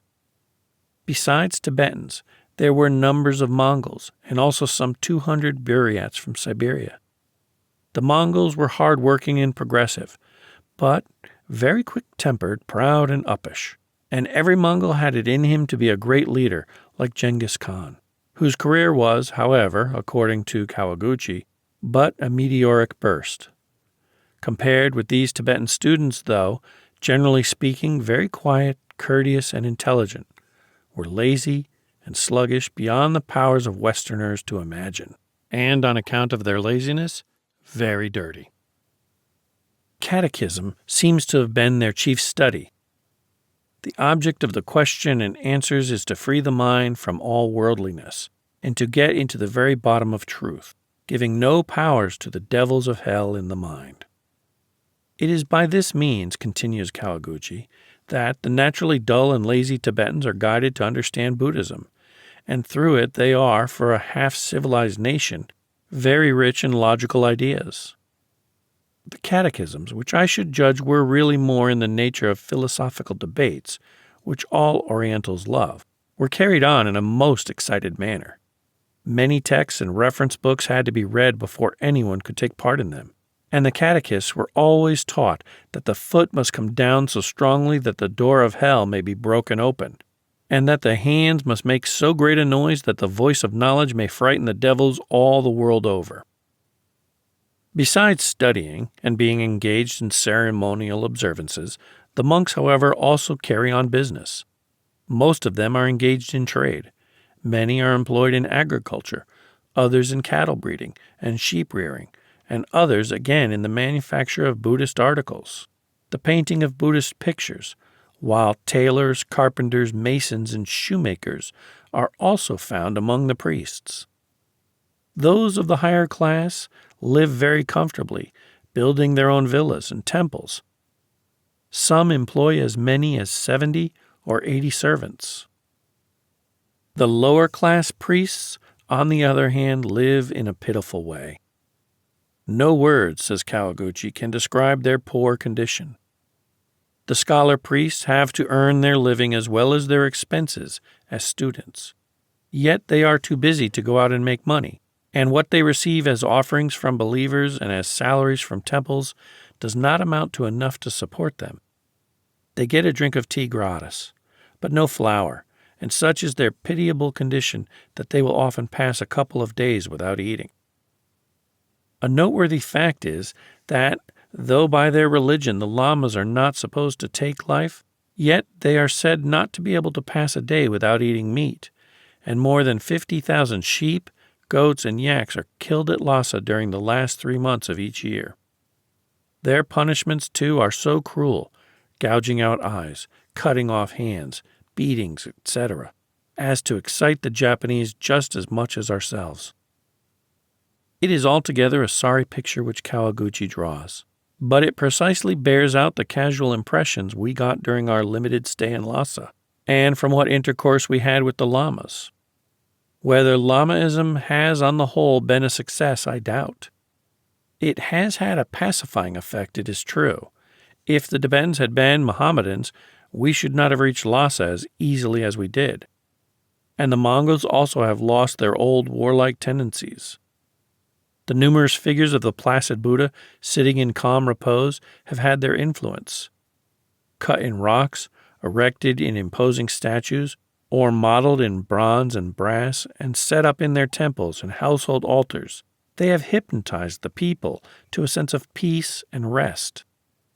The Tibetans, who once carried their arms to Peking itself, are now one of the most peaceful of people. And the Mongols, who had set up a dynasty in China, conquered all of Central Asia, and laid waste Western Europe, are now an almost negligible quantity in war. Lamaism has certainly then nourished peace in Tibet and Mongolia. But the peace that has been nurtured has been the quiescence of sloth and decadence. The Buddhist idea of repose and kindness all can appreciate. There are few men who have no kindly feelings and would not wish, if they could, to be at peace with all the world. Yet the idea may have its danger and be as likely to lead downward as upward. It may lull to rest and render useless passions and energies which ought to be given play to. And the evil of Lamaism is that it has fostered lazy repose and self-suppression at the expense of useful activity and self-realization. The Mongols in their deserts, the Tibetans in their mountains, have had the amplest opportunity for carrying into effect the Buddhist idea. I have seen the one in the deepest depths of their deserts, and the other in the innermost sanctuary of their mountains, and to me it seems that they have both been pursuing a false ideal. They have sought by withdrawing from the world into the desert and into the mountains to secure present peace for the individual, instead of by manfully taking their part in the work of the world, aiming at the eventual unison of the whole. Peace instead of harmony has been their ideal. Peace for the emasculated individual instead of harmony for the united and full-blooded whole. The Tibetan's main idea, in fact, has been to save his own soul. He does not trouble about others so long as he can save himself. Indeed, he thinks it will require all of his energies to do even that much, for at heart he is still full of his original religion of demonology. He looks upon the spiritual world as filled with demons, ready to prey upon him if he makes the slightest slip. Every temple, almost every house, is full of fantastic pictures of the most terrible and blood-curdling devils with glaring eyes, open fang-studded mouth, extended neck and outstretched arm, ready to pounce upon some miserable victim. The belief in heaven is vague. The belief in hell is the one great fact in their lives, and how real it is may be imagined when we hear of those poor wretches who, in order to escape its terrors, voluntarily allow themselves to be walled into solitary cells from which for years they never emerge, but take in their food once a day through a narrow opening. Thus, only do those poor deluded creatures think they can escape from demons in the world to come. But that they most sincerely believe in a life hereafter, no more positive evidence could be afforded. An interesting detail is that their hell is not hot but cold. If it were hot, the inhabitants of frozen Tibet would all flock there. As might be naturally expected, such a people are ready believers in the supposed supernatural powers of certain men.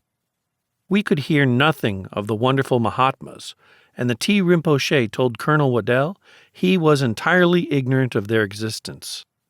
But, according to Kawaguchi, oracles are held in high esteem. The Ngpakpas, or miracle workers, the descendants of lamas who worked miracles, are supposed to possess hereditary secrets and are held in great awe as being magicians of power. The people showed such practical faith in the efficacy of the charms which the lamas gave that they rushed right up to our rifles, believing that our bullets could not hit them. Practically, then, the religion of the Tibetans is but of a degraded form. Yet one does see gleams of real good radiating through. The Tashi Lama, whom Bogle met, was a man of real worth. His successor of the present day produced a most favorable impression in India and excited the enthusiasm of Sven Hendon. Deep down, under the dirty crust, there must be some hidden source of strength in these lamas, or they would not exert the influence they do. Millions of men over hundreds of years are not influenced entirely by chicanery and fraud. And I think I caught a glimpse of that inner power during a visit I paid to the Zhochang Temple. This temple, or cathedral as it has sometimes been styled, has been fully described by Sarat Chandra Das, Percival Landon, and others. The latter especially has given a remarkably vivid description of his impression. It is, as Colonel Waddell has aptly styled it, the St. Peter's of Lamadon, and is chiefly noteworthy as containing the image of Buddha, made in India, but brought to Lassa from China by the Chinese princess who married a Tibetan king and introduced Buddhism into the country. I visited this temple with full ceremony after the treaty was signed, and was received with every mark of cordiality by the chief priest. I was even shown round what might be called the high altar, in spite of my protestations that I might be intruding where I should not go. The actual building is not imposing. The original temple, built around A.D. 650, according to Waddell, has been added to, and the result is a confused pile without symmetry and devoid of any single, complete architectural idea. One sees a forest of wooden pillars grotesquely painted, but no beautiful design or plain, simple effect. Moreover, dirt is excessively prevalent. There is an offensive smell of the putrid butter used in the services, and the candlesticks, Vases and ceremonial utensils, some of solid gold and of beautiful design, are not orderly arranged. Still, this temple, from its antiquity, from its worn pavements marking the passage of innumerable pilgrims, from the thought that for 1,000 years those wanderers from a distant land had faced the terrors of the desert and the mountains to prostrate themselves before the benign and peaceful Buddha, possessed a halo and an interest which the beauty of the Taj itself could never give it. Here it was that I found the true inner spirit of the people. The Mongols from their distant deserts, the Tibetans from their mountain homes, seemed here to draw on some hidden source of power. And when from the far recesses of the temple came the profound booming of great drums, the chanting of monks in deep reverential rhythm, the blare of trumpets, the clash of cymbals, and the long rolling of lighter drums, I seemed to catch a glimpse of the source from which they drew. Music is a proverbially fitter means than speech for expressing the eternal realities, and in the deep rhythmic droning of the chants, the muffled rumbling of the drums, the loud clang and blaring of cymbals and trumpets, I realized this somber people touching their inherent spirit, and in the way most fitted to them, giving vent to its mighty surgings, panting for expression. Besides these visits to monasteries and temples, we also saw something of the Tibetans socially during our stay in Lassa, and Captain Walton, through his skill in medicine, attracted many hundreds to his hospital, and was able to get on terms of intimacy with unofficial Tibetans of the highest position. Many would come and dine with us, for the Tibetans, though they have the ordinary class distinctions which are found in every people, have not those rigid caste barriers which are such a hindrance to social intercourse in India. Even the ladies were very nearly induced by the pervasive Captain O'Connor to come to tea, and the wives of the councillors had actually accepted an invitation, when at the last moment shyness overtook them. Women are much to the fore in Tibet, and have great influence with their husbands, so we especially regretted not having seen them. The Tibetans, though they have their reputation for seclusiveness, are not by nature unsociable. We found them quite the reverse, and Kawaguchi says they were originally a people highly hospitable to strangers.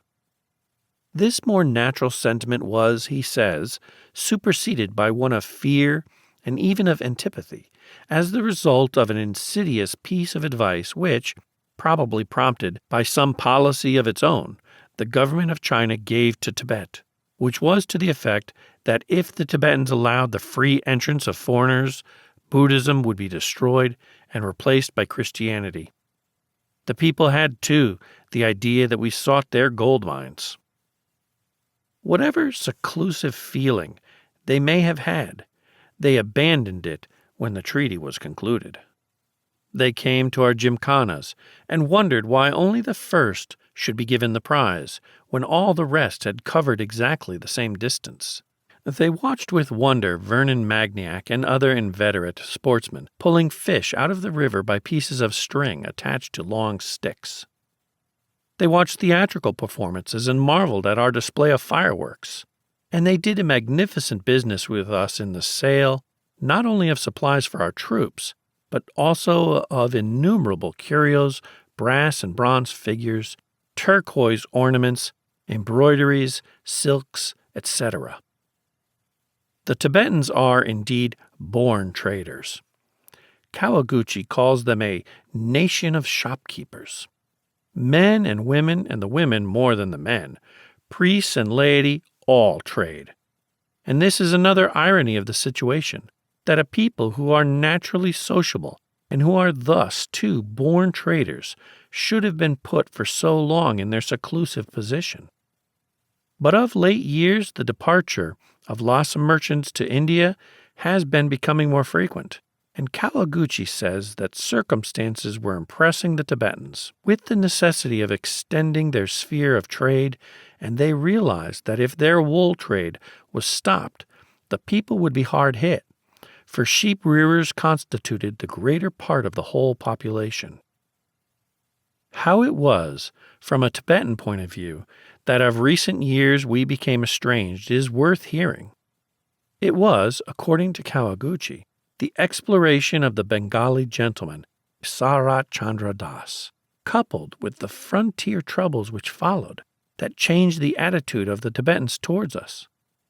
The two events had not the slightest connection with one another, but the Tibetans seem to have been alarmed that the harmless journeying of Sarat Chandra Das in 1881 was a deliberate design on our part to subvert their religion. As to the frontier troubles, presumably those of 1886, Kawaguchi himself says that it was the Tibetan government who most indiscreetly adopted measures at the instance of a fanatic Nechung oracle and proceeded to build a fort at a frontier place which strictly belonged to Sikkim. But the Tibetans were apparently thoroughly nervous about the British and prejudiced against us on account of our subjugation of India. They were much impressed by the moderation of our rule, by the freedom we gave, and by the hospitals and schools. Tibetans in Darjeeling who had these advantages, and who were given small government posts, were much attached to our rule, and Queen Victoria was believed to be an incarnation of the goddess of the Jo-Chang Temple. All this, as Kawaguchi, they quite acknowledged. But when they considered that these same Englishmen annexed another people's lands to their own dominions, their favorable opinion received a shock, and they explained this to themselves by supposing that there must be two different kinds of Englishmen in India, one benevolent and godly, and the other infernal and quite wicked. The Dalai Lama, who, though very anxious to clear away all corruption from the Buddhism of Tibet, was richer in thoughts political than religious, feared the British, and was always thinking how to keep us out of Tibet. The reason why he, who was at first as timid as a hare towards England, should become suddenly as bold as a lion, was that he had a secret treaty with Russia, which he believed to be the only country in the world strong enough to thwart England. Kawaguchi then proceeds to relate how Dorjieff virtually monopolized the confidence of the young Lama, how he brought gold and curios from Russia and liberal donations to all the monasteries, and even a bishop's robe from the Tsar for the Dalai Lama. He tells how Dorjieff wrote a pamphlet showing that the Tsar was an incarnation of one of the founders of Lamaism, and how the Tibetans came to believe that the Tsar would sooner or later subdue the whole world and found a gigantic Buddhist empire.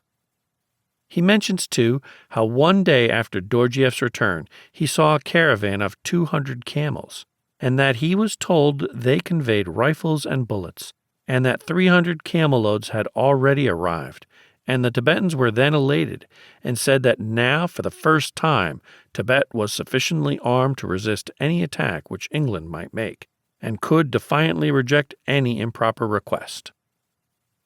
These rifles were of American manufacture, and I believe through neglect got so completely out of order that the Tibetans were only able to use very few against us.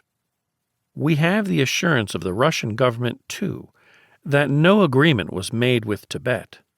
But these observations of the Japanese form a remarkable corroboration of the reports we had heard as to the mischief done by Dorjieff's proceedings. Summarizing the characteristics of the Tibetans, we may say then that while they are affable outwards and crafty within, as most dependent people have to be, while they are dirty and lazy, and while their religion is degraded, and they show no signs of either intellectual or spiritual progress, yet at heart they are not an unkindly or unsociable people, and they have undoubtedly strong religious feelings. Immorality is not entirely unchecked. The Lama who married a nun had his official career blighted. Ministers have been known to refuse their salaries as they have had enough to live on without. There is often much affection and staunch friendship among the Tibetans, and there are in them latent potentialities for good, which only await the right touch to bring them into being.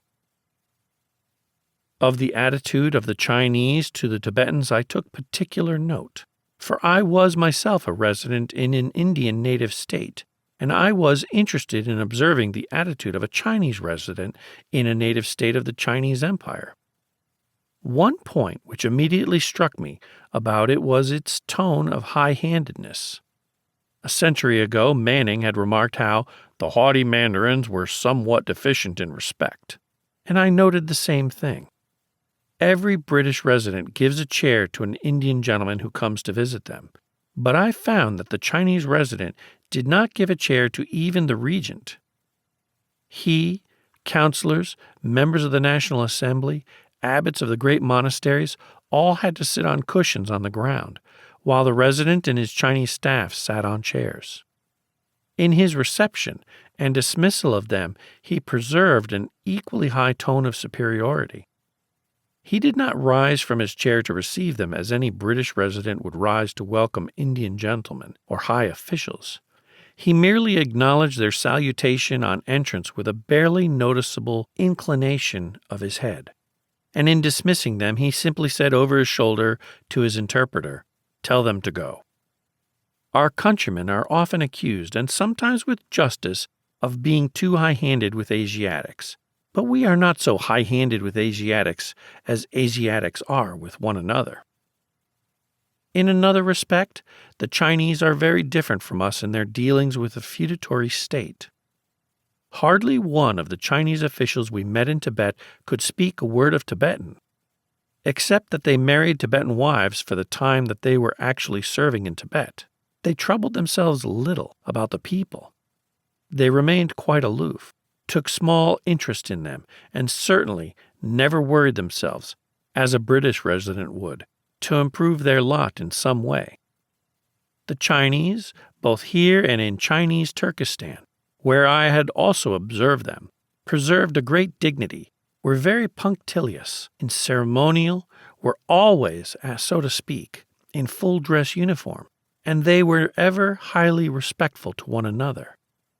But the Tibetans were barbarians in their eyes, were treated with disdainful contempt, and the Chinese officials thought of little else but how soon they could get back to their own civilized country. The Tibetans naturally resented this and hated the Chinese, but they were also greatly awed and browbeaten by them. And I think, too, that the mere fact of seeing more civilized men than themselves in their midst, and of being attached to a great empire with an all-powerful court in the background, has in itself much to do with lifting the Tibetans out of barbarism. The aboriginal Tibetans were a savage and warlike race who constantly invaded China. They have received both their civilization and their religion from China, for Buddhism, as I have said, reached them not directly from India, but through a Tibetan king's Chinese wife, the daughter of a Chinese emperor. Books and relics come from India, but it was the personal influence of the Chinese wife which seems to have had the greatest practical effect in establishing Buddhism. The Chinese have, too, on occasion, done great service to the Tibetans in repelling invaders, and the march of the Chinese general over many lofty passes to expel the Gurkha invasion in 1792 was a military feat of which any nation in the world might be proud. Chinese prestige in Tibet had, according to Kawaguchi, who lived in Lassa for 3 years, dwindled since the Chino-Japanese War. And we had practical proofs, even before then, that their influence was not as effective as a suzerain should be. But the memory of the prodigious efforts which China does every now and then make always inspires a certain awe in the Tibetans, and they never feel quite sure when another may not be made. The Chinese then undoubtedly impressed the Tibetans, but I am bigoted enough to think that their methods are not practically so successful as our own. Tibet is a protected Chinese state. Kashmir is a protected Indian state. In Tibet, the Chinese resident has, to support him, several hundreds of Chinese soldiers, and in the present year, 2,000. In Kashmir, the British resident has not even a personal guard of British soldiers, or even of British Indian soldiers. In Tibet, the Chinese are replacing the Tibetan by Chinese police. In Kashmir, all the police are of the Kashmir state. Kashmir is 80,500 square miles in extent and contains nearly as many inhabitants as Tibet, and it borders on Tibet, Turkestan, and through its feudatories on Afghan territory, while Russian territory is only 12 miles distant. But the whole of this is controlled, and the bordering tribes are kept in order entirely through Kashmir state troops. British officers are employed, but not a single British or British Indian soldier or policeman. Yet it is unthinkable that Kashmir troops should, against the wishes and orders of the British government, invade the territory of a neighboring state, as Tibetan troops, against the wishes and orders of the Chinese government, invaded Sikkim in 1886. And it is inconceivable that the Kashmir state should repudiate and refuse to fulfill a treaty concluded on their behalf by the British government, as the Tibetans repudiated and refused to fulfill the treaty made on their behalf by the Chinese in 1890. By all the logic of the case, the Chinese, as fellow Asiatics and as co-religionists of the Tibetans, should have much greater influence in Tibet than we as aliens with a different religion have in Kashmir. Yet the contrary is most emphatically the case. The relations between ourselves and the Chinese at Lassa I always tried to preserve as cordial as possible. Chinese suzerainty was definitely recognized in the treaty, and all the way through the negotiations I had tried to carry the resident with me. It was no part of our policy to supplant the Chinese. We had no idea of annexing Tibet or establishing a protectorate over it. We merely wanted to ensure that no one else had a predominant influence in the country, that order was preserved, and that ordinary trade facilities should be accorded us. There was nothing in this to arouse the antagonism or jealousy of the Chinese, and as I always tried to treat the resident with respect, I expected and did in fact receive his hearty cooperation. We each of us could and did help the other to the advantage of both. The Return. Lord Cromer, when I saw him at Cairo on my way home, made a remark which showed an unusually appreciative insight into situations such as we were in at Lassa. He said that everyone was praising us for reaching Lassa, but he thought most Englishmen could do that. What he considered really praiseworthy was our getting back again. In such situations, ragged ends are often left, resentments incurred, entanglements formed, which make it difficult to retire with grace, or even to retire at all. We were happy in this case to be able to return to India on better terms with the Tibetans than we had ever been before. On September 22, I exchanged farewell visits with the Chinese resident. In the reserved Chinese way, he was cordial enough, and we had always got on well together. But he was in a very nasty position between the Tibetans on the one hand and his own government on the other, and he was subsequently degraded and put into chains for having, it was locally reported, been too favorable to us. The members of the council also visited me, bringing presents, for the third time, and assuring me of their friendly sentiments. They begged me never again to entertain suspicion regarding them, and to believe that they fully intended to carry out the treaty. Before leaving on the following morning, the Tea Rinpoche visited me and presented each of us with an image of Buddha. He had also visited General MacDonald and given him a similar image. He was full of kindliness, and at that moment more nearly approached Kipling's Lama in Kim than any other Tibetan I met. We were given to understand that the presentation by so high a Lama to those who were not Buddhists of an image of Buddha himself was no ordinary compliment. And as the reverend old regent rose from his seat and put the present into my hand, he said with real impressiveness that he had none of the riches of this world and could only offer me this simple image. Whenever he looked upon an image of Buddha, he thought only of peace, and he hoped that whenever I looked on it, I would think kindly of Tibet. I felt like taking a part in a religious ceremony as the kindly old man spoke these words, and I was glad that all political wranglings were over, and that now we could part as friends, man with man. A mile from the town, a large tent had been set up by the roadside, and here we found the whole council, a number of the leading men of Lassa, and the Chinese residents' first and second secretaries, all assembled to bid us a final farewell. Tea was served, and then, with many protestations of friendship, we shook hands for the last time, remounted our ponies, and rode away. When I reached camp, I went off alone to the mountainside and gave myself up to all the emotions of this eventful time. My task was over, and every anxiety was past. The scenery was in sympathy with my feelings, the unclouded sky a heavenly blue, the mountains softly merging into violet, and as I now looked towards that mysterious purply haze in which the sacred city was once more wrapped, I no longer had cause to dread the hatred it might hide. From it came only the echo of the Lama's words of peace.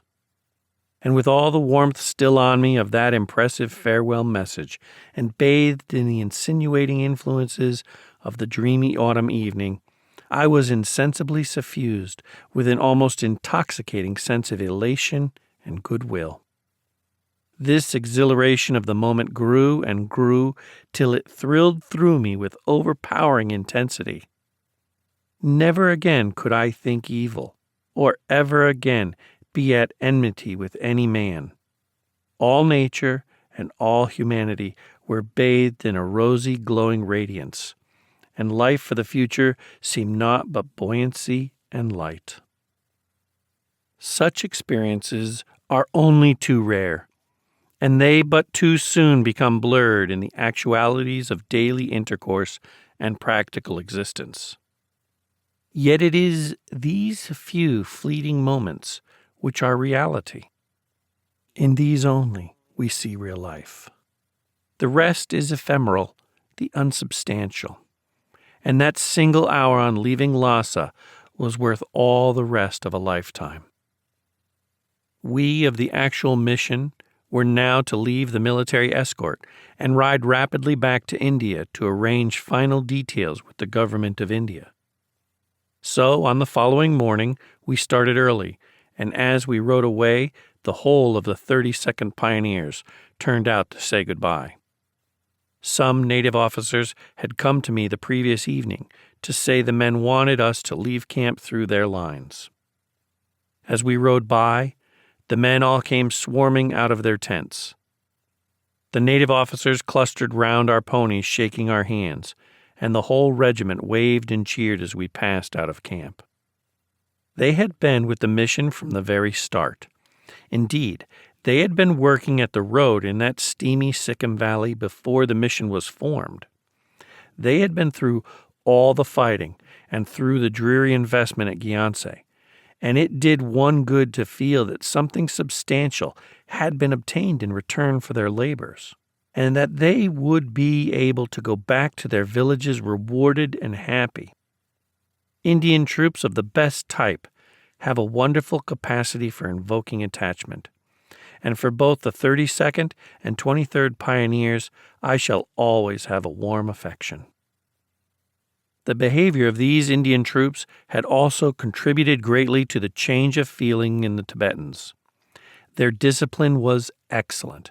They had fought hard when fighting was necessary. When the fighting was over, they readily made friends with the Tibetans. And the latter more than once told me that the people suffered more from their own troops than they did from ours. This discipline and good behavior of Indian troops we take for granted. It is nonetheless very remarkable. We had with us Gurkhas, trans-frontier Pathans, Sikhs, and Punjabi Muhammadans. All of these in their natural state, under their own leaders and uncontrolled by British officers, would have played havoc in Lhasa. Their good behavior on the present occasion was one of the main causes of the Tibetans suddenly swinging round as they did in our favor. With the relays of riding animals and transport which General MacDonald had arranged for us at every stage down the long line of communications, we now pressed rapidly on. We did not strive to emulate Mr. Percival Landon, who had a week or two before made the record ride from Lhasa to India, but we doubled or trebled the ordinary marches, and in a few days reached Gyantse again. Here a redistribution had to be made. Captain O'Connor, to whom so much of the success of the negotiations was due, was to remain here permanently as trade agent under the new treaty. Also, a party had to be sent to Gartok to arrange for the opening of the new trade mart there, and preparations for some exploration work had to be made. As soon as the treaty was signed, and I could say for certain that we would be returning to India, I obtained from the Tibetans and Chinese, through Captain O'Connor's and Mr. Wilton's powers of persuasion, leave for 3 parties to return to India by 3 different routes besides the one we came up by. One party was to go down the Brahmaputra to Assam. Another party was to go up the Brahmaputra to Gartok and come out by Simla. And Mr. Wilton was to return to China through eastern Tibet. For all these, passports were given, but only the second actually set out. The journey down the Brahmaputra was the one in which many adventurous officers at Lhasa and Sir Louis Dane, the Foreign Secretary, were keenly interested. No one to this day knows for certain that the Sangpo of Tibet is the Brahmaputra of Assam. And it was to solve this problem, to discover how and where this mighty river cuts its way clean through the main axis of the Himalayas, and to see the falls and rapids which are involved in a drop from 11,500 to 500 feet, that so many ardent spirits were set. Mr. White was to have had charge of this party, and Captain Ryder was to have accompanied it as survey officer. All that was wanting was the sanction of the government of India, and that, unfortunately, at the last moment was not forthcoming. The party would have had to find a way through some truculent, independent tribes between the border of Tibet and the Assam frontier, and the government were not at that moment prepared to run any further risks. It was a pity, and a sad disappointment to many, for it will be many a year before we again have such an opportunity of solving what is one of the biggest remaining geographical problems. Mr. Wilton's journey I had myself to stop, though there is nothing I hate more than to block enterprise in travel.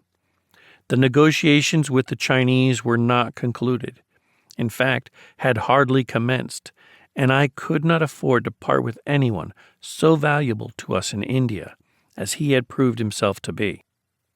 We Indian officials are like children in dealing with the Chinese, and the help of that special experience with which Mr. Wilton so effectively had aided us was particularly necessary at that time, though it is deplorable to find from the latest Blue Book how little advantage was taken of the advice he gave.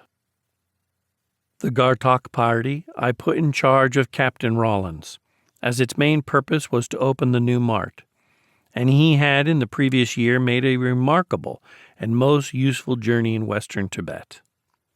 Captain Ryder had been detailed for charge of the survey operations of the expedition down the Brahmaputra, and Lieutenant Wood, Royal Engineer, who had been engaged for some time in resurveying the peaks around Mount Everest in Nepal, was to have done the survey work with the Gartok party. But now that the project for the former expedition had fallen through, Captain Ryder also accompanied the Gartok party and took charge of the survey. He was an officer of great capacity, and during the mission had done most valuable work in extending the triangulation of India right up to Lassa. He had now an even more interesting piece of geographical work before him, the survey of the upper course of the Brahmaputra, Sangpo, to its source, and the settling definitely of the question whether there was any higher peak than Everest at the back of the Himalayas. But the party would have to race against time, for they had many hundreds of miles to traverse, and had to cross the Himalayas back to Simla before the winter fully closed the passes. They had also to face the possibility of obstruction in the matter of supplies and transport, and even the possibility of active hostility, for they would be traveling with no other escort than a Gurkha orderly apiece through a country which had only recently been in open arms against us. Captain O'Connor and Mr. Magniac accompanied them as far as Shigatse, and Lieutenant Bailey, 32nd Pioneers, a keen and adventurous officer who had distinguished himself with the mounted infantry, and in his leisure moments learnt Tibetan, was also attached to the party to proceed to India. Captain O'Connor was most warmly received by the Tashi Lama, and laid the foundation of as sincere a friendship as Bogle had with his predecessor. Every arrangement was readily made, and the party was dispatched under the best possible auspices. Its result, Captain Ryder, who was awarded the Gold Medal of the Royal Geographical Society, has given in a lecture before that society. The survey work had to be conducted under the most trying conditions.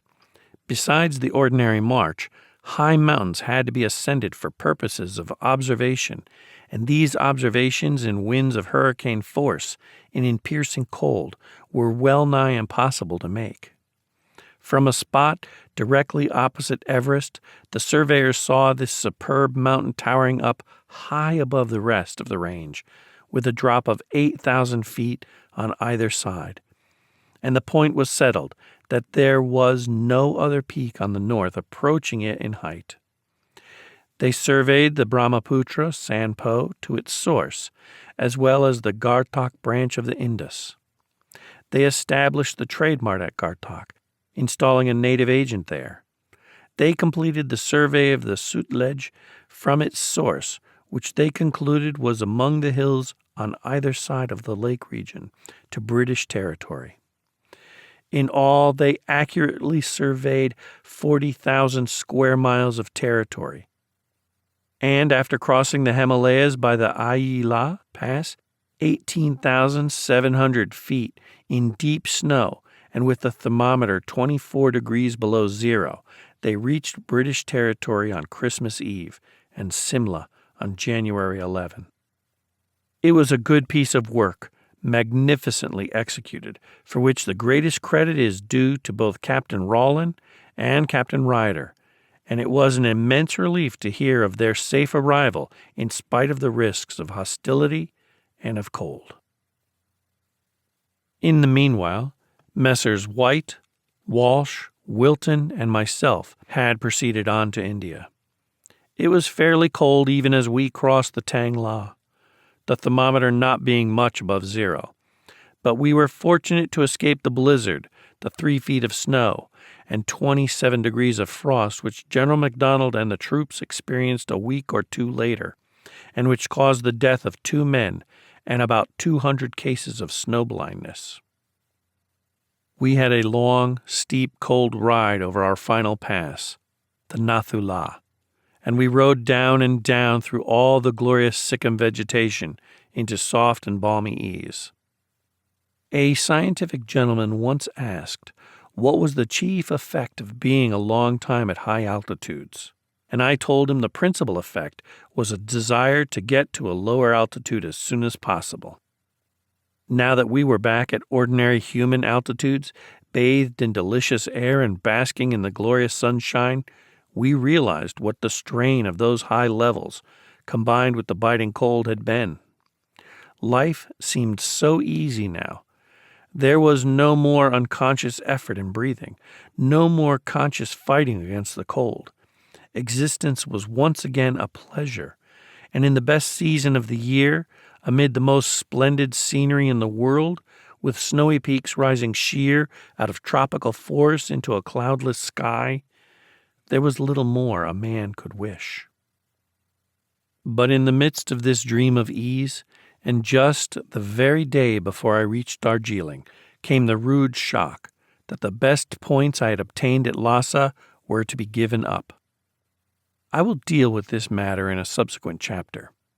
It is enough here to state that all the pleasure of my return was dashed from me in a moment, and I bitterly regretted ever having undertaken so delicate a task with my hands so tied. As we approached Darjeeling, we passed an enthusiastic tea planter sitting at his gateway with a gramophone, which, as we neared him, struck up, "See the Conquering Hero Comes." He said he was by himself, and the gramophone was all the band he had.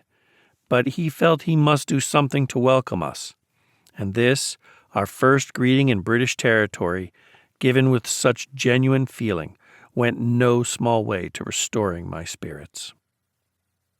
At the station outside Darjeeling, I met my wife, and only then realized what the strain and anxiety to her my absence in Tibet must have caused. We went by rail to Darjeeling itself, and there I had the unexpected honor of being welcomed on the platform by the kindly Sir Andrew Fraser, Lieutenant Governor of Bengal, and nearly the whole of the European residents in the place. They had all, and particularly Sir Andrew and Lady Fraser, been so especially kind to my wife, I could not thank them enough. Mr. and Mrs. Macpherson, Mrs. Walsh, and many others had never failed in their thoughtfulness, and I hope when they read this they will believe that their kindness will never be forgotten by either of us. We stopped at Darjeeling only a day, which I set apart entirely for our little girl, and then Messrs. White and Wilton, with my wife and myself, set out on our last stage to Simla, where Lord and Lady Ampthill warmly welcomed us to Viceregal Lodge. Lord Kitchener had already asked us by telegram to dine with him our first night at Simla, and from Sir Denzil and Lady Ibbotson, Sir Arundel, Sir Lewis and Lady Dane, and many others we received the greatest kindness. Nor could anything have been more generous than the support which Lord Ampthill and the whole government of India gave me in the matter of the disallowed points in the treaty. But what caused me anxiety was the view which Lord Curzon would take of what I had done. He had recommended me originally on account of my discretion. As long as he was in India, he had given me unfailing and ungrudging support, besides the personal encouragement of a real friend. And if he thought that in the end I had failed him, I should have been miserable for the rest of my days. I had acted absolutely and entirely on my own responsibility in what, in most difficult circumstances, had seemed to me the best for my country, and I had to take the risk of my action being approved or disapproved. But it would have been indeed a blow if I found Lord Curzon thought I had acted wrongly. So I hastened home, and at Port Said stopped to meet him on his way out to India again. In one moment he set me right.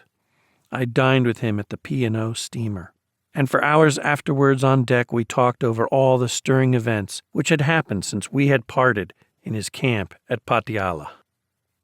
Of all he was warmly appreciative.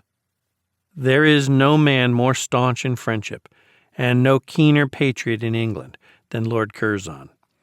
And what he did for the Indian Empire, and still more what he would have done if he had been more amply supported from England, will perhaps someday be more fully recognized than it is at present. If this mission had been a failure, on him would have fallen the blame. How much its success was due to him, no one knew better than I did. On my arrival in England, I had the honor of an audience of His late Majesty, and the reward I most appreciated for my services in Tibet was this opportunity of personally knowing my sovereign. I saw him quite alone. He placed me in a chair by his desk, and then in some indefinable way made it possible for me to speak to him as I would have to my own father. He was himself most outspoken.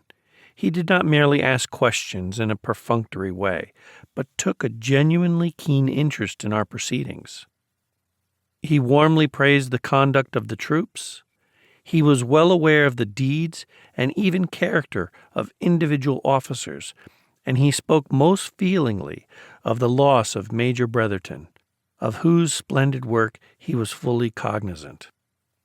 It appeared to me that it was men and not policies which chiefly interested him.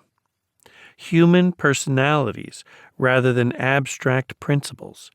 He was himself, as all the world now knows, a generous personality, and not merely a great sovereign, but a great man. No one I have ever met has given me such an impression of abounding vitality and warm-blooded humanity, full and overflowing, and I left his august presence not only rewarded, but re-inspired. Through the kindness of Her Royal Highness Princess Christian, who informed His Majesty of my wish, the flag which I had with me throughout the mission, which was carried before me on every march, which was planted before my tent in camp, which was flown over the mission quarters at Gyantse, and which was placed on the table on which the treaty was signed at Lassa, was deposited in Windsor Castle, and by His Majesty's express commands was hung in the central hall over the statue of Queen Victoria. To Lassa at Last, by Powell Millington. The Writing on the Wall. "Ain't this rippin'?" said I to my wife. "Yes, delightful," she said. It was rather nice. It had been quite hot in the plains, and was pleasantly cool up here. My wife and family had preceded me, and had been settled for some weeks in the house which we had taken in the hills for the hot weather. And now I had just arrived on 2 months' leave. We were sitting over the fire in the drawing room after dinner, a cozy little room made homelike by a careful selection of draperies and ornaments from the larger drawing room in the plains. "Just ripping," I repeated with sad lack of originality. The ride up the hill from the plains had been fatiguing. The fire was soporific. There was whiskey and soda at my elbow, and a cheroot in my mouth. I'm a privileged husband, and smoke in the drawing room. "Ripping," I said for the 3rd time, half dozing. "Come, get up, lazy bones, and go to bed. You are hopeless as you are." So I was led to bed. We put out the lamps, and on the hall table found our bedroom candles, which we lit preparatory to climbing the stairs. The staircase set me musing. Some hill houses have them, but they are rare in the plains. The smallness of the rooms, the existence of that narrow staircase, the domestic process of lighting the bedroom candles, the necessity of not waking the baby, the sense of security and of being cut adrift, even temporarily, from the ties of officialdom, all suggested the peaceful conditions of life enjoyed by the small but solid householder at home. "We've got it at last," I exclaimed. "Got what?" asked my wife. "Why, the life of the bank clerk at home," I replied. "That bank clerk whom we have always envied, who lives at Tooting in a little house just like this, with a creaking staircase just like this, who never gets harried from pillar to post, who is peaceful and domestic, and gets fat as soon as he can afford to. And here I am, for 2 months at any rate, and I'm living in a tooting villa, just like the bank clerk, and in the bosom of my family, and I'm going to get fat too. So up we went to bed full of peace. There was a big black centipede crawling on the bedroom wall, a sinister-looking object, looking on the white surface like mysterious handwriting, bringing with it to the fanciful mind suggestions of mene mene tekel uparsing. My wife had a horror of centipedes. I was at once detailed to destroy it, a feat soon accomplished. That dispels the bank clerk idea altogether, does it not? One of us remarked to the other. Bank clerks at Tooting don't have centipedes on their bedroom walls, do they? When I had gone to my dressing room, I heard the sound below of a key turning in a lock. It was a servant opening the back door. A moment later, I heard the tread of the servant's bare feet on the stairs. This was unusual. My bearer does not voluntarily visit me at this hour. Yes, it was the bearer. He came to the dressing-room door and presented me with a telegram. It was urgent, as denoted by the yellow color of the envelope. Urgent telegrams, when addressed to officers on leave, are apt to involve some interference with their plans. I read the telegram and signed the receipt. The servant asked if he was wanted any more.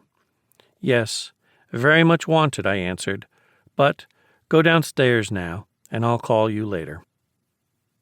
Then came the process of breaking the news to my wife.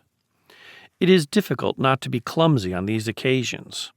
I went into the bedroom with the telegram concealed somewhere on my person.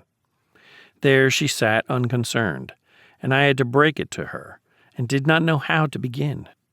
I got to within a foot or two of her and then stopped, held out a beckoning hand to her, and said roughly, "Come here." "What is it?" she said, sitting transfixed. There was something in my face which alarmed her.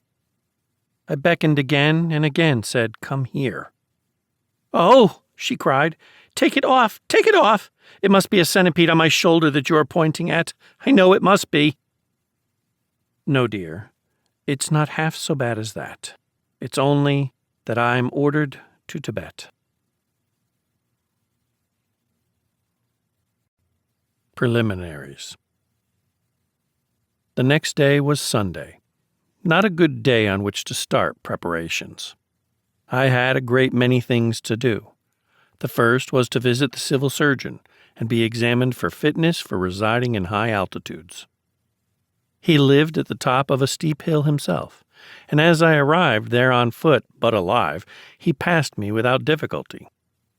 Then my pony, who had come with me, had to be dispatched with the syce on 2 double marches to the railway terminus. Then I had to procure free railway passes from the station staff officer, whose office, the day being Sunday, was of course closed. There was also the putting of oneself, on the one hand, and one's wife and family on the other, on sound financial bases, preparatory to an indefinite period of separation. There was also a lot of sorting and packing to be done, and farewell visits to be made, where these were officially expected of one. One's real friends, of course, one left without a thought. I got off on the Monday. People at home are often horror-struck at the speed with which the married officer has to leave his family when ordered on service. Fond parents have been known to forbid their daughters marrying soldiers on this very account. They are quite wrong. Given that you have to separate, it is much better to get the separation over as quickly as possible. In this case, the speed with which those busy 36 hours passed between the receipt of the telegram and my departure was a real godsend. A long, drawn-out anticipation of separation would by comparison have been intolerable. My wife came to the top of the road that leads to the plains to see me off. The quickest mode of conveyance was the rickshaw. There ought to be some glamour of romance about a wife seeing her husband off to the wars, but how could there be when the husband started in a rickshaw? I stepped solemnly into the vehicle. and an officious Jampani tried to tuck me up with a rug as though I had been something very dainty and precious, while my wife, who still preserves a critical eye for Indian manners and customs, exclaims, oh dear, this is a funny country when one's husband starts for field service in a perambulator. The rickshaw carried me at breakneck pace to the plains, where, with my ears singing from the sudden drop of 6,000 feet, and the heat oppressing me, I took train to my former station, to which I had to make a detour before proceeding to the base. It was a terrible 2 days that I had here, dismantling a furnished house, packing and warehousing your household goods, paying your outstanding bills, having parting drinks at your friend's expense, giving certificates of saintly character to every black man who has ever served you in any capacity during the past 2 years, and who drops from the clouds for his chitti as soon as your final departure from the station becomes known, sorting, repairing and supplementing your camp kit, fitting out yourself, your servant, and your horse with warm clothing. These and countless other matters filled to the brim those 48 hours. At last I was in the train for Calcutta. I met 2 major generals of my acquaintance at different points during the journey. They both congratulated me warmly on the quest upon which I was going, each independently remarking not upon the unexampled professional experience that I was likely to acquire, but on the fact that Tibet was an A1 place for curios. Nice and human of them, I thought, to put that first. One of them, I fear, was rather incommoded by the numerous articles of kit which I had with me in the carriage, and which overflowed somewhat into his portion of it. He was, I knew, a great authority on the scientific reduction of transport, and when I apologized somewhat sheepishly for crowding him, made some grim remark about the liberal scale of baggage per officer that was doubtless being allowed to us. So I had to impress upon him that I stood an even chance of being kept at the base, and so had to be prepared for all emergencies, even a 10 days' leave to Darjeeling, whereat he smiled more grimly than ever. Don't travel from northern India to Calcutta in May, if you can help it. It is not very hot when you start, but every mile you travel you find it growing hotter. You get baked as you traverse the dry plains of the United Provinces. You get fried as you reach a greasier climate further south. And in the humid atmosphere of Lower Bengal, the sensation is that of being broiled. You get out of the train in Howrah station at Calcutta, done all to shreds. After a few hours in Calcutta, I took the Darjeeling mail train, which was due the following morning at Siliguri, the latter being the base of the Tibetan expedition. In the train, I was accompanied by a throng of Calcutta folk going up to Darjeeling for their weekend. Calcutta, apart from other attributes, is a great emporium of drapery and millinery goods, and it was quite natural to find myself sharing a carriage with a gentleman who in the course of conversation revealed himself as the head of a large firm of haberdashers. He was a delightful traveling companion, and regaled me with tales illustrative of the humorous side of his business. He was at his best when describing his most successful corset fitter, a damsel blessed apparently both with a slim waist and a strong arm. With the former she advertised the latest thing in corsets, and with the latter she fitted the said corsets on to figures less graceful than her own. All went well until one day she surpassed herself by transforming a certain stately matron into a veritable sylph. The lady went home pleased and proud, but in an hour's time an indignant letter accompanied by the fragment of a corset reached the manager, the letter demanding the return of the money expended on the corset, on the ground that the latter, on the wearer having cleared her throat with a gentle cough, had burst in several places with a loud report. But just then the train steamed into Siliguri station, and I had to leave my friend and his pleasant tales of frills and furbelows and plunge into war, bloody war. It was a good farrier who could so shoe a horse that he would lose no shoe between Ling Tam and Natong. I don't know in the least what sort of place Sedonchen may be. It rained all the time, some 14 hours that I stayed there, and was shrouded in mist, so that if I ever went there again, the place would still possess the charm of novelty. The next morning I found that my pony had shared the lot of most animals along that road and cast a shoe. Farriers don't grow on the wayside in Sikkim, so there was no alternative but to walk up to Natong. This involved a climb of about 6,000 feet, and then a drop into Natong of about 1,000. I overtook the Royal Fusiliers during my walk. They had camped for the night in a puddle called Juluk, which lies halfway between Sedonchen and Natong. It was during this march of theirs that I believe the following dialogue was overheard. "What ho, Bill," said Atkins number 1. "What do they mean by calling this something country a something tableland? 'Tain't no something tableland this 'ere ain't." "Gorn," answered Atkins number 2. "It's a something tableland right enough, and this 'ere as we are climbing is the something legs of the something table." Fill in the adjectives to taste, or, a la Mr. Kipling, and you get the real flavor of the dialogue. Mountain sickness, Natong, wayside witticisms. Those ailments which are described by the word sickness joined to a prefix are of two kinds. Either the prefix is the cause of the disease, as in the case of seasickness, or the expression is lucus a non lucendo, as in the case of homesickness, the cause of the sickness being in the latter case the exact contradictory of the prefix.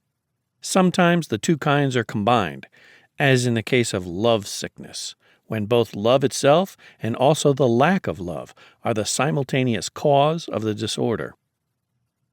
Mountain sickness, on the other hand, may be of either kind, though not of both at once. I have often had bad mountain sickness of the one kind in the plains of India.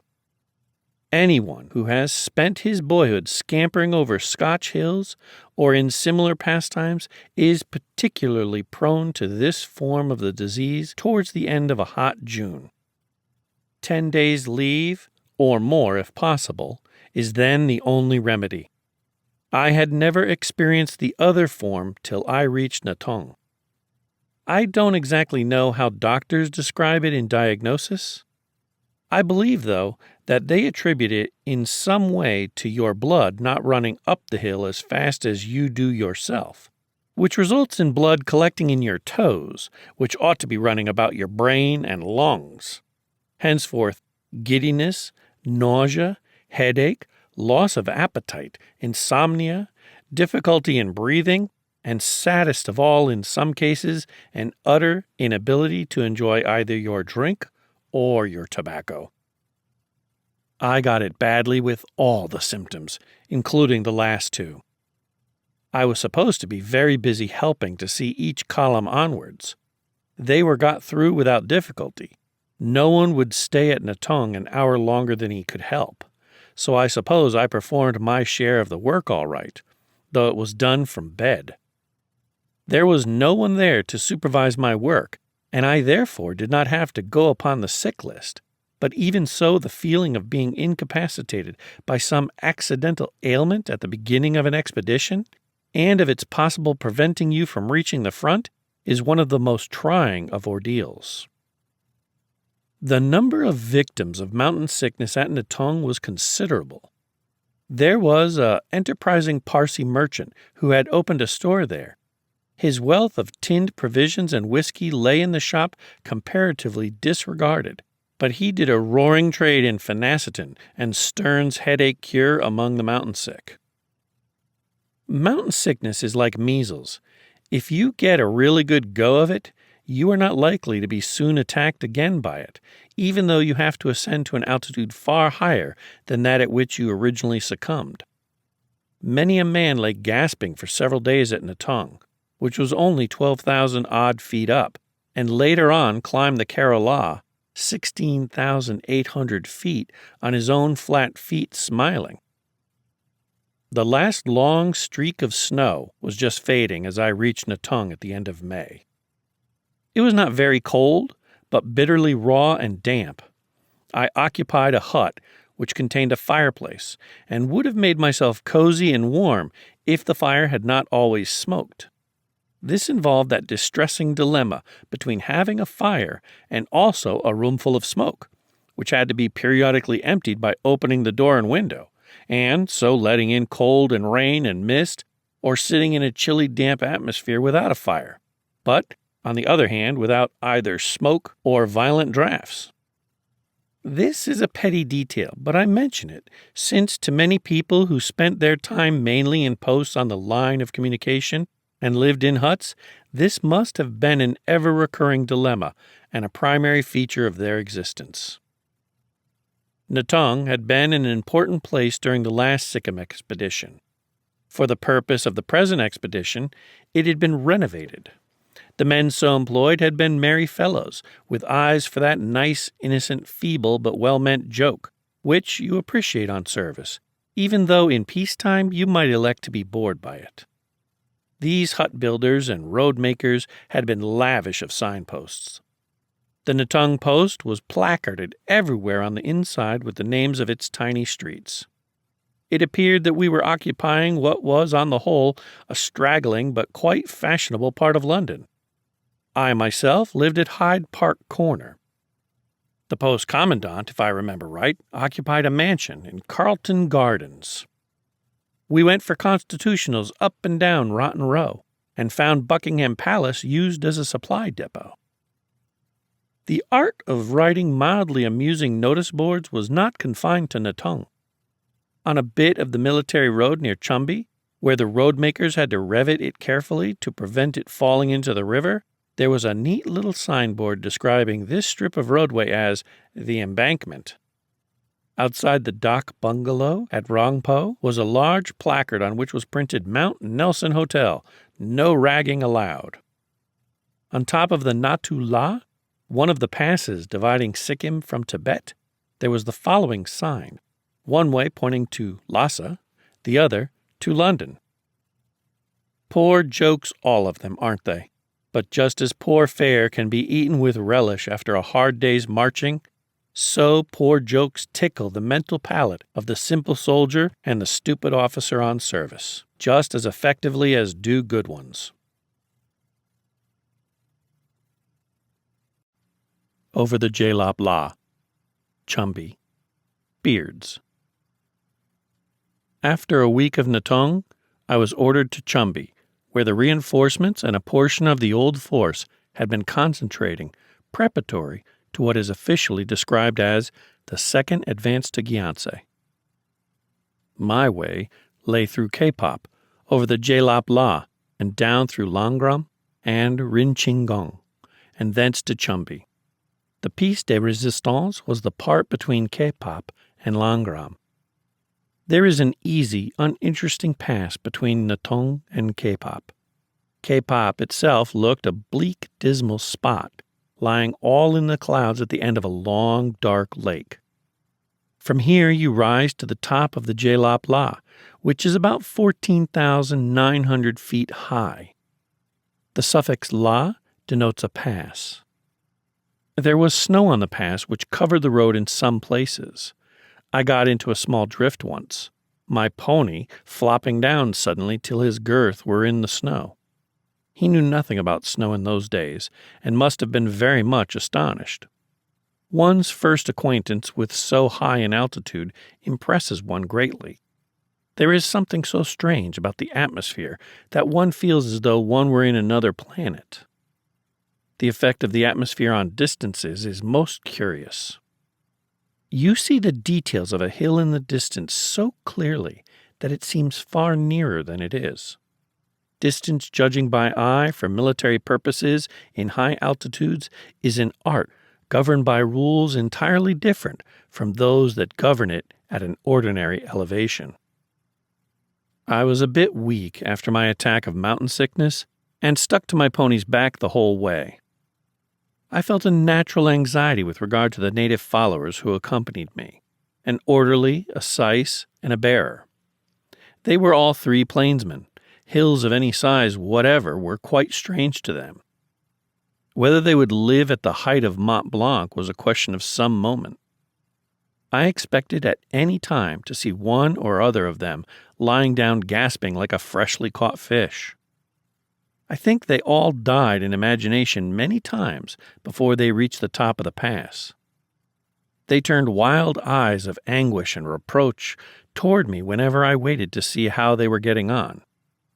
Eventually, I found it best to leave them to themselves, and only know that they arrived down the far side alive, but expressing a poor opinion of Tibet as a country, for we now were in Tibet.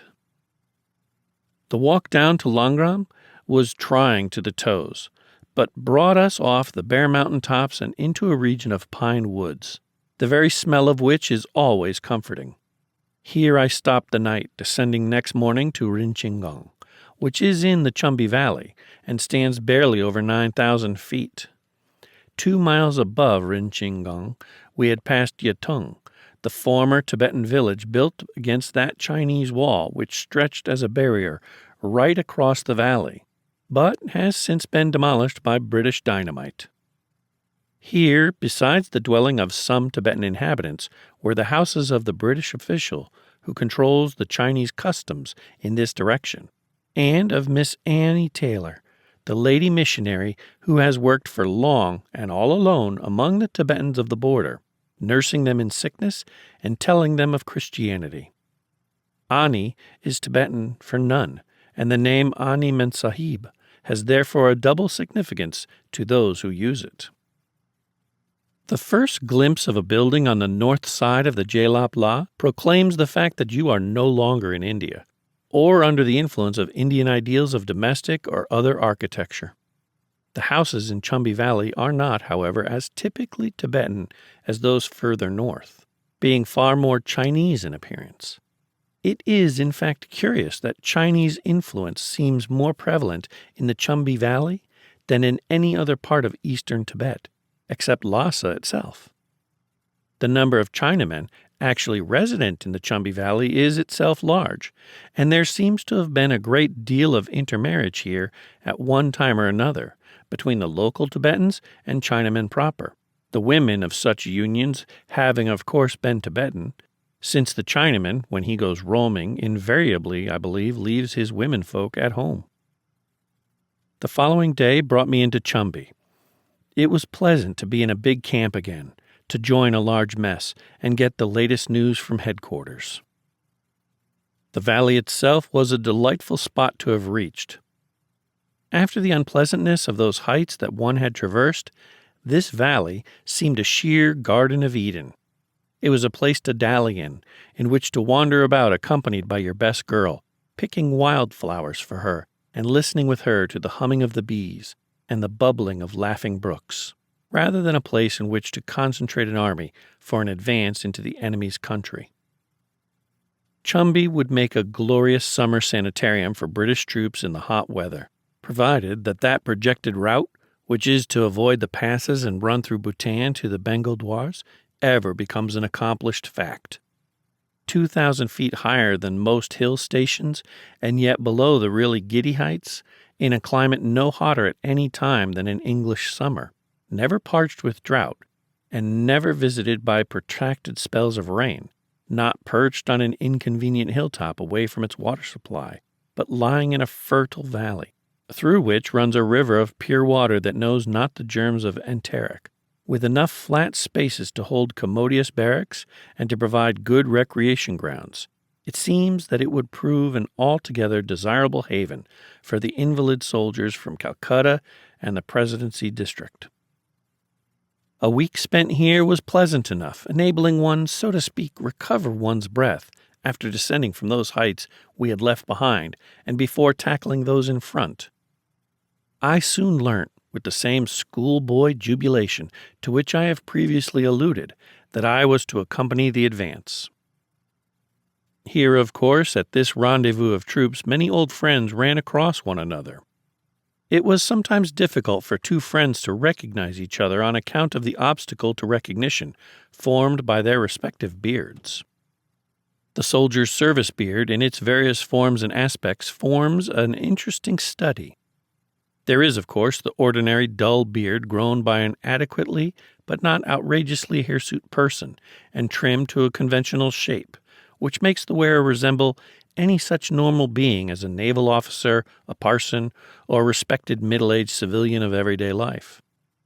The only striking feature of this beard is that it is a productive of unexpected likenesses.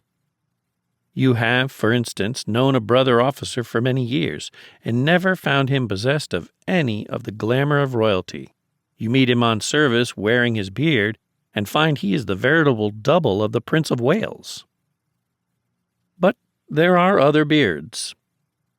There is, for instance, what may be called the infant prodigy beard, a monstrosity adorning the chin of a quite youthful officer. The latter may be put to serve under you, and it takes time and much hardening of yourself against external influences before you have the effrontery to order the young gentleman about, or tell him off when he is in error. I remember an instance of a fairly senior captain calling on a regimental mess and being entertained during his visit by the only officer of that regiment then present. The latter possessed an infant prodigy beard, which was also flecked with a few abnormal gray hairs. I was in that mess, too, at the moment, in the capacity of honorary member only, and followed the interview with relish. The senior captain was becomingly deferential, and the youngster's gray beard wagged with what appeared becoming dignity. At last a light was brought in by a servant, for it was growing dark, which flashed for a moment on Mr. Graybeard's shoulder strap, and revealed two simple subaltern stars. The gradual, almost imperceptible change in the senior captain's manner and the corresponding falling from his high estate of Mr. Graybeard were interesting to watch. The former soon got up to go. "Damn that fellow! I mistook him for the colonel," is what I am sure he said to himself when he got outside. Then there is what may be called the British workman's beard. That is, the beard which is allowed to grow in its own sweet way, and may adopt any of the sizes or shapes that one sees on the faces of such British workmen as never visit a barber. This type also is productive of strange likenesses, not to public personages or one's own compeers, but to the men of the British working class whom one has known in old days. There were many officers so adorned who made excellent gamekeepers or gillies, and in particular I remember a certain stalwart major whose beard grew in two inverted horns that splayed outward on his chest, and who was the very image of my father's old gardener. I once very nearly addressed him as Horton by mistake, for that happened to have been the gardener's name. Tufari. The second advance began in due course. The first few camping grounds were small, so that we had to proceed on the 3 days' march to Fari in several columns. 2 columns a day leaving Chumbi together, but halting at separate camping grounds on the way up and meeting again at Fari. This march to Fari was, until we actually reached the Fari plain, quite the wettest I have known. It rained incessantly. The first day we climbed a few miles up to Lingmatam.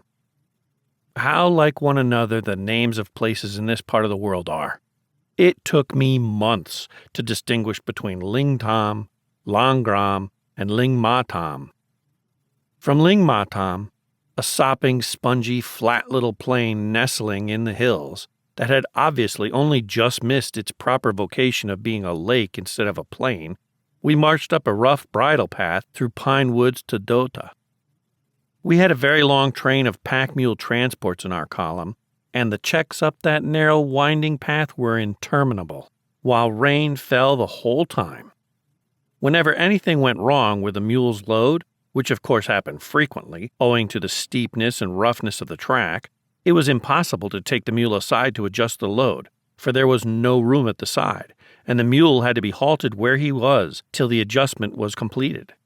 This involved the halting of, say, 500 mules, who happened to be behind the mule who had first been halted, and when the latter at last moved off, it of course took an appreciable interval of time before the next mule followed suit. Multiply that appreciable interval by the number of mules in the rear, say 500, and you find that it takes perhaps a full half hour before the 500th is at last on the move again.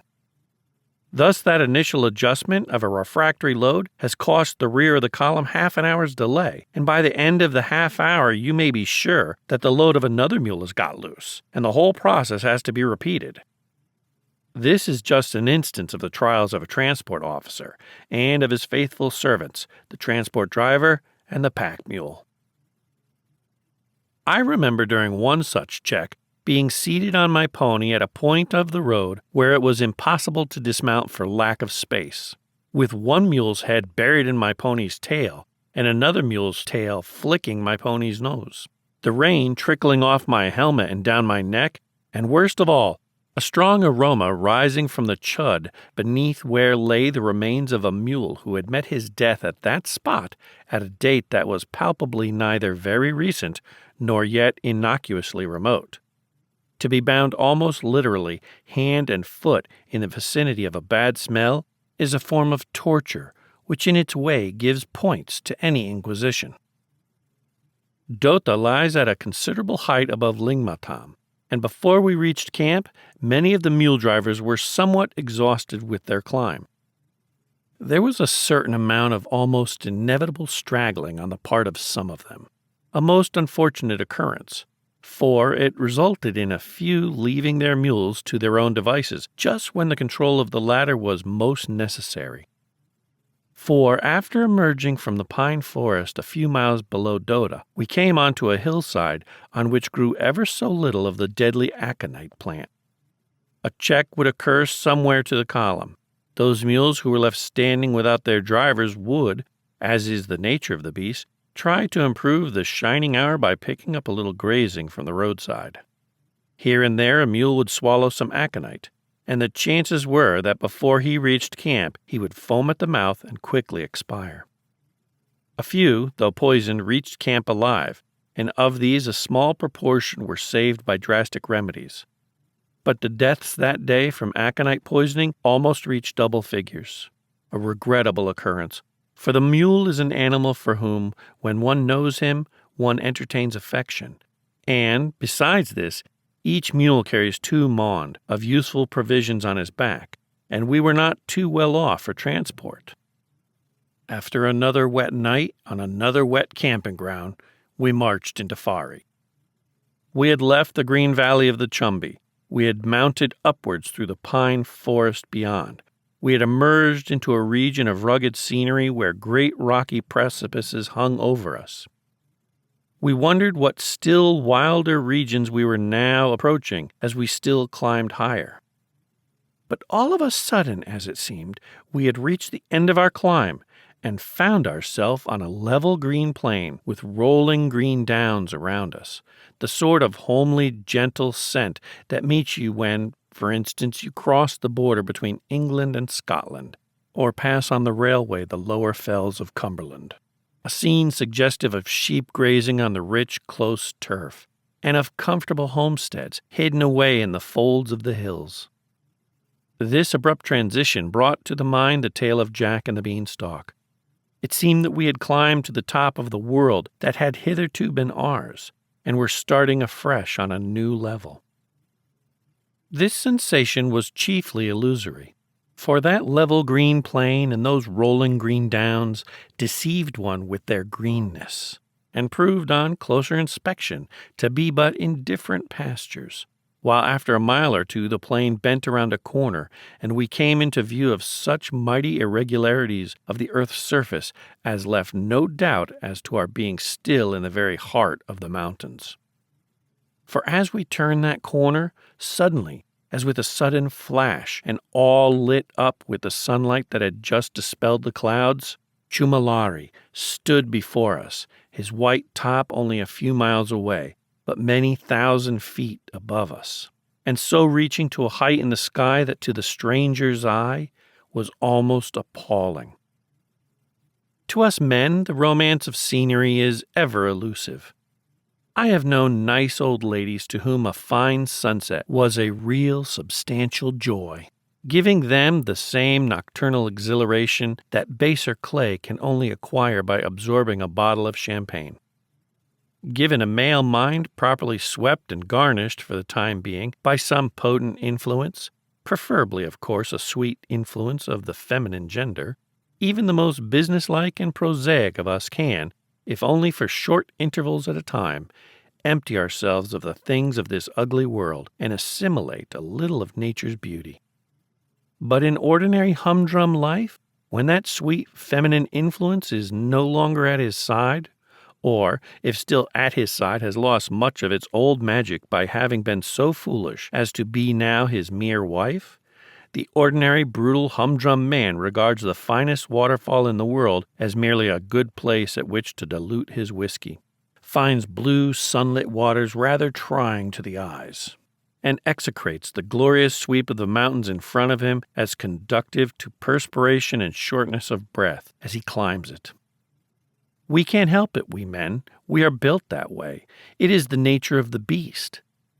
But even so, when by some strange accident we are taken unawares, and some rare and magnificent glory of nature suddenly confronts us, and without our consenting, or even against our will, pierces that crust of sordid matter-of-factness that usually encases us so securely, as did that great white mountain Chumalari that day when we met him on the Fari plain, then we too abandon ourselves, and for once in a way find ourselves drinking in the beauty as greedily as ever that old lady drinks in her sunset. A few miles along the plain brought us to Fari. To Kang Ma. All our little columns concentrated at Fari. Our camp was just outside the Zhong, or fort. Fari Zhong was quite typical of the genus Zhong, looking from the outside like the sort of medieval castle that sometimes adorns the foreground of a drop scene in a theater. On the inside, it was rather extra-typical, being even more rambling, darker and dirtier than most Zhongs. A grim humorist had selected the topmost garret as the post office. This selection gave the local postmaster, who was also possessed of grim humor, the vastest entertainment. For the little columns came pouring in day after day, bringing all sorts of folk who were pining for their letters. Every one, as soon as he was off duty, went head down to the post office.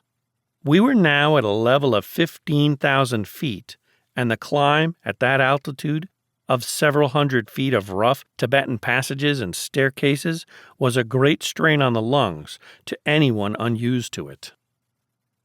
The postmaster sat in his office cool and comfortable, while all day long officers, British rank and file, sepoys and followers poured in for their letters, every one arriving panting, with his tongue lolling out, and quite unable to state his requirements for at least 2 minutes. The postmaster made a point of asking everyone most politely what he wanted at the very moment of his arrival, so as not to keep him waiting, and grinned diabolically at the desperate efforts of the latter to sputter out his name and address. When, as one of the victims in question, I went for my letters, and had duly provided him with my share of the entertainment, I asked him whether he was not enjoying himself, and he assured me it was the best fun he had ever had in his life. From Fari to Kang Ma we marched in 2 columns, of which I accompanied the second. The Tong La was our first halting place, a bleak spot very much swept by the wind. From there we marched to Tuna, and thence to Dochen, with Chumalari on our right, showing us a new view of himself as we rounded each spur that jutted out into the plain. We passed many herds of the Kiang, or wild ass, some of us galloping after them in an attempt to get a close view. But they are fleet and wary, and evaded us altogether. The simple peasant of that part of Tibet has been known to allude to the Kiang as the children of Chumalari, and thus to explain their sanctity, for Chumalari himself is a sacred mountain. Whether belief in this origin of the Kiang is orthodox or merely a local superstition, I do not know. Hereabouts we passed the hot springs, where still lay what was left of the corpses of many Tibetans who had fallen in the fight that had occurred there some months before. We had, I am told, once actually buried these corpses when we found that the enemy were making no effort in that direction. But the Tibetans, holding curious theories on the subject, had again unearthed them. The principle that apparently governs Tibetan obsequies is the desirability of making a corpse fulfill its natural function as food for animals. Hence, exposure of corpses as food for wolves or vultures causes them no pang. They even, it is said, so far elaborate the above principle as to regard a corpse as specially honored when given as food to the domestic pig. The origin of this development of the principle being, of course, really utilitarian. For the high-placed Tibetan, since in his life he feeds high and lives soft, must of necessity in his death be specially nutritious. Lama-fed pork is, so they say, regarded as the greatest of delicacies. Leaving Dochen and the lake, on the bank of which it lies, we turned up a valley to our left and emerged at Kalatso, the name given to the post which adjoins the lake of the same name. From here we marched along the Kalatso plain to Menza. The next day was to bring us into Kangma. My commanding officer was with the first column and had given me orders to ride on early on alternate days to meet him at the camp ahead of me before he left the latter. His hour for leaving each such camp would be 9 a.m., by which hour I had to arrive there. I had to bring a sergeant with me on each occasion. It was 15 miles from Menza to Kangma. The road was rather rough, so they said, but one could cover the distance in 2.5, so I decided to start with the sergeant at 6:30. At 6:15, I found that my pony had bruised a fetlock against a stone in the night and was distinctly lame. I could not get another mount and had to share the sergeant's, and we had little more than our 2.5 hours for the journey. It so happened that I had just been reading a story of primitive life in Western America called The Little Shepherd of Kingdom Come, in which a very sound method by which two men can travel on one horse is alluded to. A starts on horseback at, say, 8 miles an hour, and B on foot at, say, 4 miles. When A has gone a given distance, he dismounts, ties the horse to the nearest tree or stone, and proceeds on foot. Up in due course comes B, mounts the horse, and riding on should overtake A, just when A has finished his fair share of walking, after which the process is repeated to the end of the journey. I was A, and the sergeant was B. The road was quite deserted, and the part through which we were going was at that time reported quite peaceful, so there was practically no risk in leaving the pony alone for short spells at a time. It was a most comfortable arrangement altogether. We traveled at an average rate of 6 miles an hour. Each of us had a pleasant ride alternating with a pleasant walk. Even the pony, though when on the move, kept going pretty hard, yet had pleasant breathers between whiles. We arrived punctually at 8:55 a.m., of course, to find the first column had decided to halt a day at Kangma, and that therefore there need not have been any hurry. But then, of course, that is always the way in such cases. We had one great adventure just before we reached Kangma. I had been walking, and the sergeant had just caught me up on the pony, when 2 shots rang out. I located them as coming from a village a short way off. The sergeant affirmed that they were both volleys. I was in a beastly funk, and perhaps the sergeant was not altogether unmoved. Just then 2 mounted infantrymen, fully armed, rode up from the Kangma direction. I have great respect for mounted infantrymen, but I have known them spin yarns. We asked whether there were any of the enemy about, to which they replied that their name was Legion, or words to that effect, and that they were all around us. This being so, it did not seem to matter in which direction we went, so we pushed on, indulging in the pleasure of each other's company for the time being. instead of one riding ahead while the other walked. Shortly, we rounded a corner and another shot rang out, followed by the appearance of 2 more mounted infantrymen. We asked the latter what the firing was about, and they told us that the commandant of the donkey corps, who was just round the next corner with his donkeys, was making a fine bag of pigeons. 9. Tibetan Warfare. We were all halted a day or two at Kang Ma. There was some truth, after all, in the yarn of the first 2 mounted infantrymen whom we had met on the road, for some of the enemy had been located not far away, and a flying column had gone out after them. The enemy evaded the column successfully, and the latter returned after no other incident except the death of a man and 1 or 2 mules from the effects of drinking water which the brave enemy, ignorant of such Western vagaries as the Geneva Convention, had artfully poisoned. Some unladen mules, of which we stood in considerable need, were brought in that same day by a small escort from Gyantse. They had been fired on en route, and so everything began to point to the chance of a bit of fighting in the near future. From here onward we amalgamated into one column, and that first march out of Kang Ma was particularly typical of the inconveniences of a comparatively long column when marching on a narrow hill road. It may seem strange, but was really quite natural, that our small force with its transport should occupy 5 miles of roadway, which was, I believe, its approximate length. And to get this 5-mile-long serpent to crawl successfully through the Red Idol Gorge, and later on wriggle over a certain very narrow, rather rickety bridge that barred the way close to camp, was a matter of many tedious hours. Horribly cold it was, too, that afternoon, as one waited for one's kit to turn up, the valley just there being a veritable chimney that drew a terrific draught up from the Gyantse direction.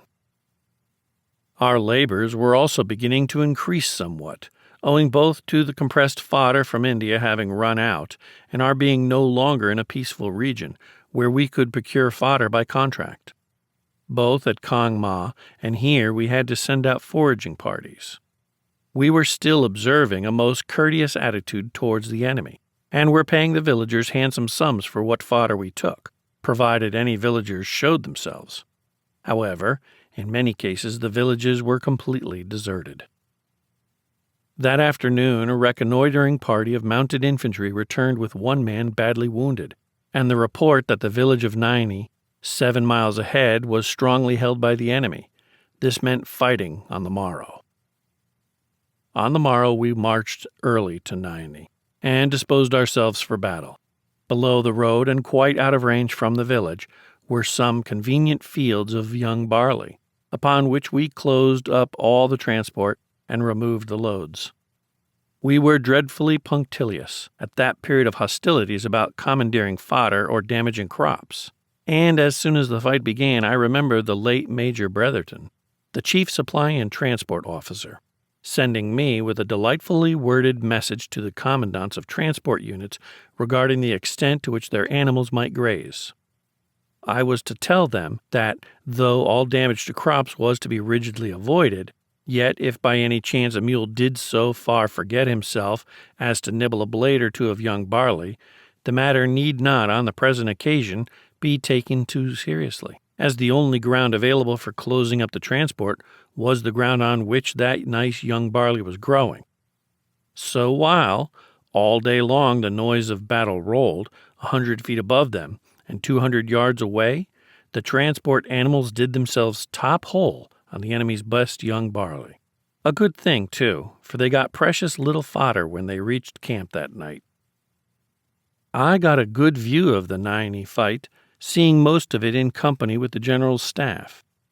A portion of the Gyantse garrison had come out to assist, and peppered the village and Lamasaria from a high hill above, while our own column enveloped them from other directions. We made some fine big holes in their walls, and many a bee's nest of laymen and fighting monks were disturbed by a well-directed shell. Later on came the turn of the infantry at what must have been unpleasantly close quarters.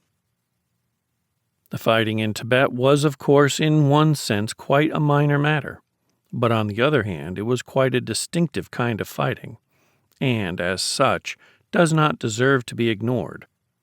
My share in those fights was mainly that of an interested spectator, and in this capacity I give my opinion of it.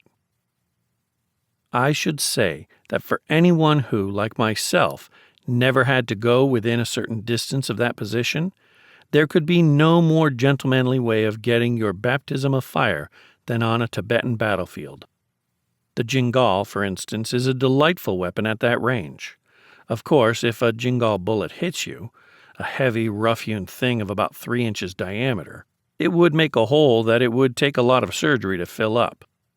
But normally, in the latter stages of its flight, the jingal bullet lets you know it is coming. Furthermore, except at close range, it is very inaccurate. So, if what you desire on the battlefield is mild excitement with a minimum of risk, I would recommend exposing yourself to jingle fire at, say, from 6 to 1,200 yards. A very different tale would be that of the fighter in the firing line. Most of the fights in Tibet involve not only street fighting, but house fighting, and this species of fun generally began immediately after a steep climb of several hundred feet. I can imagine few greater physical and moral trials in modern warfare than that endured by those officers and men of ours who, while gasping for breath after a race up a steep slope in that rare air, penetrated in small parties first through narrow streets, then into dingy courtyards, and lastly into byres and storerooms and living rooms that were generally pitch dark, not knowing from what hole or corner, or with what murderous form of clumsy firearm they might not at any moment be fired upon by an unseen foe at close quarters. For the sake of those who went through this trial and were not found wanting, Tibetan warfare should not be despised. The fight at Naini was waged for many weary hours. Its spectacular charm had soon worn off. The juxtaposition of fierce excitement and deadly boredom is a strange feature of warfare. There, 200 yards away, men were killing one another, and here were some of us positively yawning. Late in the afternoon, our pride of conquest somewhat chastened by the pangs of hunger, we marched onward to Gyantse. As we drew nearer, we heard what seemed like a very irregular artillery salute, fired by very drunken gunners, in honor of some personage entitled to a very large number of guns. It was only the jingals in the Gyantse Jong firing away at us patiently and solemnly, in the pious hope that they one day might hit something. Their main objective was a rickety bridge across the Gyantse River, which we had to cross before reaching our camp. Some jingal bullets did on occasion fall fairly near the bridge, and one mule was actually hit in the act of crossing. The crossing of that bridge took till late into the night. All the way from Naini, the path was intersected with irrigation nullahs, of which most were full of water. This caused many checks, which culminated in the block at the bridge. The latter began to fall to pieces before all the transport was over, some animals occasionally falling off into the water. The last of the rearguard reached camp about midnight.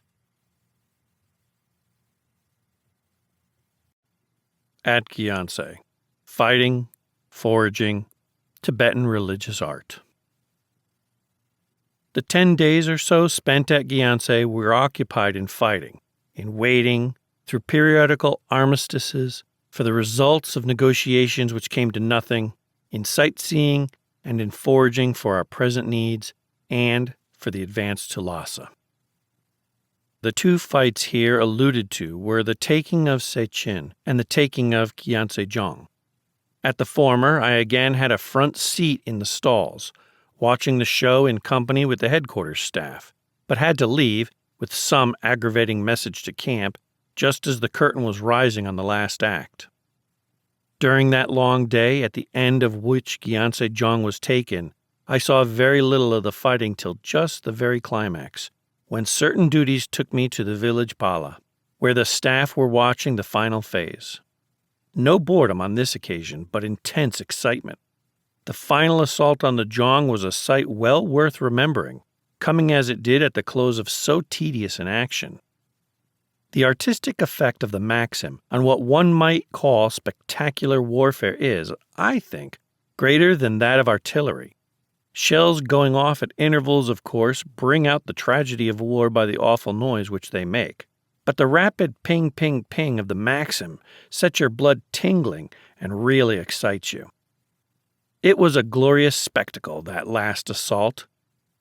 The rush through the breach of those Gurkhas and their comrades into that frowning, impenetrable-looking Jong to the tune of artillery, dynamite, and Maxims would have appealed to the veriest man of peace. And as the Jong became ours, the cheer that went up from every point where troops and followers stood in knots, watching the outcome, was a glorious climax to that long day. A flying column that followed the retreating enemy to Dongse failed to catch them up, but returned with a fine haul of useful forage. Foraging had for some time been the order of the day, except when fighting interfered with it. The Gyantse Plain is very rich, with villages dotted about at close intervals, all standing among rich crops and nominally containing plenteous stores of what were our staple needs. But the art of hiding such stores is possessed in a high degree by the Tibetan. Some officers, who later on had much practice in foraging, became experts in finding the hidden storerooms, knowing at a glance at what point on a given wall in an upper chamber the wall painting ceased to be of a permanent nature, and was merely a temporary daub, concealing the rough cement and pile of loose unbaked bricks which blocked the doorway of what, after use of crowbar and mallet, proved a veritable mine of grain or barley flour. Of course, while at Gyantse, the town and Lama Sarai of Gyantse and Sechen were our happiest hunting grounds. In one lofty room alone, we one day found 8,000 mons of barley flour, all neatly bagged and sealed with the Tibetan official seal, doubtless a mobilization reserve of the Tibetan army, and, alongside of it, another similar room filled with loose grain to a height which we could never really explore, since the weight of the grain made it impossible to open the door more than an inch or so, from which small aperture our requirements trickled out by the mule load. If we had had enough transport to carry on from Gyantse all the supplies which we found there, our commissariat problems would have been easy. As we foraged on the days following these fights, our way was strewn with corpses. The warriors from the Kham country, who formed a large part of the Tibetan army, were glorious in death, long-haired giants, lying as they fell with their crude weapons lying beside them, and usually with a peaceful, patient look in their faces. As types of physical humanity, they could not be easily excelled. I remember one day one of the Kham men, a prisoner, was helping me to set in order a refractory watermill stone with which I was trying to grind wheat into flour. My commanding officer came to see how I was getting on and caught sight of the prisoner. He gazed at him in admiration and then exclaimed, "By Jove, what a fine corpse he would make." Very brutal of him I thought it was, till I had seen more corpses, and then I realized the true artistic insight of the remark. I suppose it would be no more possible for an ordinary person to do justice to Gyantse as a sightseer than for anyone who had had no classical education to visit Rome or Athens in the true academic spirit. Just as the key to those places lies in the knowledge of classical history, mythology, and archaeology, so would the true key to Gyantse lie in a knowledge of the history of Buddhism in general and of the Tibetan variations of Buddhism in particular. The main tenets of Buddhist doctrine, as one may acquire them in a handbook or an occasional magazine article, afford very little clue to Tibetan religious art. Buddha himself one can understand, and one becomes quite to know and admire the gently supercilious, ever-smiling expression that is faithfully caught in every statue and picture of him which one sees. And one can understand the motives in exemplifying the variations of human fortune by pictures of the wheel of life which show types of all the degrees of human happiness and unhappiness. Instances of indescribable torture at one side of the wheel, lesser miseries adjoining it, followed by similar gradations so arranged that as we go round the circle, we come at last to fair scenes of ideal human bliss.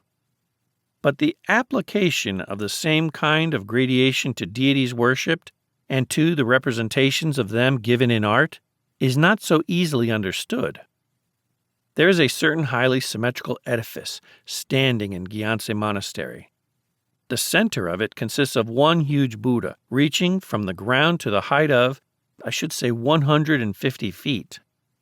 Round this are built tiers upon tiers of small shrines, each tier containing one less shrine than the tier below it. The shrines are of equal size, so that the general effect of the whole edifice is that of a pyramid. You rise from tier to tier by a narrow hidden staircase. Each shrine contains one idol. If you start at a certain point on any of the tiers and go round that tier, you will first enter the shrine of a perfect Buddha, for whom you will feel at least some reverence. The next shrine will contain an idol that impresses you less, and has about it some taint of the world. The next is a thoroughly worldly idol. The next is ugly. The next is obviously wicked, and the next a demon. The demons grow in demonical qualities till suddenly you arrive again at the Buddha from whom you started. The tiers above are all arranged on the same principle, except that, the number of shrines decreasing by one in each case, the gradation from Buddha to demons grows more abrupt as you ascend.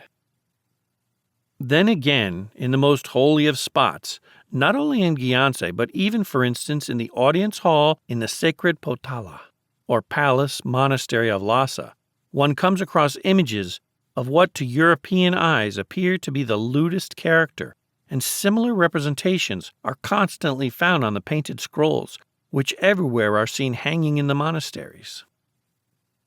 Such strange excrescences on the external face of a religion that ranks so high in regard to the spirituality of its essential tenets, and the extent and depth of its influence on human life as does Buddhism, seem only to point to the endless intertwinings of religions that must ever have been in process since the world began. Here we have, for instance, one of the noblest and purest of religions tainted, at any rate as regards the art which is ancillary to it, with those twin poisons of demon worship and priapism, all contact with which one would have imagined it to have been pure enough and strong enough to throw off centuries ago. The strange similarity on less essential points that exist between religions, which are far removed from each other, both in history and in doctrine, make one long to read some really comprehensive history of human religion that will, by dipping down into the furthest depths of the past, reveal to us the answers to such problems as, for instance, the strong and apparently family likeness between the joss sticks and tallow altar lamps of the Buddhists, and the incense and wax candle of ornate Christian ritual. Though it would appear that what is barbaric may survive in the form of ritual as an acknowledged and in some cases it may be even a helpful adjunct to a religion which in every other aspect has cast off all that is barbarous, yet some of those demons and those licentious pictures that we saw in Tibet seem to the Western mind altogether too vile to be thus explained away. But, even so, what fool shall rush in and criticize the East? The start for Lassa, a digression on supply and transport. Suddenly the order came that we were to march to Lassa forthwith. Who should and who should not form the Lassa column must have been a difficult question to settle. To perform invidious tasks of this sort must be the most trying feature of generalship. It would be hard to find an occasion on any expedition when, to the individual soldier, going on seemed to mean so much, and staying behind so little. Forbidden cities are so fascinating, and the idea of assisting in drawing aside a parda so appeals to our rude imaginations, that the desire to reach Lassa was especially great. Those high passes in front of us, the shores of the great Palti Lake, and the upper Brahmaputra, that we knew not how we should cross, all seemed also to point to a varied adventure. And there was a spice of excitement in the thought of marching through a country on the resources of which we should have largely to maintain ourselves, while as yet we knew hardly anything of their kind and extent. We left the sad Gyantse garrison behind us and marched off one morning in threatening weather that soon turned to rain. Our path for the first few miles lying across a veritable bog. We consisted of the whole of a British and a section of native mountain battery, of a wing of the Royal Fusiliers, of 2 companies of mounted infantry drawn from various native regiments and consisting of Sikhs, Gurkhas, and Pathans, of the 8th Gurkha Rifles, several companies of the 32nd Sikh Pioneers and the 40th Pathans, 1 company of sappers and miners, and 2 machine gun detachments. Several field hospitals or sections of field hospitals accompanied us, besides, of course, many other miscellaneous necessities, such as ammunition column, treasure, supply column, post office, veterinary establishment, and field park. The telegraph department was conspicuous by its absence, it being a feature of the advance to Lassa that we left the telegraph behind at Gyantse, a proceeding which doubtless had both its inconvenient and its convenient results. Last but not least came the transport. One may divide this into regular and irregular. The regular transport consisted of the whole or portions of 5 Indian mule corps, the 6th, the 7th, the 9th, the 10th, and the 12th. The irregular of a coolie corps and the 2 locally raised corps, one of yak and the other of donkeys. Our transport was so big an item and so big a necessity that a short sketch of it as it plowed through the sodden fields outside Gyantse that wet July morning may not come amiss.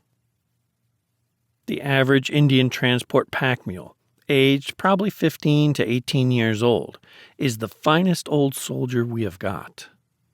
If, like Lord Robert's grey Arab, he were allowed to record his services round his neck, he would display a fine collection of medals and clasps. Allowing that he is now 15 and that he joined the ranks 10 years ago, and allowing as a general principle that where a frontier expedition of any size takes place, the bulk of the regular mule transport of the army in India is required for it, we can take it that at the age of 6 he had a rough breaking in to war conditions in Chitral. That, after a year or so of peace, he carried convoy stores or troops' baggage over many weary marches in the Malakand, or the Tachi Valley, or in Tirah. In 1900, as likely as not, he was entrained one hot midsummer day, carried off to Calcutta and shipped to China. As an alternative, he may have been wanted in South Africa. Later on, he very probably served in the Massoud blockade.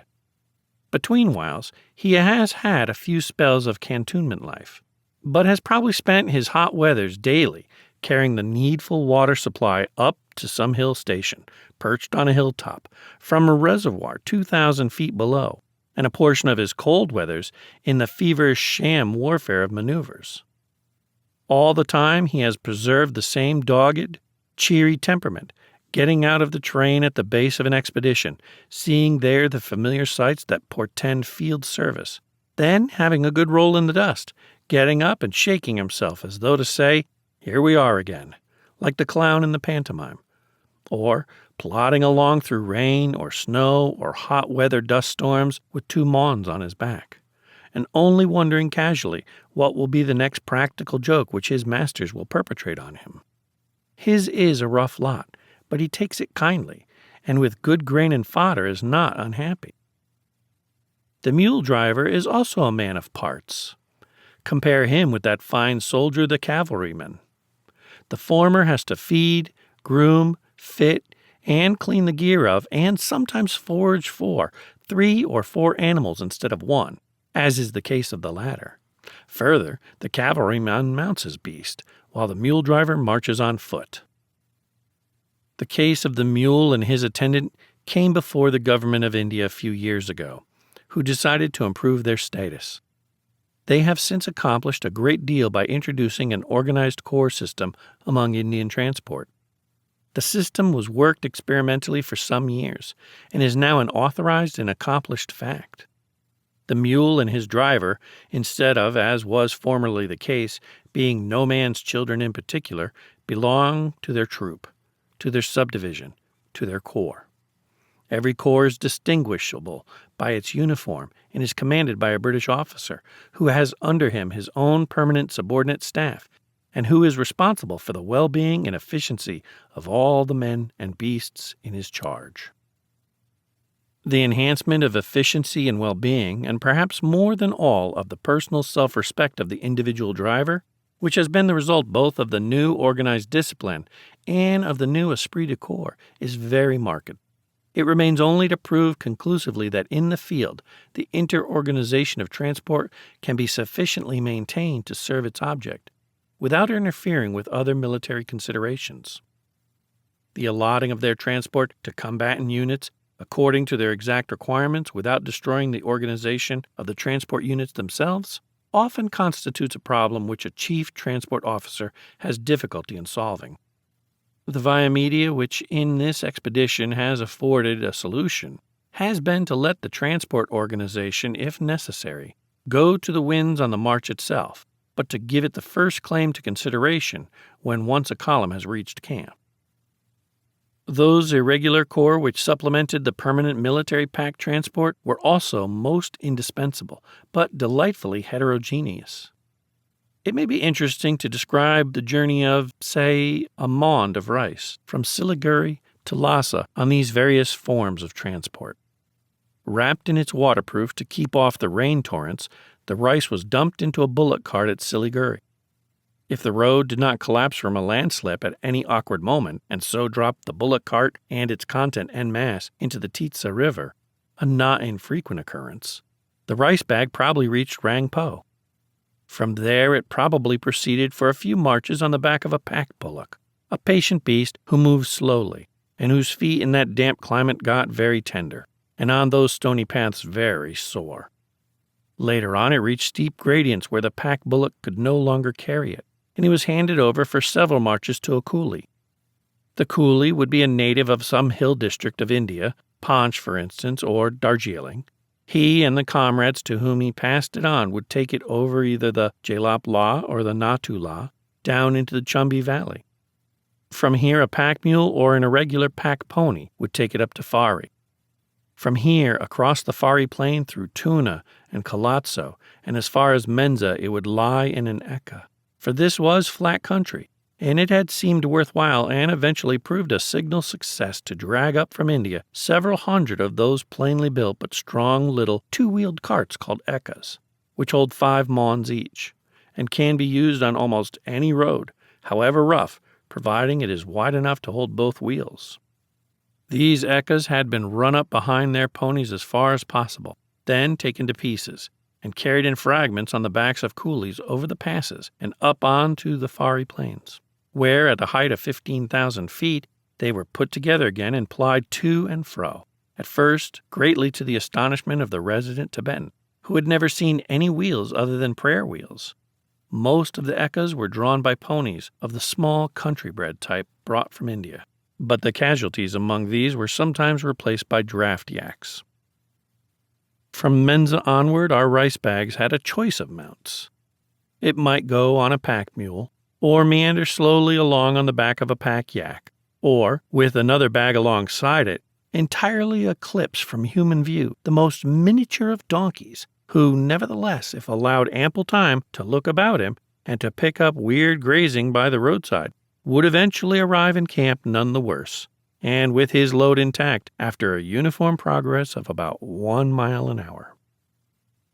On one or another of these animals the rice bag would eventually reach Lassa, or if it foregathered with the Lassa column on its way up, it might be handed over to one of the coolies who accompanied that column.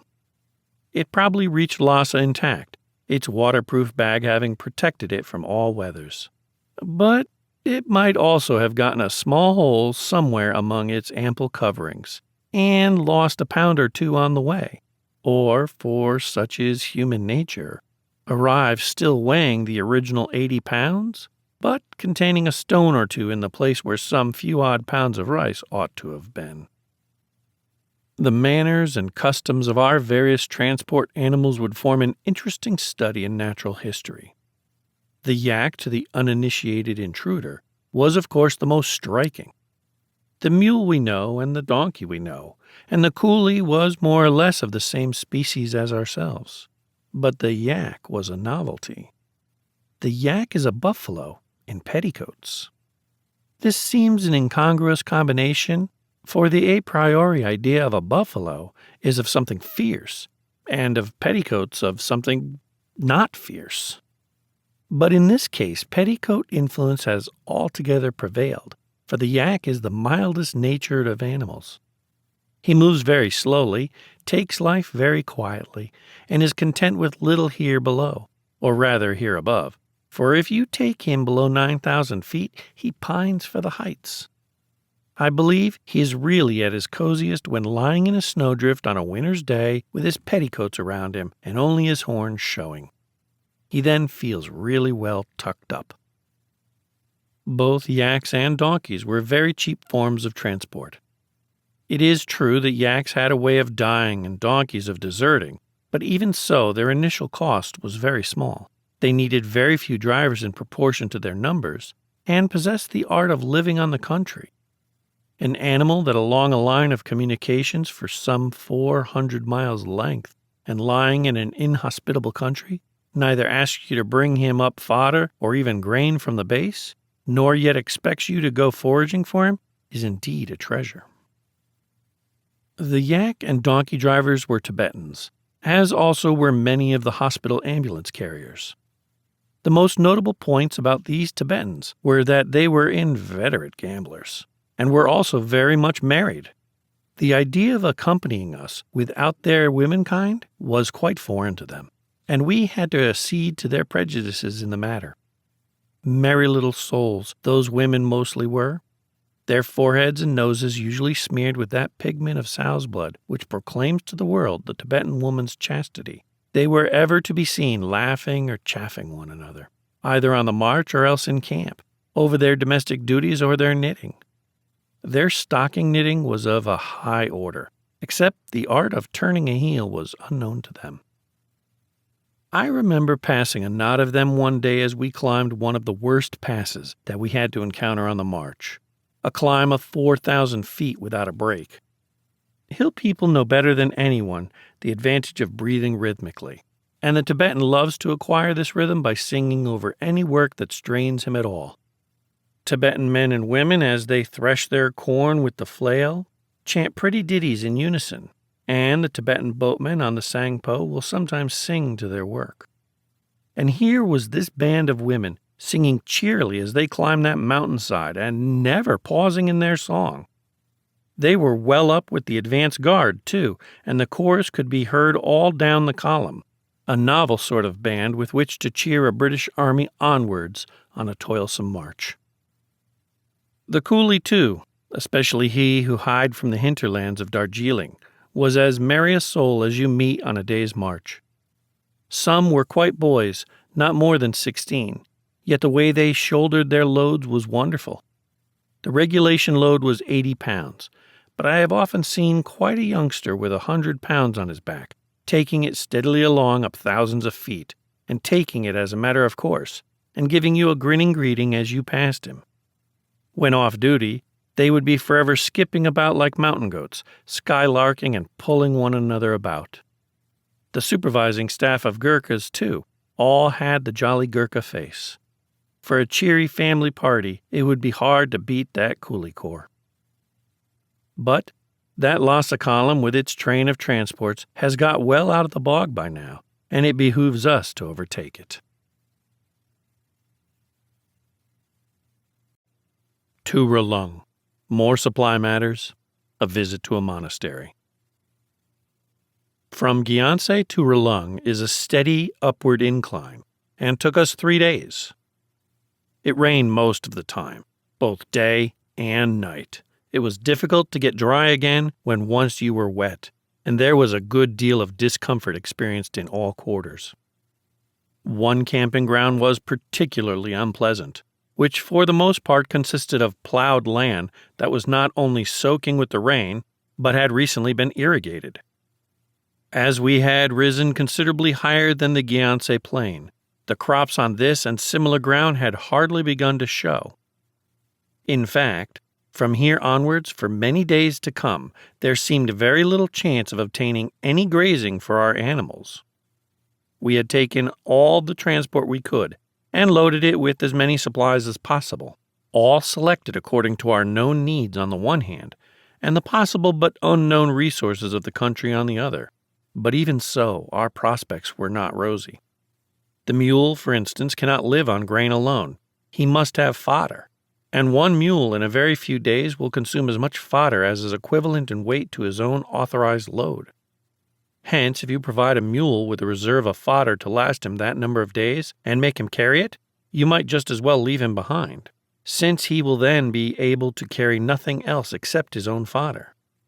This, in a country where fodder is not locally procurable, is, at any rate in the case of the pack mule, one of the great problems of army transport, and we were brought face to face with it more than once during this march. Grain, too, is heavy stuff, or, in other words, gets quickly consumed. We used over 200 maunds a day, and more than 100 mule loads, and so could not start our march with many days' supply in reserve without excluding other things that also had to be carried. The next heaviest item was Sangpo, the Tibetan barley flour which we were now using as a substitute for the atta, or coarsely ground wheat flour usually consumed by natives.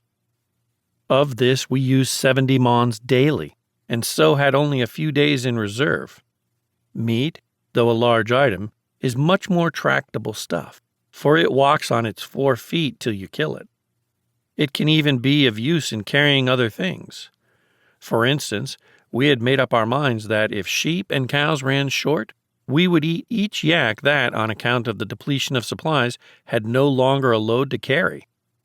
The other items of food, though many of them costly and highly essential, were none of them very bulky, and of these we had been able to bring along some weeks' reserve. Our more pressing needs were therefore confined to fodder and grain and Sangpo, and many were the foraging parties that went forth on arrival in camp, or that made a detour from the line of march in search of these articles, some drawing blank, some getting very little, and some occasionally a fair haul. At Rolung, we got a fair haul.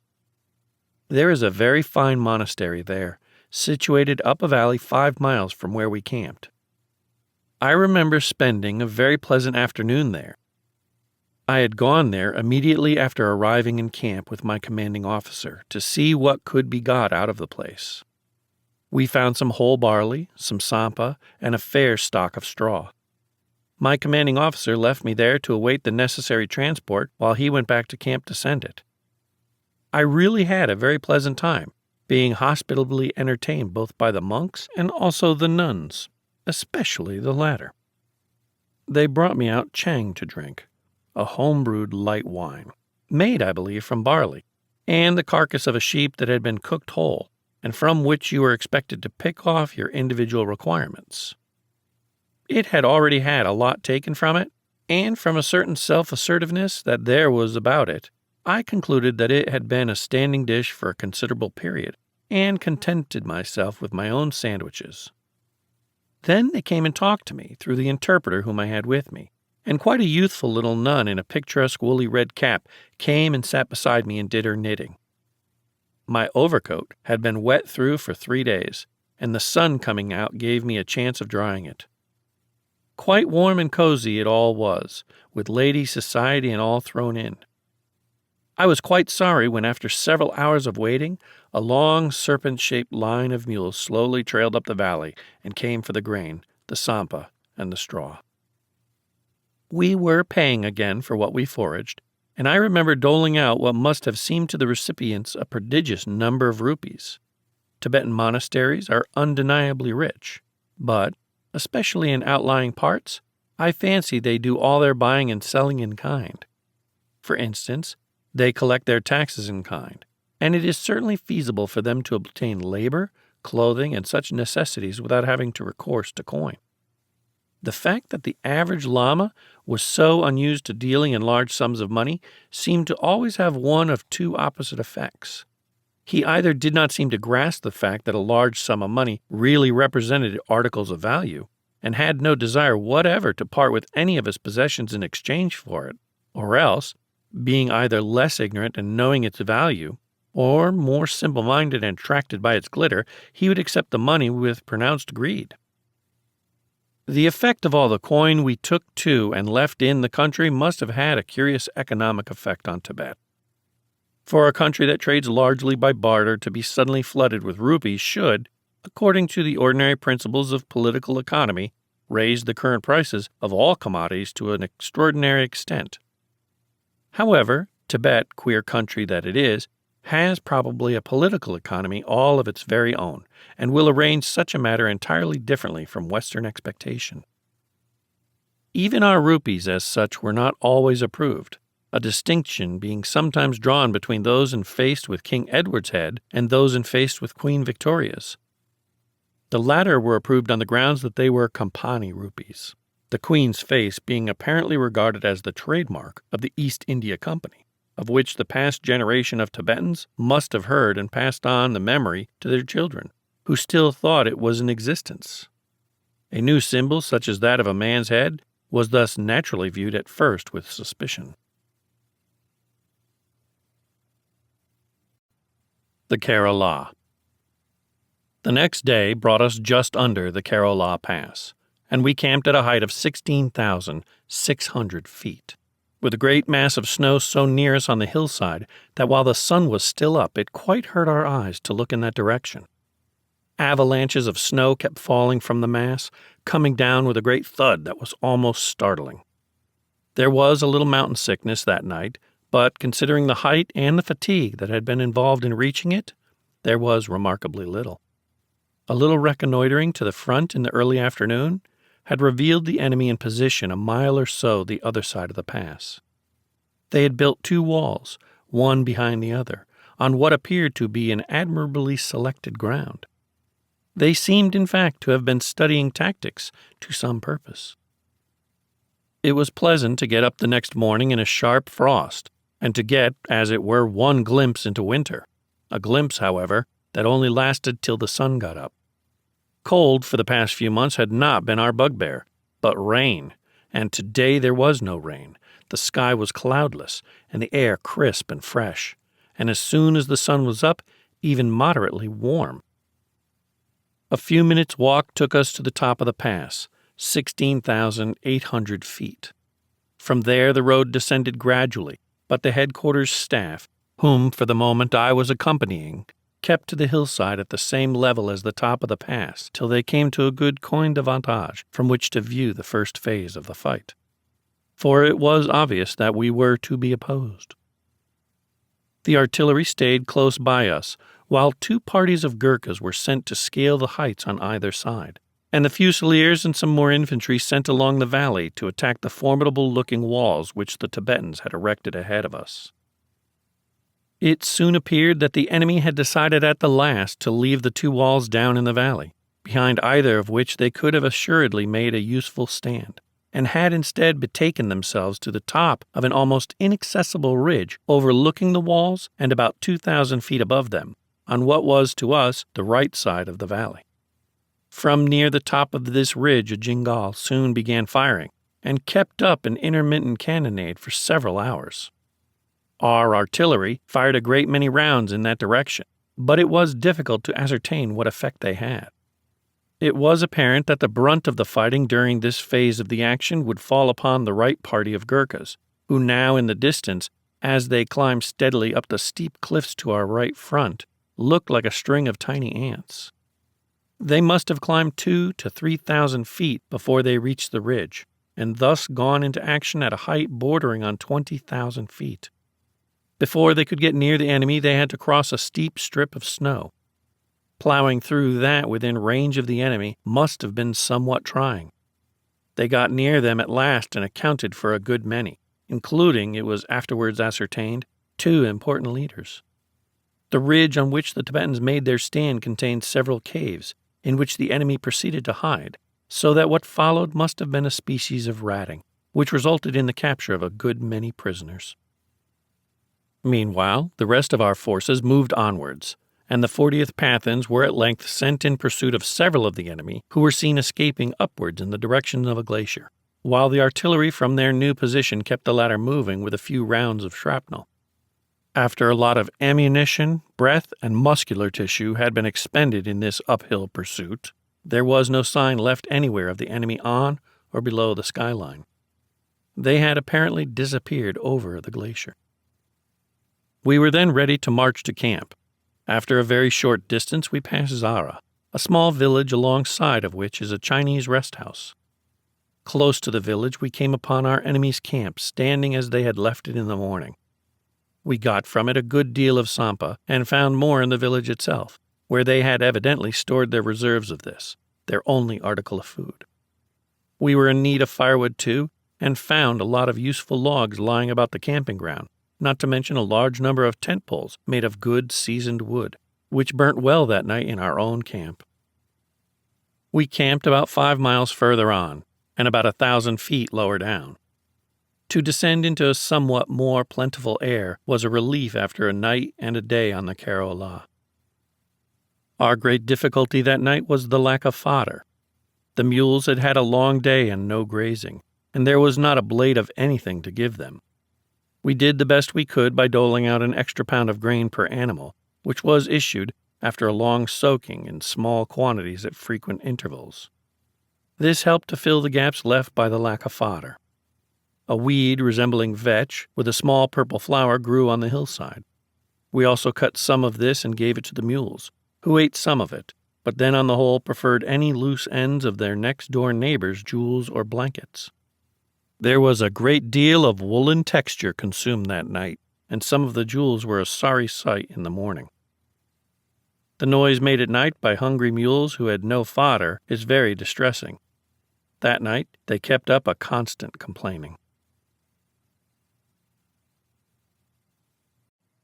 Nagartse.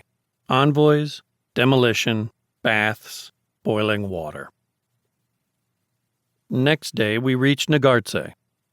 This is a village surmounted by a jong which is perched at the end of a rocky ridge which runs from higher hills close down to a corner of the Lake Palti.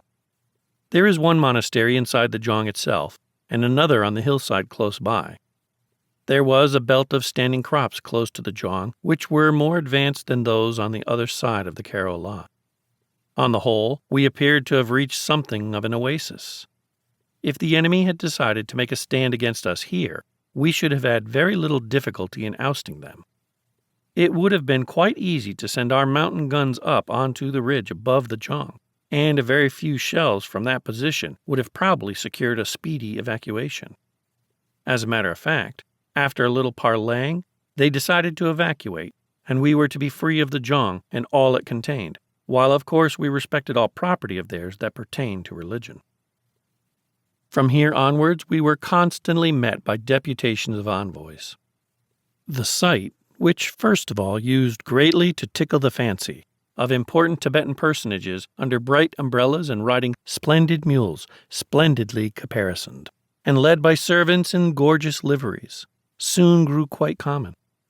At every point of any importance along the line of our advance, this or a similar cavalcade would come hurrying up.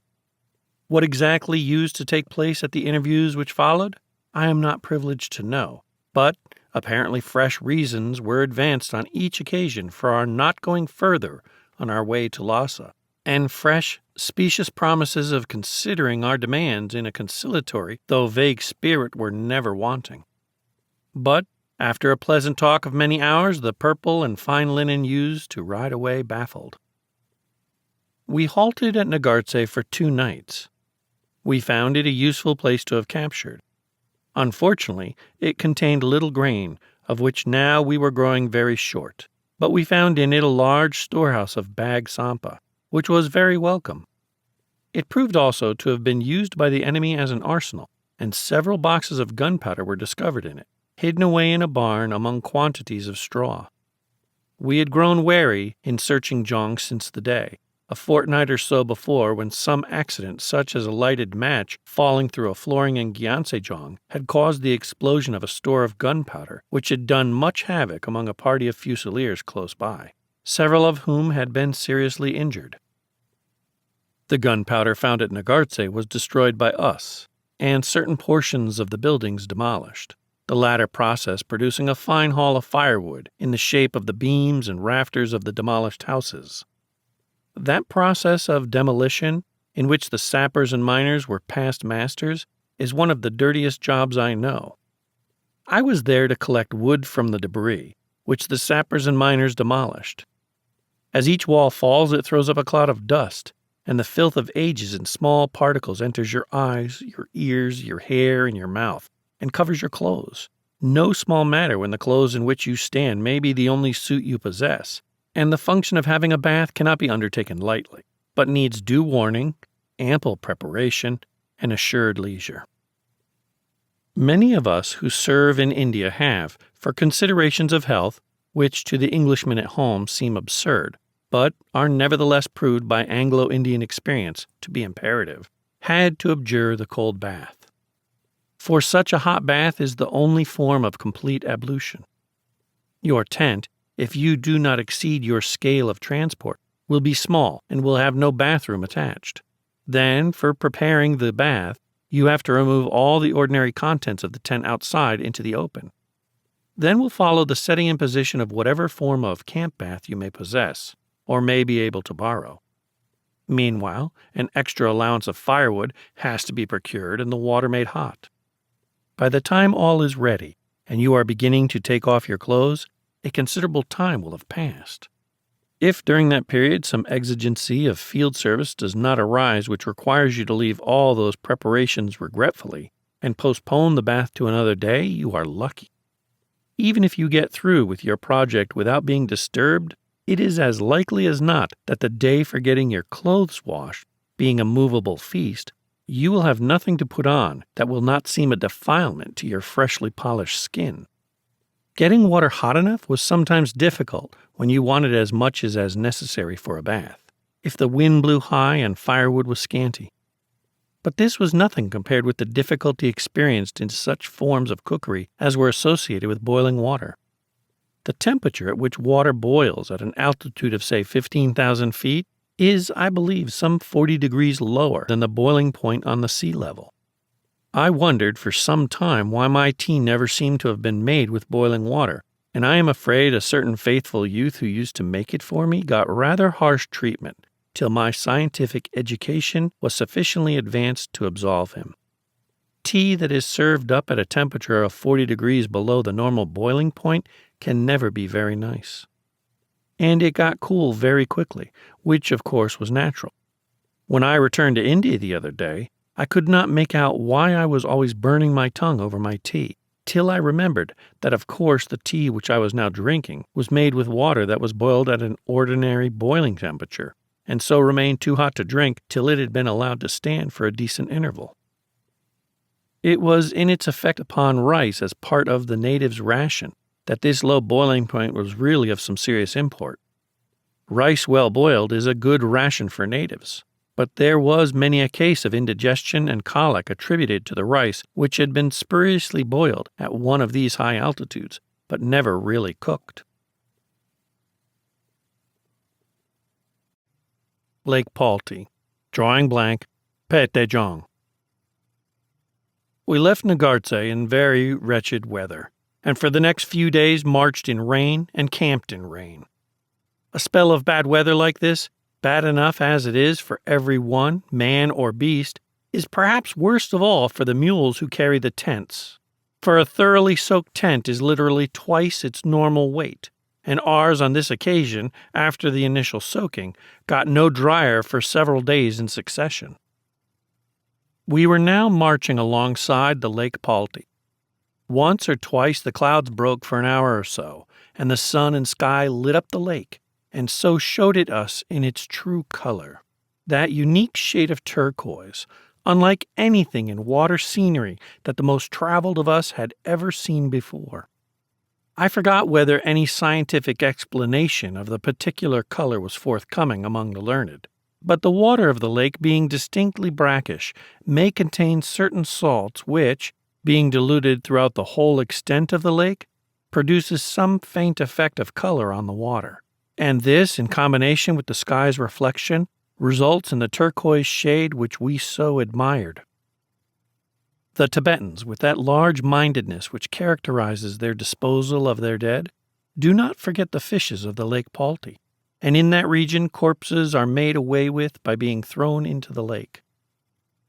It would thus appear that what with its salts and functions as a cemetery, the lake supplied but indifferent drinking water. At 1 or 2 camps that we occupied by its side, there were no streams flowing down from the hills, so we had to be content with the lake, but no ill effects resulted. Many were the fish that were caught in Lake Palti as we skirted its banks, and that embellished those dinners that were now getting so plain. The regular trout fishing appliances, green heart rod, reel and silk-spun line, catgut cast, and choice Zulu or March brown fly accounted for large numbers. But side by side with the sportsmen so equipped would stand some sepoy or follower with a lengthy stick, a bit of string, and a bent pin baited with a bit of sampa, whose efforts would be crowned with success quite similar. Really accommodating fish those were, that gave the skilled angler the entertainment he sought, and yet did not disdain that humbler one who with simpler devices fished only for the pot. Yasig was our first camp out of Nagartse. There was a village 2 miles from camp, but it contained no supplies and was deserted except for a few old women. In those days, to the casual traveler through Tibet, old women would have appeared to form the bulk of the population. A useful thing, an old woman. You can use her as a cat's paw. Though afraid to go yourself into the vicinity of the invading foe, you can yet send your old woman to watch over your interests in the village, to feed and milk the cows that you have left hidden there, to perform such small agricultural functions generally as may save the farm from utter ruin, and to return periodically with the latest news of the foe. That seemed to be the idea which dominated the Tibetans in this manner, and perhaps it was a sound one. I can certainly imagine no more effective chowkidar upon a village than an ancient, toothless, slatternly Tibetan woman, who greets you with tongue out and thumbs upturned, the conventional symbol of submission, and weeps long and loud from the moment you approach her until you leave her. I believe Aristotle has defined tragedy as a purging of the emotions with sympathy and a kind of horror. According to this definition, the sight of these old women was essentially tragic. You went to a village hoping to find in it a stock of good things, and you found only this old woman and nothing else. You were sorry for the old girl, of course, but when you saw the filth encasing her and the lice enveloping her, you were filled indeed with a kind of horror, and rode away promptly with your emotions thoroughly purged after the correct Aristotelian method. The Tibetan, of course, knew that this would happen, and this was why he sent his old woman to guard his property. We hoped not to draw blank at the next halt, for here we came to the village Pete, surmounted by Petejong, an important landmark on our route. But now we began to discover that someone had stolen a march on us and was looting ahead of us. It appeared that, of the army that had opposed us at the Karo, one portion had disappeared over the glacier, but that another was in retreat towards Lassa and was feeding itself somewhat ruthlessly on the country as it went. From reports that reached us, it appeared also that the paymasters of the Tibetan army regarded their duties lightly, and that the force in front of us, consisting mainly of mercenaries, had no compunction in looting not only the bare means of subsistence, but also any supplementary stores which by a generous calculation might seem equivalent in value to the arrears of their pay. Even so, it was not so much what they took that spoilt our chance of finding stores to purchase, as the fact that each act of looting on their part at once became known in all the villages ahead, with the result that stores of all kinds, but especially grain and sampa, were being hidden away from the reach of either the Tibetan army or ourselves with the utmost possible dispatch. Hence, our prospects again became far from rosy. There was fortunately some grazing at Petejong for the animals, but both grain and sampa were growing short. A day or two more without some addition of these articles would see us depleted. Petejong, a fine square-topped fort built on a rock overtopped by high mountains on one side and overlooking the blue waters of Lake Palti on the other, looked magnificent, and more than ever reminded one of that drop scene in the theater. What a shame, my wife says, to draw such horrid comparisons. But I tell her, they are not horrid really. In fact, a short sojourn in Tibet, a country freed from the obscurities of a thick atmosphere and full of great, dense mountains and lakes, and of startlingly crude contrasts of bright colors, quite revolutionizes for the time being one's idea of landscape art. In one of those diffident, modern impressionist pictures, in which the artist is afraid to make his sky or water really blue, or his snow really white, or his mountaintops really lofty or distinct, one finds nothing that really appeals to one's sense of vivid truth. But in that drop scene above alluded to, lit up as it would be by glaring footlights, or in that glorious wealth of color that is daubed by machinery on to even so low a thing as a tradesman's almanac, or again in that magic lantern slide reflected on a sheet which gave to one as a child such romantic ideas of nature rampant in Switzerland or the Holy Land, there is more that represents the clear form and crude color of the uplands of Tibet than would ever be found in the works of any up-to-date royal academician. As memory fades and one becomes used again to denser atmospheres and to features of the earth's surface that are less pronounced, I suppose one's ideas will revert to their normal orthodoxy. Petejong, fair and romantic from the outside, is the reverse within. We left a few troops there, making it a post on our line of communication, as we had done also in the cases of Nagartse and Rolung. I was sorry for the Petejong garrison. The lower part of the Jong was occupied by byres and barns and dark chambers, all of them empty of all but filth. Through the center of the Jong and through the rock on which it was built, a rough stone track, half path, half staircase, ran upwards, mostly in pitch darkness. From the walls at the side, from the roof overhead, and from the ground beneath, moisture seemed to be always exuding, the walls and the roof being all slimy and musty, while greasy mud oozed perpetually from the interstices of the stones on the floor. No sunlight ever reached this dark passage, so that the moisture could dry no faster than it was replenished by that hidden spring in the rock, which apparently was its source. The only suitable habitable rooms were high up at the top of the Jong, and these were designed as barracks, hospital, store depot, and post commandant's quarters. But every time anyone went outside the Jong from his quarters, he had to go down this slimy black artery and return the same way.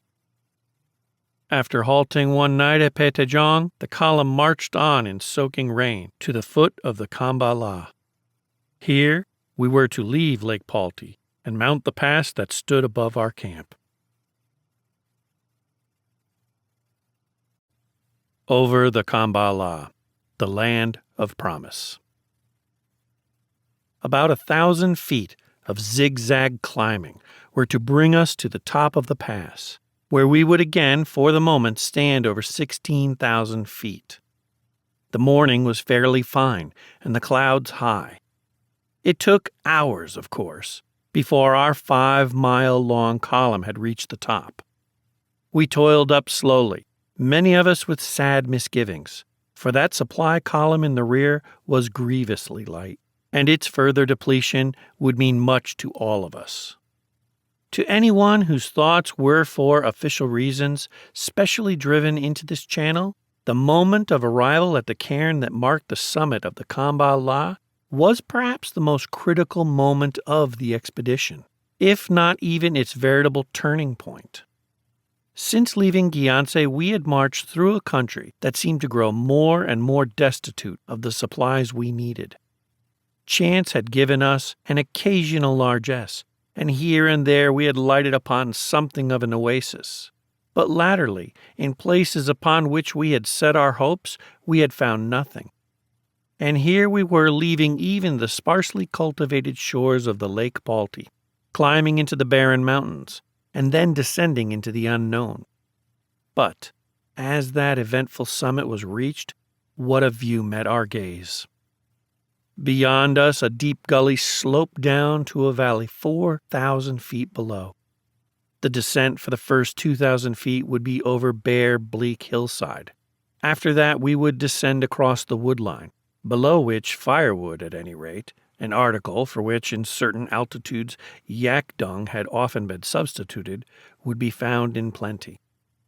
And below that belt of forest, and on either side of a broad river, we saw thick, green crops that meant grazing galore, and here and there among the crops, large, prosperous-looking villages, or stately monasteries that should assuredly be well stocked with grain and sampa and other delights.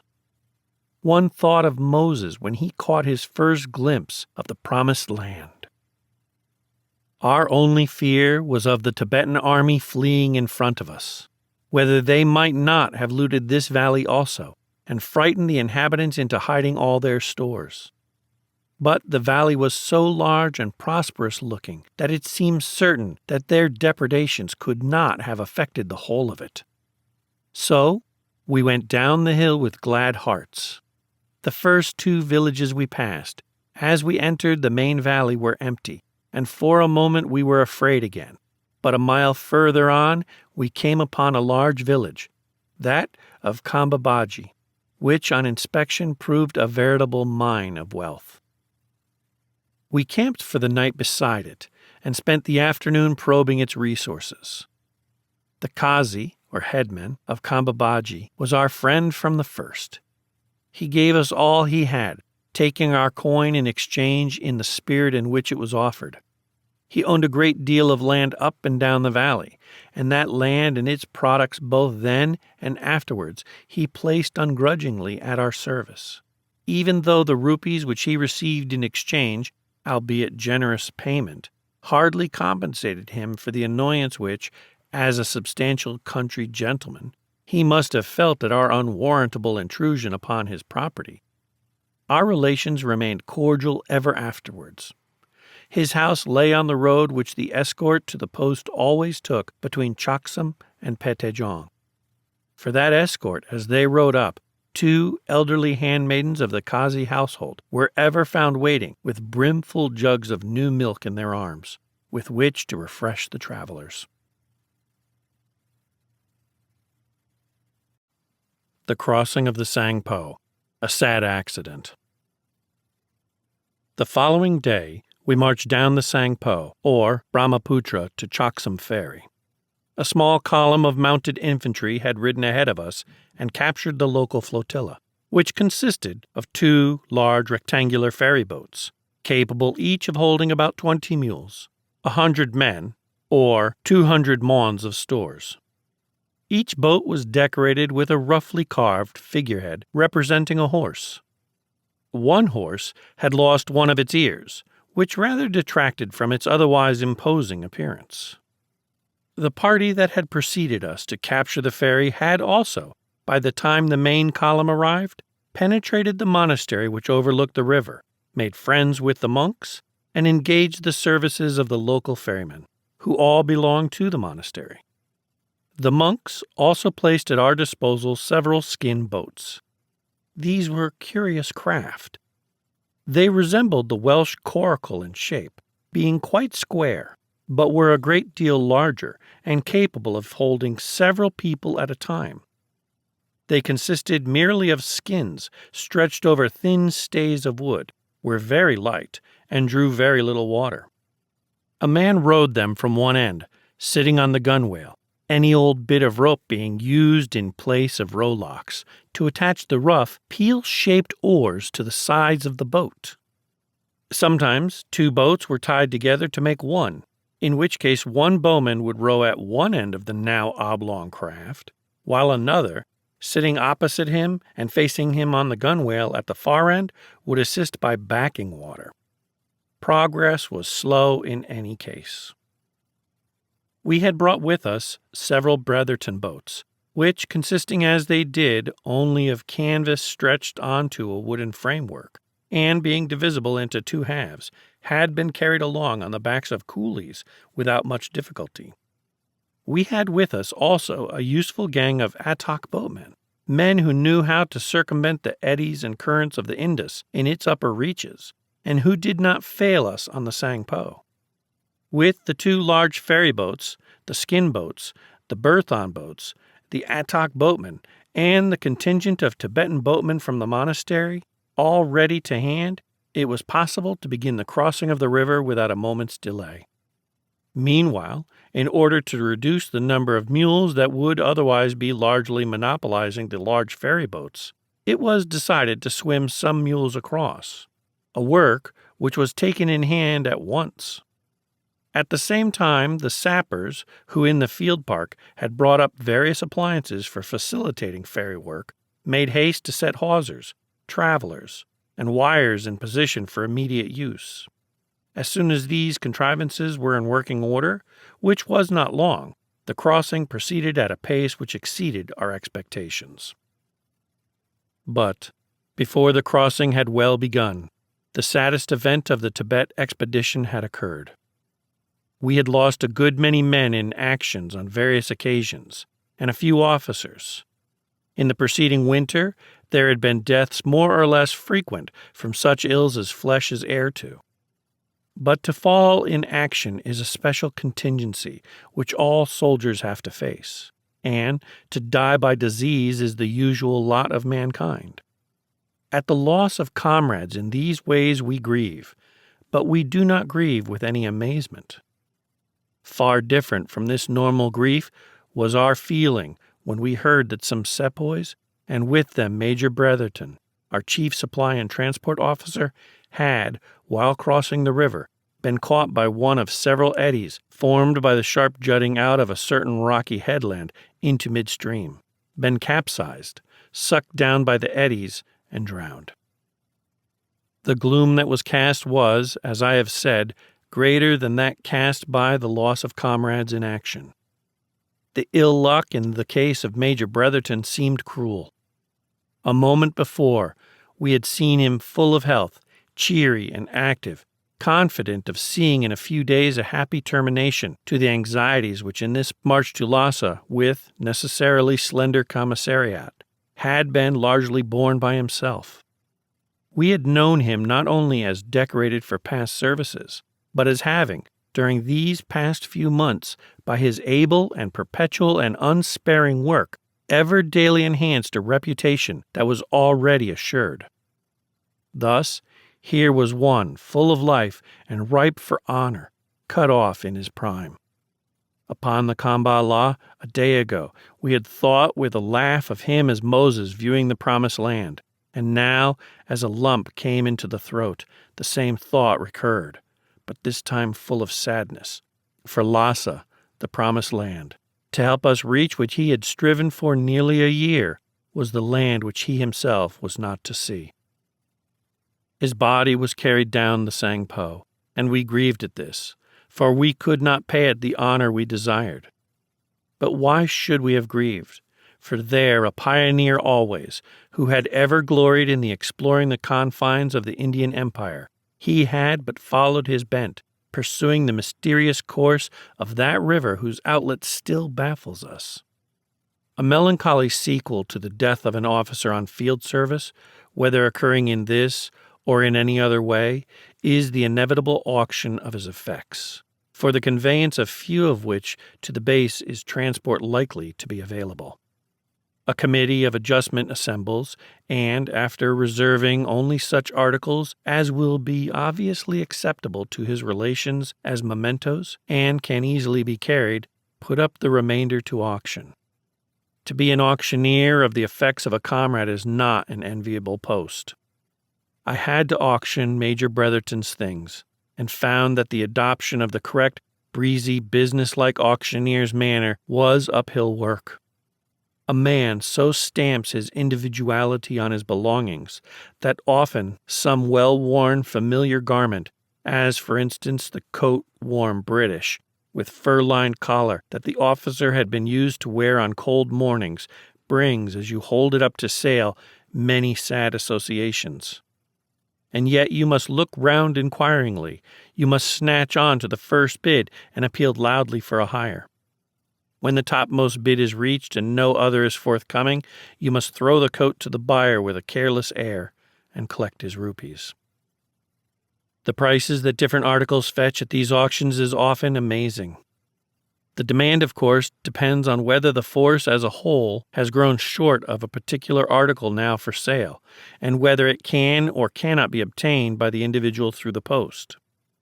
Beyond Gyantse, there was no regular parcels post, so that of many articles we were feeling a keen want. Accordingly, a few sheets of notepaper and a few envelopes held up in the hand as one enticing lot would on that occasion fetch 2 rupees. At another similar auction, I remember half-pounds of tobacco going for 5 rupees each, and 1 rupee packet of 3 Castle cigarettes, also for 5 rupees. The end of the crossing. The Chit in Tibet. The sappers and miners, the coolies, the boatmen, the various units employed on fatigue, and the mule drivers must have been heartily glad when the crossing was all over.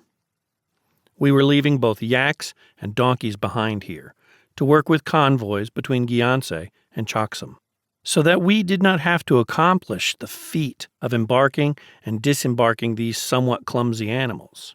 But even so, the amount of labor that had been involved was immense. I am told that, at any rate in Indian frontier warfare, there has hitherto been no instance of a force of this size crossing a river of this dimension without the aid of a pontoon bridge, the materials for which it would have been impossible on this occasion to carry with us. Further, the actual breadth of the river gave no idea of the difficulty of crossing it. The swiftness of the current, the whirlpools, and the speed with which the river, fed as it was by mountain streams, rose and fell, constituted the main difficulties. Further, in addition to the main channel, which was the chief obstacle, there was a second channel beyond it, which, though not wide and sometimes fordable, constituted an additional delay to the crossing. As the last boatload crossed, the river was rising fast, and I am told that the amount of spare material left at the ends of the long rope, which was the main factor in swinging the large boats across without letting them drift downstream, could be measured by the inch. Another inch or so in the rise of the river and a corresponding widening of the stream would have left that rope all too short for the work it had to accomplish, and our crossing might have been indefinitely delayed, for afterwards the river still continued rising. We left the Sangpo fairly well stocked with provisions. During the march of 45 miles to Lassa, we were informed that we should come across all that we required. The road from North Chaksam followed the course of the river for 3 miles, then, taking a sharp turn to the left, entered another wide valley, watered by another river, the course of which we were to trace upstream as far as Lassa. On the first day out of Chaksam, I had rather an amusing experience of the value set by a Tibetan on a chit written by a British officer. In this respect, the Tibetan out-Herods Herod. India is the land of the chit. The word is an abbreviation of chitti, a letter, and in its shortened form is specially applied to a certificate of good character given to a servant or to any pass in guarantee of respectability on any simple recognition of services rendered. A native barber in India who has cut your hair 3 times will ask for a chit as a guarantee that he has done so. But the Tibetan, whether sophisticated lama or simple peasant, was even more susceptible to the charms of a chit. Those charms, of course, possessing for him something of the mystical, since he never understood its contents. Any chit was apparently regarded as a sort of talisman, and was displayed by the owner with pride and confidence to everyone, especially the next British officer who came his way. On that day, I was sent ahead with the advance guard to see what supplies each village contained. I had no transport with me, nor means of collecting the supplies, and through an oversight had taken no one with me to send back with messages to the rear as to the result of my discoveries in each village. There was no use in telling a villager to point out to the officer who would come after me what stores I had unearthed. For the villagers, though well paid, would always evade supplying stores if possible. The only expedient left was to make use of those charms which were possessed by the chit. In the first village I found 50 maons of Sangpo. So, solemnly taking out my pocketbook, I wrote on a leaf of it, 50 maons of Sangpo in a top room of the house with the big red door, and, tearing this out of the book, presented it with grave dignity to the owner of the house. At the next village I acted similarly. Some hours after I reached camp, the officer in charge of the transport that had been detailed for foraging reached camp in due procession of my 50 maons of Sangpo and all the other articles that I had enumerated in the subsequent chits. It had turned out exactly as I had hoped. That officer had entered the various villages in turn, and the proud possessors of chits, innocent of their real purport, had come up to him and presented them with childlike simplicity for him to read. And of course, they had given him just the information which they did not want to give him, but which he required, and which I had had no other means of conveying to him. It was playing rather low down, perhaps, but, after all, we wanted the supplies. Monasteries. Foraging in monasteries. A dream.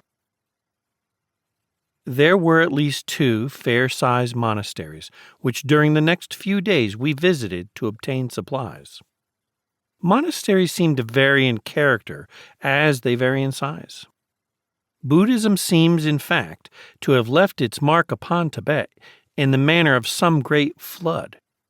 Here on a lone hilltop stands a tiny monastery stagnant, like some small pool left by the flood. The monks few in number, their persons sordid, their minds vacant, and what remains of their religion stale or even polluted. While elsewhere, in larger monasteries, religion is clearer and more vital, and life less stagnant. This is a pure generalization, and doubtless men wholly after their lights often live in remote hovels, and in the chiefer centers religion may often be dreamy or callous, and sordid vices be not unknown. But perhaps, merely as a generalization, the above may hold good. A foraging visit to a monastery was often marked by several phases, in which the relations between visitor and visited underwent considerable change. The officer in charge of the foraging party would ride up to the monastery with his escort. They would have been seen coming, and after a few signs of hurrying and preparation and the fluttering of several red monastic skirts in the breeze, a small, select deputation of monks would descend from the main building to meet the intruders. This deputation would first and foremost bring with it a white muslin rag as an emblem of peace. Along with the rag would be carried peace offerings, of which the most common would be a tray of whole wheat parched and salted, or a small basket of eggs, which, on nearer acquaintance later in the day, would usually be found to be neither new-laid nor fresh, but simply eggs. With the aid of an interpreter, a pleasant conversation would ensue. The officer would then probably produce his hand camera and snapshot the head lama, after which he would try to get to business.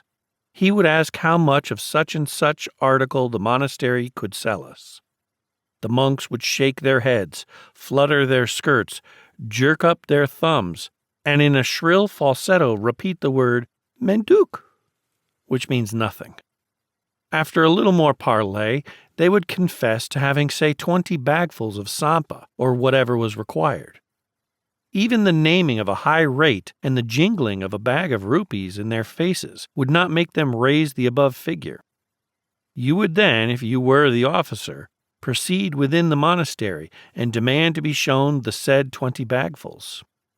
You would be led with great pomp and circumstance upstairs and along dark passages and past rows of cells till you were ushered into a small pantry or storeroom, where, with a gesture of pompous satisfaction at having so completely fulfilled your requirements, the head monk would point to a few handfuls of sampa lying at the bottom of a small, elongated wooden trough.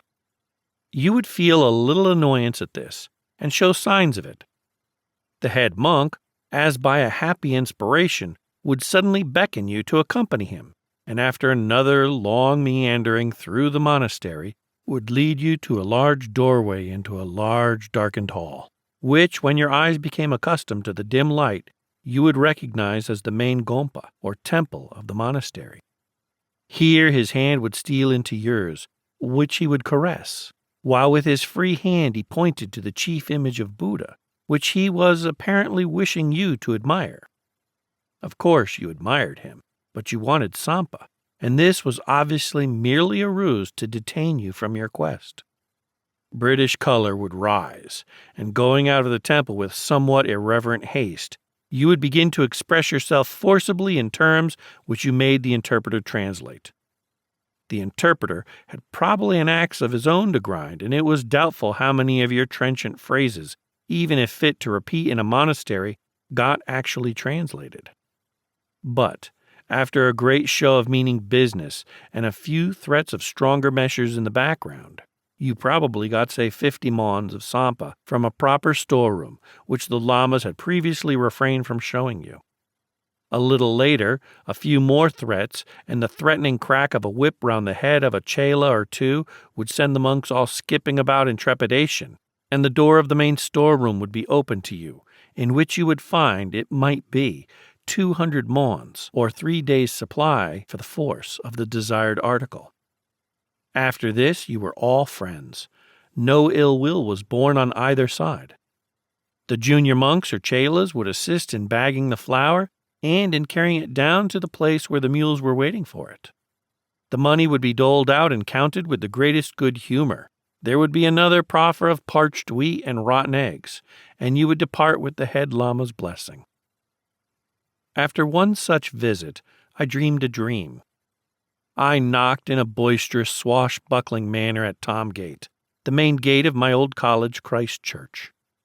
Behind me, stretching up St. Aldate's to Carfax, were a string of pack mules fitted with empty bags, forage nets, and loading ropes. The gate was opened by those of the porters whom I knew years ago. One, an old soldier, saluted me. Then it occurred to me that I was a Japanese officer, and that in the year 2004 the Japanese army were invading England. I was at the head of a foraging party, and we had come to loot the house. We had a fine time. We started, of course, by ringing up the dean. He, too, blessed me, and when I asked him for some of that old Burgundy that I know was a specialty of the senior common room cellar, he showed me round the cathedral and pointed out the restored shrine of St. Friedswald. This was not what I wanted, and I told him so. I brought the mules in from outside and set them to graze on the neat plots of turf that encircled Mercury, the fountain, and told him they must all go away laden with the good things of the Christ Church larder and cellar, at which he protested. Some undergraduates emerged in cap and gown from a lecture room and began to show fight. We drove them into peckwater at the point of the bayonet. Then the steward and the junior censor appeared, and the latter began to reason with us in what I considered a tone unbecoming to a private person resident in an invaded country. I raised a heavy knout which I carried, and was going to flog the junior censor where he stood, when the steward intervened, and, giving hurried orders to all the scouts and porters that stood around watching the scene, soon produced the finest store of provisions that we had met with in all our campaigning.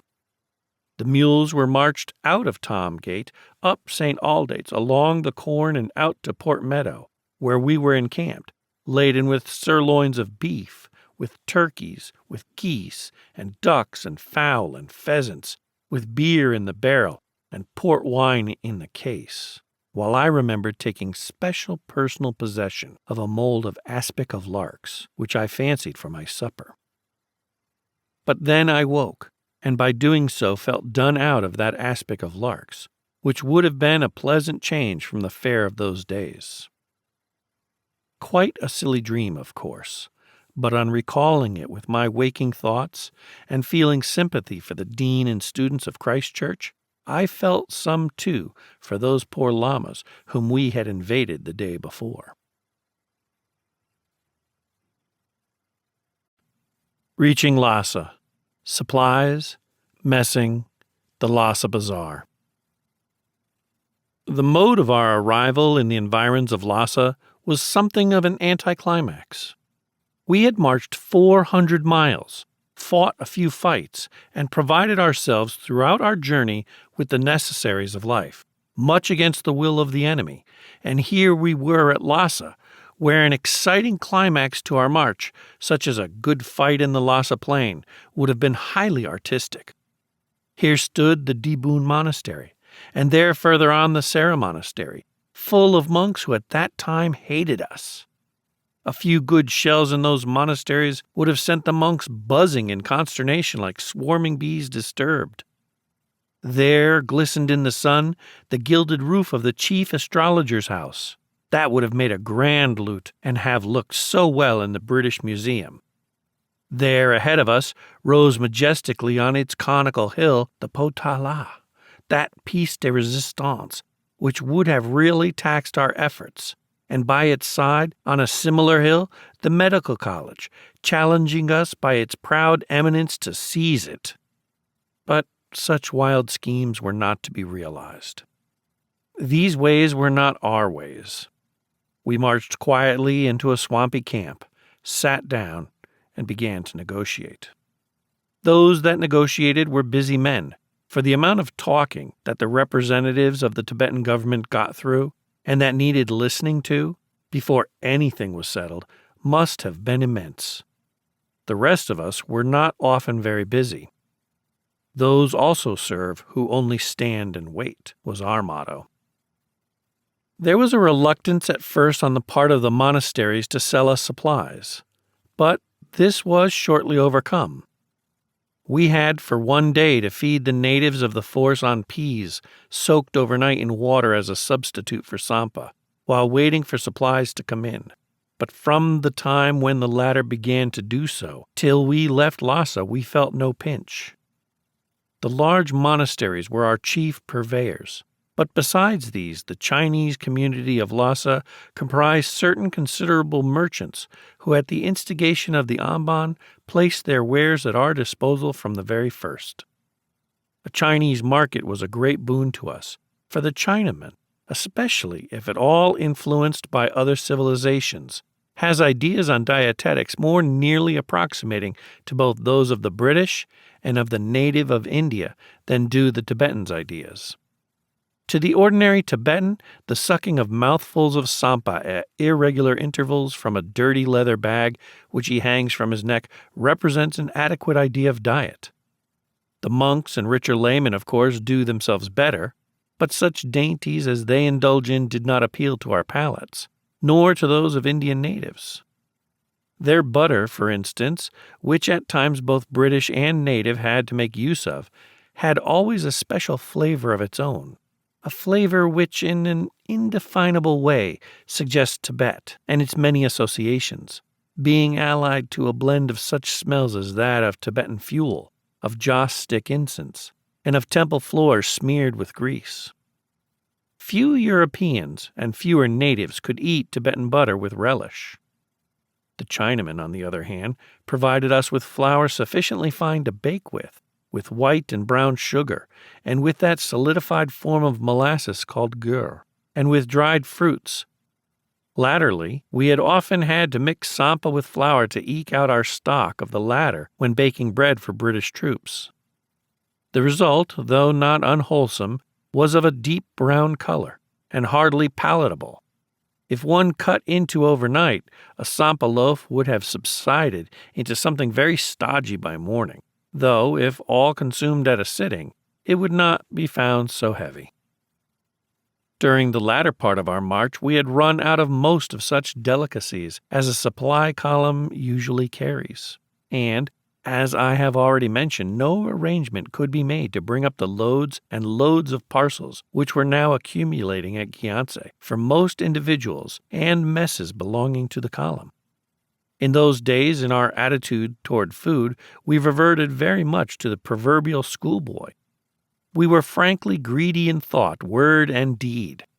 The most favorite of interesting conversations was to discuss the ideal menu at a first-rate London restaurant. But sometimes these imaginings grew too painful. I remember well a case of 2 officers at noon on a comparatively hot day, sitting by the wayside at a halt.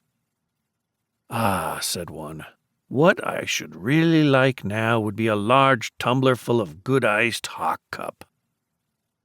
These idle words touched a tender spot in the other officer, to whom hock cup happened to be the beau ideal of drinks. "Shut up," the latter answered angrily, a fierce light in his eyes. "If you mention hock cup again, I'll break your head."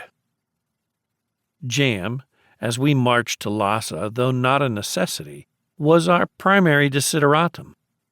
With long days in the open air, and also with considerable fatigue to undergo, you craved for the sustenance of sweet things. Till sugar also began to run short, we used to make treacle from it. Like the schoolboy, we, as a rule, thought little of alcohol. Just as water at that altitude boils at a low temperature, so did it need only a little fiery spirit to give the desired tingle to the blood. Most messes had soon run out of whiskey, and rum in small quantities from the supply column took its place. I am inclined to think that, delightful as messing in a large mess is, something is lost by having no personal share in your own catering. A mess president, of course, especially on service, has a vast weight upon his shoulders. He has to foresee the wants of many hungry mouths months ahead and fit them into a scanty allowance of transport. But his function is of a special kind. The ordinary member of a mess simply eats what is put before him, notes whether it is good, bad, or indifferent, and thinks no more about it. On the other hand, if, with the aid of a purely experimental cook, you run your own messing, quite a new vista of energy is at once opened out to you. It becomes intensely interesting. You become very greedy, of course, and a good dinner becomes the mark of a successful day, and a bad dinner that of an unsuccessful one. But even so, the arts of catering and of the supervision of cooking, when practiced in difficulties, are not in themselves sordid, but demand skill and forethought of a high order. One wants company, of course. I messed on the method of Mr. and Mrs. Jack Spratt with another officer. He was of the lean, I the fat kind. He breakfasted at 11, or, if on the march, when he reached camp.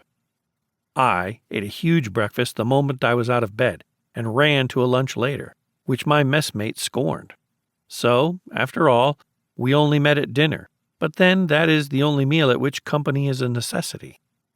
He dined usually on curry and rice, which I have always disliked, while I had roast meat served up to me in chunks on a dish, much as my dog gets it at home. Thus, we got all the mutual advantages of each other's company when that was desirable, without the effort of subscribing to each other's tastes. We found it a most workmanlike arrangement. When, on reaching Lassa, we had ample leisure, we began to grow fastidious, and to insist upon our cooks enlarging the culinary horizon. A little harsh treatment soon taught the youth who fed me to turn out a passable omelette, and a little more coercion resulted in quite eatable risole.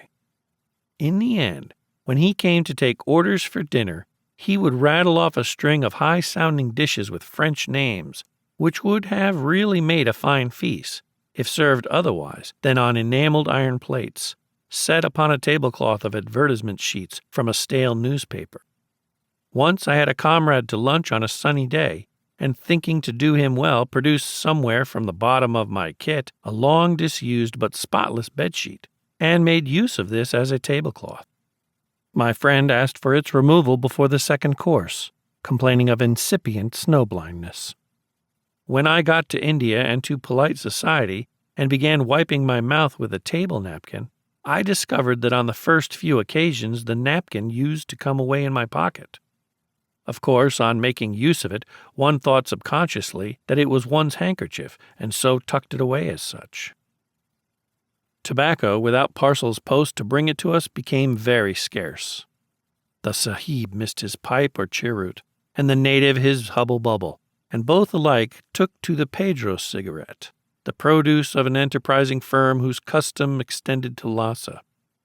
Vendors of Pedros had followed us on the march, and apart from this, the Lassa Bazaar abounded in the article, getting it, I suppose, through China or by the trade route that lies through Nepal. By a rough estimate, it would appear that for 2 months at least 4,000 souls smoked an average of 10 Pedros daily.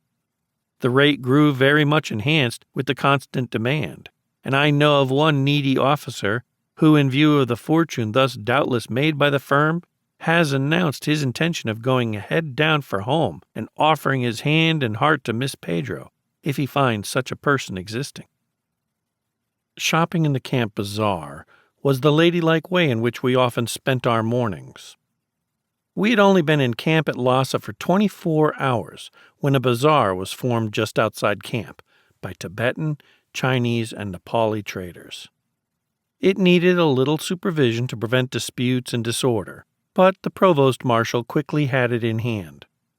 An attempt to fix rates for various more necessary articles was not wholly successful, human nature on the buyer's part crying out for the article at all cost, and human nature on the sellers seizing an easy chance of profit. There were vegetables in that bazaar and sticks of wild rhubarb. There was atta in small quantities, which the sepoy would buy greedily as a change from his sampa. There were packets of white loaf sugar fetching exorbitant prices, and thick Chinese candles with bits of stick for wicks. Later on, when we had moved from our first camp to that which we occupied for the greater part of the time, the bazaar developed. The vendors by that time had discovered our childish mania for curios, and brought with them each morning such trinkets as would attract our fancy. Skins of all kinds would be brought for sale, the skins of very young lambs, almost as curly as real astrakhan, which, made up together in winter linings for a lama's robes, seemed equally adaptable to the opera cloaks of our sisters and cousins and aunts at home. Skins, too, of the lynx, the marmot, the wolf, and the snow fox. And women would come wearing heavy earrings set with turquoise and charm boxes similarly set, which they wore as lockets at the neck. They would take these off to sell to you, and haggle like the veritable Eastern traders that they were with you for the price. Besides the Tibetan or Chinese candle, we also found imported candles of European manufacture. But most imports for household use appeared to be Japanese, as, for instance, soap and matches. Neither of these were of good quality, and Japan does not seem to take pains to appear at her best in the Lhasa market. But to get a new cake of soap, even if it did crumble away quickly, was a luxury, and the return to a land of matches was a great relief. I remember an officer who on the march had latterly possessed himself of a Tibetan flint and steel and learnt to light a cigarette with them. There are just about a half-dozen prime necessities of no great bulk which always seem to run out sooner than expected on field service. A reserve in a supply column of the following would always come in useful: of matches 3 mule loads, of wax candles 7 mule loads, of soap 10 mule loads, of some strong, forbidding kind of tobacco that in times of privation would go a very long way, 10 mule loads, of chocolate creams and barley sugar, 30 mule loads. 60 such mules laid out per brigade would be much blessed. When relations with the Tibetans had become less strained, we used to go in organized parties to visit the bazaar in Lhasa city itself. These parties reminded me of a Sunday school treat. The part of curate would be played by some field officer who would collect his school children outside camp. These would consist of those officers, soldiers, sepoys, and followers whose turn it was to go. He would conduct us with careful supervision from the camp to the city, and there let us loose for 2 hours to play in the bazaar. The bazaar was one circular street, surrounding the cathedral, which, though once or twice entered by favored individuals, was out of bounds for us. In the city, the same kinds of things were for sale as were brought to the camp bazaar, but there was a larger variety of imported goods.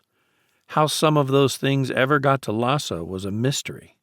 In one shop, I saw a whole row of small looking-glasses made in Austria, and beside them a score or so of penknives made in Germany. The British Tradesman's Pictorial Almanac will, I suppose, be found hanging on the gates of the New Jerusalem. It had certainly penetrated Lassa, usually in the form of a royal family group. One coronation group on the wall of a Kashmiri shop was especially fine. Strangest of all to find was a bicycle of the rover pattern, quite out of gear, but doubtless interesting to the Tibetan as a Western curio. He may have thought it was a species of Christian prayer wheel. I was short of dinner plates and bought one. It was of tin and had stamped on it a comprehensive lesson in both political and physical geography. All round the rim, faces of clocks were stamped. Each face was encircled with a scroll containing the name and the number of the population of some large city of the world, while the clock in the center showed what the time was in that city when the clock in London stood at 12 noon. The population of London, as stamped on the plate, stood at quite a low figure, but London was selected as the honored city whose clock should stand at the precise hour of noon, and the whole geography lesson was in English. One would therefore come to the conclusion that the plate was a British product, dating back to the period of some not very recent census. To have traced the plate from Birmingham to Lassa would have been interesting. Beggars swarmed in the bazaar. One man earned an obvious ample livelihood by carrying his grandfather on his back through the streets. The grandfather was certainly the quintessence of decrepitude, and as such would appeal to the benevolent, who apparently never thought of suggesting to the young man that it would be better to leave grandfather at home in bed and go out unencumbered to earn an honest living. Malefactors in chains are also seen crawling about, a peripatetic prison being apparently less felt by the Lassa exchequer than one of bricks and mortar. Enough of Lassa. A trip down country, life in a post, true hospitality, a bhutya pony. Since I reached India, I have been told that every moment I spent in the romantic environs of Lassa must have been intensely interesting, and that to have been to Lassa is the envy of the world. I suppose, like the brute one is, one got blasé and indifferent to one's good fortune. But it is certain that those crowded hours of glorious life began to pall. We did the best we could to while away the time. An energetic race committee provided gymkhanas and a sky meeting, just as the intelligent foreigner what a British army would indulge in on arrival at such a place. A football tournament followed. Football at 13,000 feet is like playing the game at an ordinary level with an 80-pound load on your back. Less strain on the lungs was a rifle meeting. To escort our military or political betters to the city on a state visit was another mild form of entertainment. The Chinese amban often received such visits. The ordinary officer, who formed part of the escort, did not take part in the actual visit. He stayed outside on the doorsteps. Sometimes he was known to go into the amban's kitchen, where an elderly matron gave him a cup of tea. Luckily, though it rained generally once in the 24 hours, it did so mostly at night, so that we were seldom confined to our tents in the daytime. Even so, we felt rather like prisoners. Going out beyond the vicinity of the camp meant going out armed, and proceeding to any distance meant being accompanied by an escort, such precautions having been specially indicated by the attack made on 2 officers by a certain fanatical lama. It is not surprising that the life we led left many gaps which it was hard to fill. I was glad when one day I got orders to go on a 10 days trip down the line as far as Petejong and back. These 10 days initiated me into the life of those portions of the force who had been left to man posts on the line of communications. The native soldier soon makes himself very much at home in his post. He has deeply regretted not going to the front, but with a useful belief in kismet makes the best of things. The relief from marching and the ample leisure to cook food are redeeming features. The post commandant, if the only British officer on the spot, feels his circumstances more acutely. Not only does he grieve at being left behind, but since in ordinary times no life is more social than that of a British officer, he at first feels his loneliness greatly. He may love his men. He may be, in the wording of the common Hindustani metaphor, veritably their father and mother, but still he cannot go to them for company. He can exchange few ideas with them, and as regards social intercourse, he is almost as much alone as if he were on a desert island. If, however, by any chance there are 2 officers together in one post, they should enjoy themselves. For though ordinary regimental life is, as I said above, the most social in the world, it yet also suffers from the disabilities of its own sociability. In a regimental mess, you know 20 men well, and may go on knowing them so for 20 years, but perhaps you will never know any one of them really intimately. To share a post on the line of communications with one other officer for a few months should result in an intimacy. That is almost a new military experience. If a post commandant had shooting or fishing within reach of his post, he usually, even though alone, soon found life bearable. Sometimes foraging to collect a reserve of rations for the march down was his only recreation, and this soon palled. He was not necessarily always alone, for the traffic up and down the line was sometimes brisk, and he would perhaps once or twice in a week be invaded by some officer who was traveling up or down with the post or with a convoy. It was my lot to be often such an invader, and for sheer genuine hospitality commend me to the officers in charge of the posts at the Sikkim Tibet line of communications. It shames me to think of the way they have entertained me, and of my utter inability to return their hospitality. May I have a chance sometime. I had to go down to Choksum with the mounted infantry postal escort which traveled the whole distance in one day, going as light as possible, my sai on one mule, my bedding on a second, and a mule driver on a third, and without either cook or orderly. It was a case of sponging wherever I went, for I knew those kind hosts down the line would forbid me to live off bully beef and biscuits. Looking over my belongings before I left, I found a tinned ox tongue, which by an oversight had remained unregarded and uneaten somewhere at the bottom of a kit bag for many months. A convoy, too, had just come in, and from it I seized one of the few pots of jam. Thus armed, I visited Choksum and Petejong. These 2 articles were all that I could proffer in return for their hospitality, but both under present conditions were dainty rarities, and my host assured me, quite paid for my keep.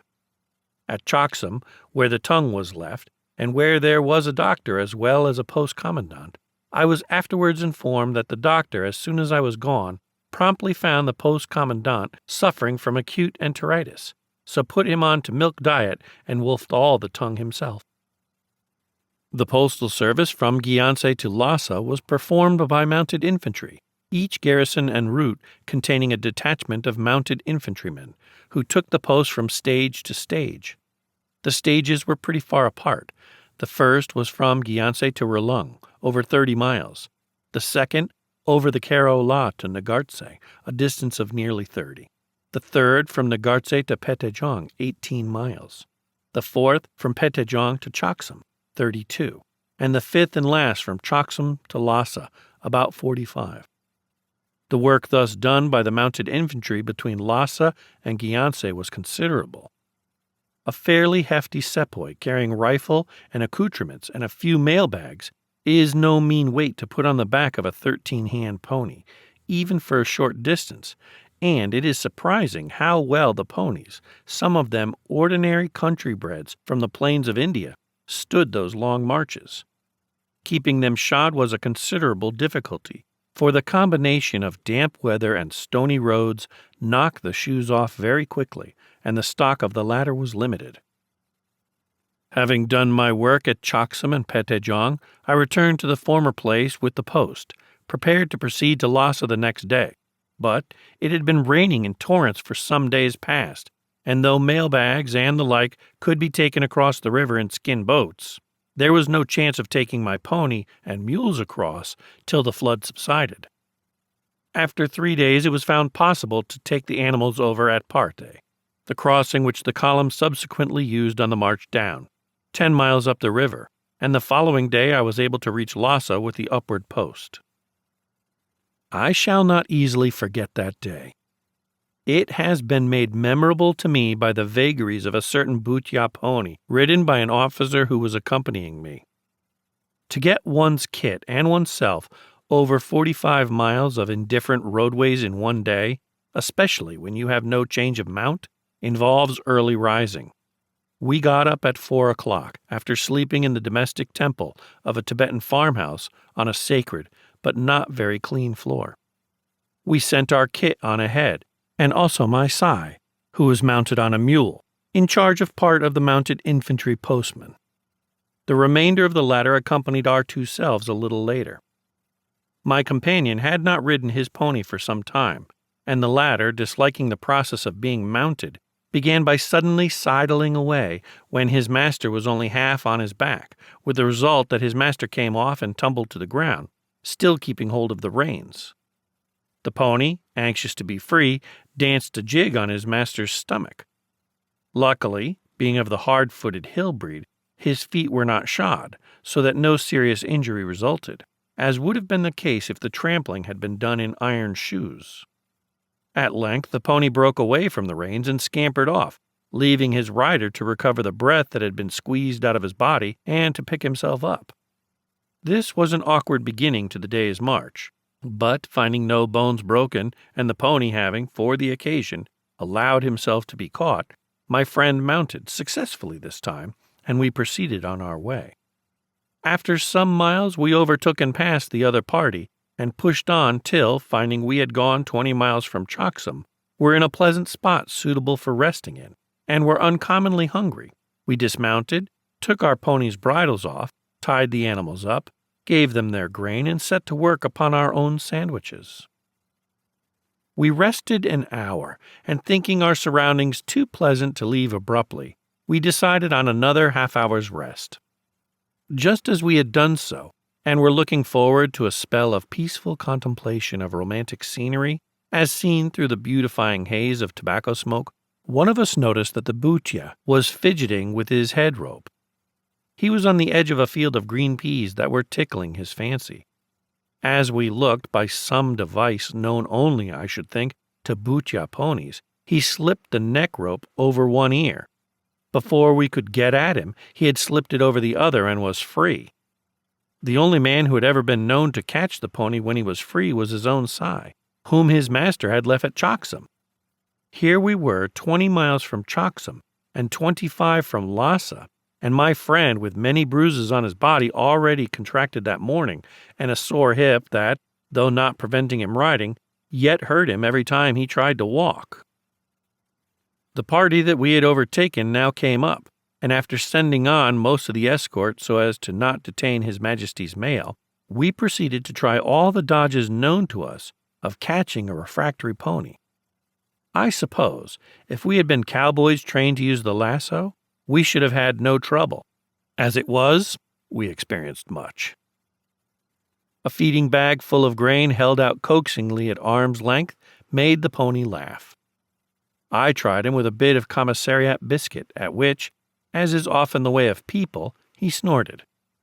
I tried stalking him from behind my own pony, and got fairly near him, only to find his two heels perilously near our two heads. We laid a grand snare in the shape of 2 mules loading ropes joined together, and stretched across a tempting patch of the green pea field, where not a trace of the rope could be seen, while the men at each end of the rope lounged peacefully and innocently, with reassuring looks upon their faces, which we thought would not prevent the pony being quietly urged into the space between them. This ruse nearly succeeded. The pony stalked along, grazing as he went, till his feet were against the rope, at which the men holding it, after raising it a little, tried to run to the rear and so encircle the pony. But before they had gone far, he was kicking and tugging with his chest against the rope, and in a moment had wrenched it out of the hands of one of the men, and the next minute, after a series of derisive buck jumps, was in the next field munching young wheat. After 50 minutes of fruitless maneuvering, we decided on a new plan. Half a mile further on, the road left the open space where we now were, and, running close to the side of the river, was flanked on the other side by almost precipitous rocks. The road here, therefore, formed a perfect defile, and we decided to proceed on our way, ignoring the Bhutia and trusting to his gregarious instinct and a little wholesome neglect on our part to induce him to follow us of his own initiative. We moved off in a body, mules, pony, and men. The Bhutia, tired of green peas and young wheat, looked after us and followed at a gentle trot. We left my Sai in an ambush just outside the defile, but this proved unnecessary, for the pony, now quite anxious about being left behind, pushed his way in ahead of the last mounted infantryman, so that at last we had him in a trap. But to catch hold of him now he was in the trap still taxed our efforts. A mounted infantryman grabbed him once by the forelock and nearly got wrenched off his own pony by doing so, while the Bhutia leapt away, leaving in the man's hand enough of his own forelock to stuff a good pincushion. My Sai had now come up. He was an elderly man, more intelligent in these matters than any of those present. He tempted the pony with bits of a Sangpo chapati that he drew from his pocket. The pony, forgetful of wheat and green peas, took to these. The Sai in an instant had the reins of the bridle round the pony's neck, and would have held him fast had not he been lifted off his feet by the latter's rearing up. The pony was now free again and very indignant. Rampaging about, he tried to find an exit through a batch of mules in one direction and a batch of mounted infantry in the other, but found himself baffled in both. He looked up the rocks and found them impossible to climb, looked at the river beneath him and seemed to contemplate taking a header, but thought better of it, and at last stood sullenly at bay. My Sai's next proffer of his own wayside ration brought the pony to terms. A rope twitch was round his lip in an instant, and a moment later he stood bridled and in his right mind. So on we hastened to Lassa at last, glad to have secured the pony, but now somewhat belated. At Trelung Bridge, 8 miles out of Lassa, was a small garrison guarding the bridge. The officer in command fed us with a sumptuous tea. Much refreshed, we sped on our way, getting within sight of camp just as it was turning pitch black, and having cause to realize the efficacy of our own camp defenses by the way we floundered among ditches and abatis when barely 20 yards from the camp perimeter. There was a Tommy's gaff that night, outside the camp, around a roughly erected stage lit up with Chinese candles and decked out with green brushwood that had previously been used to make the jumps of the last gymkhana. We assembled to hear the familiar types of songs that form the program of a soldier's sing-song, some witty, some rather vulgar, some modified with topical variations by local poets, and all full of good cheer. The signing of the treaty. A day or two after, that is to say, on the 7th day of September, 1904, the treaty was signed. If our peaceful arrival at Lassa had been the anticlimax of the expedition, this, the signing of the treaty, though peaceful also, was its true climax. One certainly did have a feeling that day that one was witness of an event of imperial importance. The escort left camp at 1:30 p.m. Over the assembling of the troops outside camp, one of those typical, and to the onlooker highly entertaining, muddles arose. which are always either the fault of someone, or no one, or everyone. Eventually, we found ourselves, all except a body of mounted infantry, who were still unaccountably missing. Their place was, however, adequately filled by a party of Khat Duffadars of Mule Corps, who, mounted on transport-riding ponies, and armed with swords and staves and whatever obsolete weapon is nowadays issued to them, took a prominent place in the procession and made a brave show. We marched past that pleasant country seat known as Paradise, where the political mission had their quarters, and proceeded along a path lined with troops, across a bog into the outskirts of the city, and up the road which leads up to the Potala Hill into the Potala.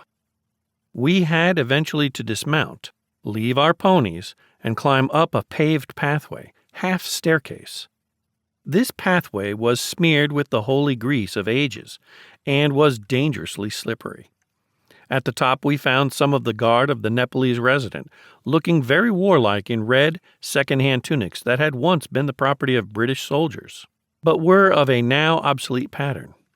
Ushered through a dark passage, we entered at last into the throne room, or audience hall of the Potala, where the ceremony was to take place.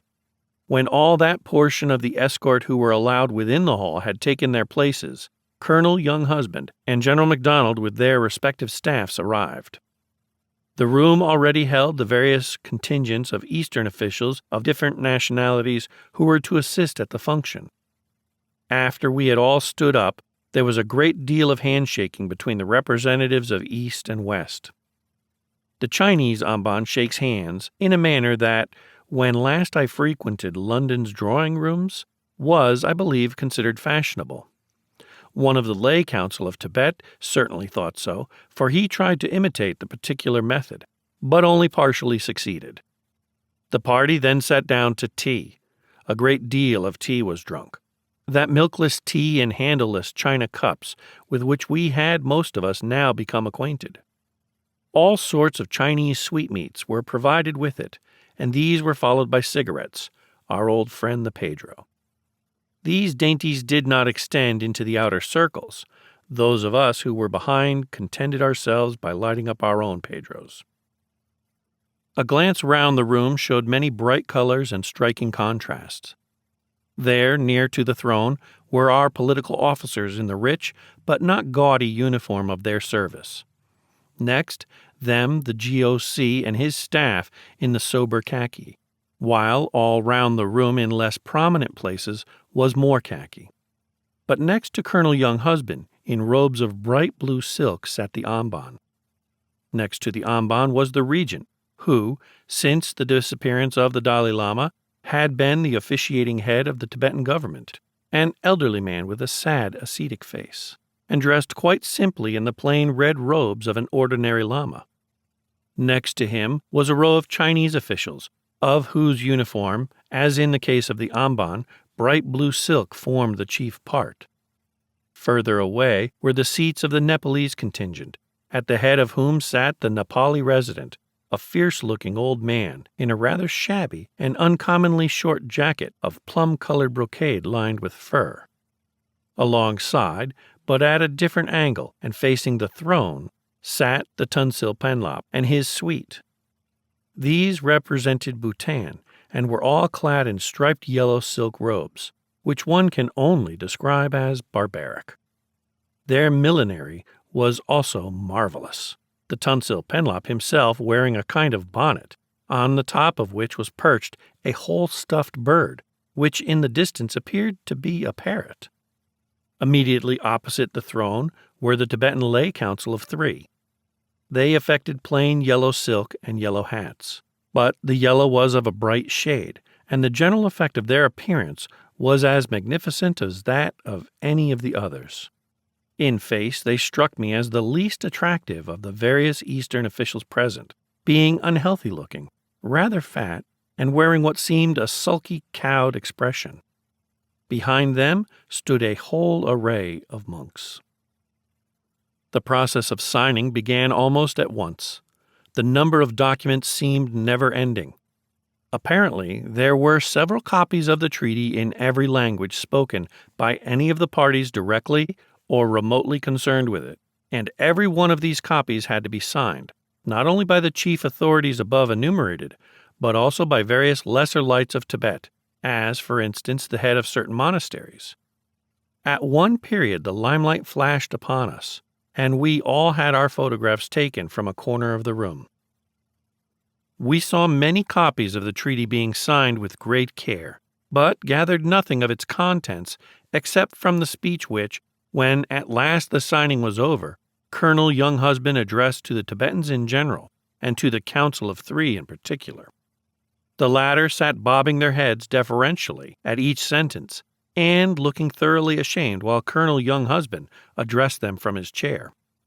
The speech was translated sentence by sentence into Tibetan for the Tibetan benefit, and afterwards passed on in Chinese to the Amban. The speech was emphatically a straight talk, the keynote seeming to be that the Tibetans had been very foolish in opposing and flouting us in the past, but that they were now going to be good boys. They were going to be well treated when they came to visit us, and were not going to misbehave themselves in any way, should we again come near them. There was more said about trade relations with India, in recognition of the Chinese suzerainty, and in encouragement of the Tibetan traditional methods of treating outsiders when those outsiders did not happen to be ourselves. The Council of Three seemed to take it all lying down. More tea was drunk. The press correspondents busied themselves with the telegrams that they were sending down by post to Gyantse, bringing the wires there and then to the press censor, whose blue pencil I saw freely wielded. More handshaking, and then the party broke up. As we left the now close atmosphere of the audience hall, we felt that we had just witnessed a matinee performance in a theater. The spectacular effect throughout had been impressive. The first act had been brisk, the second had dragged, but the last had been thrilling. It had indeed been a fine play that we had seen enacted, the simple, sane perseverance of British diplomacy fighting on its own ground, a unique section of the mysterious and gorgeous East, not bluffed by its indignant protests, not deceived by its spurious promises, not wearied by its endless delays, not impatient of its crass ignorance, but gaining its objective slowly and surely and coming out victorious. Back to India. Thereafter, like the man in the sycamore tree, we made haste to come down. 16 days later, the column left Lassa. A few functions intervened, such as the formal release of our prisoners and the bestowal of money in charity on the poor of Lassa. I missed these functions, having been sent on ahead to the Sangpo, where preparations for the return crossing were now afoot. The column at length arrived at the river. We crossed this time at Parte, where a certain single channel of moderate breadth, but very deep and therefore not very swift, served our purposes far better than the double channel at Chaksam. The sappers and miners and coolies had made all things ready, towing the two heavy ferry boats up many miles of swift current, and rigging up the mysterious engineering paraphernalia which were needed to swing us across, our crossing hanging truly and literally by a thread of thin wire. Wire, at once the lightest and strongest commodity of its kind, had since our last crossing been sent up to us in great quantities, and was largely used to replace the now rotten rope that had previously been chiefly employed. A great ferry boat bearing 20 mules, to which was attached a string of skin boats laden with stores, to which again were attached a brace or so of mules swimming in the water, would be swung across that still swift current, suspended from but one or two thin wires. The speed of the crossing exceeded all hopes. It was accomplished in about 48 hours. From South Parte we marched over a pass that was new to us, straight into Petejong. At the top of that pass, facing southwards, we found a wall, which had obviously been built by the Tibetans in the belief that on our march upwards we would cross the ridge by this route. It was a well-conceived fortification, and might have given us considerable trouble. From Parte Ferry to Gyantse, we marched in 2 columns. thinking the crossing of the ferry might occupy several days, and in order to be prepared for all emergencies, such as any possible ebullition of hostility that might delay our march, we had laid in at the ferry and the posts on the way to Gyantse a stock of supplies which now proved larger than our needs, while our spare transport was only sufficient to carry on a portion of the surplus. I accompanied the second column and had the pleasant duty of making away with this surplus. To one whose purse has always been slender, and whose nature is correspondingly extravagant, there can be nothing more agreeable than to dispose in a free-handed way of large amounts of government property. One enjoys all the delights of extravagance with none of its bitter aftertastes. Of course, even from the strictly economical view, it was far the best policy to make away with these surpluses where they stood. The total value of the stores so made away with, though amounting to a large sum, was far less than, in instance, would have been the cost of retaining the force in the country until they had consumed them. The British troops were all with this column, but there were several native units as well. One arrived at a post and found it full of many good things that could not be carried on. Restrained only by fear of filling the troops to a tension beyond what the medical officers thought desirable, one accosted commanding officers and asked with one's best shop-walker's manner what they would like today. A few hundredweight of jam and pickles would be doled out for the asking, or, in the case of native troops, similar quantities of tea and ghee and gore. The coolies were my best customers. The amount of tea and gore they took away and consumed with benefit to themselves was surprising. They worked all the better for it and marched into Gyantse carrying record loads. The stores still left over at each place were solemnly presented to the local peasants who came up, and, regarding the affair as a huge joke, went away laden with bundles selected at random from, as it were, a huge bran pie. Rum was withheld from them, but I should have liked to see the effects of their consumption of some of the things they got, as for instance of an unsuspecting draught of neat lime juice, or a mouthful of chilies. So we marched over the stiff pass into Petejong, along Lake Palti, shining in this clear, set wintry weather with its true turquoise colors, past Nagartse and up through the barren gorge that leads to the summit of the Kerala, down the Kerala, regretfully doubting whether we should ever reach such heights again, into the Relung Plain, and down the long glen to Gyantse. Our appearance in those days was not spick and span. We were very much out at elbows. The breeches of many soldiers and followers were frequently patched with odd bits of Tibetan woolen cloth, or even in some cases with bits of the gunny of gunny bags. I have known the red cloth of the typical lama's robe adapted to these purposes. With wear it turns into a cherry color. My own orderly, who was fitted out with a complete pair of continuations of this cloth, looked in the distance like a trooper of the 11th Housers, the overalls of that regiment being famous for that color. More curious still were the additions to the wardrobe in the shape of blankets and sentries' cloaks, which we brought from Lassa, the woolen goods of that town being warm and serviceable, but rather outlandish. The sentries' cloaks were merely oblong pieces of cloth with a hole in the center, through which the sentry put his head, and of all sorts of colors, quite enough in themselves to frighten the nocturnal miscreant.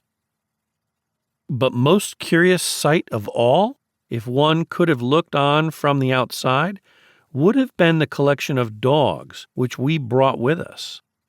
The dog that Tommy had left at home was, of course, the familiar type of square-jowled, sturdy monster, who, by a process of natural selection and survival of the fittest, has been evolved out of many types, and now rules supreme in cantonment barracks.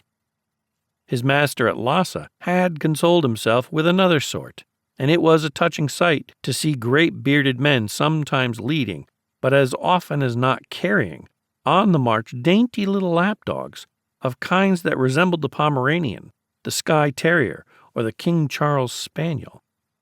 One or two Tibetan mastiffs, more like huge Welsh collies than mastiffs, also accompanied us. At Gyantse, we were halted for a few days, upon one of which the GOC held his farewell parade, making us a sympathetic speech which will be remembered by all of us. Then we marched past.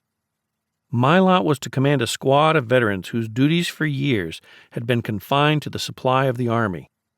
We got along somehow, more by innate intelligence than knowledge of drill, going through various giddy evolutions in no particular formation, and by the shortest cut, and arriving at the saluting base aided only by the bump of locality. There, of course, we braced ourselves and marched past, and turned our eyes sharply to the right as though we had never left the barrack square. From Gyantse onwards, I was in the first column, and thus missed certain hardships. It was nice bracing weather. We had cool, fine days, at night 20 degrees of frost, and often biting cold winds that took the skin off the nose and chapped the lips and the lobes of the ear, but air on the whole salubrious.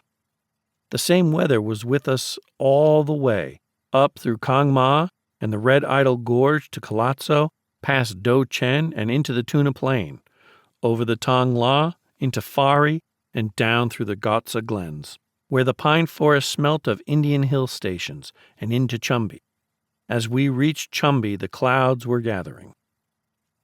That night, with the outer fly of my tent taken out of store and erected over me, I went to bed secure in its extra protection, thinking casually that it might perhaps rain in the night. In the early morning, I was awoken with a crash and felt a great weight squeezing my whole body, but leaving my head clear. Striking a light, I found the upright tent pole near my feet broken in two. Looking through a corner of the tent, I saw the ground all covered with snow, and realized that the weight on my body was the snow that had accumulated on the tent, broken the tent pole, and fallen upon me. It was 6 o'clock. My orderly and Sai came to my rescue. They lifted the snow off me and took away my tent pole to a carpenter to get it mended, while in what space was still left within the tent I found I could still breathe, and so slept peacefully till in an hour my tent pole was brought back mended and the tent reconstructed, and I could get up in comfort. I had a very mild experience. Grief of a worse kind had been widespread through the night, many officers and men losing their only shelter irretrievably at 2 or 3 in the morning. The second column came in that afternoon rather worn and battered, and the third column, for from Gyantse we had become 3, was snowed up for 2 nights at Fari after a terrible march over the Tong La from Tuna. Their eventual march into Chumbi was also a severe ordeal. At Chumbi it remained to await one's day of release. The snow delayed the passage of the troops hardly at all. Leaving Chumbi in small detachments and using both the Jelap La and the Natu La routes, they gradually disappeared. At length my own turn came. Leaving Chumbi one fine morning and finding myself again a passenger, I hastened by double marches to India across the Natu La, down to Gangtok, through Sikkim, and into Siliguri. Strange it was to think, as after that last hot double march from Rayong, one sat under the punkah in Siliguri refreshment room, drinking tumbler after tumbler of iced ginger beer, that 3 days before one had pulled icicles from one's beard at the top of the Natu La. Pleasant to get into the Darjeeling mail that night and speed to Calcutta. Pleasant to feel oneself wrapped in the civilization of the Indian metropolis. Pleasanter still to take train to Howrath and be carried up country to the cool, crisp autumn of the Punjab and to one's own fireside. So, the show was over. All over but for its memories, which for my own part were mainly agreeable. As he lays those memories aside, the selfish soldier's wish can hardly be other than that on some convenient date in springtime, not too many years distant, ere the person is too stout and the legs too stiff to relish those high passes, some truculent Grand Lama may necessitate and a kind government organize another summer trip into Lassa.